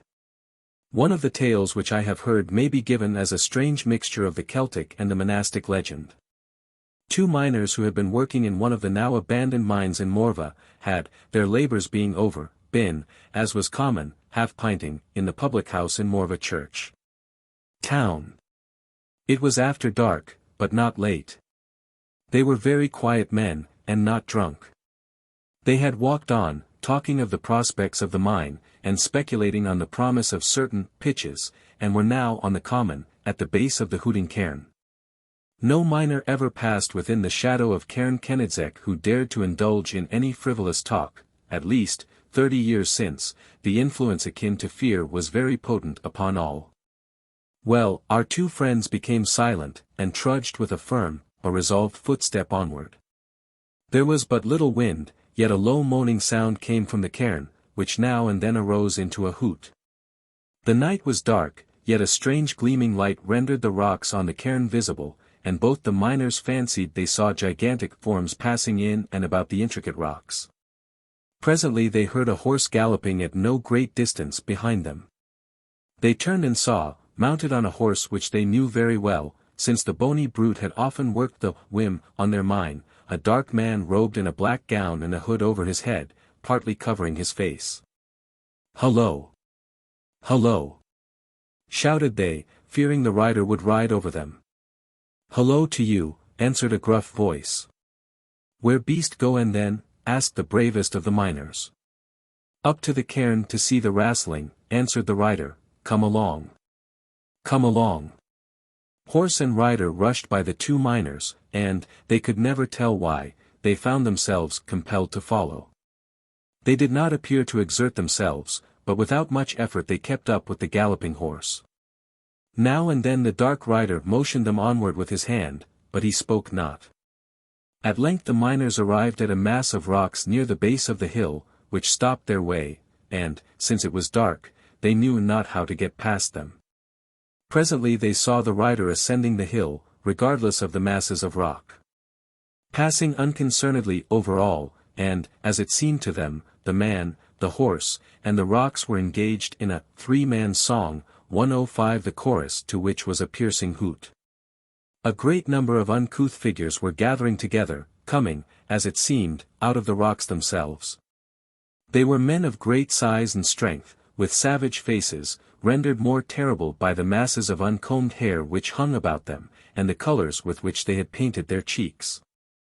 The plain in front of the rocks which had checked the miners' progress was evidently to be the wrestling ground. Here gathered those monstrous-looking men, all anxiety, making a strange noise. It was not long ere they saw the rider, who was now on foot, descending the hill with two giants of men, more terrible than any they had yet seen. A circle was formed. The rider, who had thrown off his black gown, and discovered to the miners that he was no other than Old Nick, placed the two men, and seated himself in a very odd manner upon the ground. The miners declared the wrestlers were no other than two devils, although the horns and tail were wanting. There was a shout, which, as if it indicated that the light was insufficient, was answered by the squatting demon by flashing from his eyes two beams of fire, which shed an unearthly glow over everything. To it the wrestlers went, and better men were never seen to the west of Penzance. At length one of them, straining hard for the mastery, lifted his antagonist fairly high in the air, and flung him to the ground, a fair back fall. The rocks trembled, and the ground seemed to thunder with the force of the fall. Old Nick still sat quietly looking on, and notwithstanding the defeated wrestler lay as one dead, no one went near him. All crowded around the victor, and shouted like so many wild beasts. The love of fair play was strong in the hearts of the miners, they scorned the idea of deserting a fallen foe.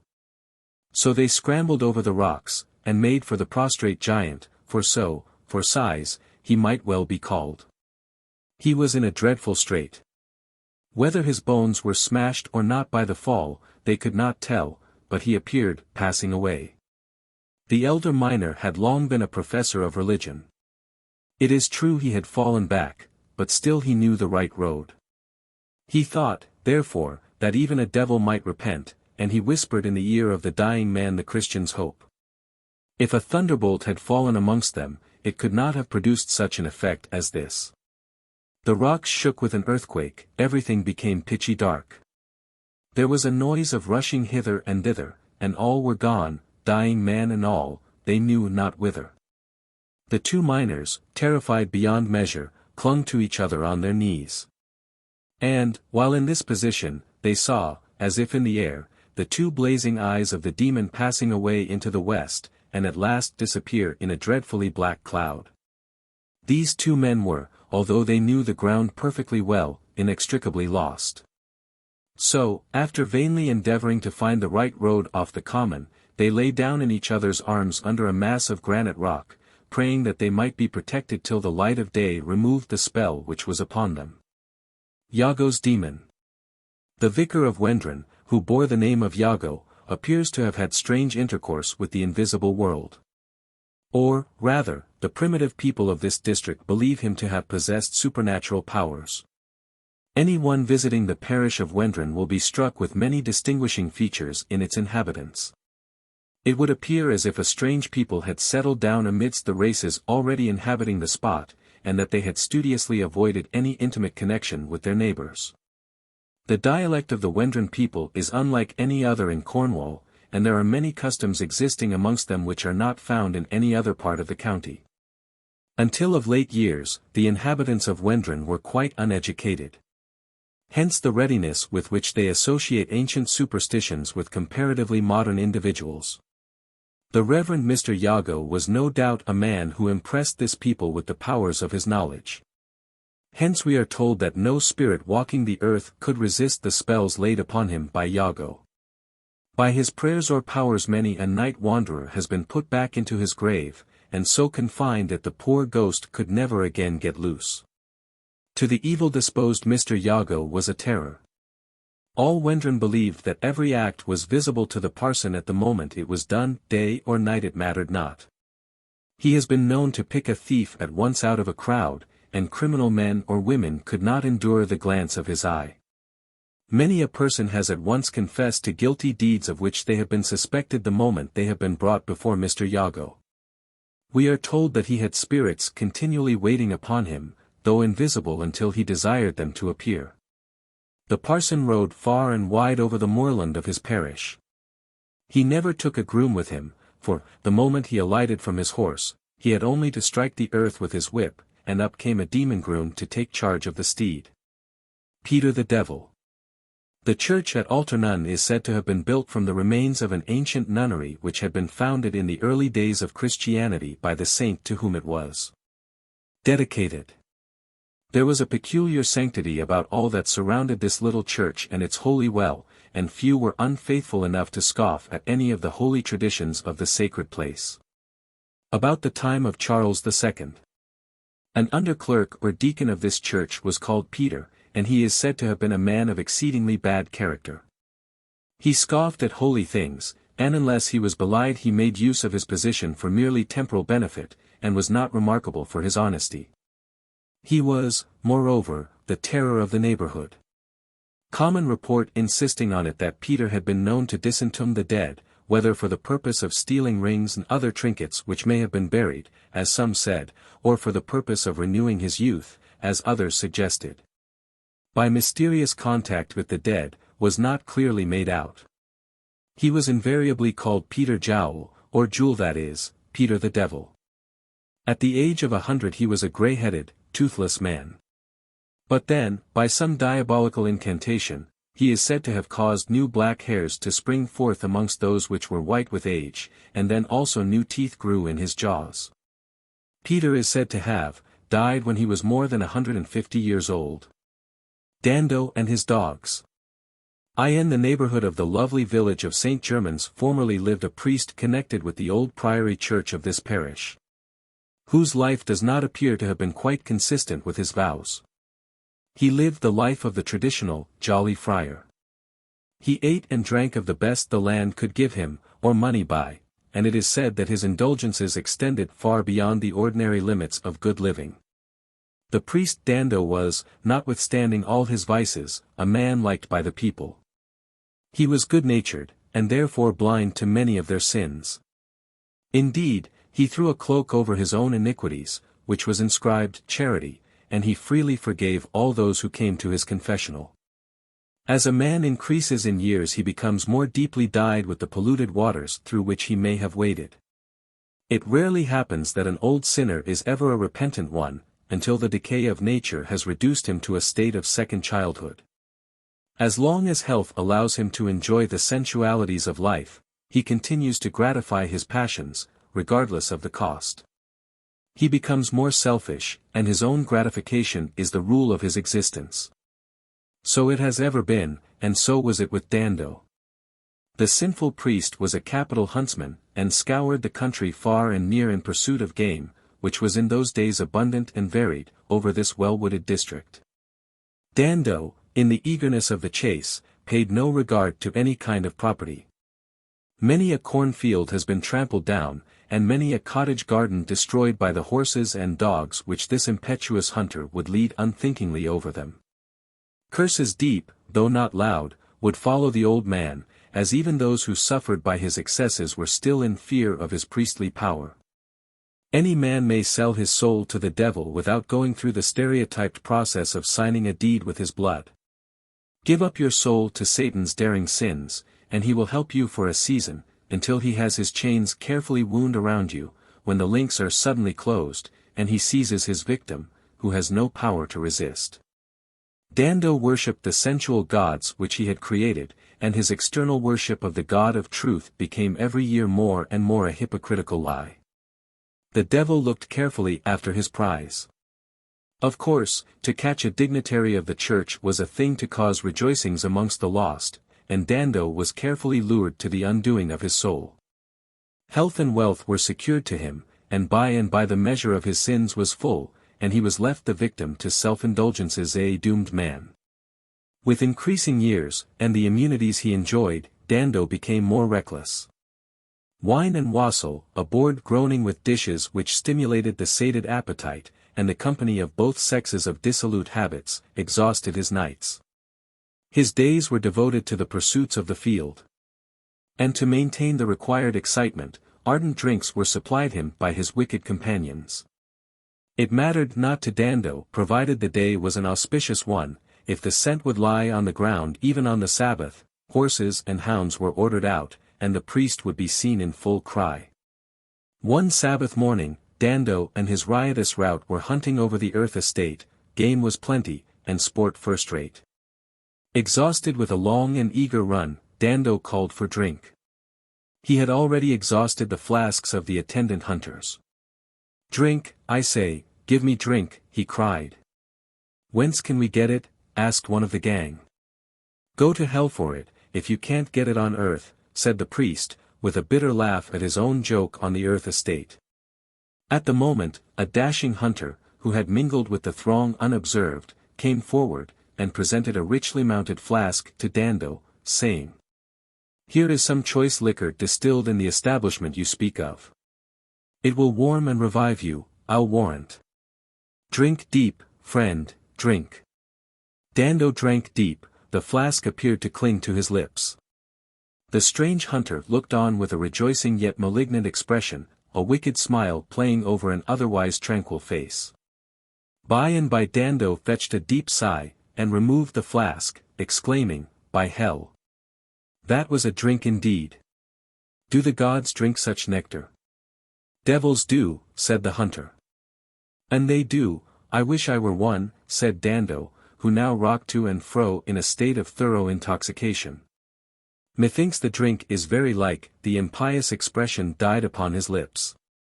Looking round with a half-idiotic stare, Dando saw that his new friend had appropriated several head of game. Notwithstanding his stupid intoxication, his selfishness asserted its power, and he seized the game, exclaiming, in a guttural, half-smothered voice, "None of these are thine." "What I catch I keep," said the hunter. "By all the devils they're mine," stammered Dando. The hunter quietly bowed. Dando's wrath burst at once into a burning flame, uncontrolled by reason. He rolled himself off his horse, and rushed, staggering as he went, at the steed of his unknown friend, uttering most frightful oaths and curses. The strange hunter's horse was a splendid creature, black as night, and its eyes gleamed like the brightest stars with unnatural luster. The horse was turned adroitly aside, and Dando fell to the earth with much force. The fall appeared to add to his fury, and he roared with rage. Aided by his attendants, he was speedily on his legs, and again at the side of the hunter, who shook with laughter, shaking the game in derision, and quietly uttering, "They're mine. I'll go to hell after them, but I'll get them from thee," shouted Dando. "So thou shalt," said the hunter, and seizing Dando by the collar, he lifted him from the ground, and placed him, as though he were a child, before him on the horse. With a dash, the horse passed down the hill, its hoofs striking fire at every tread, and the dogs, barking furiously, followed impetuously.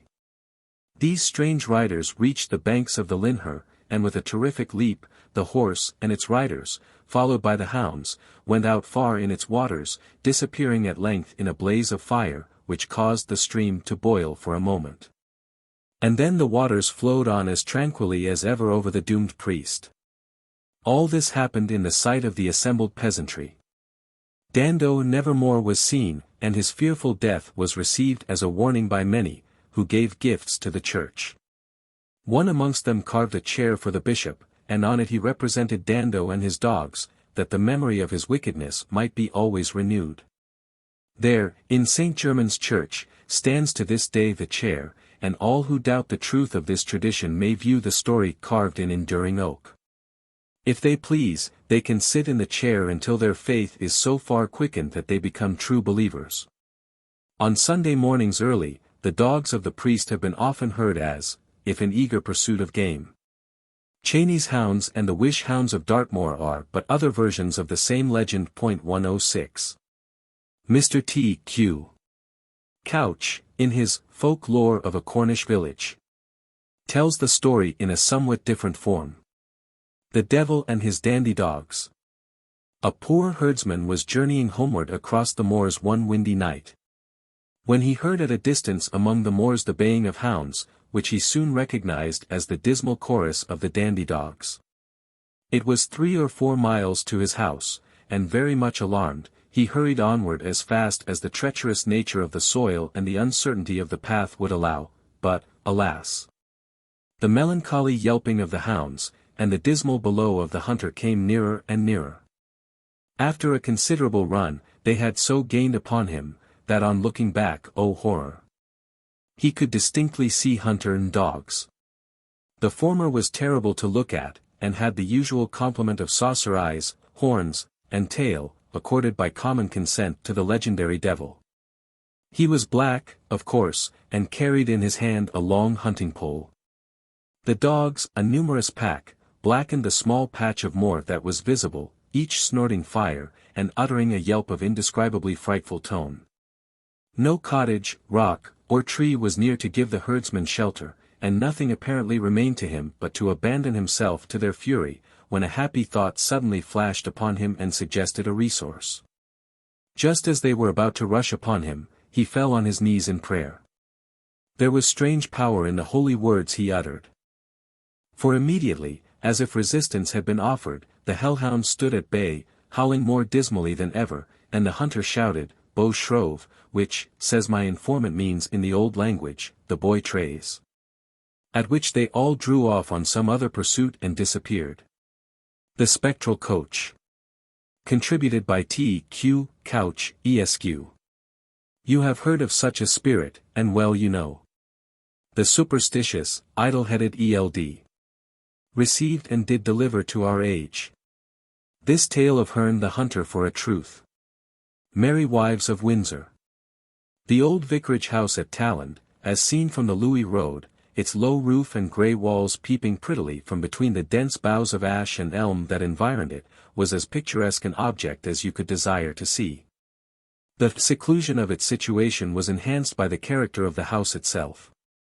It was an odd-looking, old-fashioned building, erected apparently in an age when asceticism and self-denial were more in vogue than at present, with a stern disregard of the comfort of the inhabitant, and in utter contempt of received principles of taste. As if not secure enough in its retirement, a high wall, enclosing a courtelage in front, effectually protected its inmates from the prying passenger, and only revealed the upper part of the house, with its small Gothic windows, its slated roof, and heavy chimneys partly hidden by the evergreen shrubs which grew in the enclosure. Such was it until its removal a few years since. And such was it as it lay sweetly in the shadows of an autumnal evening 130 years ago, when a stranger in the garb of a country labourer knocked hesitatingly at the wicket gate which conducted to the court. After a little delay a servant girl appeared, and finding that the countryman bore a message to the vicar, admitted him within the walls, and conducted him along a paved passage to the little, low, damp parlour where sat the good man. The Rev. Mr. Dodge was in many respects a remarkable man. You would have judged as much of him as he sat before the fire in his high-backed chair, in an attitude of thought, arranging, it may have been, the heads of his next Sabbath's discourse. His heavy eyebrows throwing into shade his spacious eyes, and indeed the whole contour of his face, marked him as a man of great firmness of character and of much moral and personal courage. His suit of sober black and full-bottomed periwig also added to his dignity, and gave him an appearance of greater age.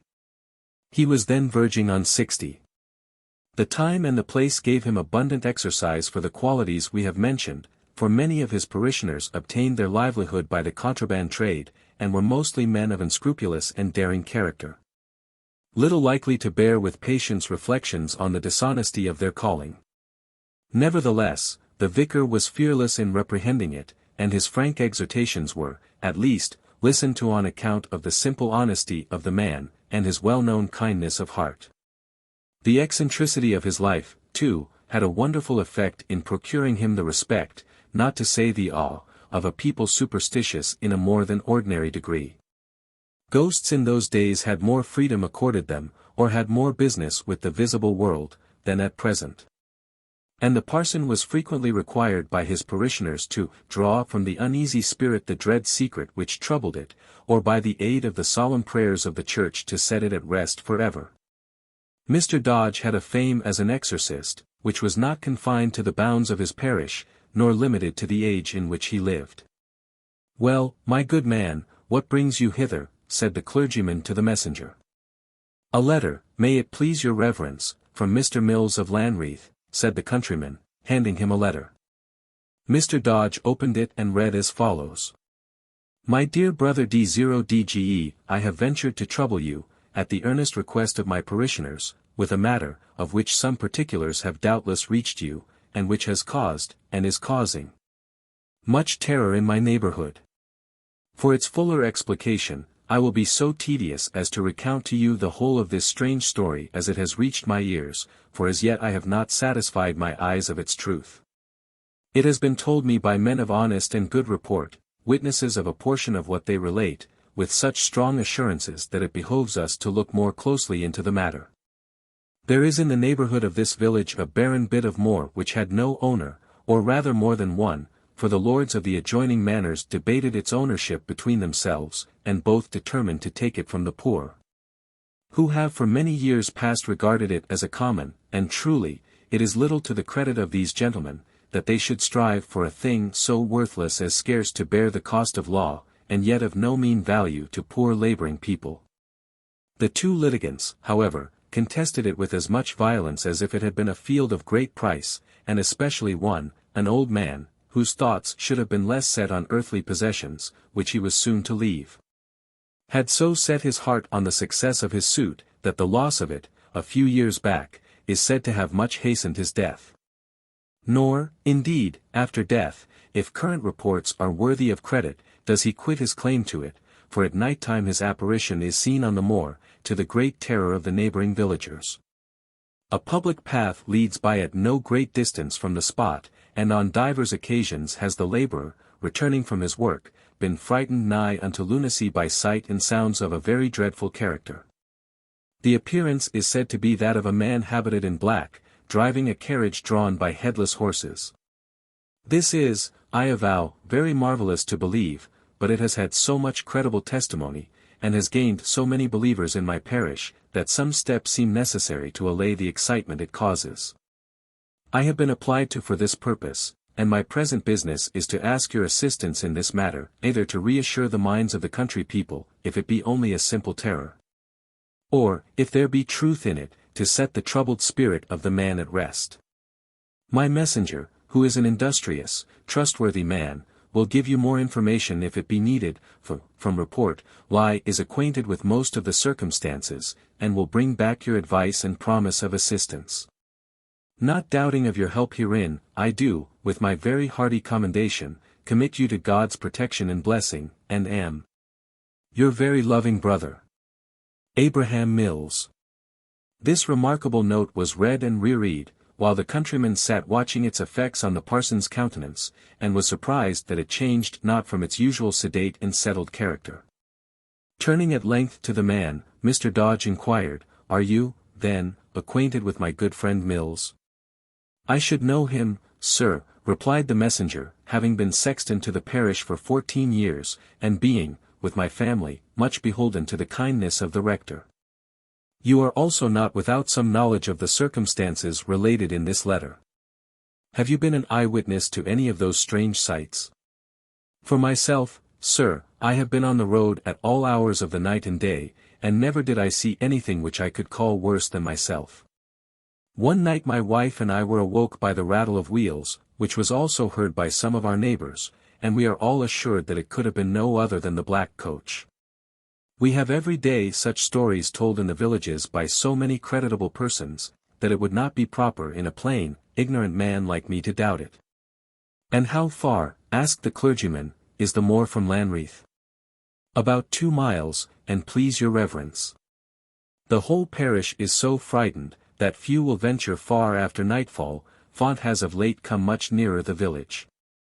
A man who is esteemed a sensible and pious man by many, though an Anabaptist in principle, went a few weeks back to the moor, 'tis called Blackadden, at midnight, in order to lay the spirit, being requested thereto by his neighbours.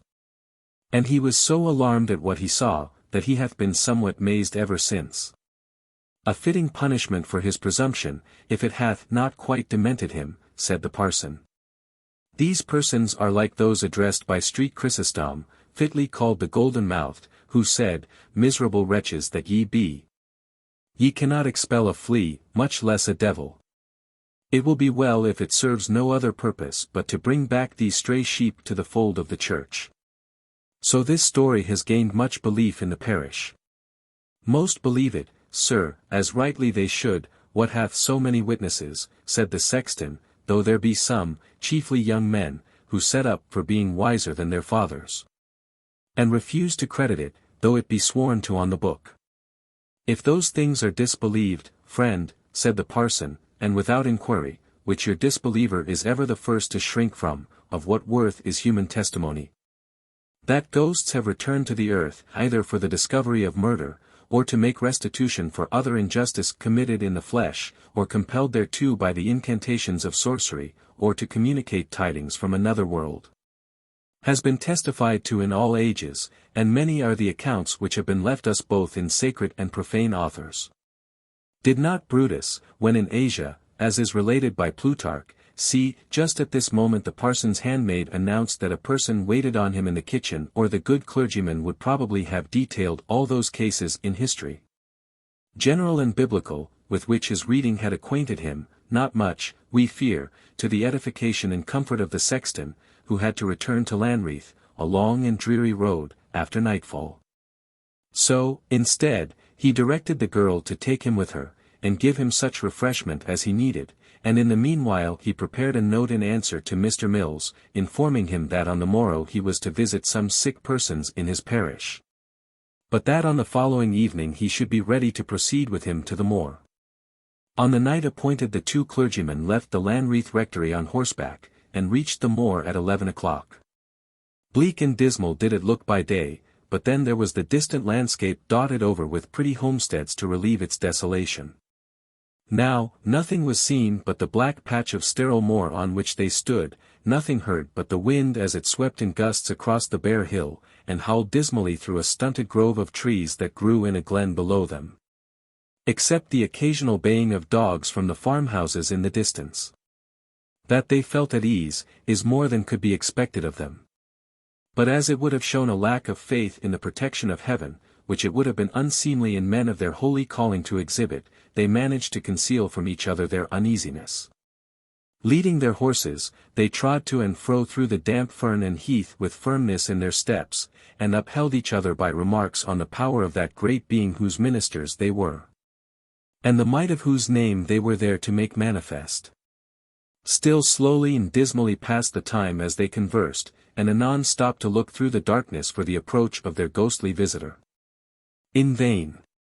Though the night was as dark and murky as ghost could wish, the coach and its driver came not. After a considerable stay, the two clergymen consulted together, and determined that it was useless to watch any longer for that night, but that they would meet on some other, when perhaps it might please his ghostship to appear.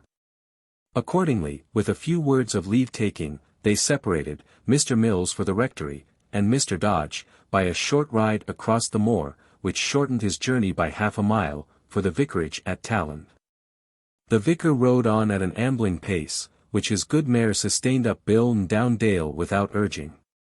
At the bottom of a deep valley, however, about a mile from Blackadden, the animal became very uneasy, pricked up her ears, snorted, and moved from side to side of the road, as if something stood in the path before her. The parson tightened the reins, and applied whip and spur to her sides, but the animal, usually docile, became very unruly, made several attempts to turn, and, when prevented, threw herself upon her haunches. Whip and spur were applied again and again, to no other purpose than to add to the horse's terror. To the rider nothing was apparent which could account for the sudden restiveness of his beast. He dismounted, and attempted in turns to lead or drag her, but both were impracticable, and attended with no small risk of snapping the reins. She was remounted with great difficulty, and another attempt was made to urge her forward, with the like want of success. At length the eccentric clergyman, judging it to be some special signal from heaven, which it would be dangerous to neglect, threw the reins on the neck of his steed, which, wheeling suddenly round, started backward in a direction towards the moor. At a pace which rendered the parson's seat neither a pleasant nor a safe one. In an astonishingly short space of time they were once more at Blackadden. By this time the bare outline of the moor was broken by a large black group of objects, which the darkness of the night prevented the parson from defining. On approaching this unaccountable appearance, the mare was seized with fresh fury, and it was with considerable difficulty that she could be brought to face this new cause of fright. In the pauses of the horse's prancing, the vicar discovered to his horror the much dreaded spectacle of the black coach and the headless steeds, and, terrible to relate, his friend Mr. Mills lying prostrate on the ground before the sable driver. Little time was left him to call up his courage for this fearful emergency, for just as the vicar began to give utterance to the earnest prayers which struggled to his lips, the spectre shouted, "Dodge is come. I must be gone," and forthwith leaped into his chariot, and disappeared across the moor. The fury of the mare now subsided, and Mr. Dodge was enabled to approach his friend, who was lying motionless and speechless, with his face buried in the heather. Meanwhile the rector's horse, which had taken fright at the apparition, and had thrown his rider to the ground on or near the spot where we have left him lying, made homeward at a furious speed, and stopped not until he had reached his stable door. The sound of his hoofs as he galloped madly through the village awoke the cottagers, many of whom had been some hours in their beds. Many eager faces, staring with affright, gathered round the rectory, and added, by their various conjectures, to the terror and apprehensions of the family. The villagers, gathering courage as their numbers increased, agreed to go in search of the missing clergyman, and started off in a compact body, a few on horseback, but the greater number on foot, in the direction of Blackadden. There they discovered their rector, supported in the arms of Parson Dodge, and recovered so far as to be able to speak. Still there was a wildness in his eye, and an incoherency in his speech, that showed that his reason was, at least, temporarily unsettled by the fright. In this condition he was taken to his home, followed by his reverend companion. Here ended this strange adventure, for Mr. Mills soon completely regained his reason, Parson Dodge got safely back to Talland, and from that time to this nothing has been heard or seen of the Black Ghost or his chariot. 107. Sir Francis Drake and his Demon. Sir Francis Drake, who appears to have been especially befriended by his demon, is said to drive at night a black hearse drawn by headless horses, and urged on by running devils and yelping, headless dogs, through Jump, on the road from Tavistock to Plymouth. Sir Francis, according to tradition, was enabled to destroy the Spanish Armada by the aid of the devil. The old admiral went to Devil's Point, a well-known promontory jutting into Plymouth Sound. He there cut pieces of wood into the water, and by the power of magic and the assistance of his demon these became at once well-armed gunboats. The Queen, Elizabeth, gave Sir Francis Drake Buckland Abbey. And on every band we hear of Drake and his familiars. An extensive building attached to the abbey, which was no doubt used as barns and stables after the place had been deprived of its religious character, was said to have been built by the devil in 3 nights. After the first night, the butler, astonished at the work done, resolved to watch and see how it was performed.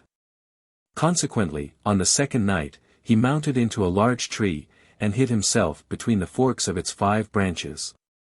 At midnight the devil came, driving several teams of oxen, and as some of them were lazy, he plucked this tree from the ground and used it as a goad. The poor butler lost his senses, and never recovered them. Drake constructed the channel, carrying the waters from Dartmoor to Plymouth. Tradition says he went with his demon to Dartmoor, walked into Plymouth, and the waters followed him 108. Even now, as old Betty Donathorne, formerly the housekeeper at Buckland Abbey, told me, if the warrior hears the drum which hangs in the hall of the abbey, and which accompanied him round the world, he rises, and has a revel. Some few years since a small box was found in a closet which had been long closed, containing, it is supposed, family papers. This was to be sent to the residence of the inheritor of this property. The carriage was at the abbey door, and a man easily lifted the box into it. The owner having taken his seat, the coachman attempted to start his horses, but in vain. They could not move. More horses were brought, and then the heavy farm horses, and eventually all the oxen. They were powerless to start the carriage. At length a mysterious voice was heard, declaring that the box could never be moved from Buckland Abbey. It was taken from the carriage easily by one man, and a pair of horses galloped off with the carriage. The parson and clerk. Near Dawlish stand, out in the sea, 2 rocks, of red sandstone conglomerate, to which the above name is given. Seeing that this forms a part of old Cornwall, I do not go beyond my limits in telling the true story of these singular rocks. The Bishop of Exeter was sick unto death at Dawlish. An ambitious priest, from the east, frequently rode with his clerk to make anxious inquiries after the condition of the dying bishop. It is whispered that this priest had great hopes of occupying the bishop's throne in Exeter Cathedral. The clerk was usually the priest's guide, but somehow or other, on a particularly stormy night, he lost the road, and they were wandering over Holden. Excessively angry was the priest, and very provoking was the clerk. He led his master this way and that way, but they were yet upon the elevated country of Holden. At length the priest, in a great rage, exclaimed, "I would rather have the devil for a guide than you." Presently the clatter of horses' hoofs were heard, and a peasant, on a moor pony, rode up. The priest told of his condition, and the peasant volunteered to guide them. On rode peasant, priest, and clerk, and presently they were at Dawlish. The night was tempestuous, the ride had quickened the appetite of the priest, and he was wet through, therefore, when his friend asked him to supper, as they approached an old ruined house, through the windows of which bright lights were shining.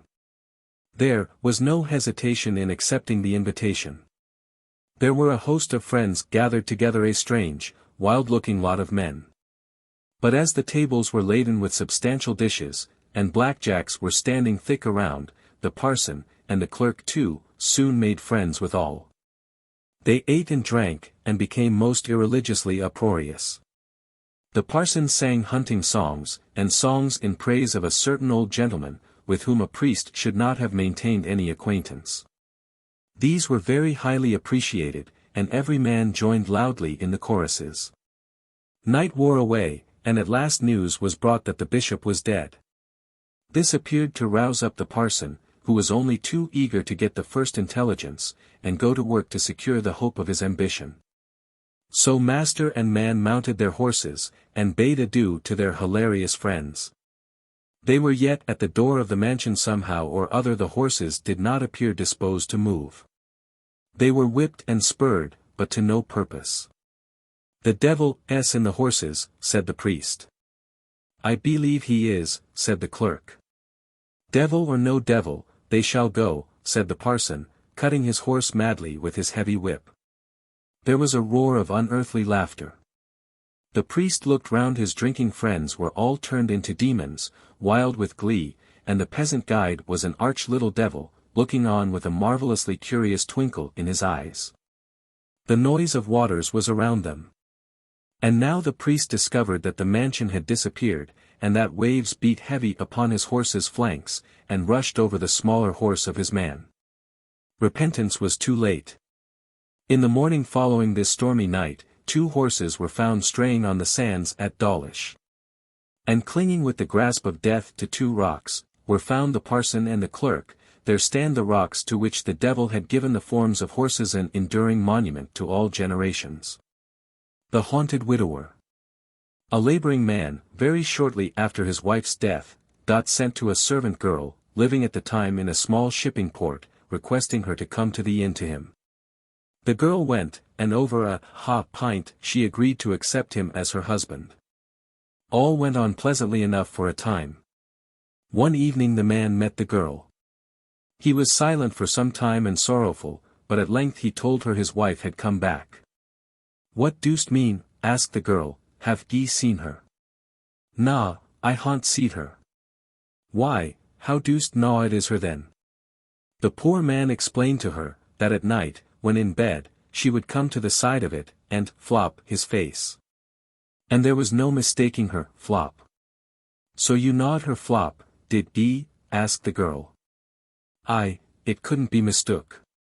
"If she do hunt thee," said the girl, "she too hunt me, and if she do flop she too flop me, so it must be off atween us." The unfortunate flop of the dead wife prevented the man from securing a living one. The Spectre bridegroom. Long, long ago a farmer named Leven lived in Bosien.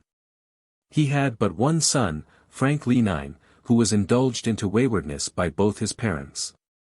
In addition to the farm servants, there was one, a young girl, Nancy Trenoweth, who especially assisted Mrs. Leven in all the various duties of a small farmhouse. Nancy Trenoweth was very pretty, and although perfectly uneducated, in the sense in which we now employ the term education, she possessed many native graces, and she had acquired much knowledge. Really useful to one whose aspirations would probably never rise higher than to be mistress of a farm of a few acres.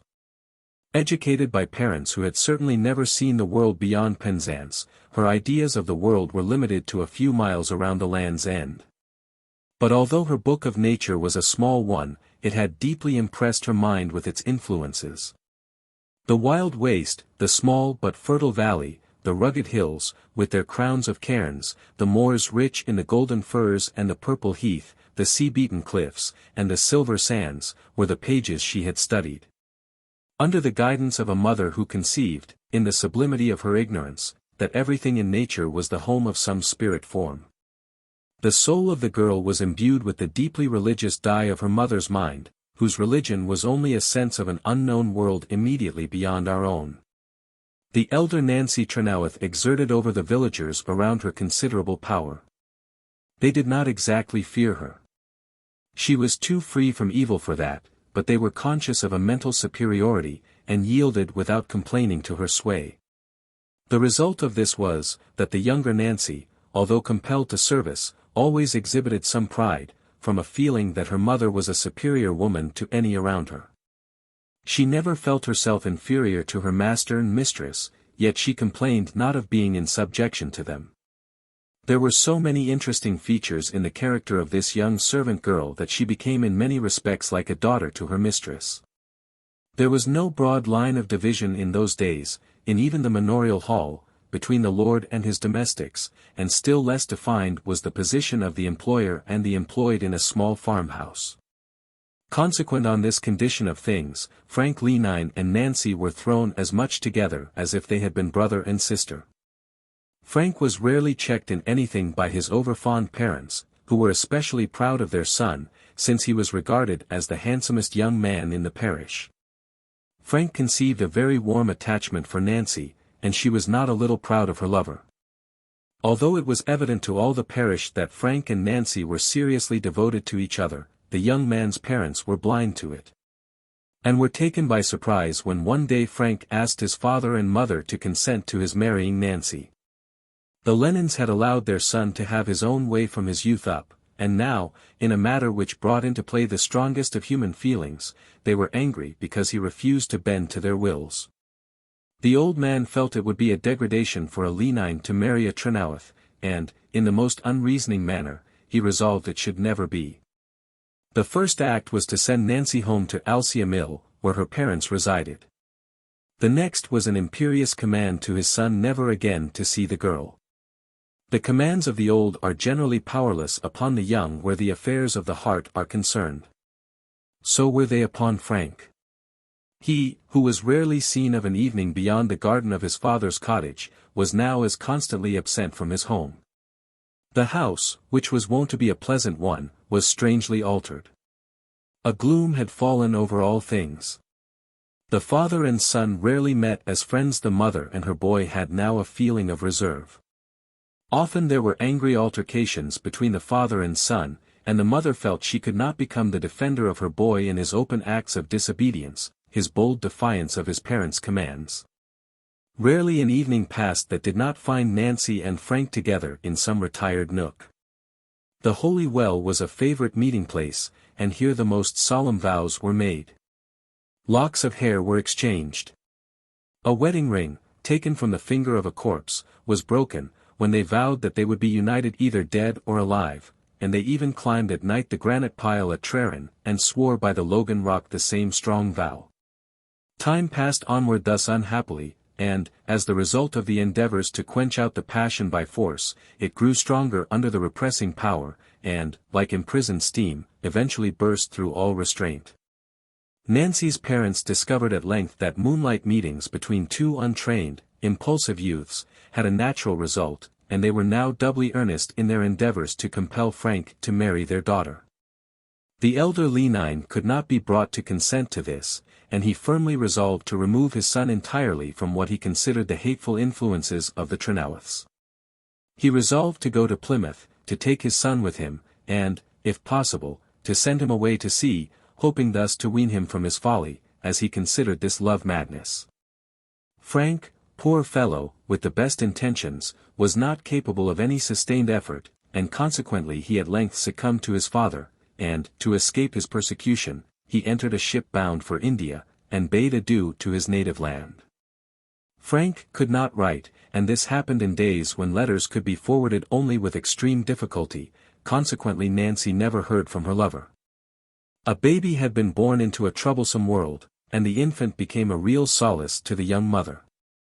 As the child grew, it became an especial favorite with its grandmother. The elder Nancy rejoiced over the little prattler, and forgot her cause of sorrow. Young Nancy lived for her child, and on the memory of its father. Subdued in spirit she was, but her affliction had given force to her character, and she had been heard to declare that wherever Frank might be she was ever present with him. Whatever might be the temptations of the hour, that her influence was all-powerful over him for good. She felt that no distance could separate their souls, that no time could be long enough to destroy the bond between them. A period of distress fell upon the Trenowaths, and it was necessary that Nancy should leave her home once more, and go again into service. Her mother took charge of the babe, and she found a situation in the village of Kimyal, in the parish of Paul. Nancy, like her mother, contrived by force of character to maintain an ascendancy amongst her companions. She had formed an acquaintance, which certainly never grew into friendship, with some of the daughters of the small farmers around. These girls were all full of the superstitions of the time and place. The winter was coming on, and nearly 3 years had passed away since Frank Lenine left his country. As yet there was no sign. Nor father, nor mother, nor maiden had heard of him, and they all sorrowed over his absence. The Lenins desired to have Nancy's child, but the Trenoweths would not part with it.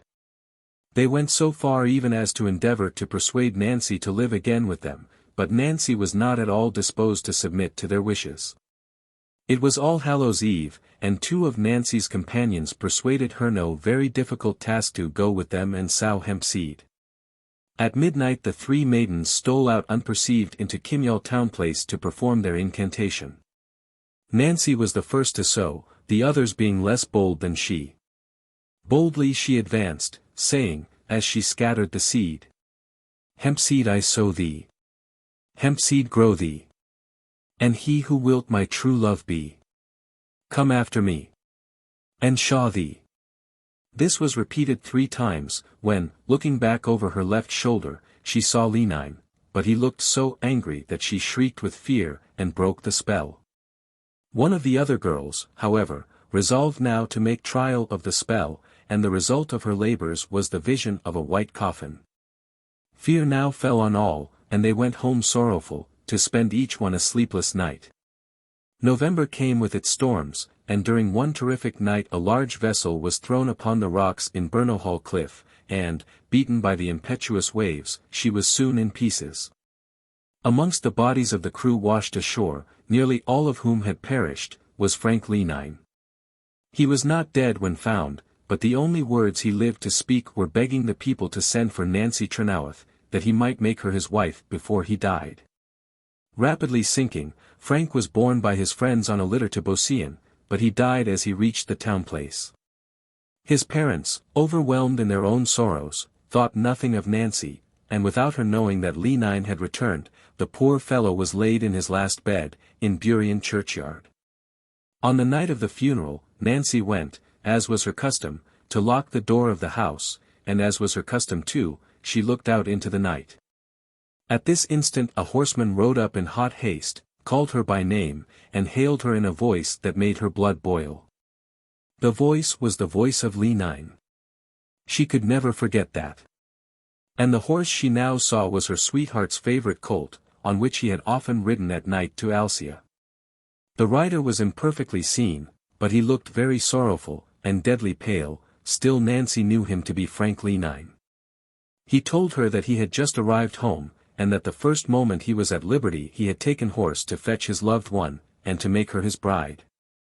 Nancy's excitement was so great, that she was easily persuaded to spring on the horse behind him, that they might reach his home before the morning. When she took Lenine's hand a cold shiver passed through her, and as she grasped his waist to secure herself in her seat, her arm became as stiff as ice. She lost all power of speech, and suffered deep fear, yet she knew not why. The moon had arisen, and now burst out in a full flood of light, through the heavy clouds which had obscured it. The horse pursued its journey with great rapidity, and whenever in weariness it slackened its speed, the peculiar voice of the rider aroused its drooping energies. Beyond this no word was spoken since Nancy had mounted behind her lover. They now came to Trove Bottom, where there was no bridge at that time. They dashed into the river. The moon shone full in their faces. Nancy looked into the stream, and saw that the rider was in a shroud and other grave clothes. She now knew that she was being carried away by a spirit, yet she had no power to save herself. Indeed, the inclination to do so did not exist. On went the horse at a furious pace, until they came to the blacksmith's shop near Burien church town, when she knew by the light from the forge fire thrown across the road that the smith was still at his labors. She now recovered speech. "Save me! Save me! Save me!" she cried with all her might. The smith sprang from the door of the smithy, with a red-hot iron in his hand, and as the horse rushed by, caught the woman's dress and pulled her to the ground. The spirit, however, also seized Nancy's dress in one hand, and his grasp was like that of a vice. The horse passed like the wind, and Nancy and the smith were pulled down as far as the old almshouses, near the churchyard. Here the horse for a moment stopped. The smith seized that moment, and with his hot iron burned off the dress from the rider's hand, thus saving Nancy, more dead than alive. While the rider passed over the wall of the churchyard, and vanished on the grave in which Leven had been laid but a few hours before. The smith took Nancy into his shop, and he soon aroused some of his neighbors, who took the poor girl back to Alcia. Her parents laid her on her bed. She spoke no word, but to ask for her child, to request her mother to give up her child to Leven's parents, and her desire to be buried in his grave. Before the morning light fell on the world, Nancy had breathed her last breath. A horse was seen that night to pass through the church town like a ball from a musket, and in the morning Leven's colt was found dead in Burnowhall Cliff, covered with foam, its eyes forced from its head, and its swollen tongue hanging out of its mouth. On Leven's grave was found the piece of Nancy's dress which was left in the spirit's hand when the smith burnt her from his grasp. It is said that one or two of the sailors who survived the wreck related after the funeral, how, on the 30th of October, at night, Leven was like one mad, they could scarcely keep him in the ship. He seemed more asleep than awake, and, after great excitement, he fell as if dead upon the deck, and lay so for hours. When he came to himself, he told them that he had been taken to the village of Kimyal, and that if he ever married the woman who had cast the spell, he would make her suffer the longest days she had to live for drawing his soul out of his body. Poor Nancy was buried in Leven's grave, and her companion in sowing hemp seed, who saw the white coffin, slept beside her within the year. This story bears a striking resemblance to the Lenore of Berger, which remarkable ballad can scarcely have found its way, even yet, to Bosien. Duffy and the Devil. The incidents of this story are strikingly similar to those in Rumpelstiltskin. The maiden in that tale has to spin straw into gold thread, and she, like Duffy, has to discover the name of the spirit who has befriended her. Mr. Robert Chambers, is his Popular Rhymes of Scotland, has a fairy tale in which the fairy threatens the mother that she will have her lad bairn unless ye can tell me my right name. The anxious mother takes a walk in the wood, and she hears the fairy singing. Little kens our good dame at hame. That, Whuppity Stoorie, is my name. Of course, when the fairy comes to claim the lad hares, she is addressed as Whuppity Stoorie, and she at once disappears. In Who Built Rainier Church? In the Icelandic Legends of John Arneson, the story turns on the discovery of the name of the builder. Icelandic Legends, page 49.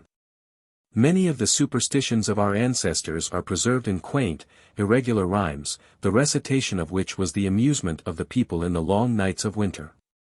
These were sung, or rather said, in a monotone, by the professional drolls, who doubtless added such things as they fancied would increase the interest of the story to the listeners. Especially were they fond of introducing known characters on the scene, and of mixing up events which had occurred within the memory of the old people, with the more ancient legend. The following story, or rather parts of it, formed the subject of one of the Cornish Christmas plays. When I was a boy, I well remember being much delighted with the coarse acting of a set of Christmas players, who exhibited in the great hall of a farmhouse at which I was visiting, and who gave us the principal incidents of Duffy and the Devil Terrytop. One of the company doing the part of chorus, and filling up by rude descriptions often in rhyme the parts which the players could not represent. It was in cider-making time. Squire Lovell of Trove, or more correctly, Trowoof, rode up to Burien church town to procure help. Boys and maidens were in request, some to gather the apples from the trees, others to carry them to the cider mill. Passing along the village as hastily as the dignity of a squire would allow him, his attention was drawn to a great noise scolding in a shrill treble voice, and crying proceeding from Janey Chigwin's door. The squire rode up to the cottage, and he saw the old woman beating her stepdaughter Duffy about the head with the skirt of her swingtail gown, in which she had been carrying out the ashes. She made such a dust, that the squire was nearly choked and almost blinded with the wood ashes. "What cheer, Janey?" cries the squire, "what's the to-do with you and Duffy?" "Oh, the lazy hussy!" shouts Janey, "is all her time coursing and curranting with the boys. She will never stay in to boil the porridge, knit the stockings, or spin the yarn." "Don't believe her, your honour," exclaims Duffy. "My knitting and spinning is the best in the parish." The war of tongues continued in this strain for some time, the old squire looking calmly on, and resolving in his mind to take Duffy home with him to Trove, her appearance evidently pleasing him greatly. Squire Level left the old and young woman to do the best they could, and went round the village to complete his hiring. When he returned, peace had been declared between them. But when Lovell expressed his desire to take Duffy home to his house to help the housekeeper to do the spinning, "A pretty spinner she is, shouted old Janey at the top of her voice. "Try me, your honour," said Duffy, curtsying very low. "My yarns are the best in the parish." "We'll soon try that," said the squire. "Janey will be glad to get quits of thee, I see, and thou it be nothing loath to leave her, so jump up behind me, Duffy." No sooner said than done. The maid Duffy, without ceremony, mounted behind the squire on the horse, and they jogged silently down to Trove. Squire Lovell's old housekeeper was almost blind. One eye had been put out by an angry old wizard, and through sympathy she was rapidly losing the power of seeing with the other. This old dame was consequently very glad of some one to help her in spinning and knitting. The introduction over, the housekeeper takes Duffy up into the garret where the wool was kept, and where the spinning was done in the summer, and requests her to commence her work. The truth must be told, Duffy was an idle slut, she could neither knit nor spin. Well, here she was left alone, and, of course, expected to produce a good specimen of her work. The garret was piled from the floor to the key beams with fleeces of wool. Duffy looked despairingly at them, and then sat herself down on the spinning wheel and cried out, "Curse the spinning and knitting!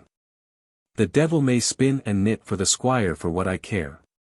Scarcely had Duffy spoken these words than she heard a rustling noise behind some woolpacks, and forth walked a queer-looking little man, with a remarkable pair of eyes, which seemed to send out flashes of light.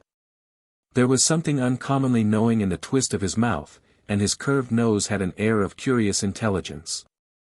He was dressed in black, and moved towards Duffy with a jaunty air, knocking something against the floor at every step he took. "Duffy dear," said this little gentleman, "I'll do all the spinning and knitting for thee." "Thank 'ee," says Duffy, quite astonished. "Duffy dear, a lady shall you be." "Thank 'ee, your honour," smiled Duffy. "But, Duffy dear, remember," coaxingly said the queer little man, "remember, that for all this, at the end of 3 years, you must go with me, unless you can find out my name." Duffy was not the least bit frightened, nor did she hesitate long, but presently struck a bargain with her kind but unknown friend, who told her she had only to wish, and her every wish should be fulfilled. And as for the spinning and knitting, she would find all she required under the black ram's fleece. He then departed. How, Duffy could not tell, but in a moment the queer little gentleman was gone. Duffy sung in idleness, and slept until it was time for her to make her appearance. So she wished for some yarns, and looking under the black fleece she found them. Those were shown by the housekeeper to the squire, and both declared they had never seen such beautiful yarns. The next day Duffy was to knit this yarn into stockings. Duffy idled, as only professed idlers can idle. But in due time, as if she had been excessively industrious, she produced a pair of stockings for the old squire. If the yarn was beautiful, the stockings were beyond all praise. They were as fine as silk, and as strong as leather. Squire Lovell soon gave them a trial, and when he came home at night after hunting, he declared he would never wear any other than Duffy's stockings. He had wandered all day through brake and briar, furze and brambles. There was not a scratch on his legs, and he was as dry as a bone. There was no end to his praise of Duffy's stockings. Duffy had a rare time of it now. She could do what she pleased, and rove where she willed. She was dancing on the mill bed half the day, with all the gossiping women who brought their grist to be ground. In those good old times, the ladies of the parish would take their corn to mill, and surge the flour themselves. When a few of them met together, they would either tell stories or dance whilst the corn was grinding. Sometimes the dance would be on the mill bed, sometimes out on the green. On some occasions the miller's fiddle would be in request, at others the crowd 109 was made to do the duty of a tambourine. So Duffy was always finding excuses to go to mill, and many, around, would she dance with the best people in the parish. Old Bet, the miller's wife, was a witch, and she found out who did Duffy's work for her. Duffy and Old Bet were always the best of friends, and she never told anyone about Duffy's knitting friend. Nor did she ever say a word about the stockings being unfinished. There was always a stitch down. On Sundays the people went to Burien Church, from all parts, to look at the squire's stockings, and the old squire would stop at the cross, proud enough to show them. He could hunt through brambles and furze in all sorts of weather. His old shanks were as sound as if bound up in leather. Duffy was now sought after by all the young men of the country. And at last the squire, fearing to lose a pretty girl, and one who was so useful to him, married her himself, and she became, according to the fashion of the time and place, Lady Lovell, but she was commonly known by her neighbours as the Duffy Lady. Lady Lovell kept the devil hard at work. Stockings, all sorts of fine underclothing, bedding, and much ornamental work, the like of which was never seen, was produced at command, and passed off as her own. Duffy passed a merry time of it, but somehow or other she was never happy when she was compelled to play the lady. She passed much more of her time with the old crone at the mill, than in the drawing-room at Trove. The squire sported and drank, and cared little about Duffy, so long as she provided him with knitted garments. The 3 years were nearly at an end. Duffy had tried every plan to find out the devil's name, but had failed in all. She began to fear that she should have to go off with her queer friend, and Duffy became melancholy.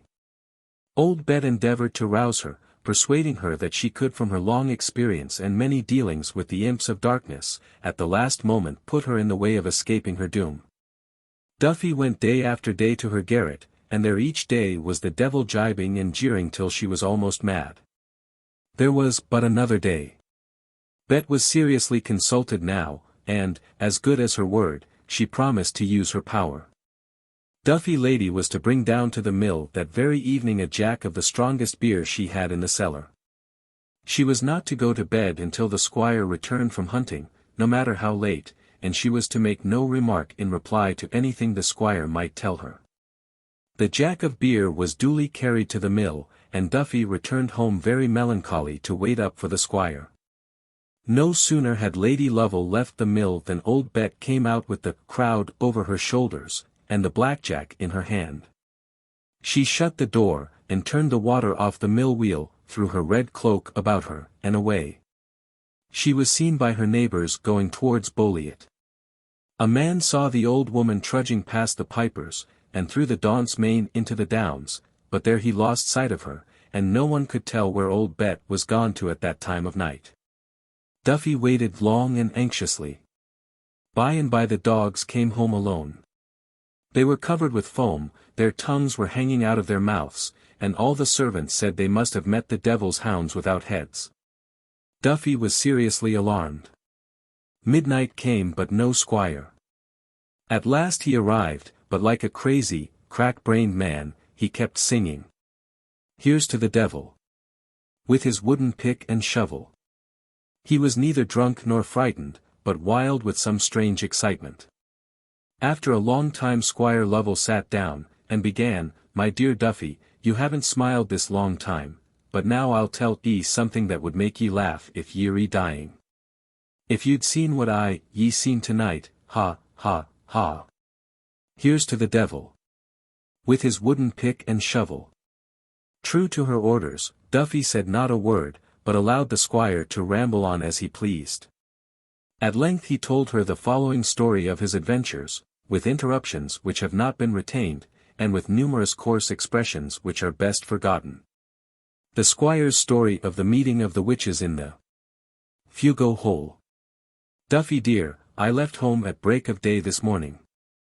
I hunted all the moors from Trove to Trevider, and never started a hare all the livelong day.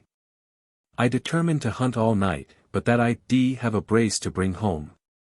So, at nightfall I went down Lamorna Bottoms, then up Breen Downses, and as we passed the Daunt's Main up started a hare, as fine a hare as ever was seen. She passed the pipers, down through the reins, in the mouth of the dogs half the time, yet they couldn't catch her at all. As fine a chase as ever was seen, until she took into the Fugo Hole. 1:10 in went the dogs after her, and I followed, the owls and bats flying round my head. On we went, through water and mud, a mile or more, I'm quite certain. I didn't know the place was so long before.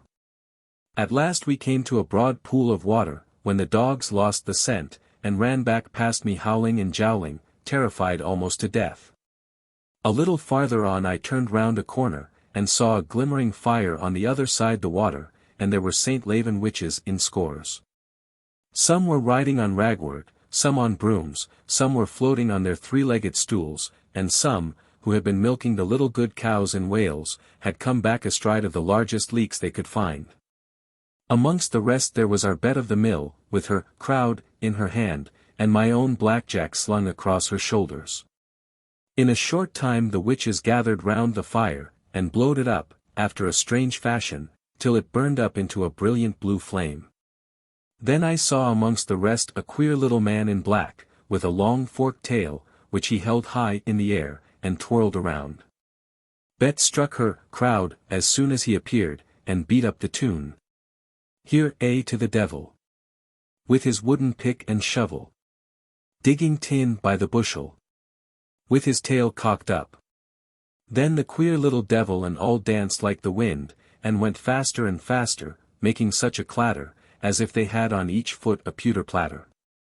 Every time the man in black came round by old Bet, he took a good pull from my own blackjack, till at last, as if he had been drinking my best beer, he seemed to have lost his head, when he jumped up and down, turned round and round.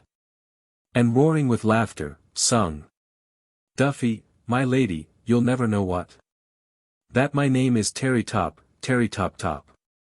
When the squire sung those lines, he stopped suddenly, thinking that Duffy was going to die.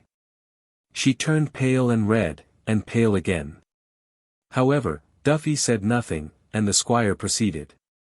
After the dance, all the witches made a ring around the fire, and again blew it up, until the blue flames reached the top of the dazon.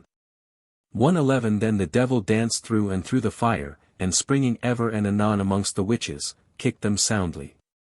At last I was shaking with laughter at the fun. I shouted, "Go it, old Nick!" And, lo, the lights went out, and I had to fly with all my speed, for every one of the witches were after me. I scampered home somehow, and here I am. Why don't you laugh, Duffy? Duffy did laugh, and laugh right heartily now, and when tired of their fun, the squire and the lady went to bed. The 3 years were up within an hour. Duffy had willed for an abundant supply of knitted things, and filled every chest in the house. She was in the best chamber trying to cram some more stockings into a big chest, when the queer little man in black appeared before her. "Well, Duffy, Ray dear," said he, "I have been to my word, and served you truly for 3 years as we agreed, so now I hope you will go with me, and make no objection." He bowed very obsequiously, almost to the ground, and regarded Duffy lady with a very offensive leer. "I fear," smiled Duffy, "that your country is rather warm, and might spoil my fair complexion." "It is not so hot as some people say, Duffy," was his reply, "but come along, ye kept my word, and of course a lady of your standing will keep your word also. Can you tell me my name?" Duffy curtsied, and smilingly said, "You have behaved like a true gentleman, yet I wouldn't like to go so far." The devil frowned, and approached as if he would lay forcible hands upon her. "Maybe your name is Lucifer." He stamped his lute and grinned horridly. "Lucifer. Lucifer. He's no other than a servant to me in my own country. Suddenly calming again, he said, quietly, Lucifer. I would scarcely be seen speaking to him at court. But come along. When I spin for ladies I expect honorable treatment at their hands. Ye two guesses more. But they're of little use, my name is not generally known on earth. Perhaps, smiled Duffy again, my lord's name is Beelzebub. How he grinned, and his sides shook with convulsive joy. Beelzebub, says he, why, he's little better than the other, a common devil he. I believe he's some sort of a Cornish cousin, you know. I hope your honor, curtsied Duffy, will not take offense. Impute my mistake to ignorance. Our demon was rampant with joy, he danced around Duffy with delight, and was, seeing that she hesitated, about to seize her somewhat roughly. Stop! Stop, shouts Duffy, perhaps you will be honest enough to admit that your name is Terrytop. The gentleman in black looked at Duffy, and she steadily looked him in the face. Terrytop. Deny it if you dare, says she. A gentleman never denies his name, replied Terrytop, drawing himself up with much dignity. I did not expect to be beaten by a young minx like you, Duffy, but the pleasure of your company is merely postponed. With this Terrytop departed in fire and smoke, and all the devil's knitting suddenly turned to ashes. Squire Lovell was out hunting, away far on the moors, the day was cold and the winds piercing. Suddenly the stockings dropped from his legs and the homespun from his back, so that he came home with nothing on but his shirt and his shoes, almost dead with cold. All this was attributed by the squire to the influence of old Bet, who, he thought, had punished him for pursuing her with his dogs when she had assumed the form of a hare.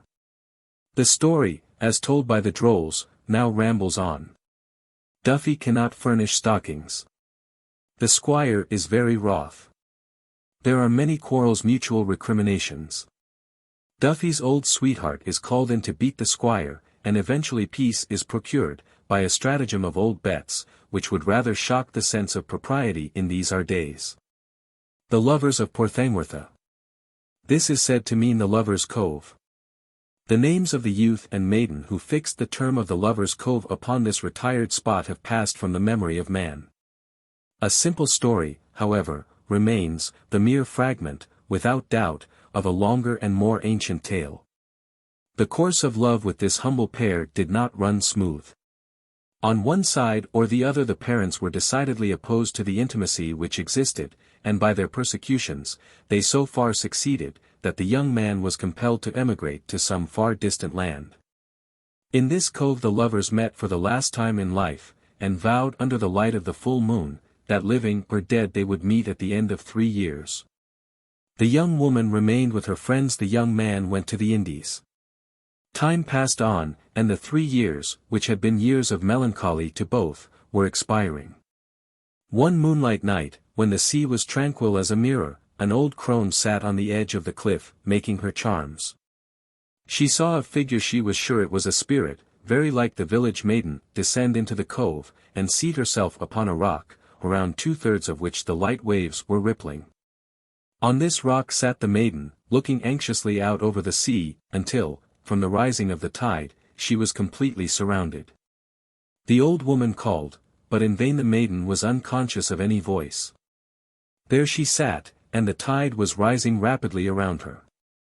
The old woman, now seeing the danger in which she was, resolved to go down into the cove, and, if possible, awaken the maiden to a sense of her danger. To do this, it was necessary to go round a projecting pile of rocks. While doing this, she lost sight of the object of her interest, and much was her surprise, when she again saw the maiden, to perceive a young sailor by her side, with his arm around her waist. Conceiving that help had arrived, the old woman sat herself down on the slope of the descending path, and resolved patiently to await the arrival of the pair on shore, and then to rate the girl soundly. She sat watching this loving and lovely pair, lighted as they were on the black rock by a full flood of moonshine. There they sat, and the tide rose and washed around them. Never were boy and girl so mad, and at last the terrified old woman shrieked with excitement. Suddenly they appeared to float off upon the waters. She thought she heard their voices, but there was no sound of terror. Instead of it a tranquil murmuring music, like the voice of doves, singing. I am thine. Thou art mine. Beyond control. In the wave. Be the grave. Of heart and soul. Down, down into the sea passed the lovers. Awestruck, the old woman looked on, until, as she said, at last they turned round, looked me full in the face, smiling like angels, and, kissing each other, sank to rise no more. They tell us that the body of the young woman was found a day or two after in a neighbouring cove, and that intelligence eventually reached England that the young man had been killed on this very night. The ghost of Rose Warne. Ezekiel Gross, Gent. Attorney at law, bought the land of Rosewarne from one of the de Rosewarnes, who had become involved in difficulties, by endeavouring, without sufficient means, to support the dignity of his family. There is reason for believing that Ezekiel was the legal adviser of this unfortunate Rosewarne, and that he was not over-honest in his transactions with his client. However this may be, Ezekiel Gross had scarcely made Rosewarne his dwelling place, before he was alarmed by noises, at first of an unearthly character, and subsequently, one very dark night, by the appearance of the ghost himself in the form of a worn and aged man.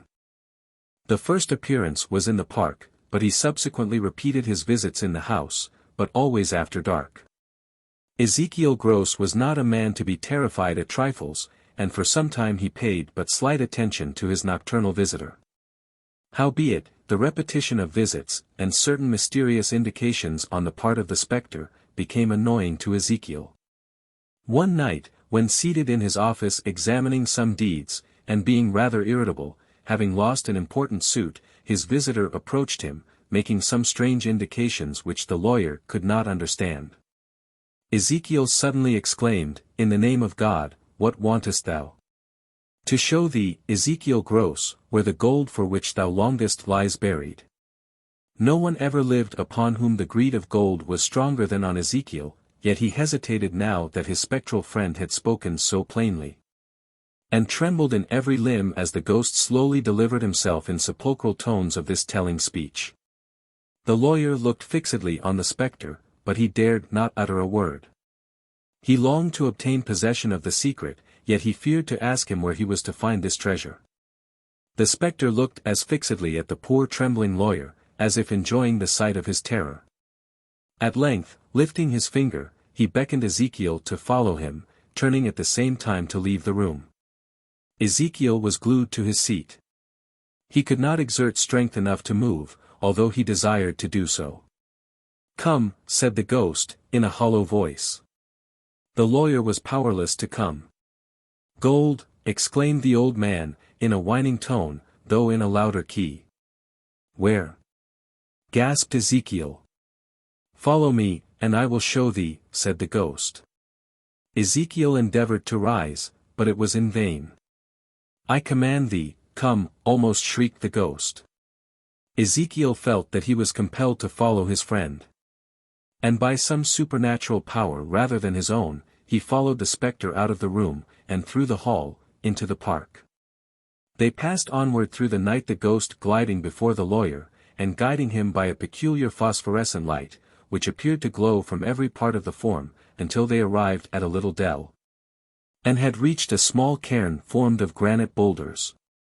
By this the spectre rested, and when Ezekiel had approached it, and was standing on the other side of the cairn, still trembling, the aged man, looking fixedly in his face, said, in low tones, "Ezekiel Gross, thou longest for gold, as I did. I won the glittering prize, but I could not enjoy it. Heaps of treasure are buried beneath those stones, it is thine, if thou diggest for it. Win the gold, Ezekiel. Glitter with the wicked ones of the world. And when thou art the most joyous, I will look in upon thy happiness." The ghost then disappeared, and as soon as Gross could recover himself from the extreme trepidation the result of mixed feelings, he looked about him, and finding himself alone, he exclaimed, "Ghost or devil, I will soon prove whether or not thou liest." Ezekiel is said to have heard a laugh, echoing between the hills, as he said those words. The lawyer noted well the spot, returned to his house, pondered on all the circumstances of his case. And eventually resolved to seize the earliest opportunity, when he might do so unobserved, of removing the stones, and examining the ground beneath them. A few nights after this, Ezekiel went to the little cairn, and by the aid of a crowbar, he soon overturned the stones, and laid the ground bare. He then commenced digging, and had not proceeded far when his spade struck against some other metal. He carefully cleared away the earth, and he then felt, for he could not see, having no light with him, that he had uncovered a metallic urn of some kind. He found it quite impossible to lift it, and he was therefore compelled to cover it up again, and to replace the stones sufficiently to hide it from the observation of any chance wanderer. The next night Ezekiel found that this urn, which was of bronze, contained gold coins of a very ancient date. He loaded himself with his treasure, and returned home. From time to time, at night, as Ezekiel found he could do so without exciting the suspicions of his servants, he visited the urn, and thus by degrees removed all the treasure to Rosewarne House. There was nothing in the series of circumstances which had surrounded Ezekiel which he could less understand than the fact that the ghost of the old man had left off troubling him from the moment when he had disclosed to him the hiding-place of this treasure. The neighboring gentry could not but observe the rapid improvements which Ezekiel Gross made in his mansion, his grounds, in his personal appearance, and indeed in everything by which he was surrounded. In a short time he abandoned the law, and led in every respect the life of a country gentleman. He ostentatiously paraded his power to procure all earthly enjoyments, and, in spite of his notoriously bad character, he succeeded in drawing many of the landed proprietors around him. Things went well with Ezekiel.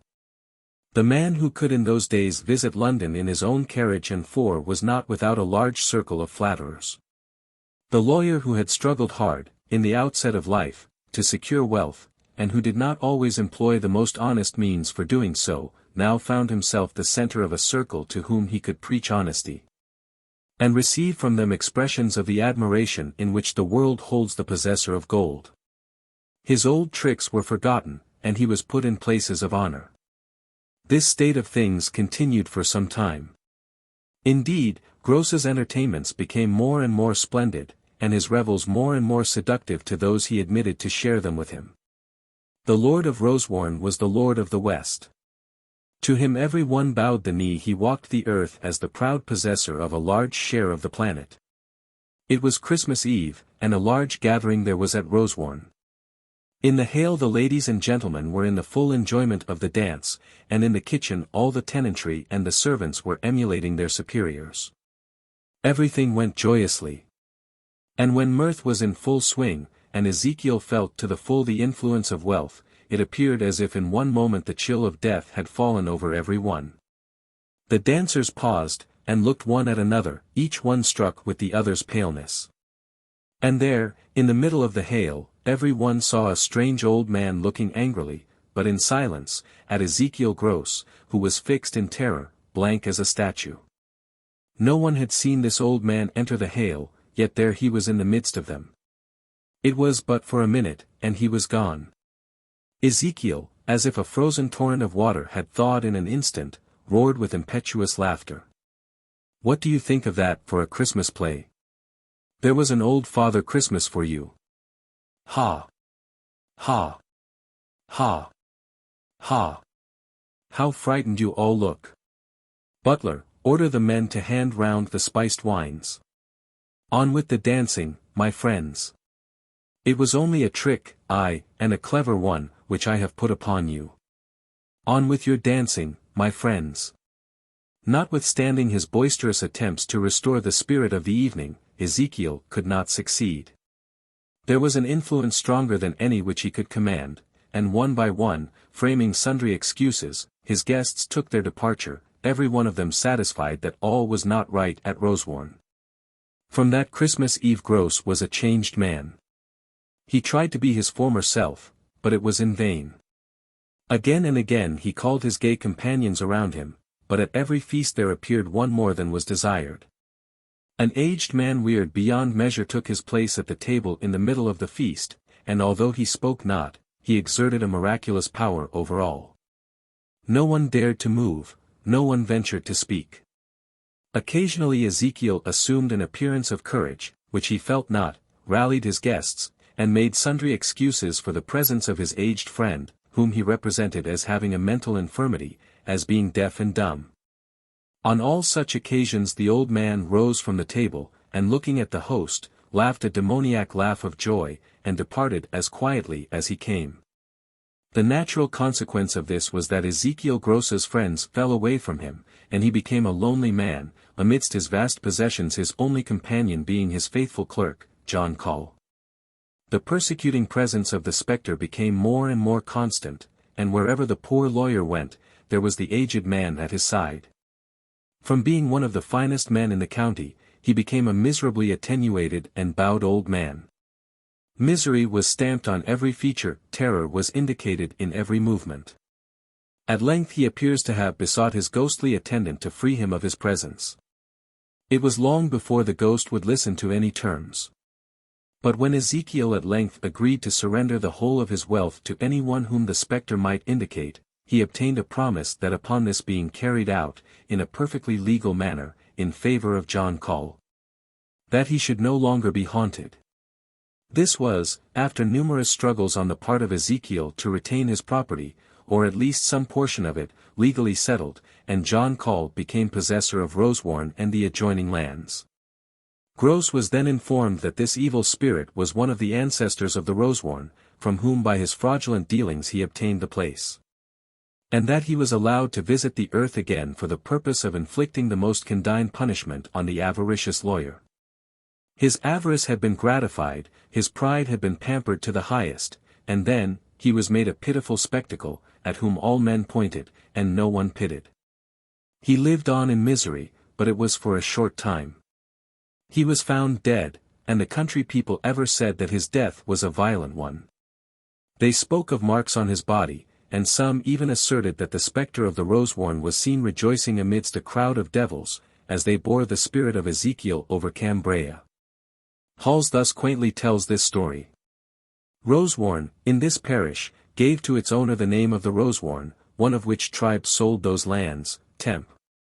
James I, to Ezekiel Gross, Gent. Attorney at law, who made it his dwelling, and in this place got a great estate by the inferior practice of the law. But much more, as tradition saith, by means of a spirit or apparition that haunted him in this place, till he spake to it, for it is notable that sort of things called apparitions are such proud gentry, that they never speak first. Whereupon it discovered to him where much treasure lay hid in this mansion, which, according to the honest ghost's direction, he found, to his great enriching. After which, this phantasm or spectrum became so troublesome and direful to him, day and night, that it forced him to forsake this place, as rich, it seems, as this devil could make him, and to quit his claim thereto, by giving or selling it to his clerk, John Call, whose son, John Call, Gent, sold it again to Robert Hooker, Gent, attorney at law, now in possession thereof. The arms of Call were, in a field 3 trumpets in allusion to the name in English. But in Cornish British, Call, Cal, signifies any hard, flinty, or obdurate matter or thing, and Herguru, is a trumpet.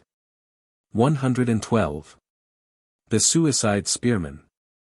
A family of the name of Spearman has lived in Cornwall for many ages, their native centre having been somewhere between Ludgate and St. Ives. Years long ago, an unfortunate man, weary of life, destroyed himself. And the rude laws of a remote age, carrying out, as they thought, human punishments even after death, decreed that the body should be buried at the 4 crossroads, and quicklime poured on the corpse. Superstition stepped in, and somewhat changed the order of burial. To prevent the dead man from walking, and becoming a terror to all his neighbors, the coffin was to be turned upside down, and a spear was to be driven through it and the body, so as to pin it to the ground. It was with some difficulty that a man could be found to perform this task. At length, however, a blacksmith undertook it. He made the spear, and after the coffin was properly placed, he drove his spear-headed iron bar through it. From that day he was called the Spearman, and his descendants have never lost the name. In making a new road not many years since, the coffin and spear were found, and removed. From that time several old men and women have declared that the self-murderer walks the earth. The suicide's ghost. On the bleak road between Helston and Wendron Church Town, at its highest and wildest spot, 3 roads meet about a quarter of a mile from the latter place.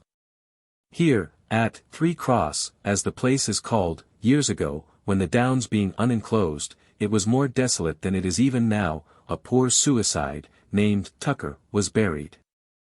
Few liked to pass up Rose Lane, leading there, after nightfall. For Tucker's shade had more than once been seen. One man, however, valiant in his cups, on his return from Helston Market, cracked his whip, and shouted lustily, "Arise, Tucker," as he passed the place. It is said Tucker did arise, and fixed himself on the saddle behind the man as he rode on horseback, and accompanied him how far it is not said.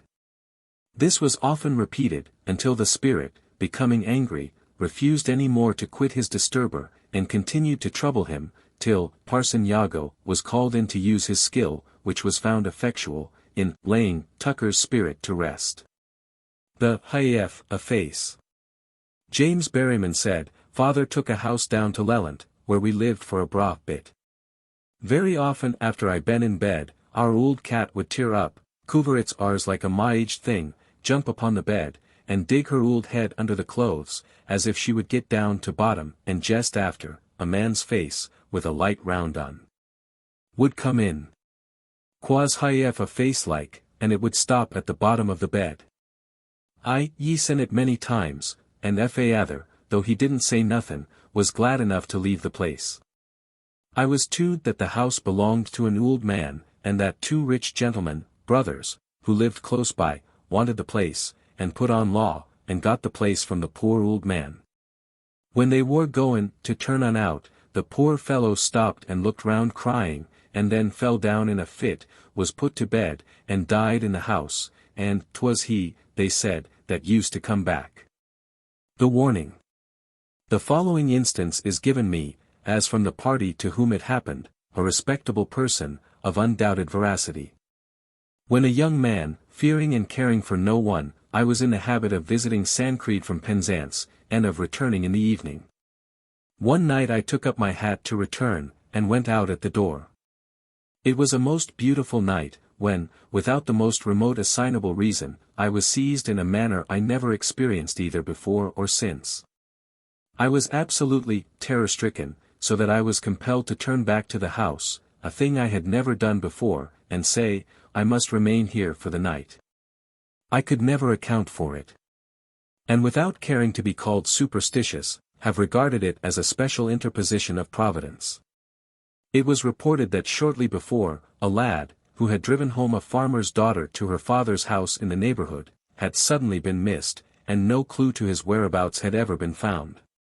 About 4 or 6 weeks after my adventure, a gang of sheep stealers who had carried on their depredations for a long time previous, were discovered in the neighborhood. Their abode, indeed, adjoined the road from Sancreed to Penzance, and I cannot help believing it probable, that had I returned that night I should have encountered the gang, and perhaps lost my life. Years afterwards, one of the gang confessed that the boy had come suddenly upon them during one of their nefarious expeditions. He was seized, and injudiciously said, "Well, you may get off once or twice, but you're sure to be hanged in the end." "Thee shan't help to do it," said one, and the poor boy was murdered, and his body thrown into a neighboring shaft. Laying a ghost.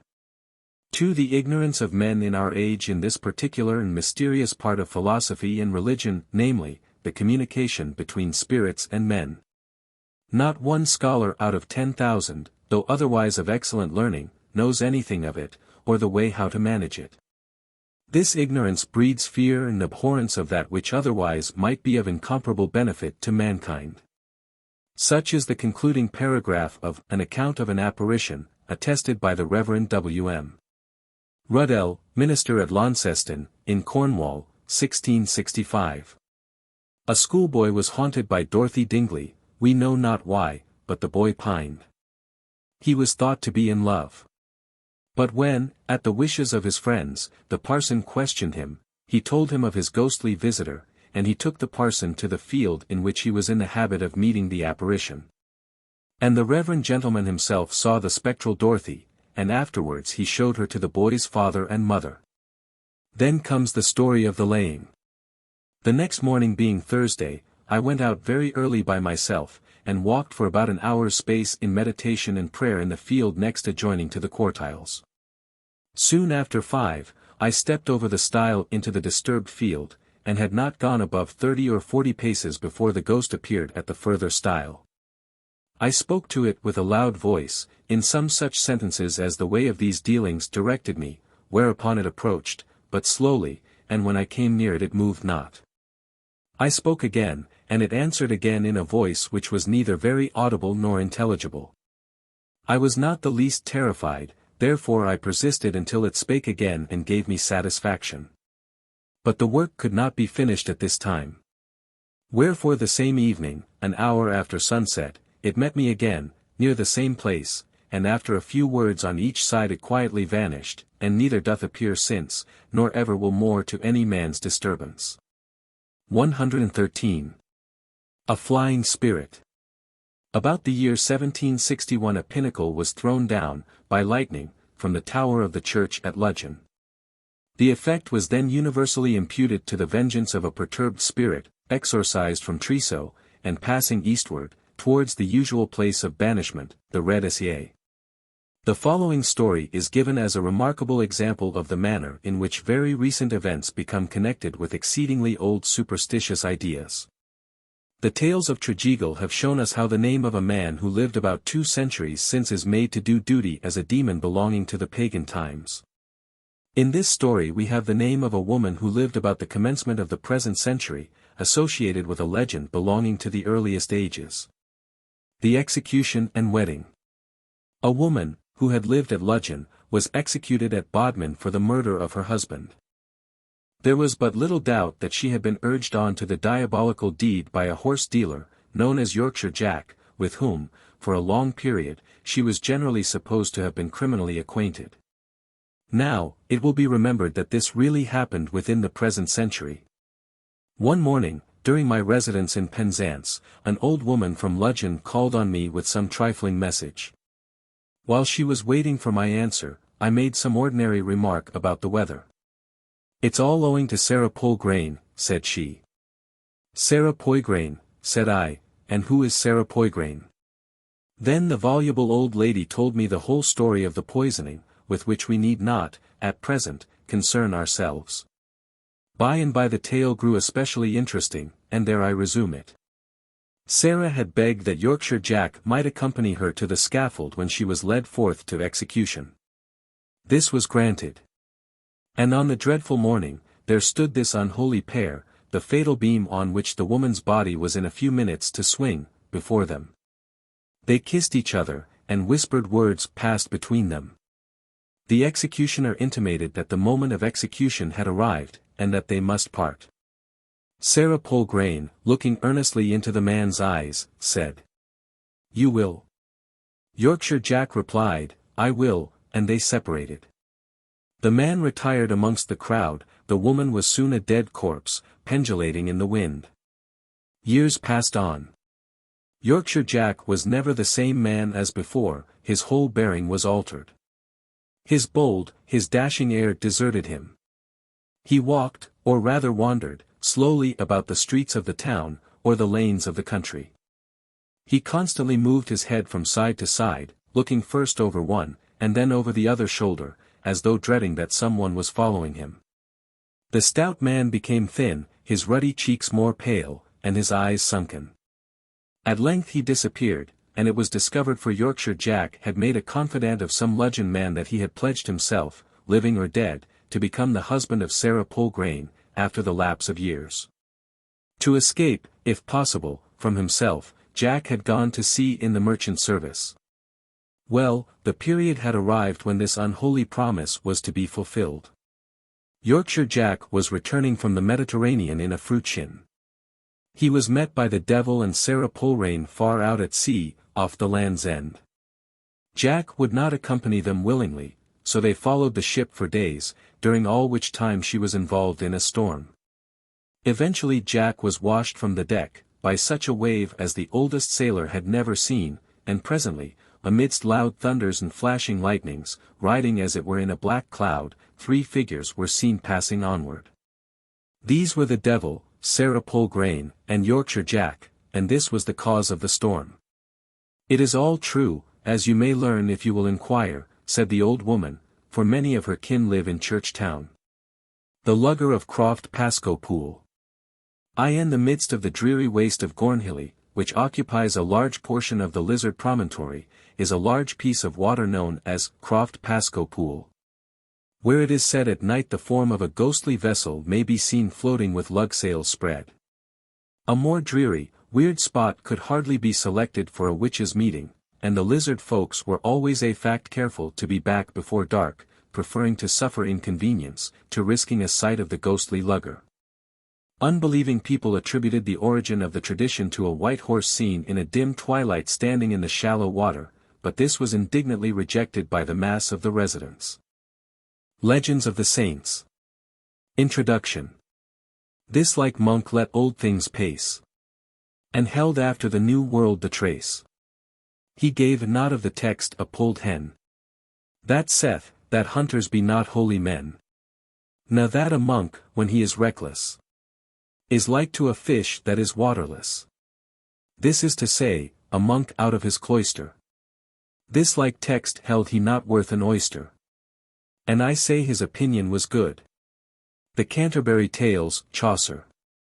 The process through which a man, who has made himself remarkable to his ignorant fellowmen, is passed after death, first, into the hero performing fabulous exploits, and eventually into the giant, is not difficult to understand.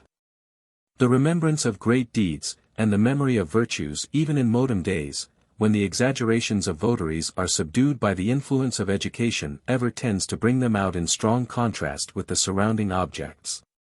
The mass of men form the background, as it were, of the picture, and the hero or the saint stands forth in all his brightness of color in the foreground. Amidst the uneducated Celtic population who inhabited old Cornwall, it was the practice, as with the Celts of other countries, to exalt their benefactors with all the adornments of that hyperbole which distinguishes their songs and stories. When the first Christian missionaries dwelt amongst this people, they impressed them with the daring which they exhibited by the persecution which they uncomplainingly endured and the holy lives they led. Those who were morally so superior to the living men, were represented as physically so to their children, and every generation adorned the relation which it had received with the ornaments derived from their own imaginations, which had been tutored amidst the severer scenes of nature. And consequently the warrior, or the holy man, was transmuted into the giant. If to this we add the desire which was constantly shown by the earlier priesthood to persuade the people of their miraculous powers, of the direct interference of heaven in their behalf and of the violent conflicts which they were occasionally enduring with the enemy of the human race, there will be no difficulty in marking out the steps by which the ordinary man has become an extraordinary hero. When we hear of the saints to whose memories the parish churches are dedicated, being enabled to hurl rocks of enormous size through the air, to carry them in their pockets, and indeed to use them as playthings, we perceive that the traditions of the legitimate giants have been transferred to, and mixed up with, the memories of a more recent people. In addition to legends of the Titanic type, this section will include a few of the true monastic character. The only purpose I have in giving these is to preserve, as examples, some curious superstitions which have not yet entirely lost their hold on the people. The Krause stones. St. Just, from his home in Penwith, being weary of having little to do, except offering prayers for the tinners and fishermen, went on a visit to the hospitable Street Cavern, who had fixed his hermitage in a well-selected spot, not far from the Lizard Headland. The holy brothers rejoiced together, and in full feeding and deep drinking they pleasantly passed the time. Saint Just gloried in the goodly chalice from which he drank the richest of wines, and envied Street Cavern the possession of a cup of such rare value. Again and again did he pledge Street Cavern, their holy bond of brotherhood was to be forever. Heaven was to witness the purity of their friendship, and to the world they were to become patterns of ecclesiastical love. The time came when Street Just felt he must return to his flock. And repeating over again his vows, and begging Street Cavern to return his visit, he departed St. Cavern, sending many a blessing after his good brother. The Saint of the West had not left his brother of the South many hours before the latter missed his cup. Diligent search was made in every corner of his dwelling, but no cup could be found. At length St. Cavern could not but feel that he had been robbed of his treasure by his western friend. That one in whom he had placed such confidence, one to whom he had opened his heart, and to whom he had shown the most unstinting hospitality, should have behaved so treacherously, overcame the serenity of the good man. His rage was excessive. After the first burst was over, and reason reasserted her power, St. Cavern felt that his wisest course was to pursue the thief, inflict summary punishment on him, and recover his cup. The thought was followed by a firm resolve, and away St. Cavern started in pursuit of St. Just. Passing over Crowsedown, some of the boulders of ironstone, which are scattered over the surface, caught his eye, and presently he whipped a few of these stone pebbles into his pockets, and hastened onward. When he drew near Tregeagle he spied St. Just.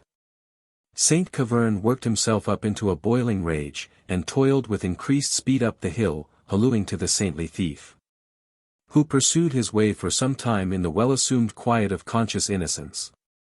Long and loud did St. Cavern call on St. Just to stop, but the latter was deaf to all calls of the kind. On he went, quickening, however, his pace a little.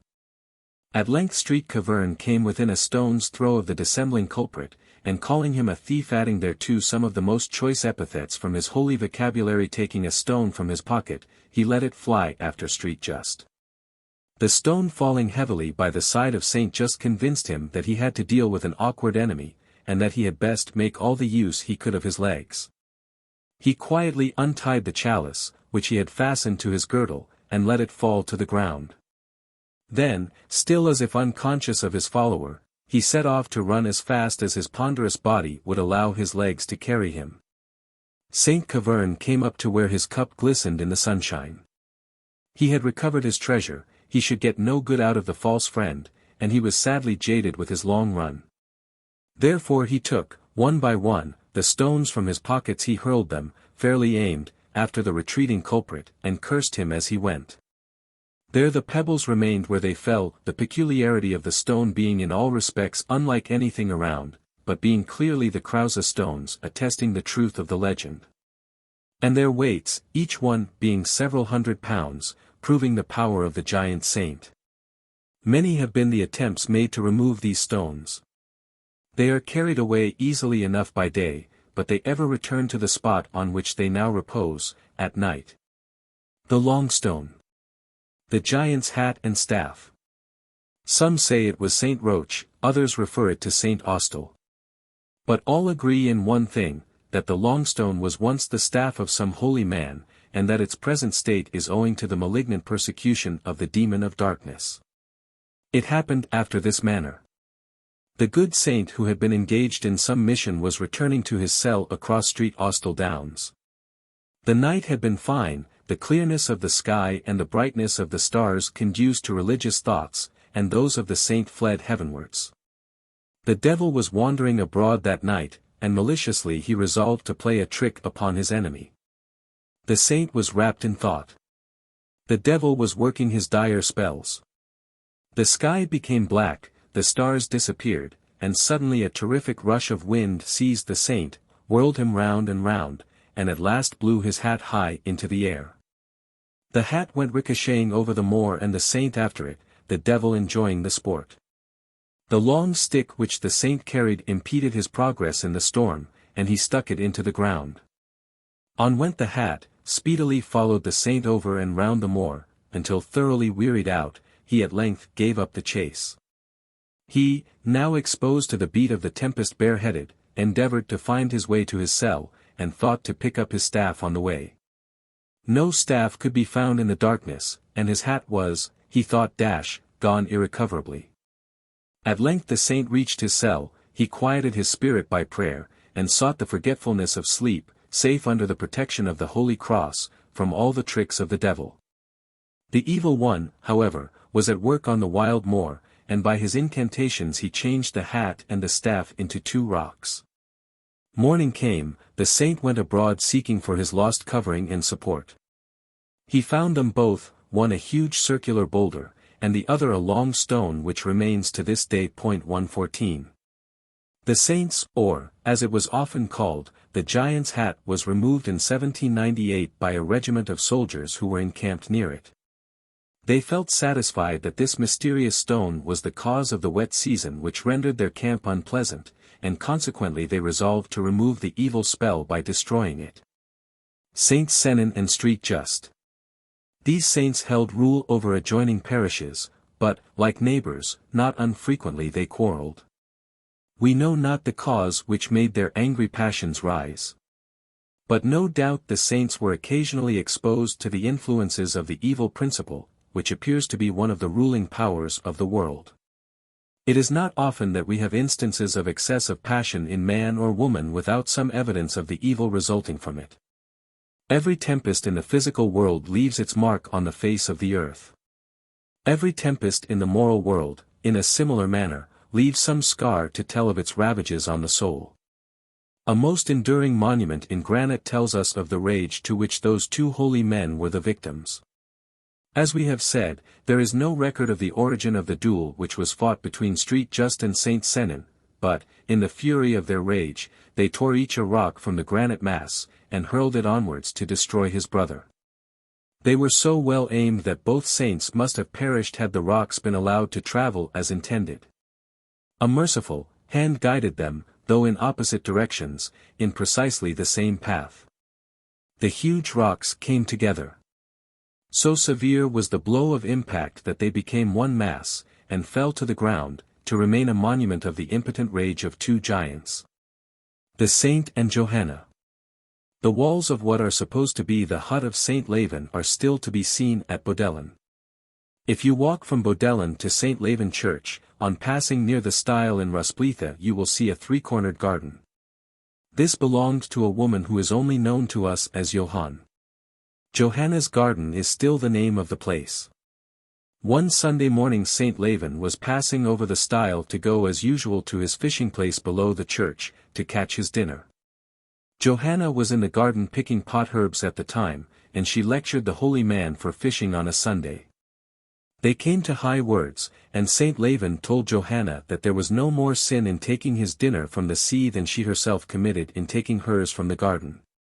The saint called her foolish Johanna, and said if another of her name was christened in his well she should be a bigger fool than Johanna herself. From that day to this no child called Johanna has been christened in Saint Leven. All parents who desire to give that name to their daughters, dreading Saint Leven's curse, take the children to Sennen. The Saint's Path. The path along which Saint Leven was accustomed to walk from Bodellen, by Rusplitha, on to Saint Leven's rocks, as they are still called, may be yet seen. The grass grows greener wherever the good priest trod than in any other part of the fields through which the footpath passes. The Saint Leven Stone. On the south side of the church, to the east of the porch, is a rock known by the above name. It is broken in two, and the fissure is filled in with ferns and wild flowers, while the grass grows rank around it. On this rock Saint Leven often sat to rest after the fatigue of fishing. And desiring to leave some enduring memento of himself in connection with this his rude but favorite seat, he one day gave it a blow with his fist and cracked it through. He prayed over the rock and uttered the following prophecy. When, with panniers astride, a pack-horse one can ride through Saint Leven's stone, the world will be done. This stone must have been venerated for the saint's sake when the church was built, or it would certainly have been employed for the building. It is more than 50 years since I first made acquaintance, as a child, with the Saint Leven stone, and it may be a satisfaction to many to know that the progress of separation is an exceedingly slow one. I cannot detect the slightest difference in the width of the fissure now and then. At the present slow rate of opening, the pack-horse and panniers will not be able to pass through the rock for many thousands of years to come. We need not, therefore, place much reliance on those prophecies which give but a limited duration to this planet. The two breams. Although in common with many of the churches in the remote districts of Cornwall, decay's effacing fingers have been allowed to do their work in St. Leven Church. Yet there still remains some of the ornamental work which once adorned it. Much of the carving is irremediably gone, but still the inquirer will find that it once told the story of important events in the life of the good Saint Leven. 2 fishes on the same hook form the device, which appears at one time to have prevailed in this church. These are to commemorate a remarkable incident in Saint Leven's life. One lovely evening about sunset, Saint Leven was on his rocks fishing. There was a heavy pull upon his line, and drawing it in, he found 2 breams on the same hook. The good saint, anxious to serve both alike, to avoid, indeed, even the appearance of partiality, took both the fishes off the hook, and cast them back into the sea. Again they came to the hook, and again were they returned to their native element. The line was no sooner cast a 3rd time than the same 2 fishes hooked themselves once more. Saint Leven thought there must be some reason unknown to him for this strange occurrence, so he took both the fishes home with him. When the saint reached Bodelen, he found his sister, Saint Brigue 115 had come to visit him with 2 children. Then he thought he saw the hand of Providence at work in guiding the fish to his hook. Even saints are blind when they attempt to fathom the ways of the unseen. The fish were, of course, cooked for supper, and the saint having asked a blessing upon their savory meal, all sat down to partake of it. The children had walked far, and they were ravenously hungry. They ate their suppers with rapidity, and, not taking time to pick out the bones of the fish, they were both choked. The apparent blessing was thus transformed into a curse, and the bream has from that day forward ever gone by the name, amongst fishermen, of choke children. There are many disputes as to the fish concerned in this legend. Some of the fishermen of St. Leven parish have insisted upon there being chad, the shad, Clopieta alosa, while others, with the strong evidence afforded by the bony structure of the fish, will have it to have been the bream, Cyprinus brahma. My young readers, warned by the name, should be equally careful in eating either of these fish. Saint Keyne. Bragan, or Brechin, was a king in Wales, and the builder of the town of Brecknock. This worthy old king and saint was the happy father of 26 children, or, as some say, 22. Of these, 14 or 15 were sainted for their holiness, and their portraits are preserved within a fold of the kingly robe of the saint, their father, in the window at St. Neot's church, bearing the inscription, Sante Brechin. Cum omnibus sanctus, ora pro nobis, and known as the young women's window. Of the holy children settled in Cornwall, we learn that the following gave their names to Comish churches. 1. John, giving name to the church of Stlve. 2. Indeliant, Indelian. 3. Menfer, Saint Minver. 4. Teeth, Saint Teeth. 5. Mabina, Saint Mabin. 6. Merwena, Marum. 7. Wena, Saint Wen. 8. Kane, St. Kane. 9. Ice, St. Ulse. 10. Morwena, Morwenstow. 11. Cleater, Saint Cleather. 12. Carey, Igloskary. 13. Healy, Egoshale. 14. Advent, Advent. 15. Lonent, Lelent 116. Of this remarkable family Saint Kane stands out as the brightest star. Lovely beyond measure, she wandered over the country safe, even in lawless times, from insult, by the strength of her purity. We find this virtuous woman performing miracles wherever she went. The district now known by the name of Keynsham, in Somersetshire, was in those days infested with serpents. Saint Kane, rivaling Saint Hilda of the Northern Isle, changed them all into coils of stone, and there they are in the quarries at the present time to attest the truth of the legend. Geologists, with more learning than poetry, term them Ammonites, deriving their name from the horn of Jupiter Ammon, as if the Egyptian Jupiter was likely to have charmed serpents in England. We are satisfied to leave the question for the consideration of our readers. After a life spent in the conversion of sinners, the building of churches, and the performance of miracles, this good woman retired into Cornwall. And in one of its most picturesque valleys she sought and found a quiet which was conducive to a happy termination of a well-spent life. She desired, above all things, peace on earth, and she hoped to benefit the world, by giving to woman a chance of being equal to her lord and master. A beautiful well of water was near the home of the saint, and she planted, with her blessing, for trees around it the withy, the oak, the elm, and the ash. When the hour of her death was drawing near, Saint Keyne caused herself to be borne on a litter to the shade which she had formed, and soothed by the influence of the murmur of the flowing fountain, she blessed the waters, and gave them their wondrous power, thus quaintly described by Carew. Next, I will relate to you another of the Cornish natural wonders, viz. Saint Keyne's well. But lest you make wonder, first at the saint, before you notice the well, you must understand that this was not Keyne the Menquiller, but one of a gentler spirit and milder sex, to wit, a woman. He who caused the spring to be pictured, added this rhyme for an explanation. In name, in shape, in quality. This well is very quaint. The name to lot of Keyne befell. No over holy saint. The shape, 4 trees of diverse kind. Withy, oak, elm, and ash. Make with their roots an arched roof, whose floor this spring does wash. The quality, that man or wife, whose chance or choice attains, first of this sacred stream to drink, thereby the mastery gains. 117. Saint Denis's blood. The patron saint of the parish church of Saint Denis was born in the city of Athens, in the reign of Tiberius. His name and fame have full record in the History of the Saints of the Church of Rome. How his name was connected with this remote parish is not clearly made out. We learn, however, that the good man was beheaded at Montmartre, and that he walked after his execution, with his head under his arm, to the place in Paris which still bears his name.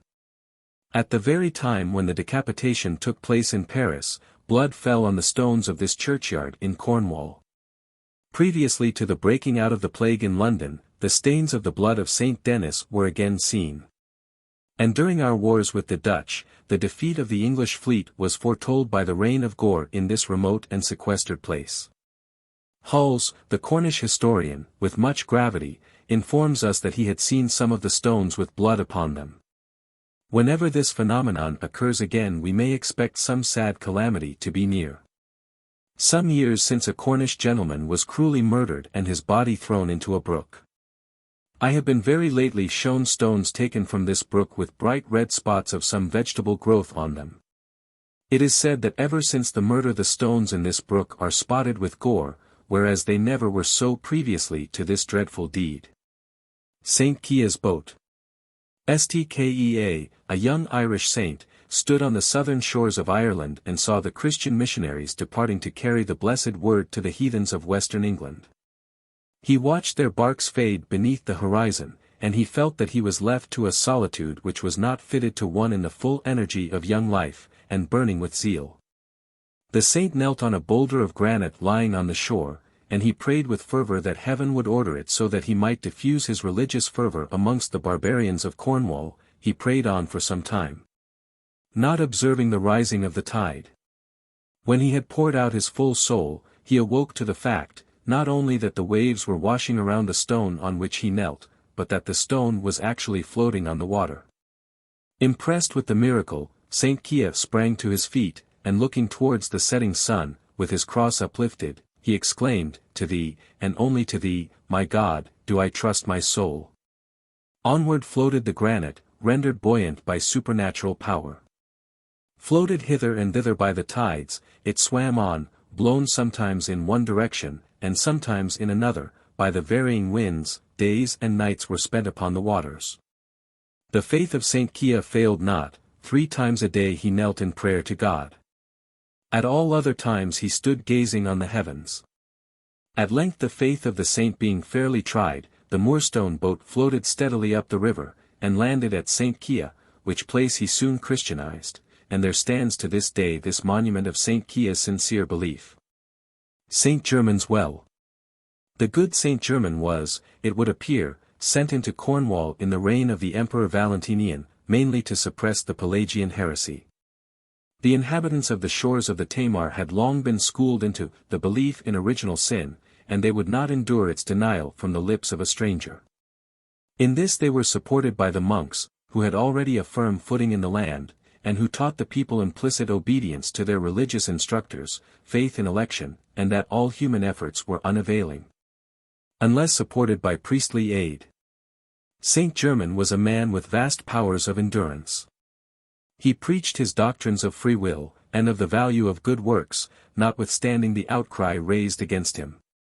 His miracles were of the most remarkable character, and sufficiently impressive to convince a large body of the Cornish people that he was an inspired priest. Saint Germain raised a beautiful church, and built a monastic house for the relief of poor people.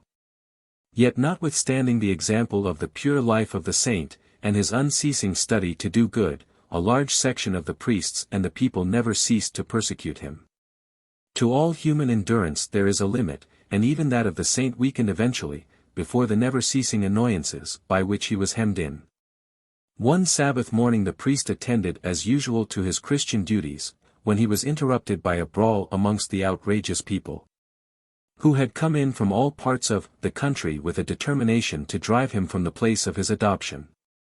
The holy man prayed for his persecutors, and he entreated them to calm their angry passions and listen to his healing words. But no words could convey any healing balm to their stormy hearts. At length his brethren, fearing that his life was in danger, begged him to fly, and eventually he left the church by a small door near the altar, while some of the monks endeavored to tranquilize the people. Saint Germain went, a sad man, to the cliffs at the Rame head, and there alone he wept in agony at the failure of his labors. So intense was the soul suffering of this holy man, that the rocks felt the power of spirit struggling, and wept with him. The eyes of man, a spiritual creation, dry after the outburst of sorrow, but when the gross forms of matter are compelled to sympathize with spiritual sorrow, they remain forever under the influence. And from that day the tears of the cliffs have continued to fall, and the well of Saint Germain attests to this day of the saint's agony. The saint was not allowed to remain in concealment long. The crowd of opposing priests and the peasantry were on his track. Hundreds were on the hill, and arming themselves with stones, they descended with shouts, determined to destroy him. Saint Germain prayed to God for deliverance, and immediately a rush, as of thunder, was heard upon the hills. A chariot surrounded by flames, and flashing light in all directions, was seen rapidly approaching. The crowd paused, fell back, and the flaming car passed on to where Saint Germain knelt. There were two bright angels in the chariot, they lifted the persecuted saint from the ground, and placing him between them, ascended into the air. "Curse your persecutors," said the angels. The saint cursed them, and from that time all holiness left the church he had built. The saint was borne to other lands, and lived to effect great good. On the rocks the burnt tracks of the chariot wheels were long to be seen, and the well of tears still flows. How Saint Piran reached Cornwall. Good men are frequently persecuted by those whom they have benefited the most. The righteous Piran had, by virtue of his sanctity, been enabled to feed 10 Irish kings and their armies for 10 days together with 3 cows. He brought to life by his prayers the dogs which had been killed while hunting the elk and the boar, and Ian restored to existence many of the warriors who had fallen on the battlefield. Notwithstanding this, and his incomparable goodness, some of these kings condemned him to be cast off a precipice into the sea, with a millstone around his neck. On a boisterous day, a crowd of the lawless Irish assembled on the brow of a beetling cliff, with Piran in chains.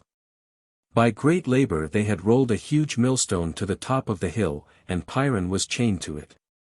At a signal from one of the kings, the stone and the saint were rolled to the edge of and suddenly over the cliff into the Atlantic.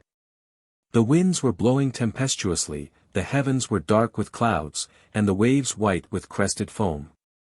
No sooner was Piran and the millstone launched into space, than the sun shone out brightly, casting the full luster of its beams on the holy man, who sat tranquilly on the descending stone. The winds died away, and waves became smooth as a mirror. The moment the millstone touched the water, hundreds were converted to Christianity who saw this miracle. Saint Piran floated on safely to Cornwall. He landed on the 5th of March on the sands which bear his name. He lived amongst the Cornish men until he attained the age of 206 years. 118. Saint Perran, the minor saint. St. Piran, or Saint Perran, has sometimes gained the credit of discovering tin in Cornwall, yet Usher places the date of his birth about the year 352.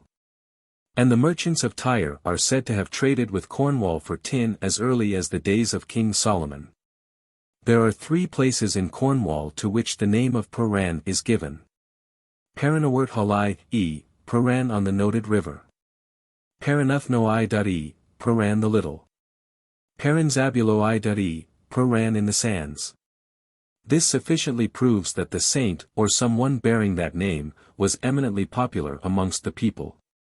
And in Saint Perran we have an example of which several instances are given of the manner in which a very ancient event is shifted forward, as it were, for the purpose of investing some popular hero with additional reasons for securing the devotion of the people, and of drawing them to his shrine. 119. Pycnus, or Piecres, is another name which has been floating by tradition, down the stream of time, in connection with the discovery of tin. And in the eastern portion of Cornwall, Pycres Day, the second Thursday before Christmas Day, is kept as the tinner's holiday. The popular story of the discovery of tin is, however, given with all its anachronisms. The discovery of tin. Saint Piran, or Saint Perran, leading his lonely life on the plains which now bear his name, devoted himself to the study of the objects which presented themselves to his notice. The good saint decorated the altar in his church with the choicest flowers, and his cell was adorned with the crystals which he could collect from the neighboring rocks. In his wanderings on the seashore, Saint Perran could not but observe the numerous mineral veins running through the slate rocks forming the beautiful cliffs on this coast. Examples of every kind he collected. And on one occasion, when preparing his humble meal, a heavy black stone was employed to form a pan of the fireplace. The fire was more intense than usual, and a stream of beautiful white metal flowed out of the fire. Great was the joy of the saint. He perceived that God, in his goodness, had discovered to him something which would be useful to man. Saint Perran communicated his discovery to Saint Chiwidden.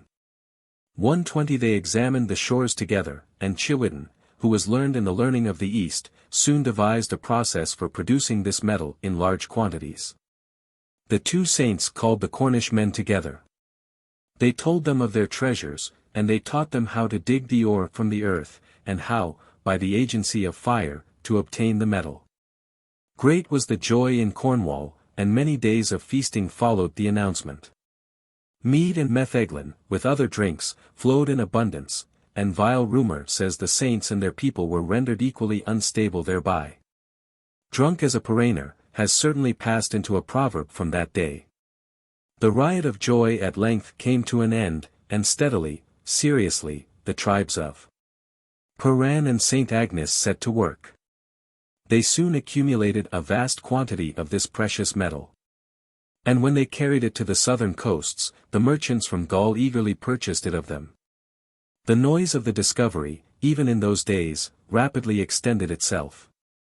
And even the cities of Tyre learned that a metal, precious to them, was to be obtained in a country far to the west. The Phoenician navigators were not long in finding out the tin islands. And great was the alarm amidst the Cornish Britons lest the source of their treasure should be discovered. Then it was they entrenched the whole of St. Agnes Beacon, then it was they built the numerous hill castles which have puzzled the antiquarian. Then it was that they constructed the rounds amongst which the Perran round remains as a remarkable example, all of them to protect their tin ground. So resolved were the whole of the population of the district to preserve the tin workings, that they prevented any foreigner from landing on the mainland, and they established tin markets on the islands on the coast. On these islands were hoisted the standard of Cornwall, a white cross on a black ground, which was the device of Saint Perran and Saint Chiwidden, symbolizing the black tin ore and the white metal. 121. Saint Neot, the Pygmy. Whence came the saint, or hermit, who has given his name to 2 churches in England, is not known. Tradition, however, informs us that he was remarkably small in stature, though exquisitely formed. He could not, according to all accounts, have been more than 15 inches high. Yet, though so diminutive a man, he possessed a soul which was, giant-like in the power of his faith. The church of St. Neot, which has been built on the ancient site of the hermit's cell, is situated in a secluded valley, watered by a branch of the river Foy. The surrounding country is, even now, but very partially cultivated, and it must have been, a few centuries since, a desert waste, but the valley is, and no doubt ever has been, beautifully wooded. Not far from the church is the holy well, in which the pious anchorite would stand immersed to his neck, whilst he repeated the whole book of Psalms. Great was the reward for such an exercise of devotion and faith. Out of numerous miracles we select only a few, which have some especial character about them. Saint Neot and the Fox. One day the holy hermit was standing in his bath chanting the Psalms, when he heard the sound of huntsmen approaching. Whether the saint feared, ridicule or ill treatment, we know not, but certainly he left some psalms unsung that day, and hastily gathering up his clothes, he fled to his cell. In his haste the good man lost his shoe, and a hungry fox having escaped the hunters, came to the spring to drink. Having quenched the fever of thirst, and being hungry, he spied the saint's shoe, and presently ate it. The hermit dispatched his servant to look for his shoe, and, lo, he found the fox cast into a deep sleep, and the thongs of the shoe hanging out of his vile mouth. Of course the shoe was pulled out of his stomach, and restored to the saint. Saint Neot and the Doe. Again, on another day, when the hermit was in his fountain, a lovely doe, flying from the huntsman, fell down on the edge of the well, imploring, with tearful eyes and anxious pantings, the aid of Saint Neot. The dogs followed in full chase, ready to pounce on the trembling doe, and eager to tear her in pieces. They saw the saint, and one look from his holy eyes sent them flying back into the wood, more speedily, if possible, than they rushed out of it. The huntsman too came on, ready to discharge his arrow into the heart of the doe. But, impressed with the sight he saw, he fell on his knees, cast away his quiver, and became from that day a follower of the saints, giving him his horn to hang, as a memorial, in the church, where it was long to be seen. The huntsman became eventually one of the monks of the neighboring house of St. Petroc. Saint Neot and the Thieves. When Saint Neot was abbot, some thieves came by night and stole the oxen belonging to the farm of the monastery. The weather was most uncertain, the seed time was passing away, and a fine morning rendered it imperative that the ploughs should be quickly employed. There were no oxen. Great was the difficulty, and earnest were the abbot's prayers. In answer to them, the wild stags came in from the forests, and tamely offered their necks to the yoke. When unyoked in the evening, they resorted to their favorite pastures, but voluntarily returned each morning to their work. The report of this event reached the ears of the thieves. They became penitent, and restored the oxen to the monastery. Not only so, but they consecrated their days to devotional exercises. The oxen being restored, the stags were dismissed. But they bore forever a white ring, like a yoke about their necks, and they held a charmed life, safe from the shafts of the hunters. Saint Neot and the Fishes. On one occasion, when the saint was at his devotions, an angel appeared unto him, and showing him 3 fishes in the well, he said, "These are for thee. Take one each day for thy daily food, and the number shall never grow less. The choice of one of 3 fishes shall be thine all the days of thy life." Long time passed by, and daily a fish was taken from the well, and 3 awaited his coming every morning. At length the saint, who shared in human suffering, notwithstanding his piety, fell ill. And being confined to his bed, Saint Neot sent his servant Barius to fetch him a fish for his dinner. Barius, being desirous of pleasing, if possible, the sick man's taste, went to the well and caught 2 fishes. One of these he broiled, and the other he boiled. Nicely cooked, Barius took them on a dish to his master's bedside, who started up alarmed for the consequences of the act of his servant, in disobedience to the injunctions of the angel. So good a man could not allow wrath to get the mastery of him, so he sat up in his bed, and, instead of eating, he prayed with great earnestness over the cooked fish. At last the spirit of holiness exerted its full power. Saint Neot commanded Barius to return at once and cast the fish into the well. Barius went and did as his master had told him to do. And, lo, the moment the fishes fell into the water they recovered life, and swam away with the third fish, as if nothing had happened to them. All these things, and more, are recorded in the windows of St. Neot's church. 122. Probus and Grace. Every one is acquainted with the beautiful tower of Probus Church. If they are not, they should lose no time in visiting it. Various are the stories in connection with those two saints, who are curiously connected with the church, and one of the fairs held in the church town.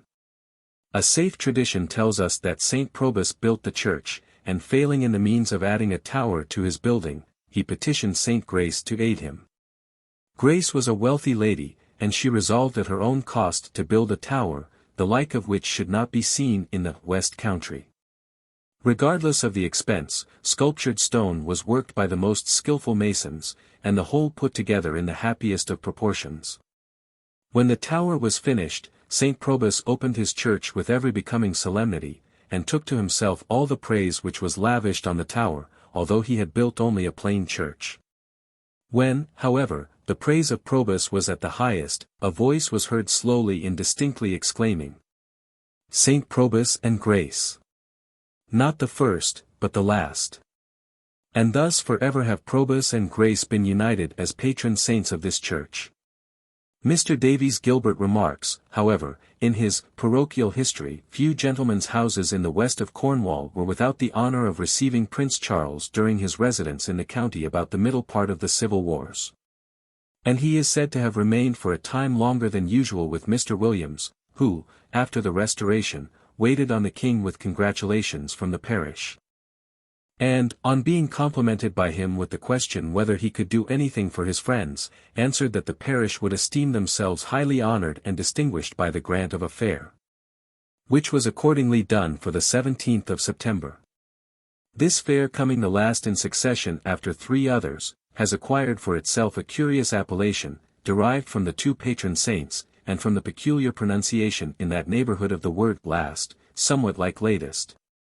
Saint Probus and Grace. Not the first, but the last. And from this distinction it is usually called Probus and Grace Fair. We are obliged, therefore, to lean on the original tradition for the true meaning of this couplet. Saint Nectan's Keyne and the Lonely Sisters. Far up the deep and rocky vale of Trevelet, in the parish of Tintagel, 123 stands on a pile of rocks the little chapel of the good Saint Nectan. No holy man ever selected a more secluded, or a more lovely spot in which to pass a religious life. From the chapel rock you look over the deep valley full of trees. You see here and there the lovely trout stream running rapidly towards the sea. And, opening in the distance, there rolls the mighty ocean itself. Although this oratory is shut in amongst the woods, so as to be invisible to any one approaching it by land, until they are close upon it, it is plainly seen by the fisherman or by the sailor far off at sea. And in olden time the prayers of Saint Nectan were sought by all whose business was in the deep waters. The river runs steadily along within a short distance of Saint Nectan's chapel, and then it suddenly leaps over the rock a beautiful fall of water into Saint Nectan's Cave. This deep rock basin, brimming with the clearest water, overflows, and another waterfall carries the river to the lower level of the valley. Standing here within a circular wall of rocks, you see how the falling fluid has worked back the softer slate rock until it has reached the harder masses, which are beautifully polished by the same agent. Mosses, ferns, and grasses decorate the fall, fringing every rock with a native drapery of the most exquisite beauty.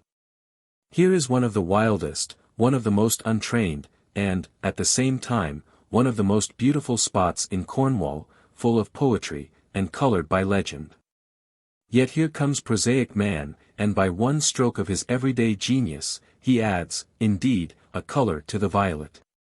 You walk along the valley, through paths trodden out of the undergrowth, deviously wandering uphill, or downhill, as rock or tree has interposed.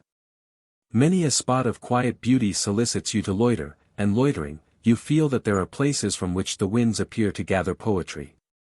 You break the spell, or the ear, catching the murmur of the waters, dispels the illusions which have been created by the eye, and you wander forward, anxious to reach the holy Kiev, to visit the saint's hermitage. Here, say you, is the place to hold commune with nature's works, and view her charms unrolled, when, lo, a well-made door, painted lead color, with a real substantial lock, bars your way, and fancy, with everything that is holy, flies away before the terrible words which inform you that trespassers will be punished, and that the key can be obtained at. Well was it that Mr. Wilkie Collins gave up the attempt to discover Knighton's Kiev.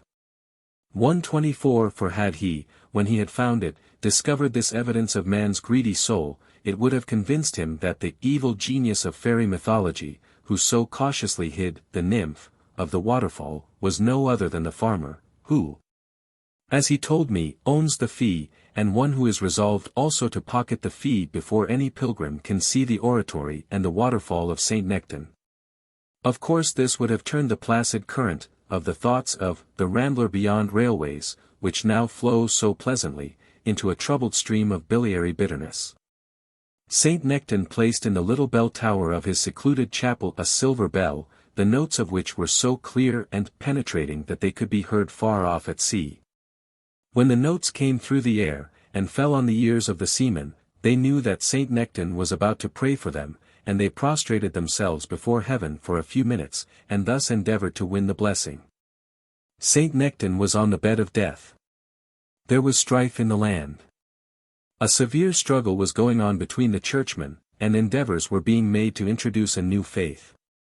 The sunset of life gave to the saint the spirit of prophecy, and he told his weeping followers that the light of their religion would grow dim in the land, but that a spark would forever live amidst the ashes, and that in due time it would kindle into a flame, and burn more brightly than ever. His silver bell, he said, should never ring for others than the true believer. He would enclose it in the rock of the Kiev, but when again the true faith revived, it should be recovered, and rung, to cheer once more the land.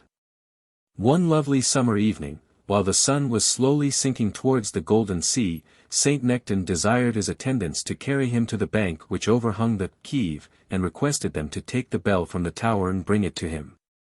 There he lay for some time in silent prayer, waiting as if for a sign, then slowly raising himself from the bed on which he had been placed, he grasped the silver bell. He rang it sharply and clearly 3 times, and then he dropped it into the transparent waters of the Kiev. He watched it disappear, and then he closed his eyes in death. On receiving the bell the waters were troubled, but they soon became clear as before, and the bell was nowhere to be seen. St. Nectan died, and 2 strange ladies from a foreign land came and took possession of his oratory, and all that belonged unto the holy man. They placed acting, as it was believed, on the wishes of the saint himself his body, all the sacramental plate, and other sacred treasures, in a large oak chest. They turned the waters of the fall aside, and dug a grave in the river bed, below the Kiev, in which they placed this precious chest. The waters were then returned to their natural course, and they murmur ever above the grave of him who loved them. The silver bell was concealed in the Kiev, and the saint with all that belonged to his holy office rested beneath the river bed. The oratory was dismantled, and the 2 ladies, women evidently of high birth, chose it for their dwelling. Their seclusion was perfect. Both appeared to be about the same age, and both were inflexibly taciturn. One was never seen without the other. If they ever left the house, they only left it to walk in the more unfrequented parts of the wood. They kept no servant, they never had a visitor, no living soul but themselves ever crossed the door of their cottage. 125 The berries of the wood, a few roots which they cultivated, with snails gathered from the rocks and walls, and fish caught in the stream, served them for food. Curiosity was excited. The mystery which hung around this solitary pair became deepened by the obstinate silence which they observed in everything relating to themselves. The result of all this was an anxious endeavor, on the part of the superstitious and ignorant peasantry, to learn their secret. All was now conjecture, and the imagination commonly enough filled in a wild picture, devils or angels, as the case might be, were seen ministering to the solitary ones. Prying eyes were upon them, but the spies could glean no knowledge. Week, month, year passed by, and ungratified curiosity was dying through want of food, when it was discovered that one of the ladies had died. The peasantry went in a body to the chapel, no one forbade their entering it now. There sat a silent mourner leaning over the placid lace of her dead sister. Hers was, indeed, a silent sorrow. No tear was in her eye, no sigh hove her chest, but the face told all that a remediless woe had fallen on her heart. The dead body was eventually removed, the living sister making no sign, and they left her in her solitude alone. Days passed on, no one heard of, no one probably inquired after, the lonely one. At last a wandering child, curious as children are, clambered to the window of the cell and looked in. There sat the lady, her handkerchief was on the floor, and one hand hung strangely, as if endeavoring to pick it up, but powerless to do so. The child told its story. The people again flocked to the chapel, and they found one sister had followed the other. The people buried the last beside the first, and they left no mark to tell us where, unless the large flat stone which lies in the valley, a short distance from the foot of the fall, and beneath which, I was told, some great person was buried. May be the covering of their tomb. No traces of the history of these solitary women have ever been discovered. Centuries have passed away, and still the legends of the buried bell and treasure are preserved. Some long time since a party of men resolved to blast the Kiev, and examine it for the silver bell. They were miners, and their engineering knowledge, though rude, was sufficient to enable them to divert the course of the river above the falls, and thus to leave the Kiev dry for them to work on when they had emptied it, which was an easy task. The borer now rung upon the rock, holes were pierced, and, being charged, they were blasted. The result was, however, anything but satisfactory, for the rock remained intact. Still they persevered, until at length a voice was heard amidst the ring of the iron tools in the holes of the rock. Every hand was stayed, every face was aghast, as they heard distinctly the ring of the silver bell, followed by a clear solemn voice proclaiming, "The child is not yet born who shall recover this treasure." The work was stopped, and the river restored to its old channel, over which it will run undisturbed until the day of which Saint Nectan prophesied shall arrive. When, in the autumn of 1863, I visited this lovely spot, my guide, the proprietor, informed me that very recently a gentleman residing, I believe, in London, dreamed that an angel stood on a little bank of pebbles, forming a petty island. At the foot of a waterfall, and pointing to a certain spot, told him to search there and he would find gold and a mummy. This gentleman told his dream to a friend, who at once declared the place indicated to be St. Nectan's waterfall. Upon this, the dreamer visited the west, and, upon being led by the owner of the property to the fall, he at once recognized the spot on which the angel stood. A plan was then and there arranged by which a search might be again commenced, it being thought that as an angel had indicated the spot, the time for the recovery of the treasure had arrived. Let us hope that the search may be deferred, lest the natural beauties of the spot should be destroyed by the meddling of men, who can threaten trespassers, fearing to lose a sixpence and who have already endeavored to improve on nature by cutting down some of the rock and planting rhododendrons. The Reverend R. S. Hawker, of Morwenstow, has published in his Echoes of Old Cornwall, a poem on this tradition, which, as it is but little known, and as it has the true poetic ring, I transcribe to adorn the pages of my Appendix X. Theodore, King of Cornwall. Riviere, near Hale, now called Roviere, was the palace of Theodore, the king, to whom Cornwall appears to have been indebted for many of its saints. This Christian king, when the pagan people sought to destroy the first missionaries, gave the saints shelter in his palace. Saint Brica, Saint Iva, Saint Beriana, and many others, are said to have made Riviere their residence. It is not a little curious to find traditions existing, as it were, in a state of suspension between opinions. I have heard it said that there was a church at Roviere, that there was once a great palace there. And again, that Castle Cale was one vast fortified place, and Roviere another. Mr. Davies Gilbert quotes Whitaker on this point.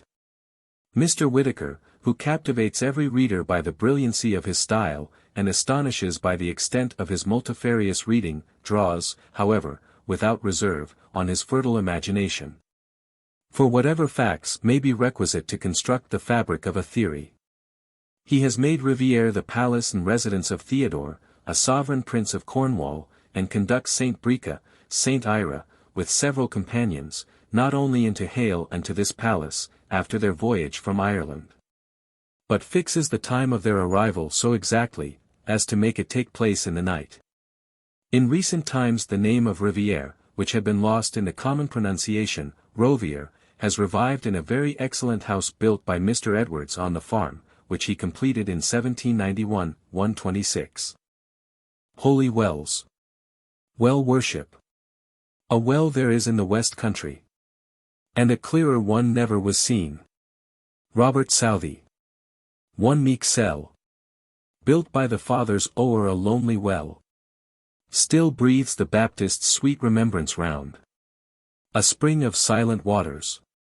Echoes from old Cornwall are, hawks. Spring of water has always something about it which gives rise to holy feelings.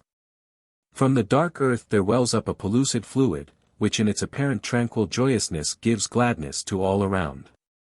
The velvet mosses, the sword like grasses, and the feathery ferns, grow with more of that light and vigorous nature which indicates a fullness of life, within the charmed influence of a spring of water, than they do elsewhere. The purity of the fluid impresses itself through the eye, upon the mind, and its power of removing all impurity is felt to the soul. Wash and be clean, is the murmuring call of the waters, as they overflow their rocky basins, or grassy vases. And deeply sunk in depravity must that man be who could put to unholy uses one of nature's fountains. The inner life of a well of waters, bursting from its grave in the earth, may be religiously said to form a type of the soul purified by death, rising into a glorified existence and the fullness of light. The tranquil beauty of the rising waters, whispering the softest music, like the healthful breathing of a sleeping infant, sends a feeling of happiness through the soul of the thoughtful observer, and the inner man is purified by its influence, as the outer man is cleansed by ablution. Water cannot be regarded as having an inanimate existence. Its all-pervading character and its active nature, flowing on forever, resting never, removes it from the torpid elements, and places it, like the air, amongst those higher creations which belong to the vital powers of the earth. The spring of water rises from the cold dark earth, it runs, a silver cord glistening in the sunshine, down the mountainside. The rill, prettily called by Drayton, rillet, gathers rejoicingly other waters unto itself. And it grows into a brooklet in its course.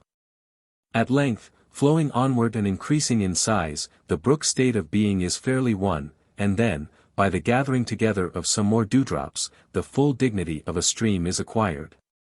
Onwards the waters flow, still gleaming from every side, and wooing new runlets to its bosom, eager as it were to assume the state which, in America, would be called a run of water. Stream gathers on stream, and run on run.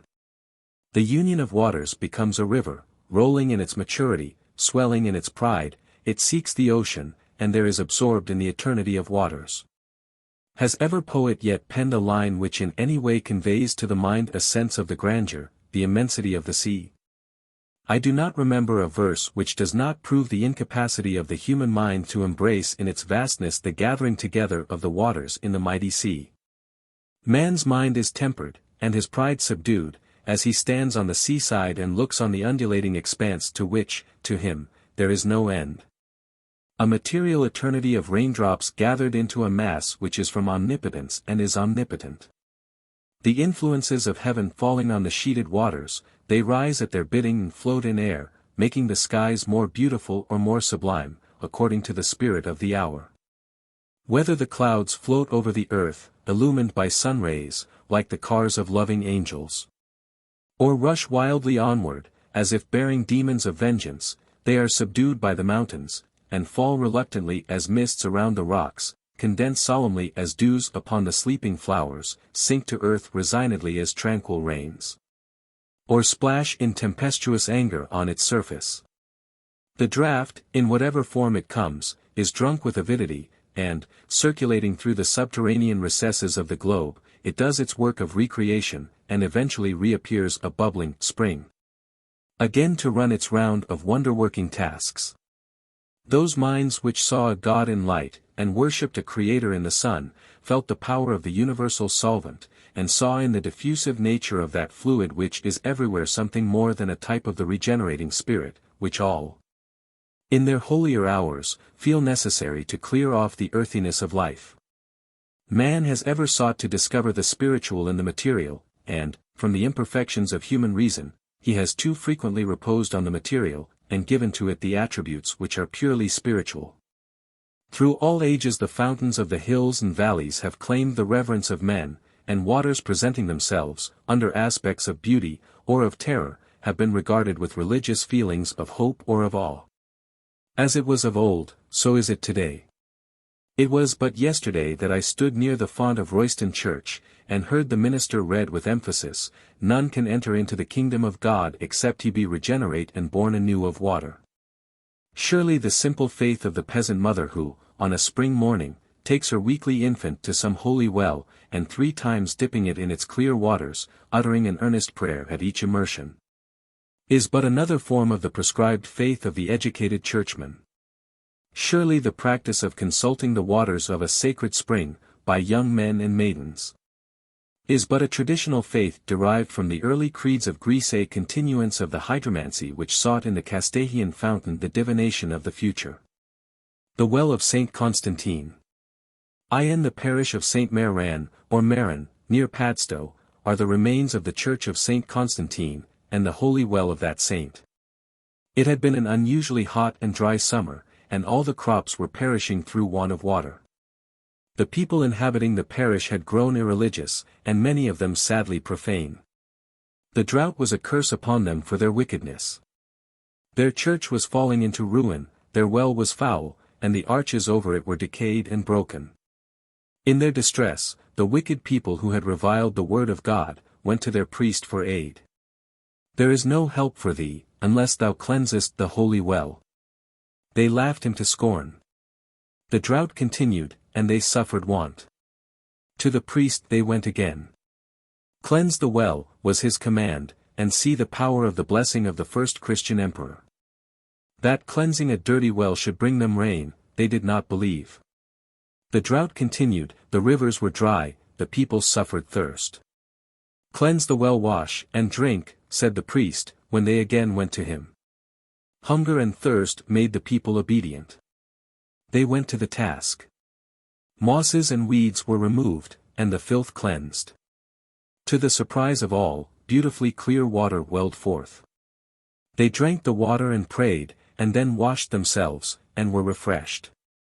As they bathed their bodies, parched with heat, in the cool stream which flowed from the well, the heavens clouded over, and presently rain fell, turning all hearts to the true faith. The well of St. Ludgen. At Ludgen, an Irish missionary, had finished his work.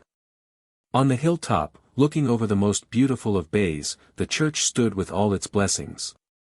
Yet the saint, knowing human nature, determined on associating with it some object of a miraculous character, which should draw people from all parts of the world to Ludgen. The saint prayed over the dry earth, which was beneath him, as he knelt on the church stile. His prayer was for water, and presently a most beautiful crystal stream welled up from below.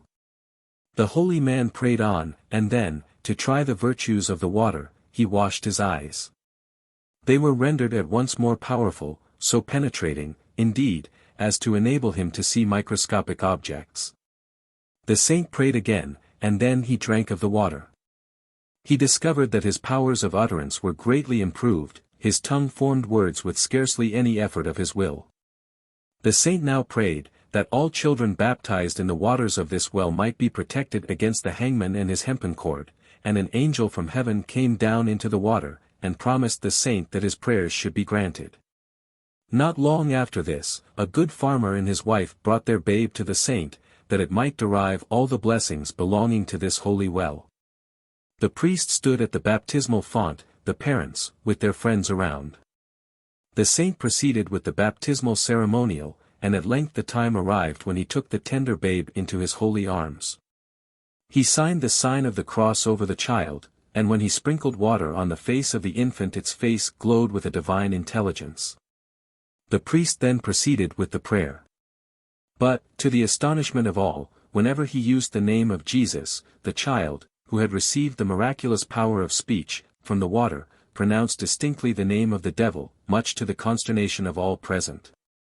The saint knew that an evil spirit had taken possession of the child, and he endeavored to cast him out, but the devil proved stronger than the saint for some time.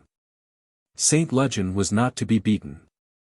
He knew that the spirit was a restless soul, which had been exorcised from Treso, and he exerted all his energies in prayer. At length the spirit became obedient, and left the child.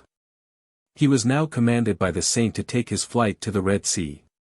He rose, before the terrified spectators, into a gigantic size, he then spat into the well.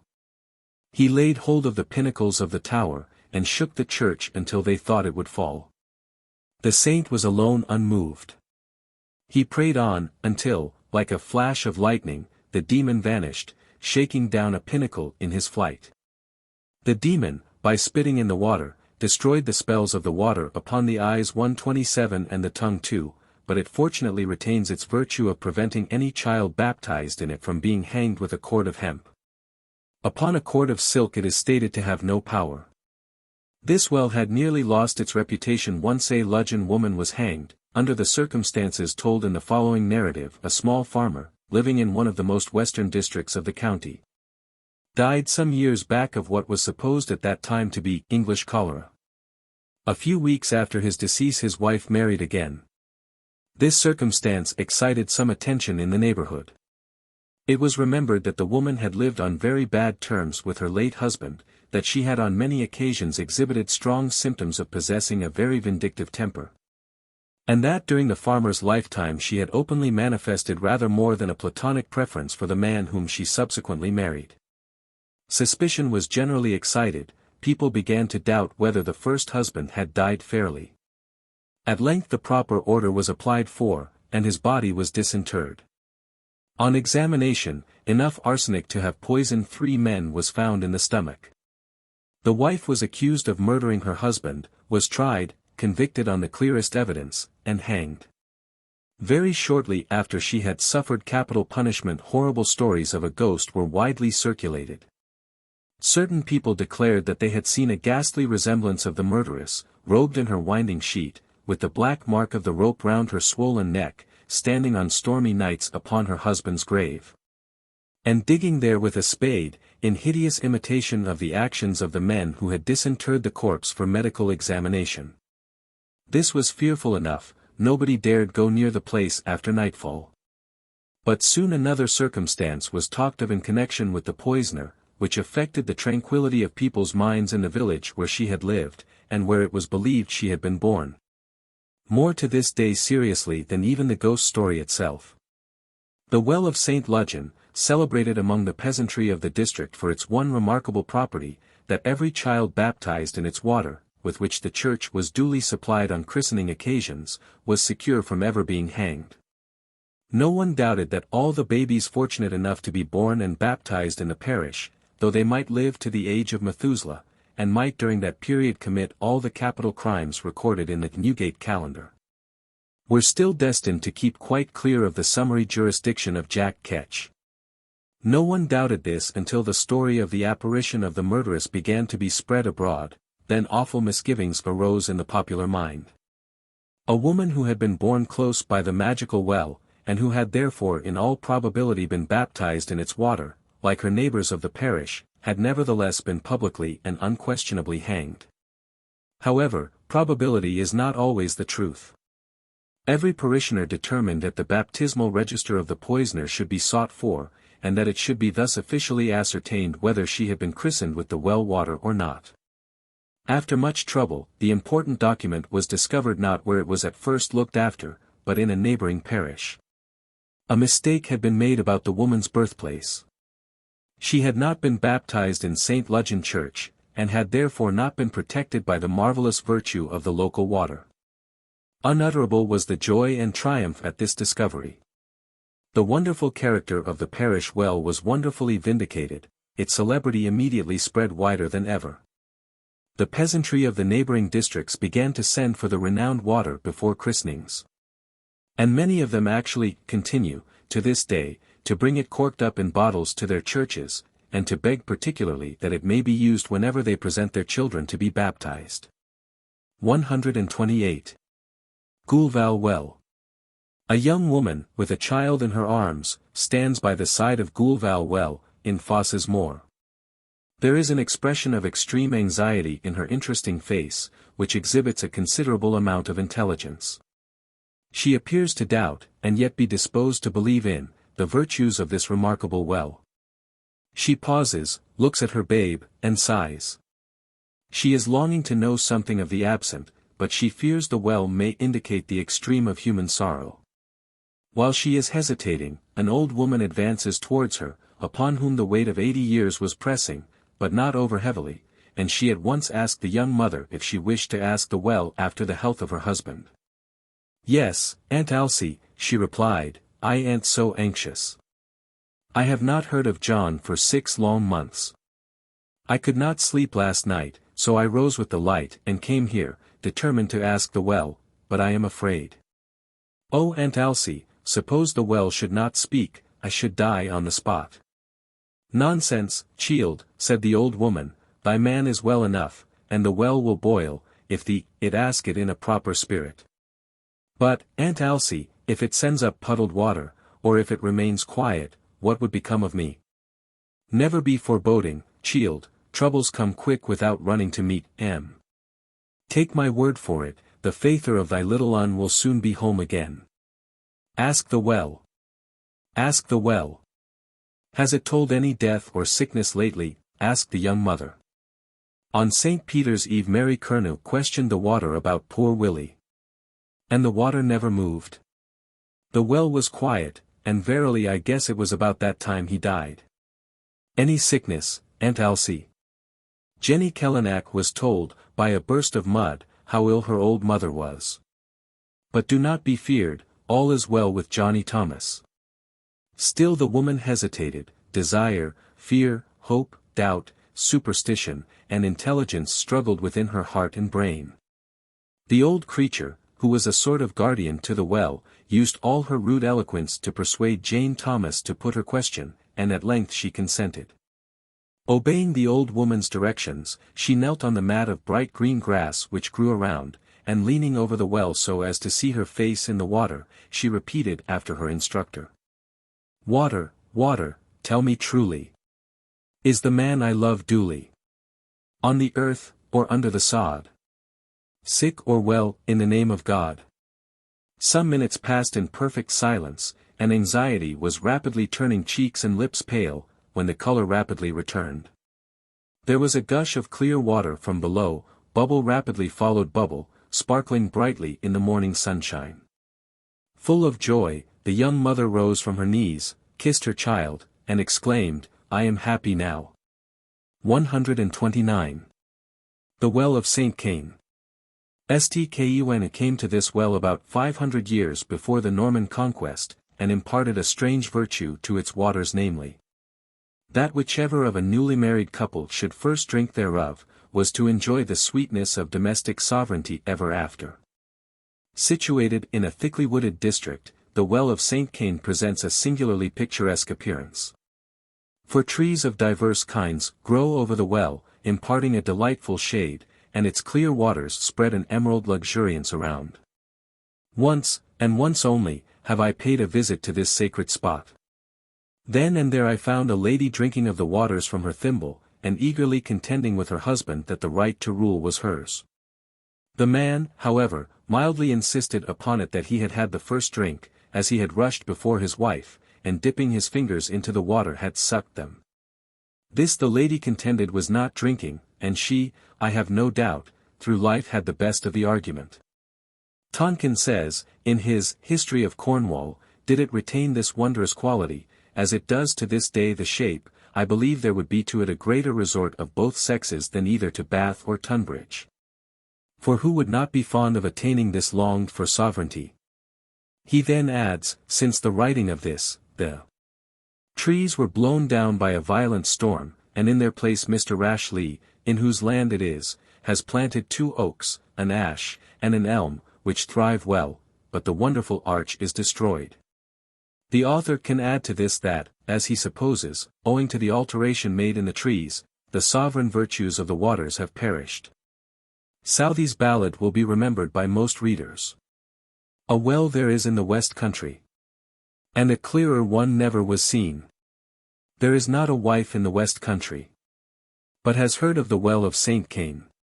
An oak and an elm tree stand beside, and behind doth an ash tree grow, and a willow from the bank above droops to the water below. It has been already stated that, sitting in St. Michael's chair, on the tower of the church of St. Michael's Mount, has the same virtue as the waters of this well. And that this remarkable power was the gift of the same St. Keyne who imparted such wonderful properties to this well. Madern or Madron well. Plunge thy right hand in St. Masseron's spring. If true to its troth be the palm you bring.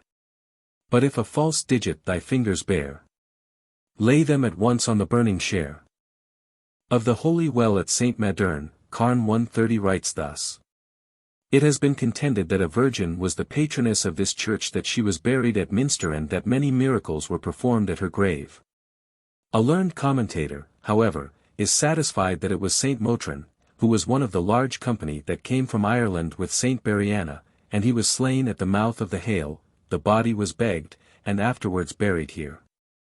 Nearby was the miraculous well of St. Madern, over which a chapel was built, so sacred was it held. This chapel was destroyed by the fanaticism of Major Seeley in the days of Cromwell. It stood at no great distance on the moor, and the soil around it was black and boggy, mingled with a grey moorstone. The votaries bent awfully and tremblingly over its sedgy bank, and gazed on its clear bosom for a few minutes ere they proved the fatal ordeal. Then an imploring look was cast towards the figure of St. Motran, many a crossing was repeated, and at last the pin or pebble held aloof was dropped into the depth beneath. Often did the rustic beauty fix her eye intently on the bubbles that rose, and broke, and disappeared, for in that moment the lover was lost, or the faithful husband gained. It was only on particular days, however, according to the increase or decrease of the moon, that the hidden virtues of the well were consulted. 131. Of this well we have the following notice by William Scawen, Esq., Vice-Warden of the Stannaries. The paper from which we extract it was first printed by Davies Gilbert, Esq., F.R.S., as an appendix to his Parochial History of Cornwall. Its complete title is, Observations on an Ancient Manuscript, entitled Passio Christo, written in the Cornish language, and now preserved in the Bodleian Library. With an account of the language, manners, and customs of the people of Cornwall, from a manuscript in the library of Thomas Artle, Esq. 1777. Of St. Mardron's Well, which is a parish west to the Mount, a fresh true story of 2 persons, both of them lame and decrepit, thus recovered from their infirmity. These 2 persons, after they had applied themselves to divers physicians and chirurgeons, for cure, and finding no success by them, they resorted to St. Mardron's Well, and according to the ancient custom which they had heard of. The same which was once in a year, to wit, on Corpus Christi evening, to lay some small offering on the altar there, and to lie on the ground all night, drink of the water there, and in the morning after to take a good draught more. And to take and carry away some of the water, each of them in a bottle, at their departure. This course these 2 men followed, and within 3 weeks they found the effect of it, and, by degrees their strength increasing, were able to move themselves on crutches. The year following they took the same course again, after which they were able to go with the help of a stick, and at length one of them, John Thomas, being a fisherman, was, and is at this day, able to follow his fishing craft. The other, whose name was William Cork, was a soldier under the command of my kinsman, Colonel William Godolphin, as he has often told me, was able to perform his duty, and died in the service of His Majesty King Charles. But herewith take also this. One Mr. Hutchins, a person well known in those parts, and now lately dead, being parson of Ludgeon, a near neighbouring parish to St. Mardron's Well, he observed that many of his parishioners often frequented this well superstitiously, for which he reproved them privately, and sometimes publicly, in his sermons. But afterwards he, the said Mr. Hutchins, meeting with a woman coming from the well with a bottle in her hand, desired her earnestly that he might drink thereof, being then troubled with colical pains, which accordingly he did, and was eased of his infirmity. The latter story is a full confutation of the former. For, if the taking the water accidentally thus prevailed upon the party to his cure, as it is likely it did, then the miracle which was intended to be by the ceremony of lying on the ground and offering is wholly fled. And it leaves the virtue of the water to be the true cause of the cure. And we have here, as in many places of the land, great variety of salutary springs, which have diversity of operations, which by natural reason have been found to be productive of good effects, and not by miracle. As the vain fancies of monks and friars have been exercised in heretofore. Bishop Hale, of Exeter, in his Great Mystery of Godliness, says, of which kind was that no less than miraculous cure, which, at St. Medern's Well, in Cornwall, was wrought upon a poor cripple. Whereof, besides the attestation of many hundreds of the neighbors, I took a strict and impartial examination in my last triennial visitation there. This man, for 16 years, was forced to walk upon his hands, by reason of the sinews of his eags were so contracted that he could not go or walk on his feet, who upon monition in a dream to wash in that well, which accordingly he did, was suddenly restored to the use of his limbs. And I saw him both able to walk and get his own maintenance.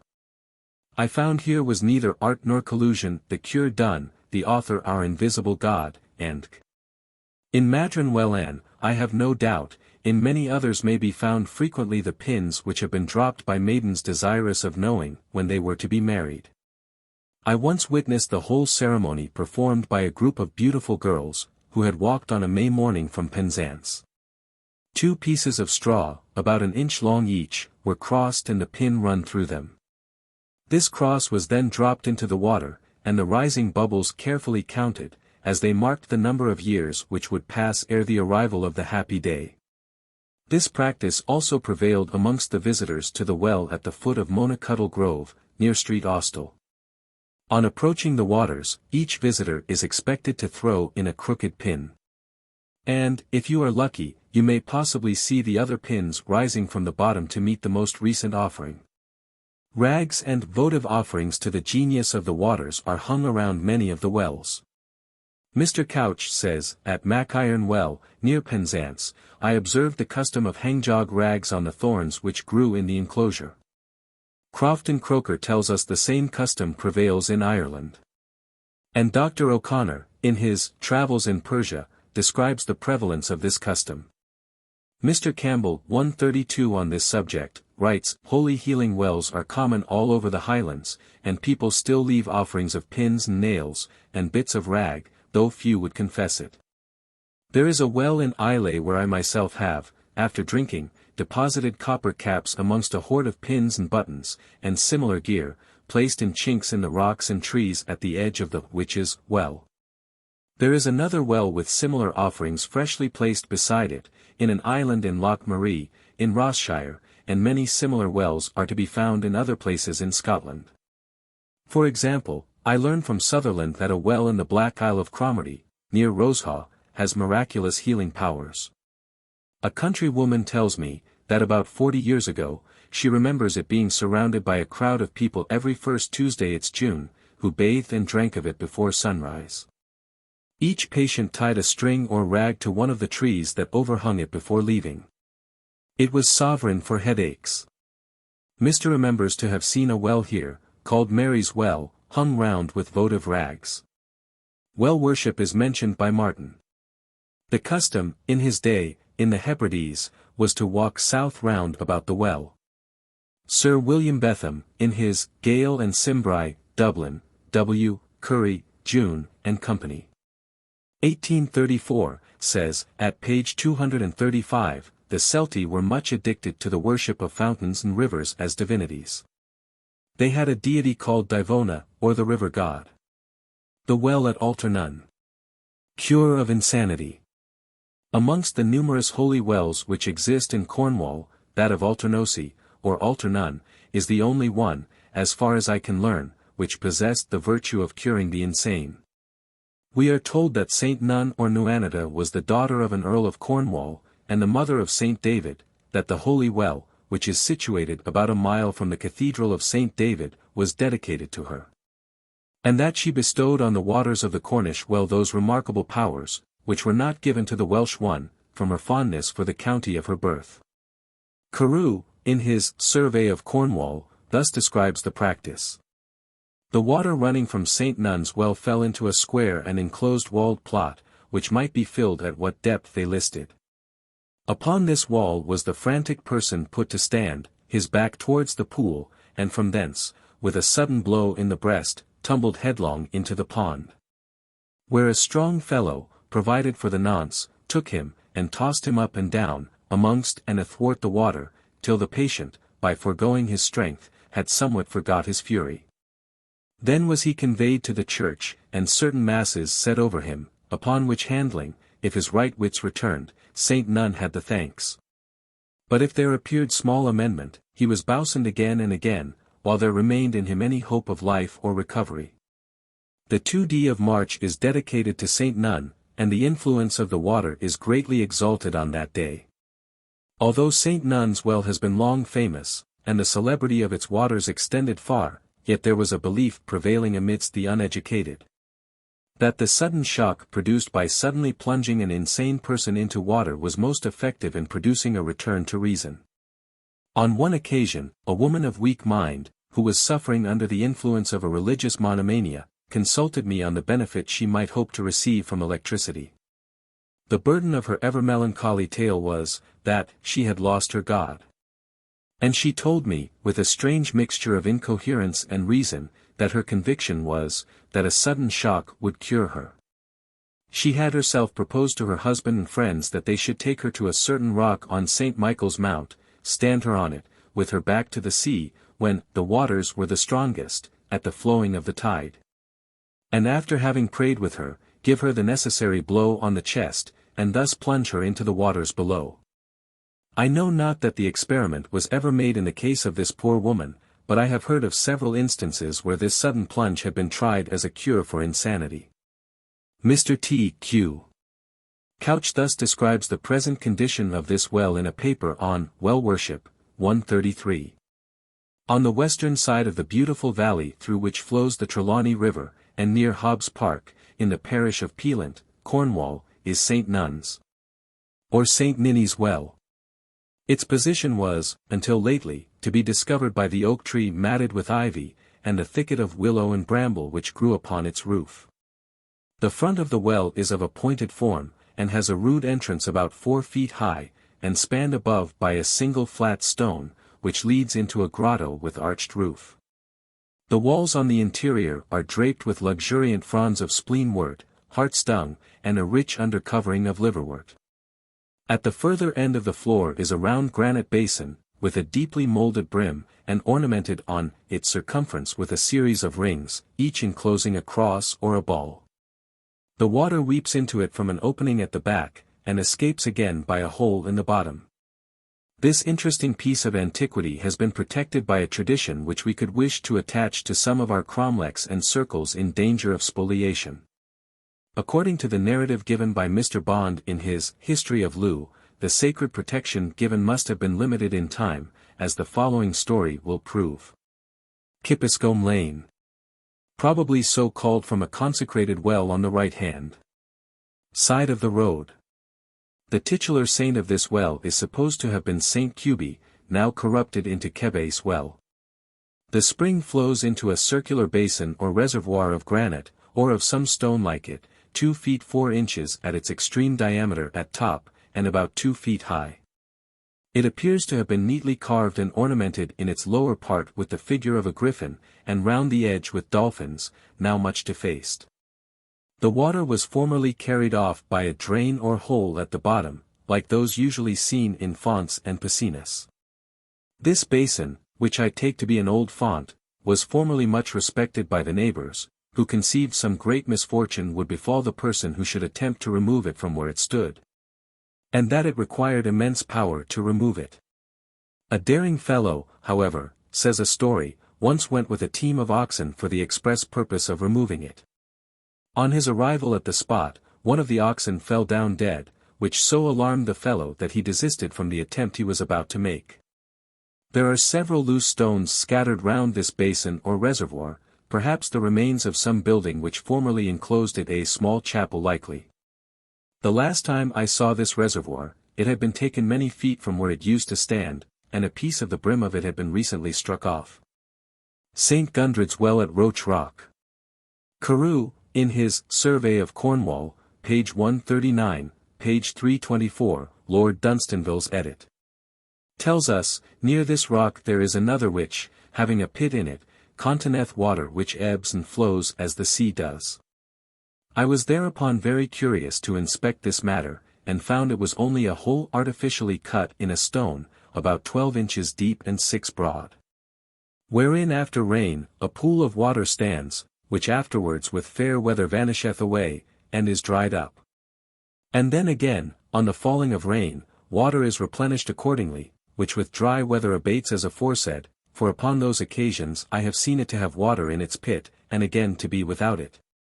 Which doubtless gave occasion to the feigned report that it ebbs and flows as the sea. Of all which premises thus speaks Mr. Carew further, out of the Cornish Wonder-Gatherer. You neighbour scorners, holy, proud. Go people roaches sell.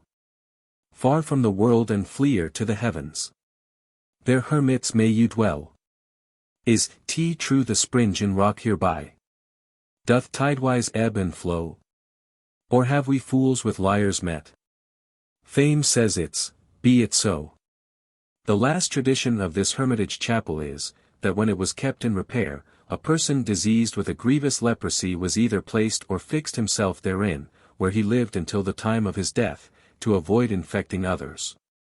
He was daily attended with meat, drink, and washing by his daughter, named Gunnet or Gundred, and the well hereby from whence she fetched water for his use is to this day shown, and called by the name of St. Gunnet's Well, or St. Gundred's Well. It is not possible to give even the names of the wells which are still thought to have some healing virtue in them. The typical wells have alone been mentioned, and to these brief notices of a few others may be added. St. Cuthbert's or Cubert's Well. Howe thus describes this famous place: in this parish is that famous and well-known spring of water called Holy Well, so named, the inhabitants say. For that the virtues of this water was first discovered on Allhallows Day.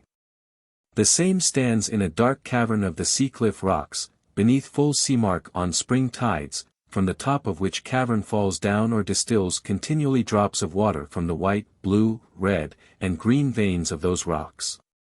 And accordingly, in the place where those drops of water fall, it swells to a lump of considerable bigness, and there petrifies to the hardness of ice, glass, or freestone, of the several colours aforesaid. According to the nature of those veins in the rock from whence it proceeds, and is of a hard, brittle nature, apt to break like glass. The virtues of this water are very great. It is incredible what numbers in summer season frequent this place and waters from counties far distant. 134. Rickety children. The practice of bathing rickety children on the first 3 Wednesdays in May is still far from uncommon in the outlying districts of Cornwall. The parents will walk many miles for the purpose of dipping the little sufferers in some well, from which the healing virtue has not entirely departed. Among these holy wells, Cubert, just named, is far famed. To this well the peasantry still resort, firm in the faith that there, at this especial season, some mysterious virtue is communicated to its waters. On these occasions, only a few years since, the crowd assembled was so large, that it assumed the character of a fair. Chapel-Unny. On the first 3 Wednesdays in May, children suffering from mesenteric diseases are dipped 3 times in this well, against the sun, and dragged 3 times around the well on the grass, in the same direction. Perran Well. Children were cured of several diseases by being bathed in this well. They were also carried to the seashore, and passed through a cleft in a rock on the shore at Perranzabuloe. In the autumn of 1863 I sought for these holy waters. I was informed that some miners, in driving an adit, had tapped the spring and drained it. There is not, therefore, a trace of this once most celebrated well remaining. It was with difficulty that its site could be discovered. I have since learned that the cut stonework which ornamented this holy place, was removed to Chiverton, for the purpose of preserving it. Redruth Well. No child christened in this well has ever been hanged. Saint Ruth, said to have been called Red Ruth, because she always wore a scarlet cloak, especially blessed, to this extent, those waters.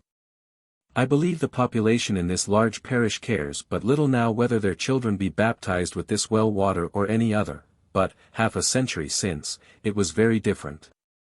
Then, many a parent would insist on seeing the water taken from the well and carried to the font in the church. Holy Well at Little Conan. On Palm Sunday the people resorted to the well sacred to Our Lady of Nance, with a cross of palm, and after making the priest a present, they were allowed to throw the cross into the well. If it swam the thrower was to outlive the year, if sank he was not. 135. The preservation of holy wells. It is a very common notion amongst the peasantry, that a retribution overtakes those who wilfully destroy monuments such as stone circles, crosses, wells, and the like. Mr. Blight writes me, whilst at Boscaswell, in St. Just, a few weeks since, an old man told me that a person who altered an old holy well there, was drowned the next day in sight of his home. And that a person who carried away the stones of an ancient chapel, had his house burned down that very night. We hope the certainty of punishment will prevent any further spoliation. Cannot we do something towards the preservation of our antiquities? I quote from a local paper the following. If the attention of the members of the Penzance Antiquarian Society were directed to the state of the Holy Well at Lawn East, and the remains of the old chapel park, St. Clether, they might perhaps induce the proprietors of these remnants of antiquity to bestow a little care on the same, and arrest their further ruin and destruction. Many other objects of interest are in a sad state of neglect, and fast fading away. Slaughter Bridge, near Camelford, has completely vanished. This is much to be regretted, and is a double loss first, to those who delight in these memorials of the past, and also to the town and neighborhood, depriving them of an attraction that has induced many strangers of taste to pay them a visit. Romances of Arthur. Arthur Legends. For there was no man knew from whence he came. But after tempest, when the long wave broke, all down the thundering shores of Bude and Boss, there came a day as still as heaven, and then they found a naked child upon the sands of wild Dundongle by the Cornish sea. And that was Arthur. Idylls of the King, Tennyson. The scarcity of traditions connected with King Arthur is not a little remarkable in Cornwall, where he is said to have been born, and where we believe him to have been killed. In the autumn of last year, 1863, I visited Tintagel and Camelford. I sought with anxiety for some stories of the British king, but not one could be obtained. The man who has charge of the ruins of the castle was very sorry that he had lent a book which he once had, and which contained many curious stories. But he had no story to tell me. We hear of Prince Arthur at the Land's End, and of his fights with the Danes in 2 or 3 other places. Merlin, who may be considered as especially associated with Arthur, has left indications of his presence here and there, in prophetic rhymes not always fulfilled, but of Arthur's chieftains we have no folklore. All the rock markings, or rock peculiarities, which would in West Cornwall have been given to the giants, are referred to King Arthur in the eastern districts. Jack the Giant Killer and Thomas Thumb, the former having been tutor, in his own especial caning, to King Arthur's only son, 136, and the latter the king's favourite dwarf 137, are, except in story books, unknown. Jack Hornby, 138, if he ever lived near the lands. And, unless he is the same with Little Jack Horner, has been so long a stranger, that his name is forgotten. The continuance of a fixed belief in the existence of Arthur is easily explained. The poets and the romance writers have made the achievements of a British chieftain familiar to all the people, and Arthur has not only a name, but a local habitation, given to him equally in Scotland, England, Wales, and Ireland. Mr. Campbell, in his West Highland Tales, gives a genealogy abridgment of the very ancient and noble family of Argyll, 1779. The writer says this family began with Constantine, grandfather to King Arthur. And he informs us that Sir Moroy More, a son of King Arthur, of whom great and strange things are told in the Irish traditions, who was born at Dumbarton Castle, and who was usually known as the Fool of the Forest, was the real progenitor of Mac Callan More. From this Moroy More was derived the mighty Dermot, celebrated in many a Gaelic lay, to whom all popular traditions traced the Campbell clan. Arthur and Diarmaid, writes Mr. Campbell, primeval Celtic worthies, whose very existence the historian ignores, are thus brought together by a family genealogist. Was the Constantine grandfather to Arthur one of the 5 tyrants named by Gildas? I quote from Camden 139 and Milton 140. Constanlinus, son of Cader, Duke of Cornwall, Arthur's half-brother by the mother's side, a tyrannical and bloody king. Aurelius Conanus, who wallowed in murder and adultery. Vorlpor, tyrant of the Dymeda. Cuneglas, the yellow butcher. Maglocunes, the island dragon. It is curious to find a Scotch genealogist uniting in one bond the Arthur of Dundagel and the ancestors of the Argylls of Dumbarton. May we not after this venture to suggest that, in all probability, the parish of Constantine, pronounced, however, Costentun, between Helstone and Penryn, may derive its name from this Constantinus, rather than from the first Christian emperor. Again, the family of Constantine has been often said to be offsets from Constantine, the descendant of the Greek emperors, who was buried in Landulph Church. Seeing that the name has been known for so long a period in Cornwall, may not this family rather trace their origin up to this Constantine the tyrant? The Battle of Vela Endrucher. Velen, Mill, Druchar, Wheel. The Sea Kings, in their predatory wanderings, landed in Genver Cove, and, as they had frequently done on previous occasions, they proceeded to pillage the little hamlet of Escalls. On one occasion they landed in unusually large numbers, being resolved, as it appeared, to spoil many of the large and wealthy towns of western Cornwall, which they were led to believe were unprotected. It fortunately happened that the heavy surf on the beach retarded their landing, so that the inhabitants had notice of their threatened invasion. That night the beacon fire was lit on the chapel hill, another was soon blazing on Castleindinas, and on Trecrobin. Cambria promptly replied, and continued the signal light, which also blazed lustrously that night on St. Agnes Beacon. Presently the fires were seen on Belovely Beacon, and rapidly they appeared on the Great Stone, on St. Bellarmine's Tor, and Cadbarrow, and then the fires blazed out on Rotter and Brown Willie. Thus rapidly conveying the intelligence of war to Prince Arthur and his brave knights, who were happily assembled in full force at Tintagel to do honour to several native princes who were at that time on a visit to the King of Cornwall. Arthur, and 9 other kings, by forced marches, reached the neighbourhood of the Land's End at the end of 2 days. The Danes crossed the land down through the bottoms to the sea on the northern side of the promontory, spreading destruction in their paths. Arthur met them on their return, and gave them battle near Velendrucher. So terrible was the slaughter, that the mill was worked with blood that day. Not a single Dane of the vast army that had landed escaped. A few had been left in charge of the ships, and as soon as they learned the fate of their brethren, they hastened to escape, hoping to return to their own northern land. A holy woman, whose name has not been preserved to us, brought home a west wind, by emptying the holy well against the hill, and sweeping the church from the door to the altar. Thus they were prevented from escaping, and were all thrown by the force of a storm and the currents either on the rocky shore, or on the sands, where they were left high and dry. It happened on the occasion of an extraordinary spring tide, which was yet increased by the wind, so that the ships lay high up on the rocks, or on the sands, and for years the birds built their nests in the masts and rigging.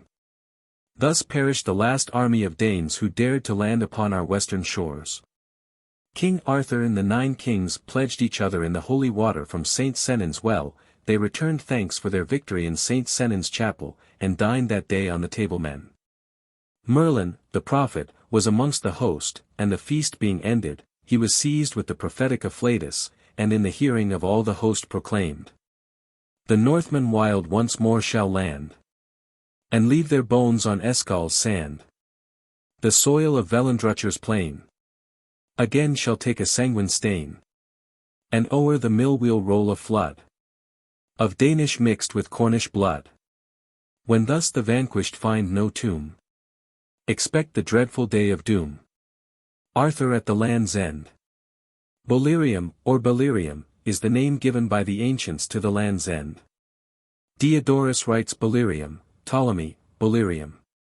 Milton adopts this name in his Lycidas, and leads his readers to infer that it was derived from the giant Belarus.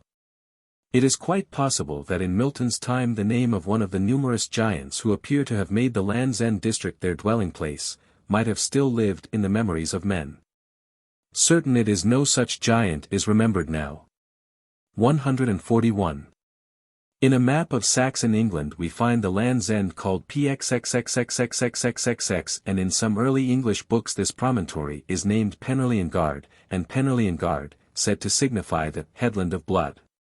142. The old Cornish people called this promontory Pen Vonlas, the end of the earth, hence we derive the name of the Land's End.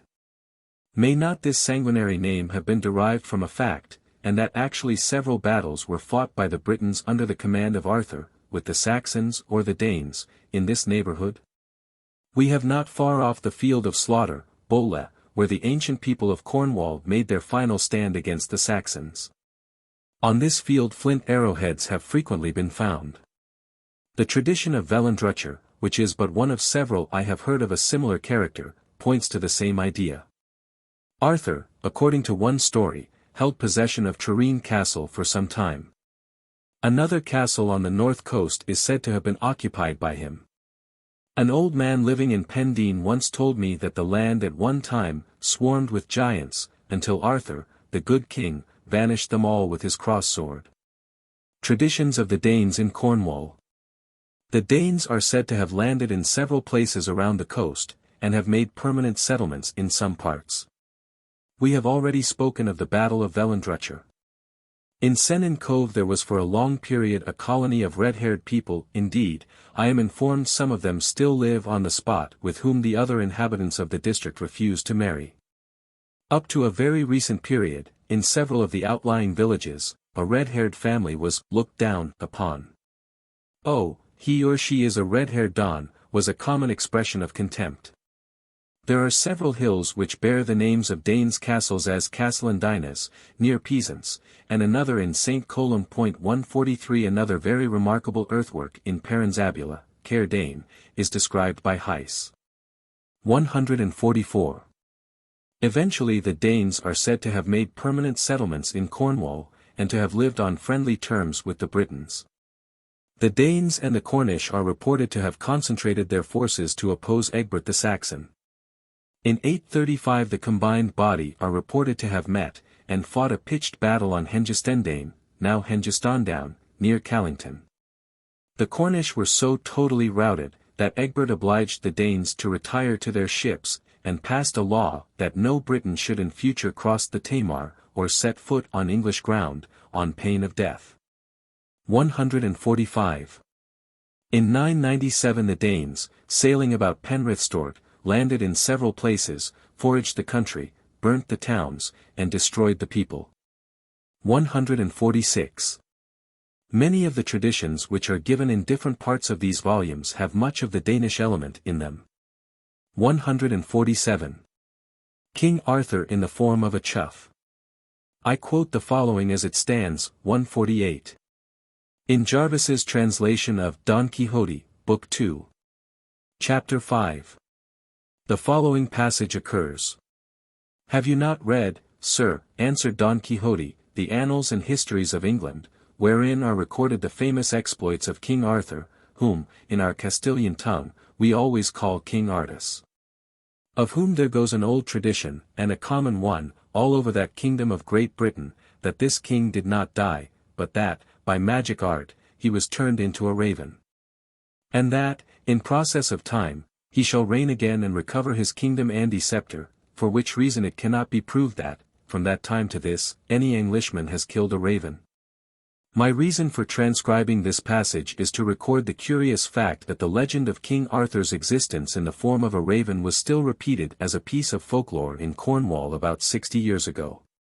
My father, who died about 2 years since, at the age of 80, spent a few years of his youth in the neighborhood of Penzance. One day he was walking along Marazion Green with his fowling piece on his shoulder. He saw a raven at a distance, and fired at it.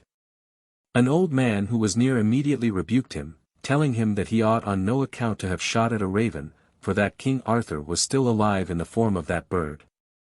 My father was much interested when I drew his attention to the passage which I have quoted above.